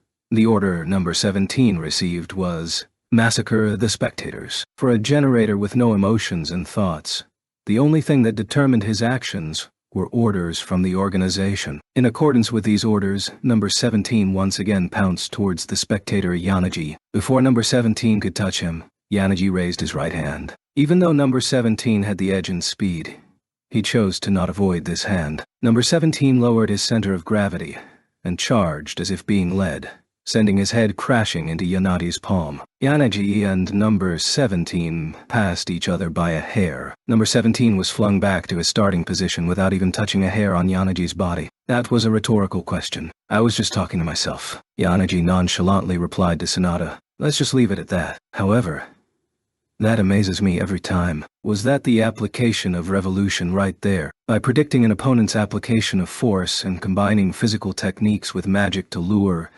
amplify, and flip. That show Yanagi used his favored technique to send Number 17 flying. I've said this a lot of times. This isn't revolution. This is return. Revolution is the spell.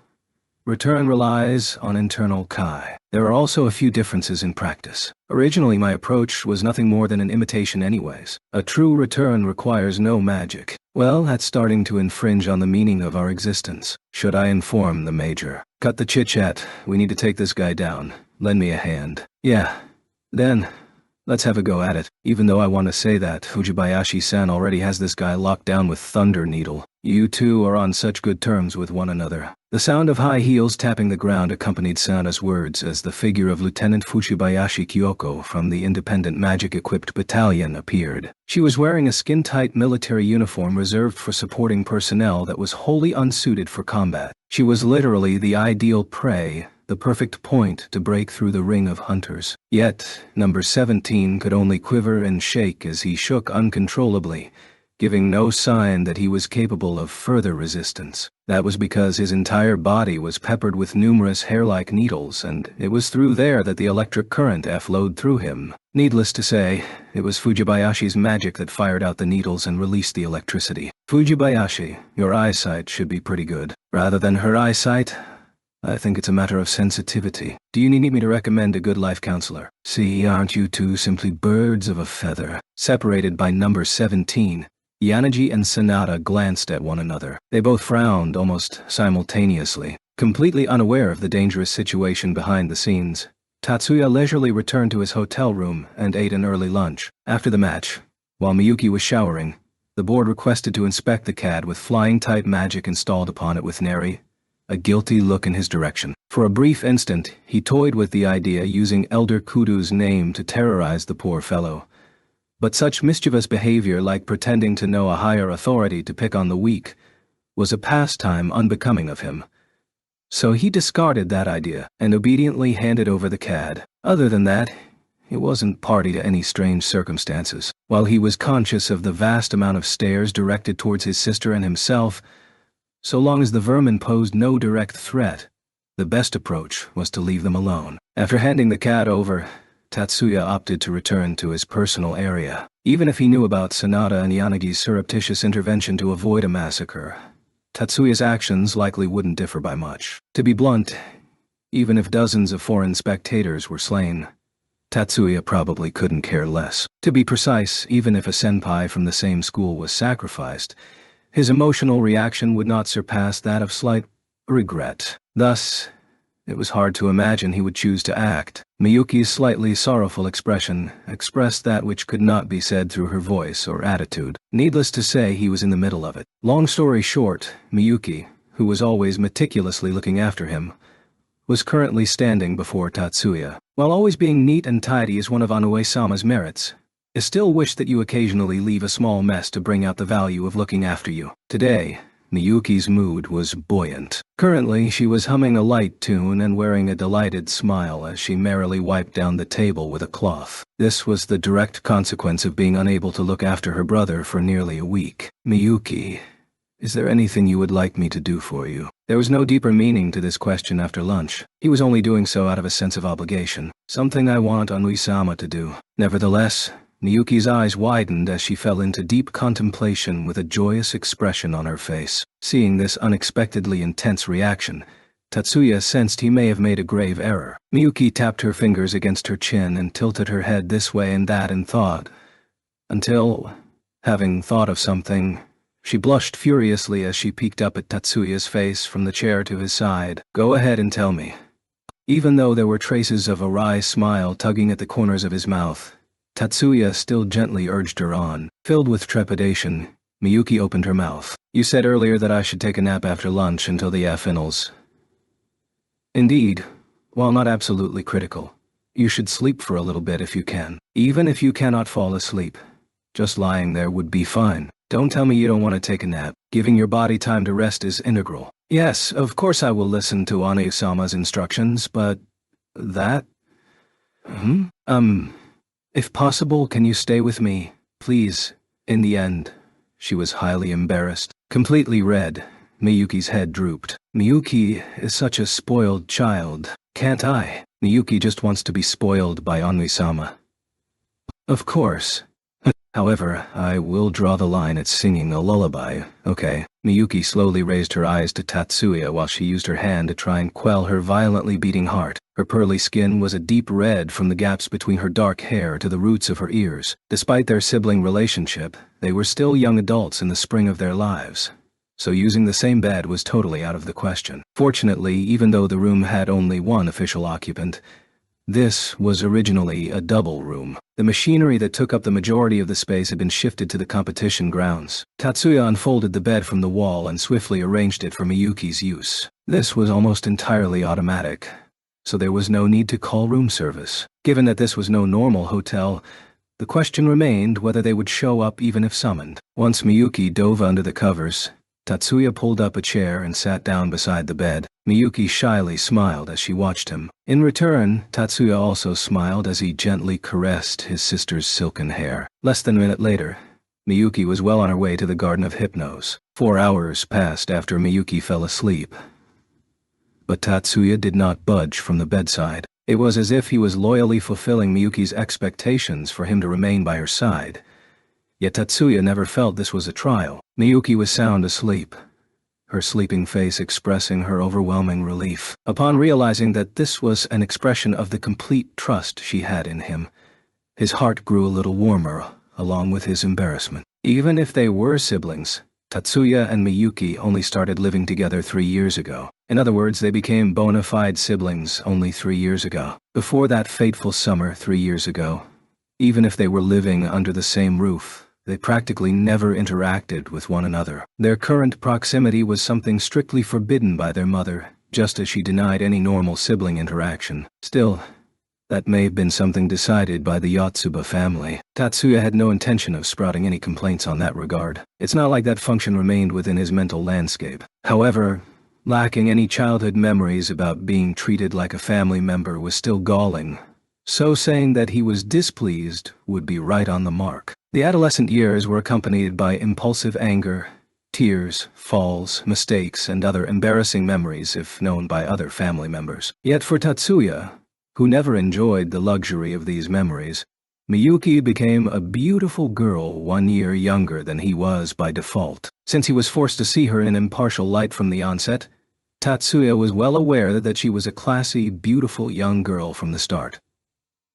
In spite of this, the affection that sprouted forth from the depths of his heart only identified Miyuki as a young sister. The only true emotion that dwelt in the realm of his consciousness was the familial love he bore for his sister. No memories, only affection. Occasionally, Tatsuya would ruminate that memory loss, probably felt akin to this. Of course, he was also aware that he didn't qualify for that condition. It was an unconditional affection unfettered by memories of any sort. Precisely because of this, Tatsuya blindly, fiercely, and desperately loved Miyuki. His other emotional impulses could not be expressed through fury or hatred. Only his love for Miyuki was truly spontaneous and absolute. Tatsuya was wholly unaware of this. It wasn't that he forgot himself, but because this was the result of cold, hard calculations that his actions became unstoppable. Once he determined something was necessary, he wouldn't even stop to contemplate. Is this necessary? Even if he would weigh the cost and benefits, social norms wouldn't even break his stride. Tatsuya picked up the smartphone placed on the coffee table. Since Miyuki fell asleep, he once more went over the coded message that Fujibayashi sent him. Within the message there were details concerning the truth behind the interference during Mirage Bat as well as the mass murder attempt on the spectators after the end of the second match. For Tatsuya, this was simply unforgivable. Those who plotted Miyuki's fall deserved to die 1,000 times over. Tatsuya stored the smartphone in his breast pocket, rose from his chair and peered over the edge of the bed. He softly caressed Miyuki's hair. Miyuki placed her hand over Tatsuya's own. Miyuki. No response. She wasn't awake yet. Miyuki turned on her side and naturally slid Tatsuya's hand onto her face. Seeing that sleeping face flushed with happiness, Tatsuya also smiled. Behind that smile, he made the conscious decision to defend this peaceful sleeping face no matter what the cost. This was not determination, but a conscious decision. By the time the finals rolled around, the morning weather had given way to a clear night sky. The light of the hanging moon outshone the stars' brilliance. For those who had to identify lit orbs from below, these were not ideal circumstances. How is your condition? Flawless, Onisama. My energy is completely restored, so I would like to use flying-type magic from the get-go.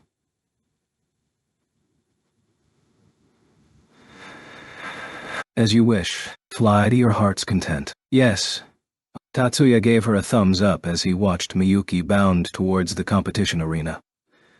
Miyuki-chan's in a good mood. Aziz, who had entered the box as an auxiliary member, commented to Tatsuya as she watched Miyuki standing on one of the landing platforms in the lake. Unfortunately, the player Azusa was responsible for had fallen short. First high, second high, third high, fifth high, sixth high, and ninth high.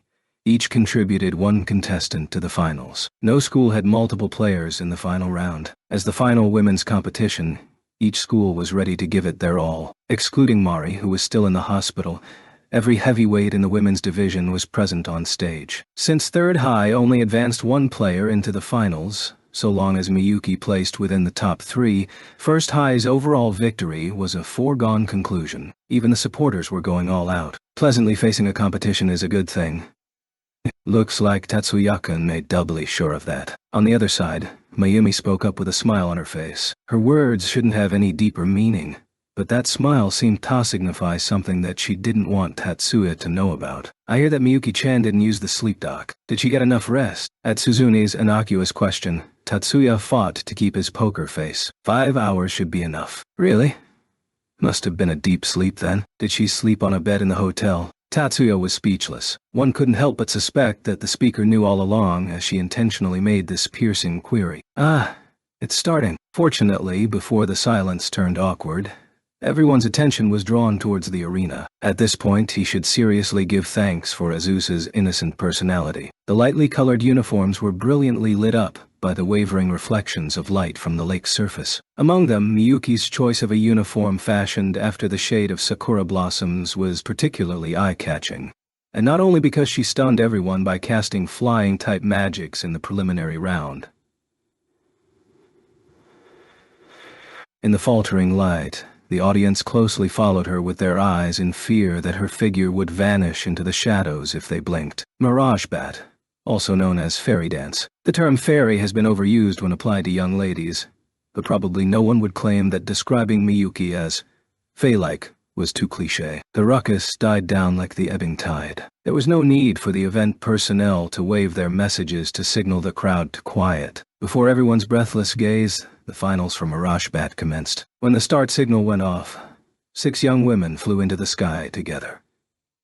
They did not leap off the ground. None of them bothered to look for a landing spot. Flying type magic. All the other schools. As expected of the 9 schools competition, they figured out the activation sequence for flying type magic within a mere 6 to 7 hours. On the heels of Azusa's surprised shriek, Tatsuya murmured words of admiration. That being said, Tatsuya actually wasn't really astounded. The board likely chose to leak the spell details to the other schools, probably as retaliation for Tatsuya's assertion that the board was guilty of illegal activities. Since the CAD was stored there, he had taken this possibility into account. Seems like each school is following Taurus Silver's publicized details to the letter. Suzune wrinkled her brows as she watched the sky. How ludicrous. This isn't a technique that can be mastered the first time you activate this. Compared to player safety, victory seems to be more important, Mayumi said with a disgusted expression. That's no problem at all. If they use that technique directly, even if something went sideways, the safety devices should kick in. Tatsuya's voice was quite relaxed, as if he was saying, "Wait and see." 6 young ladies danced in the air. This was a fairy dance befitting its name. The audience was deeply drawn to the lines crossing in the sky as they watched, mesmerized. However, as the audience gradually calmed, they were shocked by an unexpected wrinkle in the match. They were all flying through the night sky. From a magic perspective, it was difficult to tell the difference in skill with flying-type magic. Yet, the only one scoring was the player from First High. None of her opponents could keep up with her pace, speed, fluidity, grace.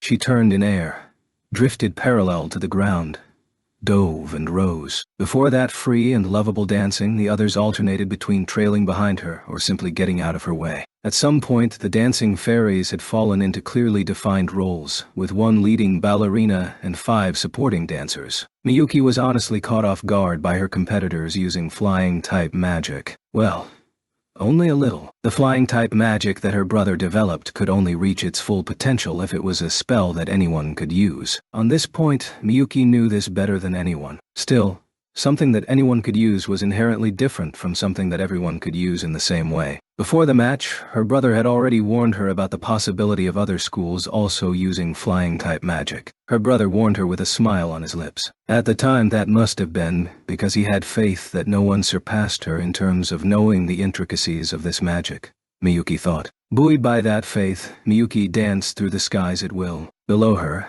the exhausted players fell one by one. When the first player lost their balance and wavered in the sky, the audience shrieked in terror. Yet, seeing the player gradually descend to the ground, the spectators breathed a sigh of relief. They just witnessed a crash landing in the preliminaries. Compared to the audience, the board was probably even more relieved. Of course, this was because there was a safety device built into flying-type magic. When the influx of science from the spellcaster dipped below half, the variable portion of the activation sequence automatically switched to a soft landing at 1/10 of gravity. In First High's box, Tatsuya finally relaxed as he thought, "Thank goodness they didn't add any oddities to the program." He couldn't believe that they were proving the safety values of flying-type magic at the 9 schools competition with so many witnesses. Might as well use this for this month's promotional purposes. Internally, Tatsuya reveled in an evil smile. Before his eyes, another player had dropped off the stage. In the end,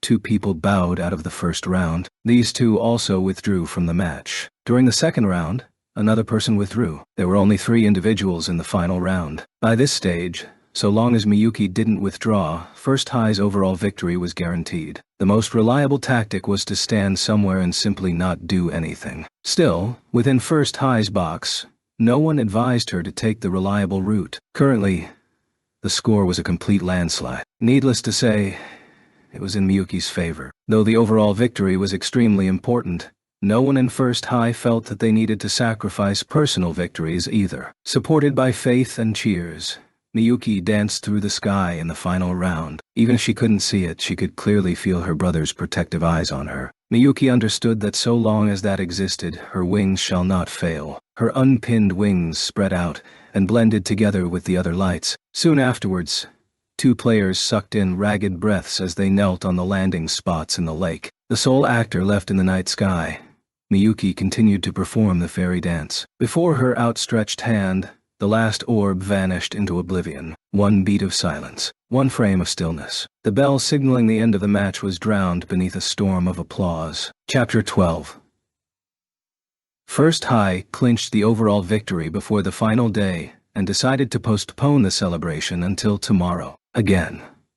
Anyone who said this was promptly ignored. Tomorrow, the finals for the official division's Monolith Code, one of the most popular draws of the 9 schools competition, would commence. First High's representatives advanced to the finals after taking first in the preliminary round. Neither the players nor the auxiliaries had the time to attend the party. However, since there was only one event remaining, it was also true that most of the members had plenty of time on their hands. As Miyuki powerfully contributed to First High's overall victory with her performance in Mirage Bat, this time she was the center of the celebratory tea party held in the conference room. Mayumi and Suzune hosted the event, with the female players making up the majority of those in attendance. That being said, it's not like there were no boys present. The uninjured Year 1 male students were congregated in a corner and holding their cups in a dejected manner. The Year 2 and 3 male students were busy preparing for tomorrow's contest. Not only were Mikihiko and Leo present, Erika and Mizuki could be seen as well. Mayumi likely had another purpose in mind. Erika tried her utmost to decline,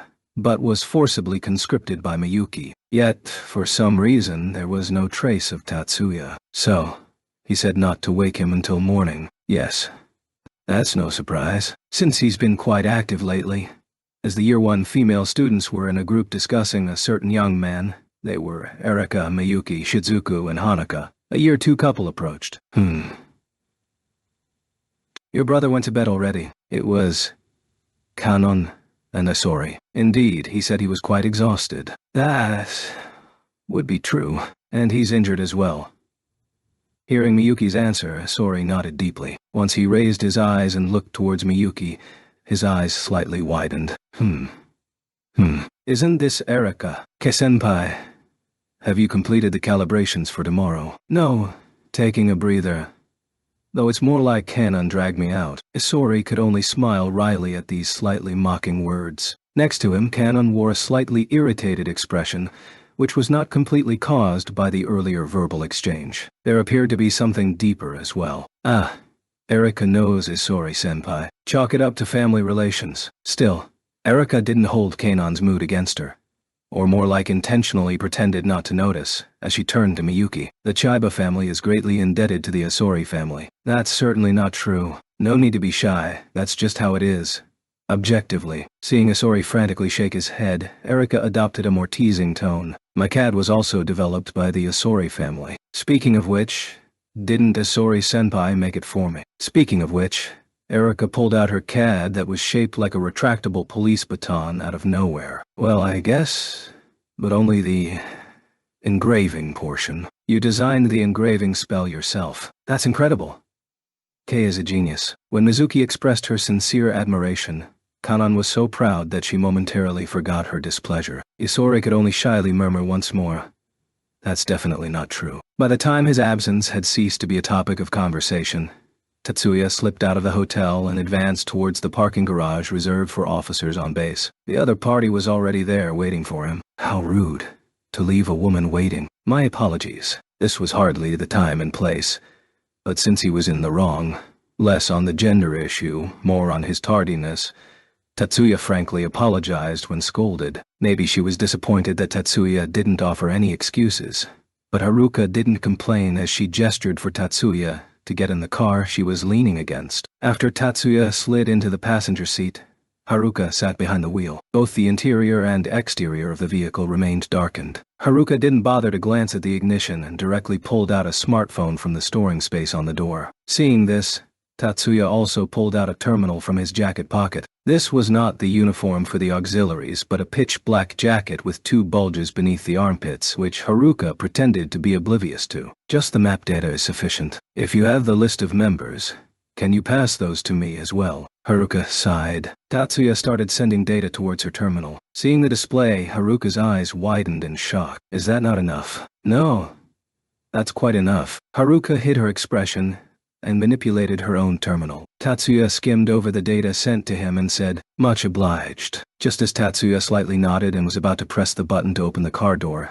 "This is insurance, isn't it?" Haruka asked stiffly. "Indeed it is." By the time this concise answer passed to Haruka's ears, Tatsuya's back was already facing her. As he watched Haruka drive the electric double-door sports car through the main exit, Tatsuya removed the gauze covering his right ear and headed towards another car. Before he could tap on the window, the car door on the passenger side automatically opened. Inside, a woman near Haruka's age sat in the driver's seat. Who was that woman? Agent from Public Safety. Tatsuya easily revealed Haruka's identity and smirked at Fujibayashi. Though she insists that her day job is that of a life counselor, Fujibayashi burst into laughter. "So, she's a part-time agent. I think she's fine on the ability end. Compared to seasoned veterans, rookies fresh out the door tend to be more reliable. They usually stick to confidentiality down to the letter, so I feel safer asking them for temp work. At any rate, accepting side jobs is slightly unethical, but money talks and merit walks.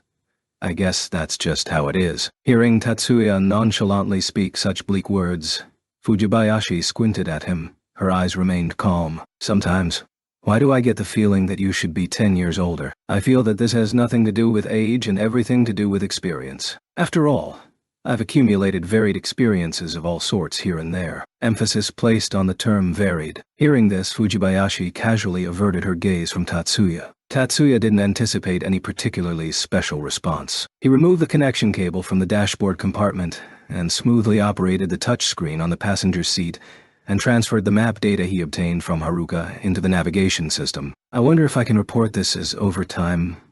I think this certainly qualifies. The labor laws hardly apply to people like us. Despite elastic employment becoming mainstream, some laws still stubbornly survive the times." At being prompted to retread familiar territory, Fujibayashi didn't even bother to force a smile and merely shot Tatsuya a look and shifted the stick forward. The commonly seen electric car employed by the masses shifted into silent run, a feature not detailed in the instruction manual, and slipped away in the darkness. Meanwhile, the one who ordered Fujibayashi into the field was entertaining an unexpected guest. "Please come in, sir." The individual in question, who was not being welcomed by the soldiers on duty but by Kazama himself, was Elder Kudo. Back when the old man was in the service, the rule that the 10 master clans shall not assume high roles in government had not been established yet. That was because this rule was put into effect after experiencing a series of circumstances involving Kudo himself that ultimately led to the establishment of this rule. When he retired,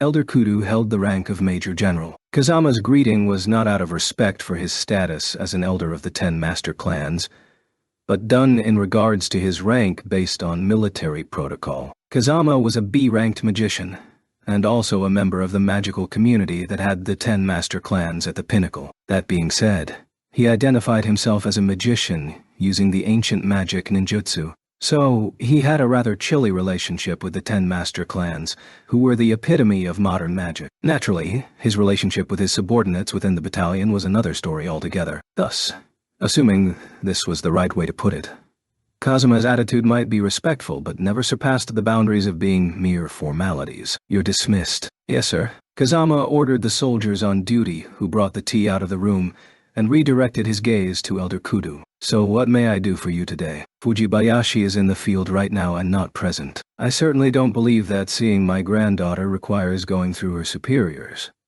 "It's nothing really. I hear that it's rare for you to come from Tsuchura, so I came to see you." "I'm honored." Seeing Kazama use the word honored but fail to express any respectful attitude, Kudo smiled wryly. "You still dislike the 10 master clans that much?" "I've said that was a misunderstanding, and I've said there's no need to hide it. Magicians who wield ancient magic like you are humans who have inherited the wisdom of the ages, unlike us who are magicians forged to be humanoid weapons. It's perfectly understandable for there to be some resentment." Kazama's brows furrowed when he heard the word human being elongated on purpose. "Turning ourselves into weapons is exactly the same thing the ancient magicians did to themselves. There's no great difference between you and I. I do bear any resentment. That would be directed to humanity in general. I believe that this idea is something forced down the throats of children and the younger generation."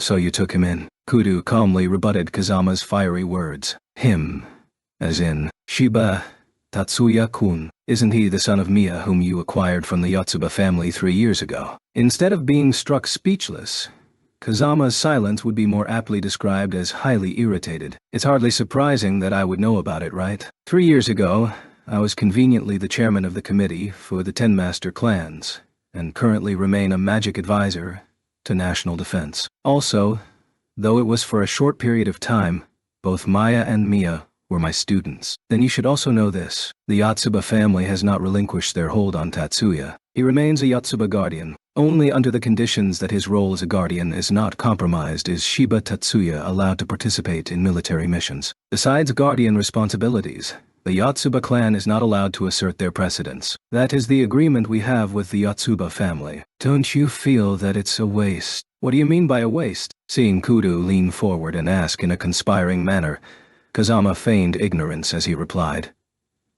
Elder Kudo did not fly into a rage and merely smirked. Yesterday's match was quite entertaining. While I hear that it was the only successful example, I didn't imagine that it would be that powerful. Retired Major General Kudo watched Major Kazama's eyes like a hawk. Sometime in the future, he will become our country's invaluable military asset along with the scion of the Ikiju family. Relegating such a superb individual to a mere private bodyguard, wouldn't you consider that to be a waste? Sir, do you wish to weaken the Yotsuba family? Since it's you, I'll be blunt. At Kazuma's question, Kudo maintained his thin smile and nodded. Through a series of checks and balances, we prevent the possibility of magicians losing control of themselves. This is written within the design behind the 10 master clans. Kazama's silence implied that, for him, Kudo's words were all known facts. However, at this current progression, the Yotsuba family will become too powerful. At Shiba Tatsuya-kun and his sister's current growth rate, in the near future, Maya will still be around. Shiba Miyuki will become Yotsuba Miyuki, with Shiba Tatsuya continuing as her guardian. In this scenario, the Yotsuba family may become an existence that will eclipse the 10 master clans. Nay. Here, Elder Kudo paused and shook his head. Even in our current predicament, based on the fact that they possess unique abilities unmatched by other families, and have a select but extremely powerful group of magicians, the Yotsuba family are already a special entity within the 10 master clans. Hearing Kudo's words, Kazama wore a sarcastic smirk. That's precisely because they loyally obeyed your directive in creating magicians who are humanoid weapons. From a pure combat perspective, it is only natural that they are so special. And therein lies the difficulty. Just as you say, Major Kazama. They originally existed to develop new weapons, but they are no longer like that. Something that only exists as a weapon will someday be excluded from the world of men. Sir? Kazama curtailed Elder Kudo's emphatic words. Sir, just as you know the details on my side, so too do I know a few things on your side. I know the real reason why you are so interested in Tatsuya's situation. This time, it was Kudo's turn to fall silent. Thus, please allow me to make a suggestion and a correction. Please do. I believe that there is no need to pity Tatsuya. He is not a docile lab rat to be pitied. Rather, he is someone who is reluctant to be viewed in that lens. That's your suggestion. Indeed. Now for the correction. It's not the near future. Tatsuya is already an invaluable asset within the military. Saying this may seem like I'm promoting my own men, but in terms of military power, Tatsuya is on an entirely different level than Ikiju. For point defense situations, Ikiju Masaki rivals an entire armored battalion's combat strength. Yet, Tatsuya alone possesses the might of a strategic warhead. His magic is restricted by several layers of limiters, and is a bona fide strategic weapon, and handing all the responsibility to him alone seems to be an overly heavy and cruel burden. In the car speeding towards the east, Tatsuya did not double over and sneeze repeatedly. The electric car that Fujibayashi was driving, to be precise, Fujibayashi's car that was being directed by the navigational system, was coursing east along the central highway and reached Yokohama before midnight. North of Yokohama Harbor in the east side of town, a sprawling Chinatown still bordered the high-rise since the end of the 21st century. Despite the multiple military conflicts between Japan and China, it was here that the car carrying the two of them came to a halt. We know hostile agents are crawling around over here, yet I don't see any lockdown or security checkpoints. What are the politicians thinking? Fujibayashi gazed at the streets in Chinatown and muttered in frustration. Next to her, Tatsuya merely shrugged. That's because on the surface, this area is one of the primary headquarters for politically oppressed Chinese who fled the country. That's a blatant lie. That's why I said on the surface. Everything should have a limit. While we technically won, since no treaty was formally signed from a legal standpoint, we are still on a war footing with the Great Asian Alliance and are only in a ceasefire right now. Everyone knows that this is a nest for spy activity, but no one wants to deal with it. Then again, maybe the number of people is rising right now. In contrast to Fujibayashi's nattering, Tatsuya replied in an easy manner. Fujibayashi heard, or thought she did, something deeper in that answer and widened her eyes as she stared at Tatsuya. Do you know something? No, simply wish, that's all. As if signaling an end to the conversation, Tatsuya turned his back to her. The current direction he was facing led him to the highest building in the city. The cost for construction was staggering, but from a physical perspective, it was indeed the tallest skyscraper. Until the middle of the century, this area was known as Harbor View Park. Now, with 3 towering skyscrapers built in the area, one could see Yokohama Harbor and the sea from there. The building's name was the Yokohama Bay Tower, which the residents affectionately shortened to Bay Tower. It included hotels, shopping centers, civilian offices, television stations, and related facilities. The community for magicians known as the Japanese Magic Association also set their eastern branch here rather than in Tokyo. Main HQ was in Kyoto. Claiming that this tower was only for civilian use was a mere cover that even the citizens in the area could see through. Since this tower was in a perfect location to keep an eye on all the ships entering Tokyo Bay, this building also housed the offices for national defense and the naval police disguised as civilian companies. It was rumored that the Magic Association's eastern branch was in the building so that they could join the defense if an incident occurred. Yet regardless of whether it was Tatsuya or Fujibayashi, both knew that this was no rumor, but cold, hard fact. Lieutenant, thank you. Looks like I really should apply for overtime. The time was near midnight. Fujibayashi placed a small information terminal on an emergency exit that was normally only accessible from the inside and was not covered by security personnel. Her other hand fiddled with the CAD. The door mechanism originally didn't have a connection port or data jack, so Fujibayashi used a hacking program to gain access to the door by modifying the electric conductivity of the door. Thanks to Fujibayashi's interference, the internal surveillance systems failed to detect their presence. On top of the highest floor in the Yokohama Grand Hotel, financed by backers out of Hong Kong and built in Chinatown in the first half of the century and had no correlation to the hotel before reconstruction, there was another floor that most customers were oblivious to, where men were frantically preparing to move out of a room. This room was originally reserved for the eastern branch of the Hong Kong-based criminal organization, No Head Dragon, and served as their operational HQ for eastern Japan. The Hong Kong financier who ran this hotel had been compromised by No Head Dragon long ago.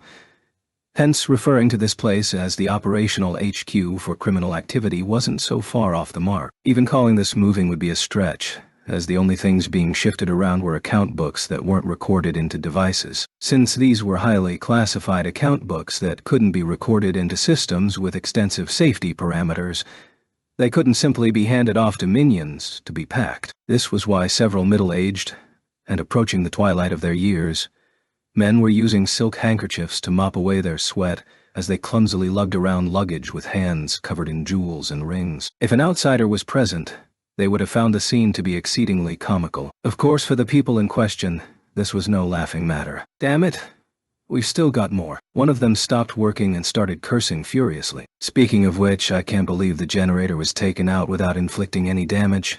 That was completely unexpected. We didn't think that Japanese special forces would shamelessly crawl out of the ground, thus forcing us to try and evacuate in the middle of the night. They're so full of themselves after just winning one battle. Everyone present wished to express the words hidden in their heart to help vent their anxiety. One day we will avenge ourselves upon the Japanese military. But first, we must get rid of that kid. You're talking about the son of a bitch who ruined our entire plan. Ishiba Tatsuya, right? Who is this guy? Well, we don't know all the details. We could only find his name, address, school, and appearance. Forget family situation. We couldn't even get a list of family members. Only thing we know about his parents is that they are employed. All others remain in the dark. Likewise, we have no personal data beyond normal, everyday trivialities. The hell. This country counts as one of the countries with extensive personal databases on the international stage. Even looking at the civilian databases should yield at least some data. Isn't this extremely odd? Maybe we should see this as, instead of classifying personal data, anything related to Shiba Tatsuya has been systematically erased. I can't think of any other possibility. The high-ranking members at the No-Head Dragon Eastern Japanese branch peered at their compatriot, who spoke up and wordlessly glanced at one another. Maybe he's not an ordinary high school student.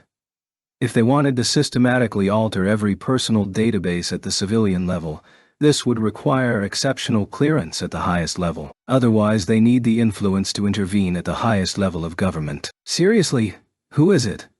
They stopped packing their luggage. Suddenly, they heard muffled screams. In the corners of the room, 4 men could be seen. They were the generators lent to the Eastern Japanese branch to serve as personal defenses. In order to protect against foreign attack, they provided 4 different types of magic defenses. The generator responsible for data fortification on the walls was precisely the source of these screams. The reason was blatantly obvious. The south-facing wall had a gaping hole in it. This was not caused by a collision, incision, or even a crack in the wall. The only remnants were the steel bars and structure hanging loosely with some puffs of yellow dust and settling cement. The screams were caused by the destruction of data fortification and the subsequent feedback to the caster. Still, the painful sounds only lasted for a few seconds. The brass swiftly noticed the cause of the screams. No-Head Dragon was not simply a criminal organization.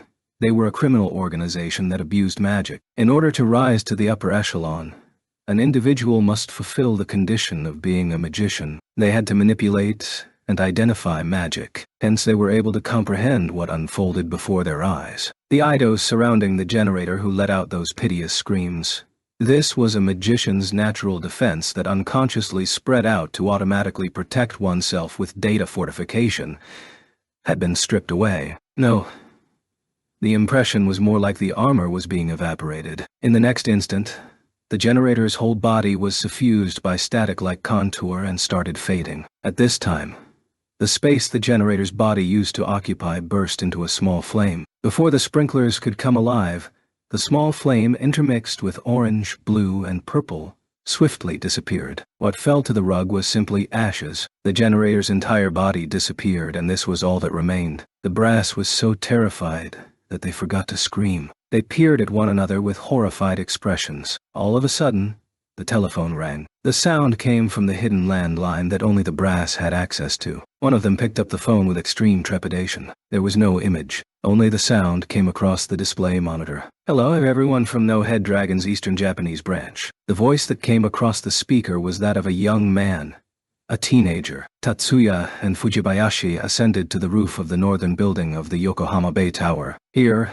along with the broadcasting antenna for the television station, there was also a wireless communication device. Fujibayashi connected her terminal to the wireless communication device and rapidly tapped the screen. "Ok, we're in. I've rerouted every wireless communication through here. As expected of the electron sorceress, this point remains immune to imitation regardless of what I try. Thanks. I would be in serious trouble if someone could imitate me so easily." Fujibayashi adopted a superficial smile that obviously didn't come from the heart. "Have we already cut the line?" "Captain Sonato already has that end covered." Tatsuya pulled out the speaker attached to the information terminal with his left hand. After punching in the number Fujibayashi passed to him, he pressed the last key to enable voice communication. He removed a pair of riding goggles from his jacket pocket. Next, he pulled out a long-barreled CAD from his left shoulder holster. This was a specialized CAD, shaped like an automatic pistol that was modeled after the Silver Series long models. He stood before the protective railing and slightly raised his right hand. The muzzle of the CAD was aimed at the Yokohama Grand Hotel far off near the bottom of the hill. "So, that is a generator." "Yes. Definitely. This is the first time we've captured one, but its characteristics perfectly match the intelligence report. There was a solid kilometer from the top of the Yokohama Bay Tower to the Grand Hotel's roof. Tatsuya adopted a shooting posture with a pistol-shaped CAD, so of course there wasn't a scope attached. Even so, Fujibayashi never asked, "Can you see it?" That was because she understood perfectly that, of course, Tatsuya could see it. Fujibayashi used an altogether different method of observation than Tatsuya, but even she was perfectly clear on who the magicians and who the generators in the room were. Magic tools that have been stripped of their sense of self. So, this is the end that awaits all magicians developed as humanoid weapons. I spoke too much.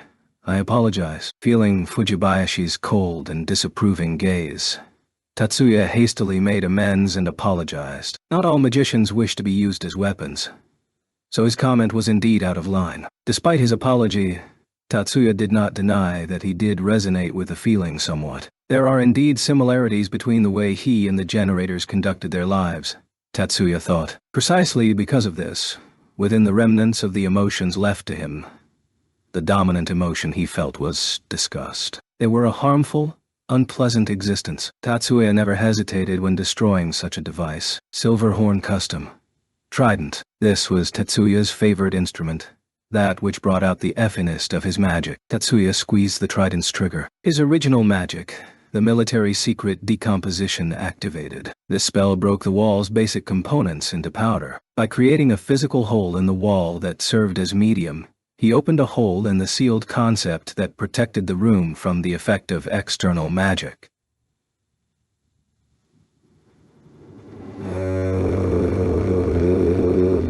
Tatsuya's view of the interior had never been clearer. When the activated magic was forcibly destroyed, the generator shook from the blow. Under normal circumstances, the magician wouldn't suffer from the feedback even if the magic was destroyed. This was likely a byproduct of their inability to consciously terminate or halt magic by themselves. He coldly surveyed the scene while his attacks, killing intent, did not falter. He noticed that one of the generators released wide-area interference to protect the 5 members of the brass, while the 3 others adopted wide-area interference to defend themselves. He squeezed the trident's trigger. He set the wide-area interference from the generator injured by the wall's collapse, the outer shell of the eidos, and flesh as the variables, and plugged them into the magic sequence. The processes for all 3 magics were completed in a split second with no time lag in between. The first process decomposed the target's protective wide-area interference. The second process decomposed the target's data fortification used to protect the body. The third process decomposed the flesh down to the atomic level. The decomposition was so complete that it was no longer recognizable as a biological entity and left no traces that this was a living being. Proteins were broken down into hydrogen, oxygen, carbon, nitrogen, and sulfur. The bones were rendered down to phosphorus, oxygen, and calcium. Everything, including blood, the nervous system, stored nutrients, even waste, was decomposed down to the molecules and ions. The lighter elements, with hydrogen at their head, escaped through the hole in the outer wall to the outside. The flammable elements interacted with oxygen and burst into flames. This scene was so surreal that it seemed like the human body spontaneously ignited. Yet, the reality was that it had vanished rather than being consumed by the flames. He had incorporated 3 consecutive decomposition magics into one magic sequence and completely annihilated a magician's flesh and body along with its naturally occurring magic protect barrier. Trident. Seriously, this must be what they call having your hair stand on end.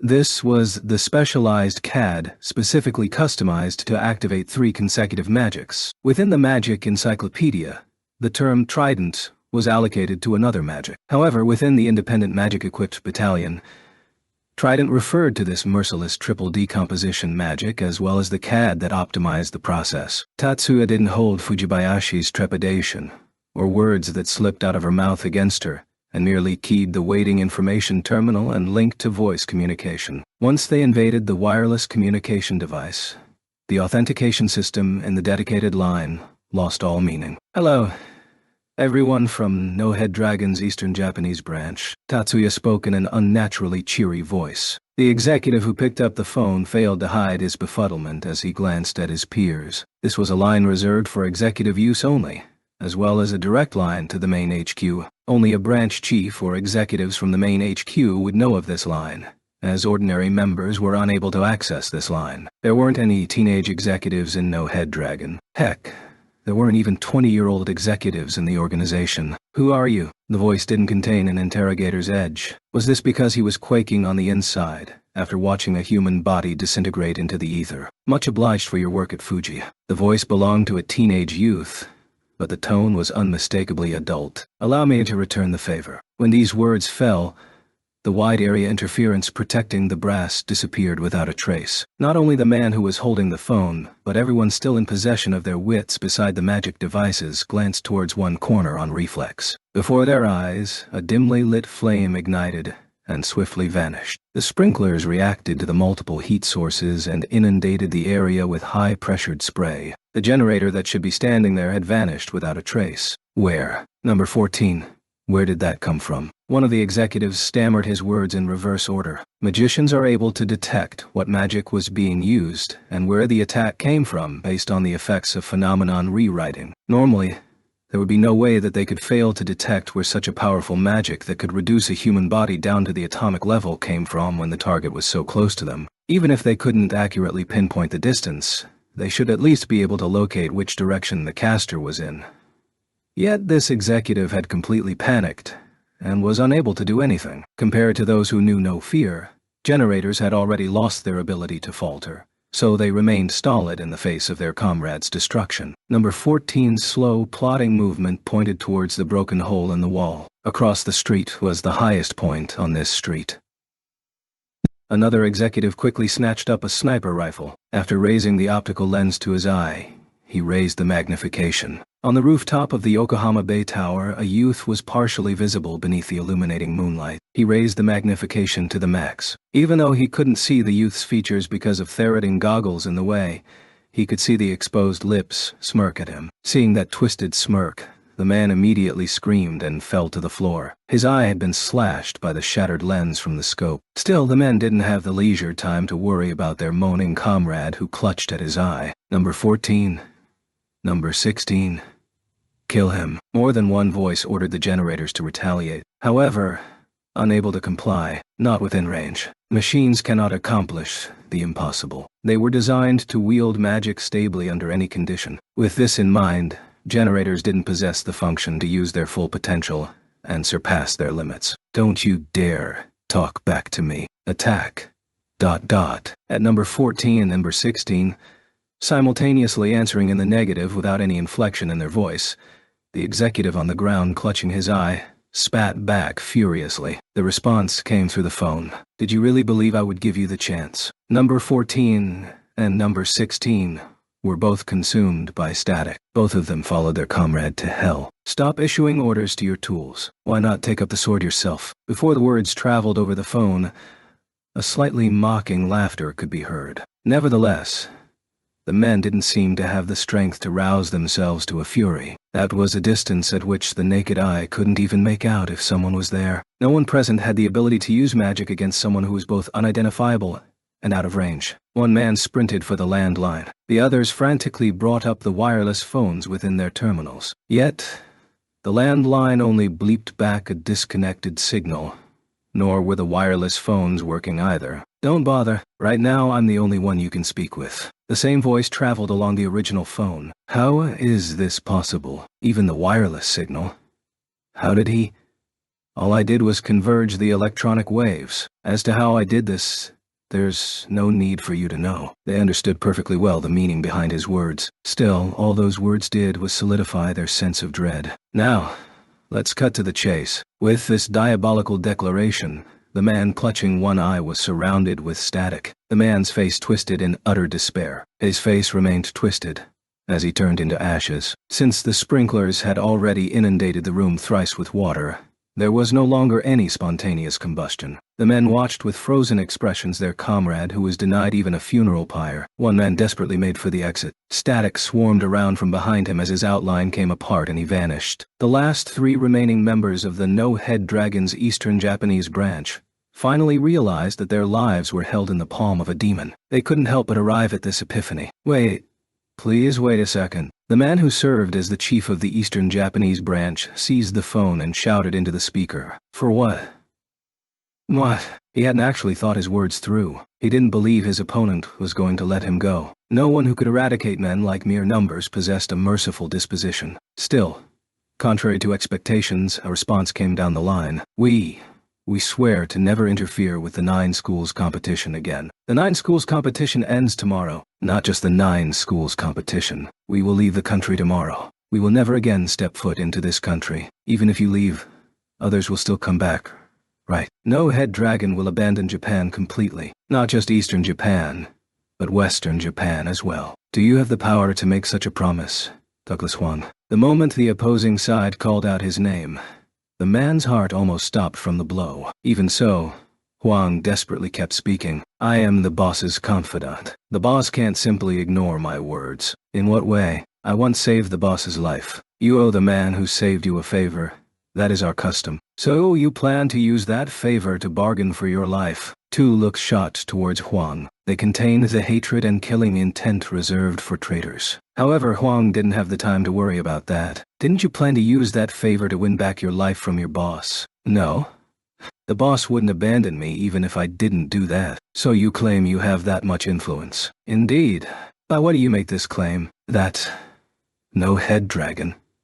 The headless dragon. That name does not originate from your own organization, but was applied to you by other organizations, because your leader never appears before the subordinates. Even those that require personal punishment are first rendered unconscious before being taken to a private room. Quite a thorough process indeed. Huang was consumed by a fear that was altogether different from the terror that came from death or being disintegrated.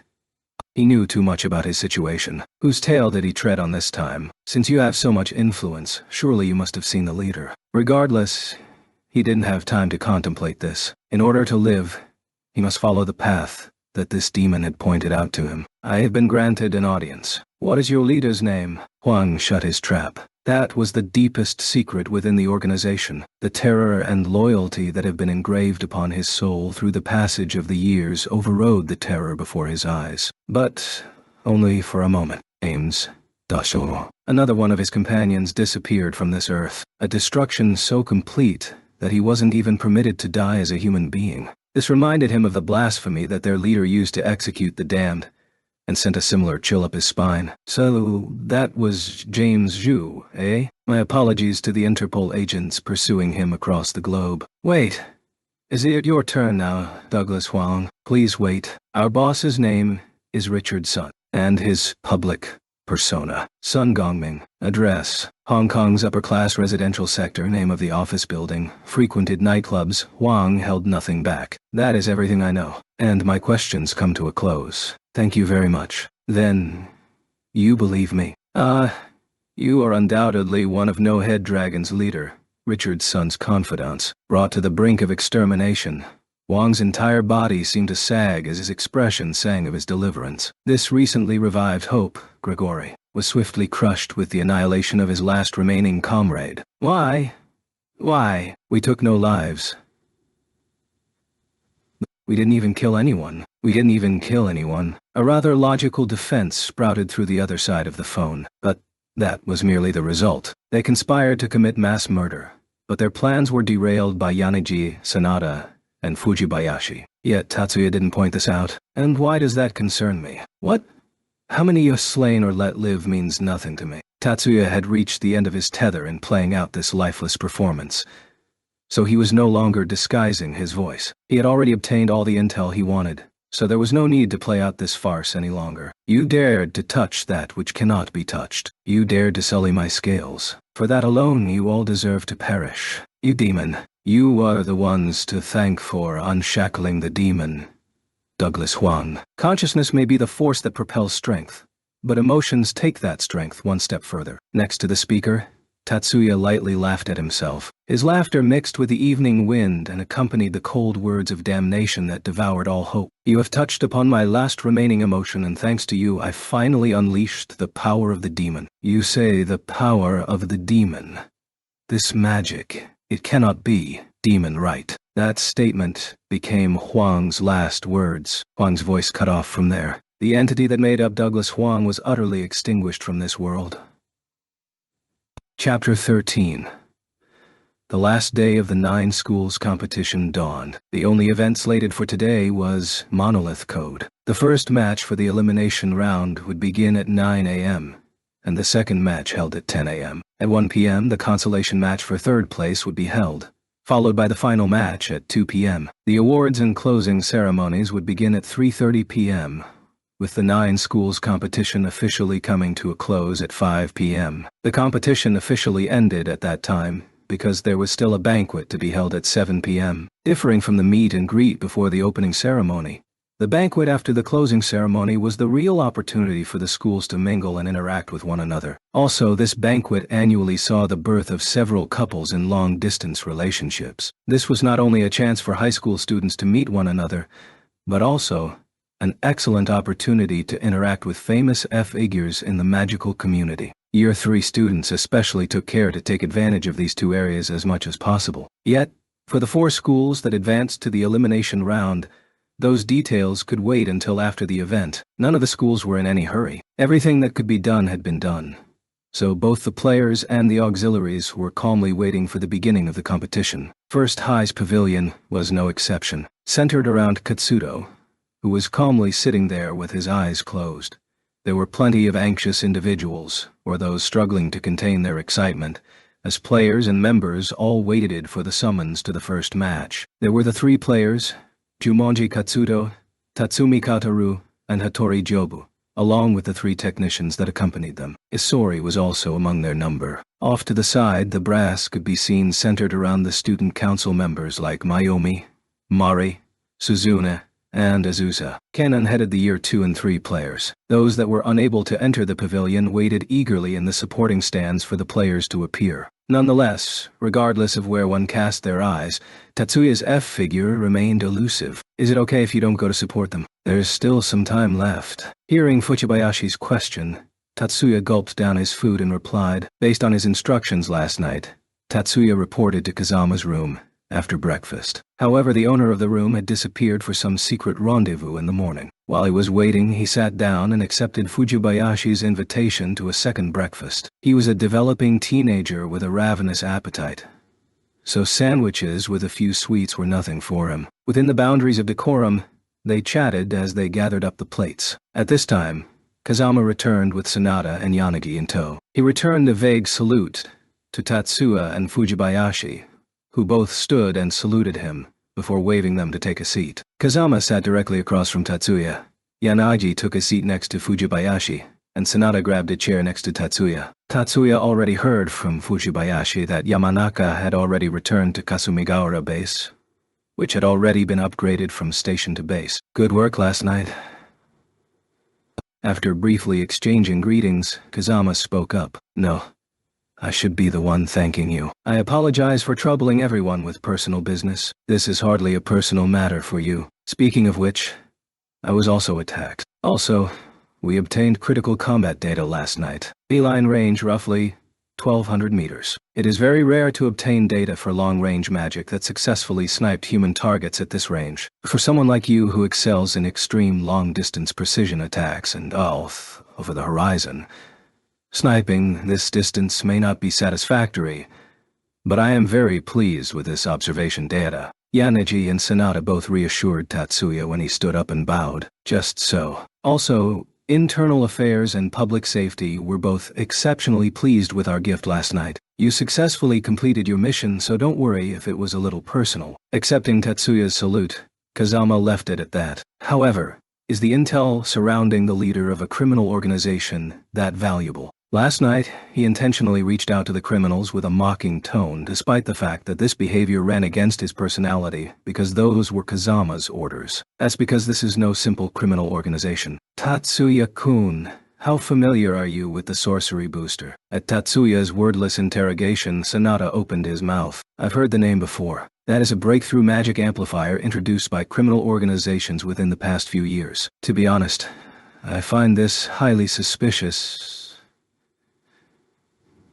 Magic amplifiers do exist. On some level, referring to it as a breakthrough magic amplifier is absolutely correct. Speaking of which, is it possible to amplify magic to that degree? While he didn't believe that this was the kind of situation where Sanada would discuss groundless rumors at length, Tatsuya still found it difficult to dispel the dubious first impression. Even though magic sequences were a signal that included processes from the magician that were ultimately sent to the target eidos, they were not wholly unrelated to the amplification process. However, the processes from the magic sequences shifted in the information dimension, so the signals from the magic sequence did not progress from the magician to the eido rest directly. The first question of the day originated from exactly where was the magic sequence constructed by magicians amplified. This is not amplification in the classical sense. Let me think.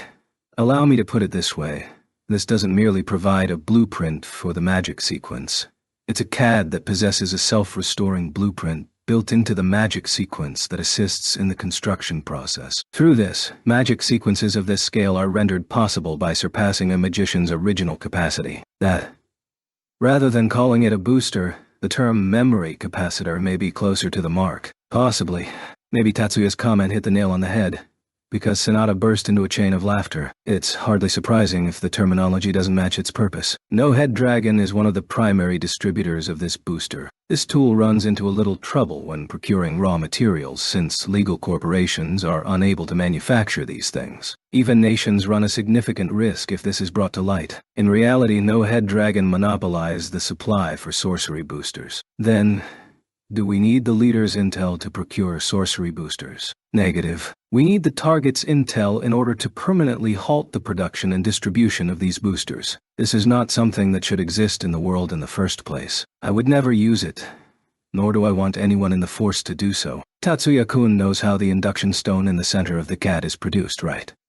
Right. Induction stones refer to the component that transforms Seishin waves into electric signals and vice versa. Tatsuya was bewildered at the abrupt change in conversation and nodded in assent. Induction stones are created from a crystallization of neurons chemically synthesized from the molecular level. Since the differences in structure may impact the conversion ratio, the emphasis is placed on the structural composition rather than the physical characteristics of the neurons. That being said, currently there are no reports of successful developments of induction stones without relying on artificial materials. Hearing Tatsuya's response, Sanada nodded in satisfaction. You are correct. However, the booster's core contains an induction stone that is not forged from artificial neurons. Then, what is it? A human brain. Sanada's answer silenced Tatsuya. To be precise, it's a magician's brain. But when they use neurons from animals, the remaining psion particles in the brain should interfere with the user's ability to achieve induction. This should also be true when using a human brain. The reason Tatsuya was struck speechless did not arise from the unethical nature of their discussion. He was well versed in the cases at the dawn of CAD development where they conducted experiments on animals and humans. The results from these experiments that blatantly ignored ethics, conscience, and beliefs established the technique for chemical synthesis of induction stones. Nevertheless, no Head Dragon managed to overturn these conventional beliefs. Tatsuya was astounded by this turnabout. They are completely different from normal induction stones. Each booster is specifically designed to use one type of magic, so the type of magic differs based on the specs for the boosters. Still, scaling on some level could be achieved. Based on our estimates, remnant thoughts left over from the production process may play a role in altering the type of magic. By creating the same powerful emotions during the production process, similar boosters can be created, such as introducing massive pain to the brain to provoke overwhelming fear. Am I correct? Most likely. It's the same concept as curses. I agree. Boosters may have been born from the same basis as curses. Even though we use magic as weapons and added magicians to the military hierarchy, our goal was to create a prototype unit rather than using magicians as mere parts. I am a magician as well, along with Captain Sanada, Captain Yanaji, Lieutenant Fujibayashi. All units and personnel in the unit are basically magicians. Generators are still tolerable, but creating and disseminating things like boosters is absolutely unforgivable. Setting aside the emotional perspective of the problem, capacity enhancers like sorcery boosters also pose a threat to the military. Since the North American Intelligence Agency, NIA, shares this view, they have already reached out to internal affairs. Mibu extends his thanks. Tatsuya.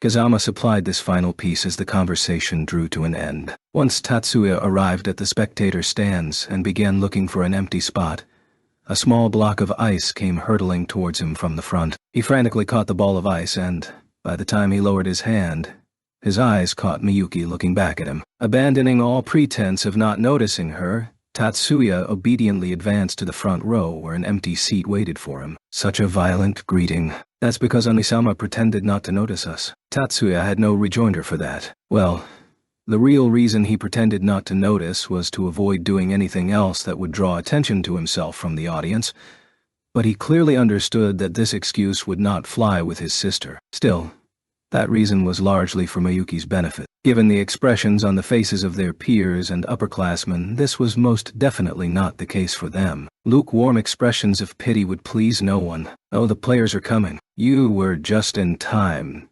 Tatsuya-kun. The one who answered Tatsuya wasn't Miyuki, but Hanoka, who was sitting on her other side. Miyuki was busy putting on a smiling face to dispel the lukewarm gazes sent their way. In order to make up for the lost opportunity to speak, she edged closer to Tatsuya as she sat down. The first match of the elimination round pitted First High against Ninth.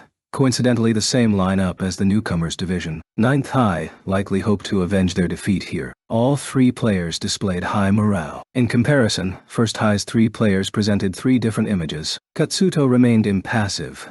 Tatsumi's thoughts remained a mystery, while Hattori wore a serious expression as he eyed the enemy team with a challenging glint in his eyes. Their completely normal appearance brought on an aura of reassurance. Compared to us, they certainly give off a relaxing feel, such as how people are on another level. Nonsense. I never doubted that Onisama would triumph. Your group performed admirably, Tatsuya-kun. You were all courageous and honorable in the extreme. Tatsuya didn't mean anything in particular with his comment, but he was a little lost when they provoked immediate words of reassurance or encouragement. Still, they kept their voices down since the match was about to begin in order to avoid attention, but that didn't guarantee they would be successful all the time. That's why they say watch what you say. Oh, mindful of this, Tatsuya chased away these distractions from his mind and concentrated all his attention on the match. Shizuku staring at him with a displeased expression may also have played a small part in that. Unrelated to this drama, the match began. The match took place in a karst-like, older setting. With the starting buzzer, Hattori emerged out of First High's territory. With a liberal mix of leaping magic, he stormed towards the enemy territory with a speed that simply couldn't be done with pure legwork. Ninth High's response was extremely sluggish. Displaying high morale counted in their favor, but First High seized the initiative. Seeing their blazing fervor, Ninth High probably planned to launch a preemptive strike. However, with their opponent's unexpected charge, their delayed response was filled with doubt. They debated over whether they should immediately take out the attacker and capture a numerical advantage, or should they leave the retaliation to the defender and proceed towards the enemy territory as planned. First High's objective was precisely to sow the seeds of doubt in their minds. Tori stopped halfway between the two areas and began to release magic towards the three players from Ninth High who were still dragging their feet. With the rising air currents, white mist formed over the heads of the players from Ninth High. The mist swiftly coalesced and fell downwards as if unable to support its own weight. Hail formed from dry ice crashed downwards. Convergence. Release move compound systematic magic. Dry blizzard. This was the basic form of the spell that Mayumi used during speed shooting. This magic took the heat energy, latent heat, released when lowering carbon dioxide to solidifying temperature and turning solid, and transformed it into the kinetic energy for dry ice pellets. So the higher the temperature, the greater the velocity. Released from the outer periphery of the defensive perimeter, boulders provided no cover from dry ice pellets released directly overhead. Since they were all wearing protective helmets, ice blocks the size of the fingertip wouldn't cause any major injury, but multiple hits could lead to a mild concussion. At the current rate, their inability to retaliate would lead to their demise. So one of the players from Ninth High spread out a magical protective barrier over their heads to protect them, an imaginary obstruction that would reduce the speed of the descending particles to zero. The shield formed by that player would only reduce the speed to zero once. After the particle came to a stop in the air, gravity would once again pull it down to the earth. The dry ice Hattori created was formed from freezing the surrounding air and causing the moisture to solidify so they would fall to the earth like a drizzle on top of the players from Ninth High and the surrounding boulders. Once the misty air absorbed the released carbon dioxide, this formed a continuous layer of fog. Due to the boulders surrounding the immediate area, it was very difficult for the fog to migrate anywhere other than Ninth High's position. Even though the fog wasn't thick enough to hinder visibility, having the entire body suffused in wet, cold air was certainly going to be unpleasant. Another player started venting the air current in hopes of dispelling the side effects of dry blizzard. However, Hattori had already activated his next magic. His spell used the friction caused by slightly vibrating the dust particles in the ground to alter the electrical current in the dirt, then amplifying and releasing the charge. While one of the Year 1 students from 8th High also attempted the same type of magic in a similar setting, the sheer strength and practiced motion of the same spell were like night and day. A crescent shape seeming to trace Ninth High's magic defensive perimeter began to glow in an area that was roughly 5 meters wide. Countless flashes of light intermixed with one another like a herd of small snakes swarming forward. Regardless of whether it was the ground mixed with sand, the loosely growing grass, or even the rolling stones, anything covered by the fog of carbon dioxide became charged by the moisture. The electric snake outside the magic defense barrier ignored the magic and dove straight for the player from Ninth High. Compound magic, slithering thunders. Compound magics are not simply magics that have multiple spells woven into one magic sequence.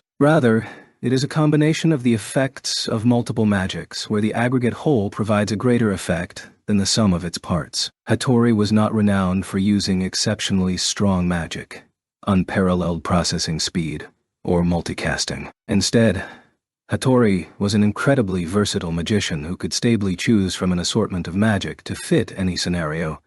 Herein lay his advantage. With so many different assortments at his disposal, compound magic greatly benefited from his versatility, and was a perfect method to bring out Hattori's potential. One of the 3 players from Ninth High leaped into the air to escape the electric current. Unfortunately, the players responsible for the defensive barrier overhead and venting the air currents were half a beat slow in switching to leaping magic. The electric light ensnared the player's feet. Even though the protective boots were insulated, the protective vest itself was not. High insulation would hamper air permeability. The fog that was inundated with carbon dioxide clung to the players' bodies. The player who was wielding wind magic was able to quickly switch targets and sought to use the wind to blow away the moisture in order to lessen the blow. Unfortunately, his compatriot who was holding the magic defense barrier wasn't so fortunate and suffered a direct hit from slithering thunders. Next to the player who collapsed on the ground, his companion fell to one knee. He gave up on his immobile leg and maintained this position to wield his cat. Someone cried out in pain in the air. The player who had leaped into the air to avoid the electric attack was struck by an invisible hammer and crashed back to earth. Tatsumi Kaotaru, who used single systematic magic but specialized in inference strength, had cast speed-type magic on him. By instantly applying downwards gravitational pull, the opposing player immediately hit the deck. At the same time, the player from Ninth High activated convergence magic. It was unknown whether he was unaware of his companion's predicament, or whether this was as expected of a team that advanced to the elimination round. Hattori was the target of the compressed air pellets being fired. Besides special circumstances like being underwater or in a vacuum, air existed in almost every scenario. Hence, its combat application was a popular choice. Thanks to the rules limiting attack options and destructive power, Monolith Code largely favored compressed air pellet attacks. The highly compressed air pellets that formed outside of Hattori's defensive perimeter shattered into pieces against an invisible wall that materialized before Hattori. Hattori was not the cause of that. That was Katsuto casting Reflector from 400 meters behind him. This area of effect magic ignored solids, fluids, and gases, and created a force field that reversed motion vectors. Compared to normal targeting magic, area of effect magic was even more challenging. The difficulty comes from the blurring of the lines. The difference between changing a target's properties and the properties of an empty space was practically non-existent. The difficulty arises when trying to differentiate between which areas needed to be rewritten and which areas cannot be. For targets such as walls, ceilings and railings, the partitions can be seen easily. However, trying to create a distinction in the outdoors for a special location was many times more difficult. Still, if this was offensive magic, the difficulty can be lessened by setting targeting parameters within the activation sequence. On the other hand, defensive magic was restricted in that it had to fulfill all the conditions without knowing the nature and distance of enemy attacks, as well as having limits on area, volume, and shape, such as a shield to protect yourself, or a wall to defend your teammates. By setting the magician as the origin, a respective distance could be plotted to the target. Generally, this was as far as one got. However, Katsuto set Hattori as the protective target in an outdoor setting with no reference points, without the need for supporting tools. He had created a perfect reflector from 400 meters out. This was an outstanding spatial awareness. The Jumonji family took the next step to hone their natural talents in spatial awareness. Their ability to wield multiple types of area of effect defensive magic has earned them the title Stonewall. Tori activated his next magic. Against the attacks from 9th High, he didn't even bother to defend himself. The construction of this magic sequence was wholly dependent on Katsuto's unquestionable ability to defend him from enemy attack. The dust on the ground took to the skies. Sand was sent spiraling into the air by the wind. 10 meters ahead of Hattori, the dust storm grew in strength and speed as it advanced upon the opposing player before falling upon him in fury. Speed, convergence, compound magic. Linear sandstorm. With the first dust particle raised into the air as the center, this area of effect offensive magic constructed layers and layers of complexity around the center as it spun around. The converging sandstorm knocked the player from 9th High to the floor. That match was at an incredibly high level. Tatsuya used the ending signal as a BGM and said in exhilaration, the match itself was a completely one-sided affair. His comment on level was in regards to the magic used as well as its application, especially Hattori, whose skillful use of magic techniques was enough to prompt him to hope Miyuki learns a thing or two from him. He didn't say he could learn something because he had arrived at the conclusion that he was incapable of imitating that level of skill. Tatsuya never overly underestimated Hattori. Even though he had defeated the man in a match, that was only because he seized the initiative and got under his guard. Tatsuya recognized this from a completely objective perspective. Compared to magic power, his magic application was even more skillful. Tatsuya already had an inkling of this given his many opportunities to see Hattori in action. Still, that earlier display of might honestly exceeded his expectations. I am still a long ways off from getting an accurate read on others. Next match will be the finals. Utterly ignorant of Tatsuya's mental struggles, Hanuka innocently opened up. For her, it was only natural that the student council vice president boasted great skill. The word natural shook Tatsuya out of his reverie. Isn't it only natural to not read others accurately? He was only a high school student after all. Tatsuya's mental status was still stuck in his persona as the special lieutenant from the independent magic-equipped battalion from last night. And it was only now that he reverted to the high school student, Shiba Tatsuya. The finals begin at 1 p.m. and it's a little early for lunch. Will you take us for a few cold drinks, Ani-sama? Agreed. Ice cream would be even better. Hearing Miyuki's suggestion, Shizuku swiftly assented. He had no duties as a technician today, nor did he have to worry about any hindrances from any criminal organizations. Occasionally, it wasn't bad to indulge in the life of a high school student, Tatsuya thought, and made his decision. I saw a concession truck earlier.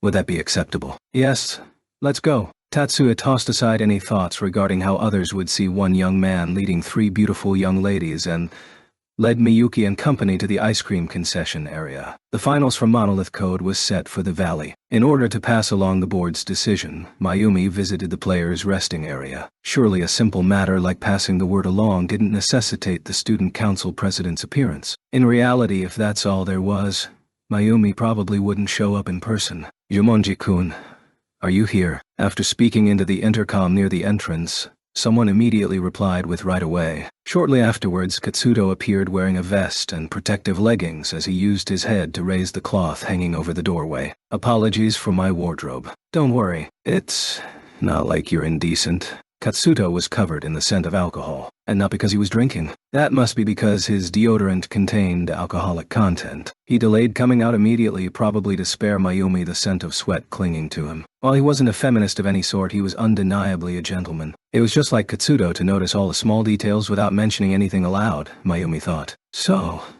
what is it? Mayumi had set aside her official business and was busy ruminating over nonsensical things when Katsuto's question shook her back to reality. The setting for the finals has been decided. Can you come with me for a minute? If this was all there was, one sentence would have been sufficient. Yet Katsuto didn't ask why or what for as he quietly followed behind Mayumi. Mayumi led Katsuto to the same room where she spoke with Tatsuya 3 days ago. Just like 3 days ago, she erected a soundproof barrier and started speaking quietly with the already seated Katsuto. Father sent a coded missive. Apparently this is the directive from the clan meeting. Oh, looks like Jumonji-kun hasn't received it yet, right? Correct. Though Katsuto's response was unexpected, but coded missives from the clan meetings generally took a considerable time alone to decipher. The Jumonji family must have felt that even though this was the break time between matches, the captain being absent for a long period of time would rouse suspicion. That was Mayumi's take on the situation. Mayumi and Katsuto were on a different footing than the other members on the team. This difference was not because they were the student council president and club group leader,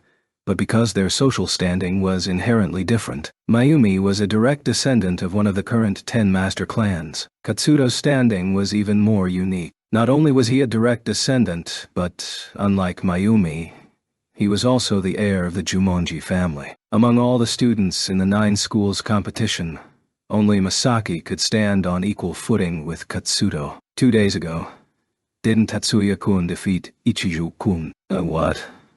So what? Katsuto's question wasn't why are you bringing this up, but so what? Nay, in reality his question was a mere formality. The 10 master clans stand at the pinnacle of this country's magicians. Magicians who bear the name of the 10 master clans must be the strongest magicians in the country. Mayumi's voice contained an ironic tone. The ideas she was expressing were not her own, but came from her father, and by extension were the doctrine handed down by the clan meeting. She probably believed otherwise, but right now the clan meeting's doctrine overrode her own personal philosophy. Even a high school game cannot allow people to suspect that the power of the 10 master clans is anything but absolute. That's probably what they're driving at. But that match can't simply be dismissed as fun and games. The rebuttal was only words, but the tone was relaxed and light. In other words, the clan meeting asked for a match to aggrandize the might of the 10 master clans. Did I get that right? Yes. I just don't want to force such a ridiculous burden onto Jumonji-kun. Nay, rather, this is a duty that naturally falls to the next heir of the Jumonji family like myself. Sorry for causing you so much worry. That's nothing really. Likely due to her terrible mood, Mayumi rarely cut loose with a barrage of sincere grousing. Seriously, this is ludicrous. Even if Tatsuya-kun was a side branch, so long as he had the bloodline of the 10 master clans, then he wouldn't be embroiled in this third-rate farce. Katsuto didn't comment on Mayumi's complaints. Just leave it to me. He didn't show any outward sign of emotion as he calmly replied. First high was against third high for the Monolith Code finals. The backstories behind this matchup were legion, to the point that it could even be called a fateful showdown.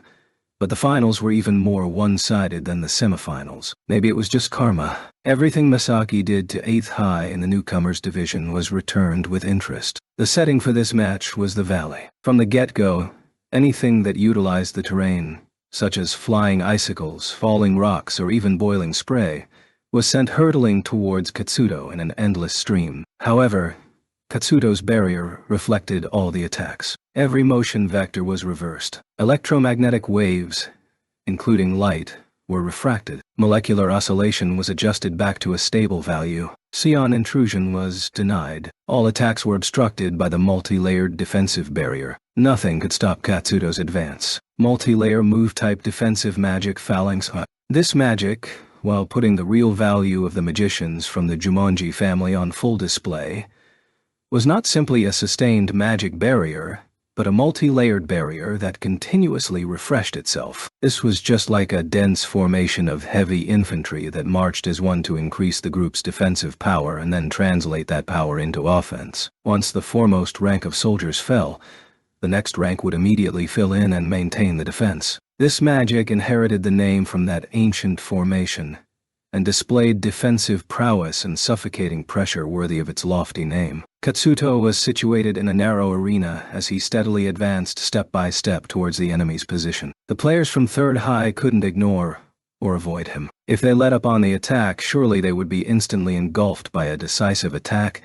Each step increased the pressure a little more, forcing them to cling onto that belief and urge them to press the assault. Though they were unable to penetrate that wall, they should still have exhausted the defender somewhat. Yet, compared to the three panting players from third high, there was nary a sign of fatigue on Katsuto's part. When there were only a paltry 10 meters or so between the two sides, Katsuto finally came to a stop. He stopped his slow, plodding advance and bunched all his energy together to kick off the floor. A boulder-like body flew through the air while parallel to the ground. He cast speed move magic on himself, then adopted a shoulder tackle position as he crashed into the enemy players. His impermeable barrier remained active the entire time. One of the players from third high was sent flying by the sudden impact against this indomitable barrier. Katsuto's gigantic frame didn't stop for even a second before changing course for the next enemy. Before this insurmountable barrier and the overwhelming interference strength attached to it, magical defenses and momentum shifting became meaningless. The players from third high were helplessly smashed aside as the Monolith Code Finals drew to a close. This complete victory served to crown First High's overall victory with a fresh crown of laurels. Seeing Katsuto raise his hands in response to the applause, Tatsuya and his friends also applauded, but were all unable to speak. Dominant was no longer sufficient to describe what just happened. Besides terrifying and tremendous, no other words would suffice. The tactic itself was simple enough to describe this as a trial by brute force. Yet, that magic was not simply brute force. He continuously cycled between the 4 great systems and 8 major types at irregular intervals, while creating new barriers, an awe-inspiring, difficult brute force. Amazing. So that's the Jumonji family's phalanx, eh?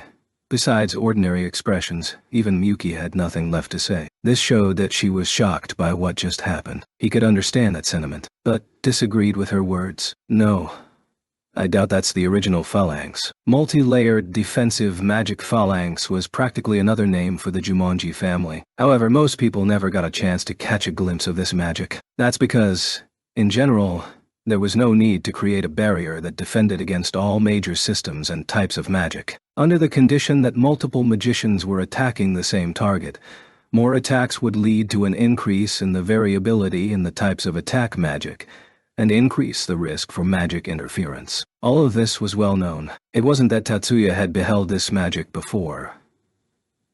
In the earlier match, the multi-layered barrier that Katsuto cast did include magic from all systems and types of magic. That truly was phalanx. Still, Tatsuya wasn't able to accept this conjecture so easily. That final attack.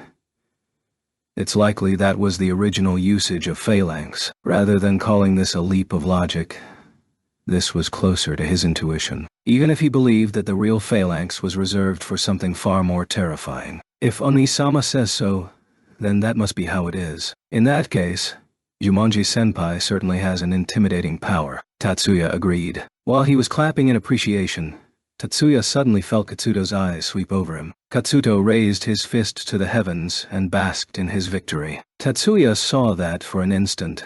Katsuto's gaze matched his own, and, in that instant, he revealed a wide smile. "I am stronger than you." That was the declaration Tatsuya read from Katsuto's eyes, the grace of kings that forced one to their knees without resorting to brute force. But, at the end of the day, that was only political sophistry. Before battle was even joined, the awesome might of absolute terror that forced their opponents to abandon their swords, and any hope of resistance was the true mark of kings. Katsuto, he who returned the cheers of victory, understood the value of that power, and how to utilize it. He carried the majesty of a monarch. Chapter 14, in stark contrast to the atmosphere 2 weeks ago, or to be exact 12 days ago, the hall was filled with a peaceful air. While it's easy to proclaim a neutral spirit, It's not so easy in practice. And it would be a lie to say that there were none with the thoughts of victory or defeat occupying their mind. But now, the fierce competitions of the past 10 days were over. The dress code for the festivities was their usual uniforms. Once again forced to take up his ill-fitting blazer, he thought, at least if it comes to dancing, will this be better? A thought which had ended up similar to that of digging his own grave. Popular, huh? Coming up to him with an evil smile was Mari, who had been officially discharged one day earlier. Thank you. To tell the truth, I'd far rather be taking it easy. As if saying it couldn't be helped, Tatsuya glanced over at his sister, who was surrounded by a crowd 2-3 layers deep. Fellow students? Event organizers. Base officials who provided the venue. The executives of companies that sponsored the tournament. Those were inevitable, but with the inclusion of media professionals, production companies, commercial companies, talent agencies, also dressed up as officials. It made one feel like asking, what's the big idea? The organizers of the party. Truthfully, he would have liked nothing more than to forcefully put those noisy and rude people away. But with a shrewd, frosty look. Suzune had warned him against such an approach, so he kept a low profile for the moment. I'm not talking about your sister. Hearing Tatsuya's natural reply, Mari chuckled sadly. The one I'm referring to is you, Tatsuya-kun. From Mari's point of view, Tatsuya made a tired face. Although nowhere comparable to the crowd around Miyuki, Tatsuya had been constantly sought out from the start as well. Most of them were unacquainted adults. It wasn't that he had never seen them before. Due to his work at his father's company, despite his age, he knew the faces of businessmen quite well. Still, it was only on the level of a high school student. As a resident of the laboratory, he was not necessarily involved on the business side, but compared to general employees in the same industry, he had far more contact than just a little. Of those who had come to talk with him, he knew more than half of them by sight. Wasn't that the president of Rosen's Japanese branch? This would be the first time he talked to a high school student, huh? I wouldn't know.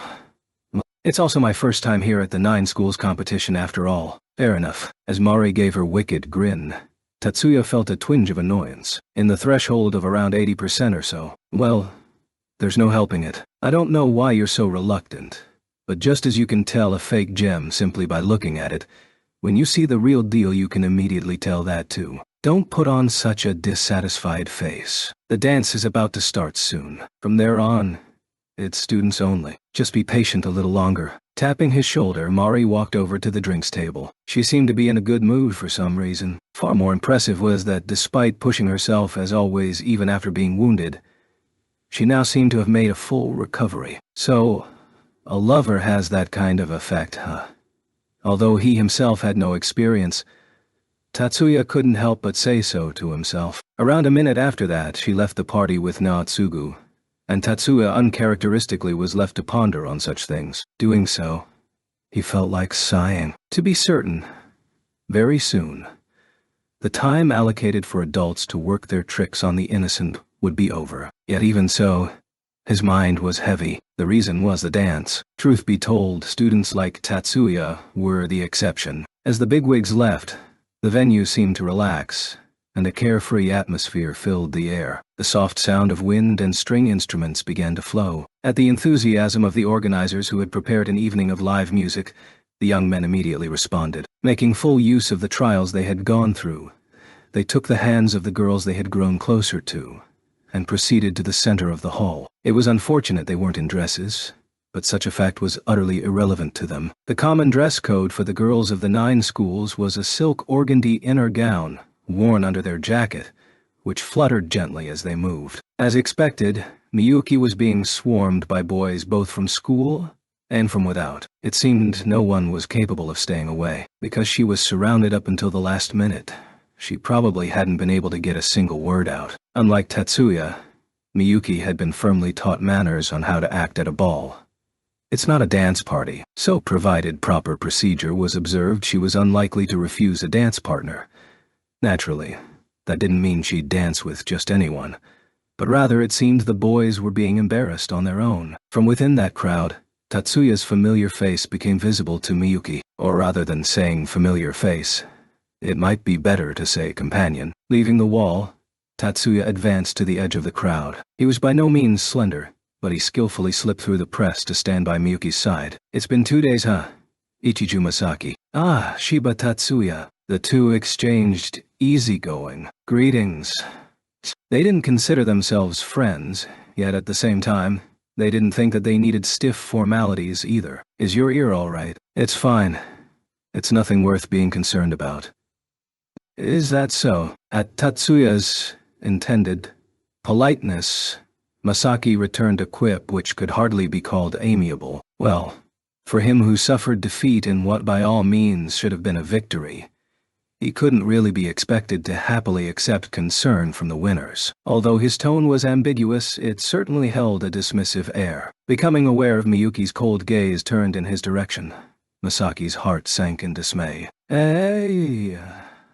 Iba. He suddenly called out Tatsuya's last name, causing Tatsuya to make "Is this guy alright?" Ace. Are you her brother? Masaki's words caused Tatsuya no end of weariness. Are you telling me you only realized just now? Seriously, his amazed face implying I think I understand. Masaki stood frozen. A modest laugh was heard. Covering her mouth, Miyuki turned away. Ichiju-san, you weren't able to tell Anisama and I were siblings. Miyuki's voice as she spoke to Masaki, as she suppressed her laughter, seemed somehow happy. No that yes. As Masaki gave up trying to find an excuse, Miyuki looked on with a smile. He wasn't quite sure what had caught her interest, but it seemed to him that Ichiju had suddenly become sensible in Miyuki's eyes. That being said, it only meant he was now considered on the level to be a possible dance candidate. You can't just stay standing here forever. So Miyuki, why don't you go dance with Ichiju? At Tatsuya's words, or more precisely the dance with Ichiju part, Masaki looked up sharply. His eyes shone in anticipation. After Miyuki's giggling bout subsided, she tilted her head in Masaki's direction as if asking, "What will you do?" Could you please accompany me for 2 songs? With a reverential voice, Masaki bowed deferentially to Miyuki. Please take care of me as well. Returning the bow, Miyuki took Masaki's proffered hand. As he took his position, Masaki's face was glowing as he nodded to Tatsuya in thanks. Seeing that, Tatsuya thought, what a mercenary guy. The romantic comedy Masaki was acting out was no concern to Tatsuya, as long as Miyuki was alright with it. That was why he was able to accept it so easily. When it came to himself, however, even in the best of conditions, he was unable to deal with such things. At this moment, catching a glimpse of his hesitant, shifty form, he was acutely aware of his own immaturity. Sir, at a time like this, it's best for the man to take the lead. Anoka alone was too much for him to handle.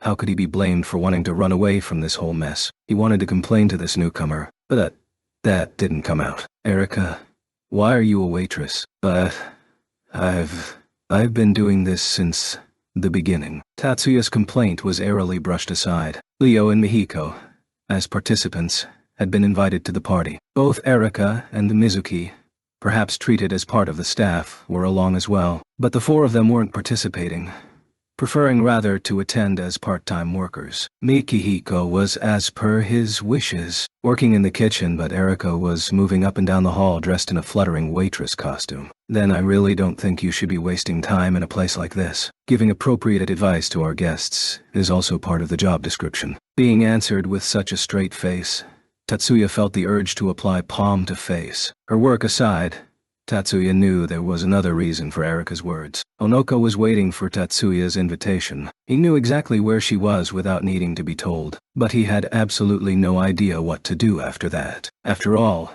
he had no experience whatsoever in inviting a woman. Sir. There really isn't any need to think so hard about all this. Erica had only been here for her amusement earlier, but gradually a note of amazement crept into her voice. At this rate, though, that amazement would soon turn to irritation. Thinking that would be a bit, no, absolutely unbearable, Tatsuya decided to bite the bullet. Hanukkah?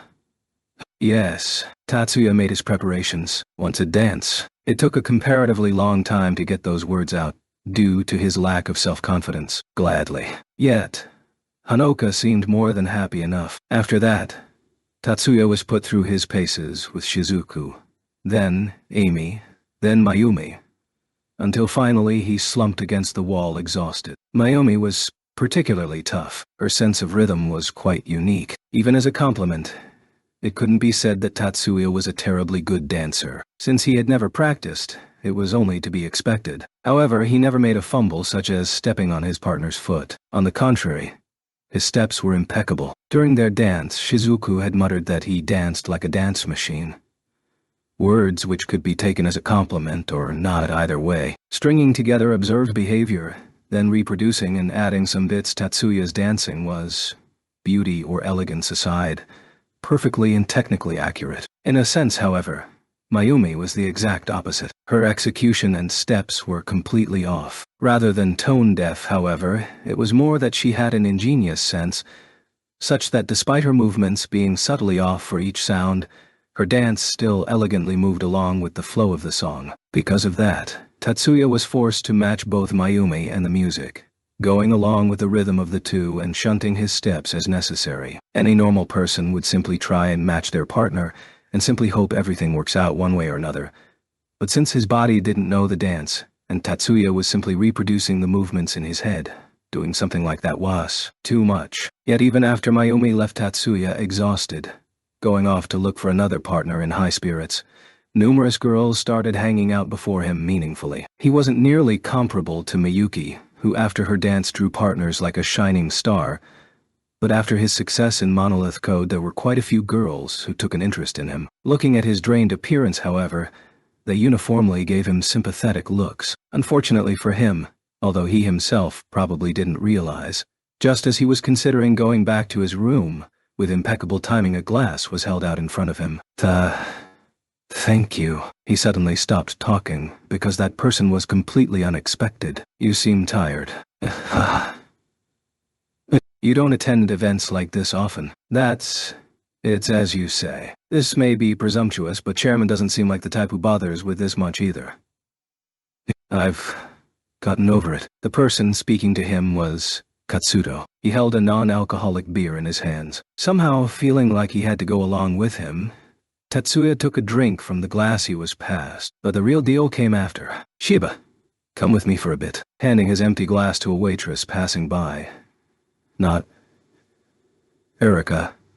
Katsuto turned around. It meant he wouldn't take no as a response. Dropping off his empty glass the same way, Tatsuya followed. In the same garden where they had caught the intruder on the opening night of the tournament, the two of them silently stood there with not another figure in sight. It wasn't a complete silence. It seemed someone had opened a window. The sound of music could faintly be heard. That soft sound lent the atmosphere a serene air. Is this all right? I think the celebrations are about to begin soon. As Katsuto stopped with his back facing him, Tatsuya threw a casual remark. After the party, a victory celebration in honor of First High was scheduled. This privilege was given to whichever school won the overall championship.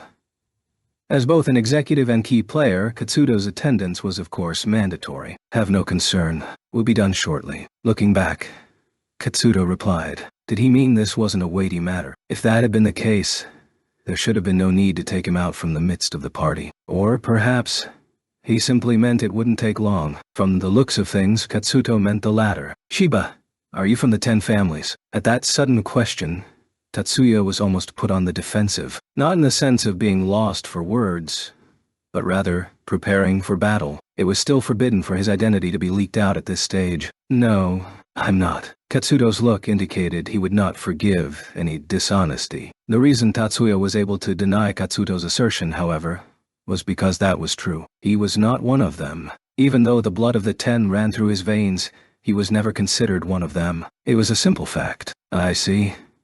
After watching Tatsuya in anticipation for a while, Katsuto nodded impassively. Tatsuya did not know whether Katsuto had been convinced with his answer. Then, as discussed in a family meeting, here's my advice to you as the vice representative of the Jumonji house. Shiba, you should join the 10 families. How about the Segusa? Would you be referring to, how about marrying in, or the like? Indeed. Katsuto's magic phalanx, as opposed to Tatsuya's original magic decomposition, are like natural enemies. The moment one barrier is pierced through, another takes its place. It would be endless. Whilst watching the finals, Tatsuya recalled the unpleasantness of what would be a war of attrition should it come to it.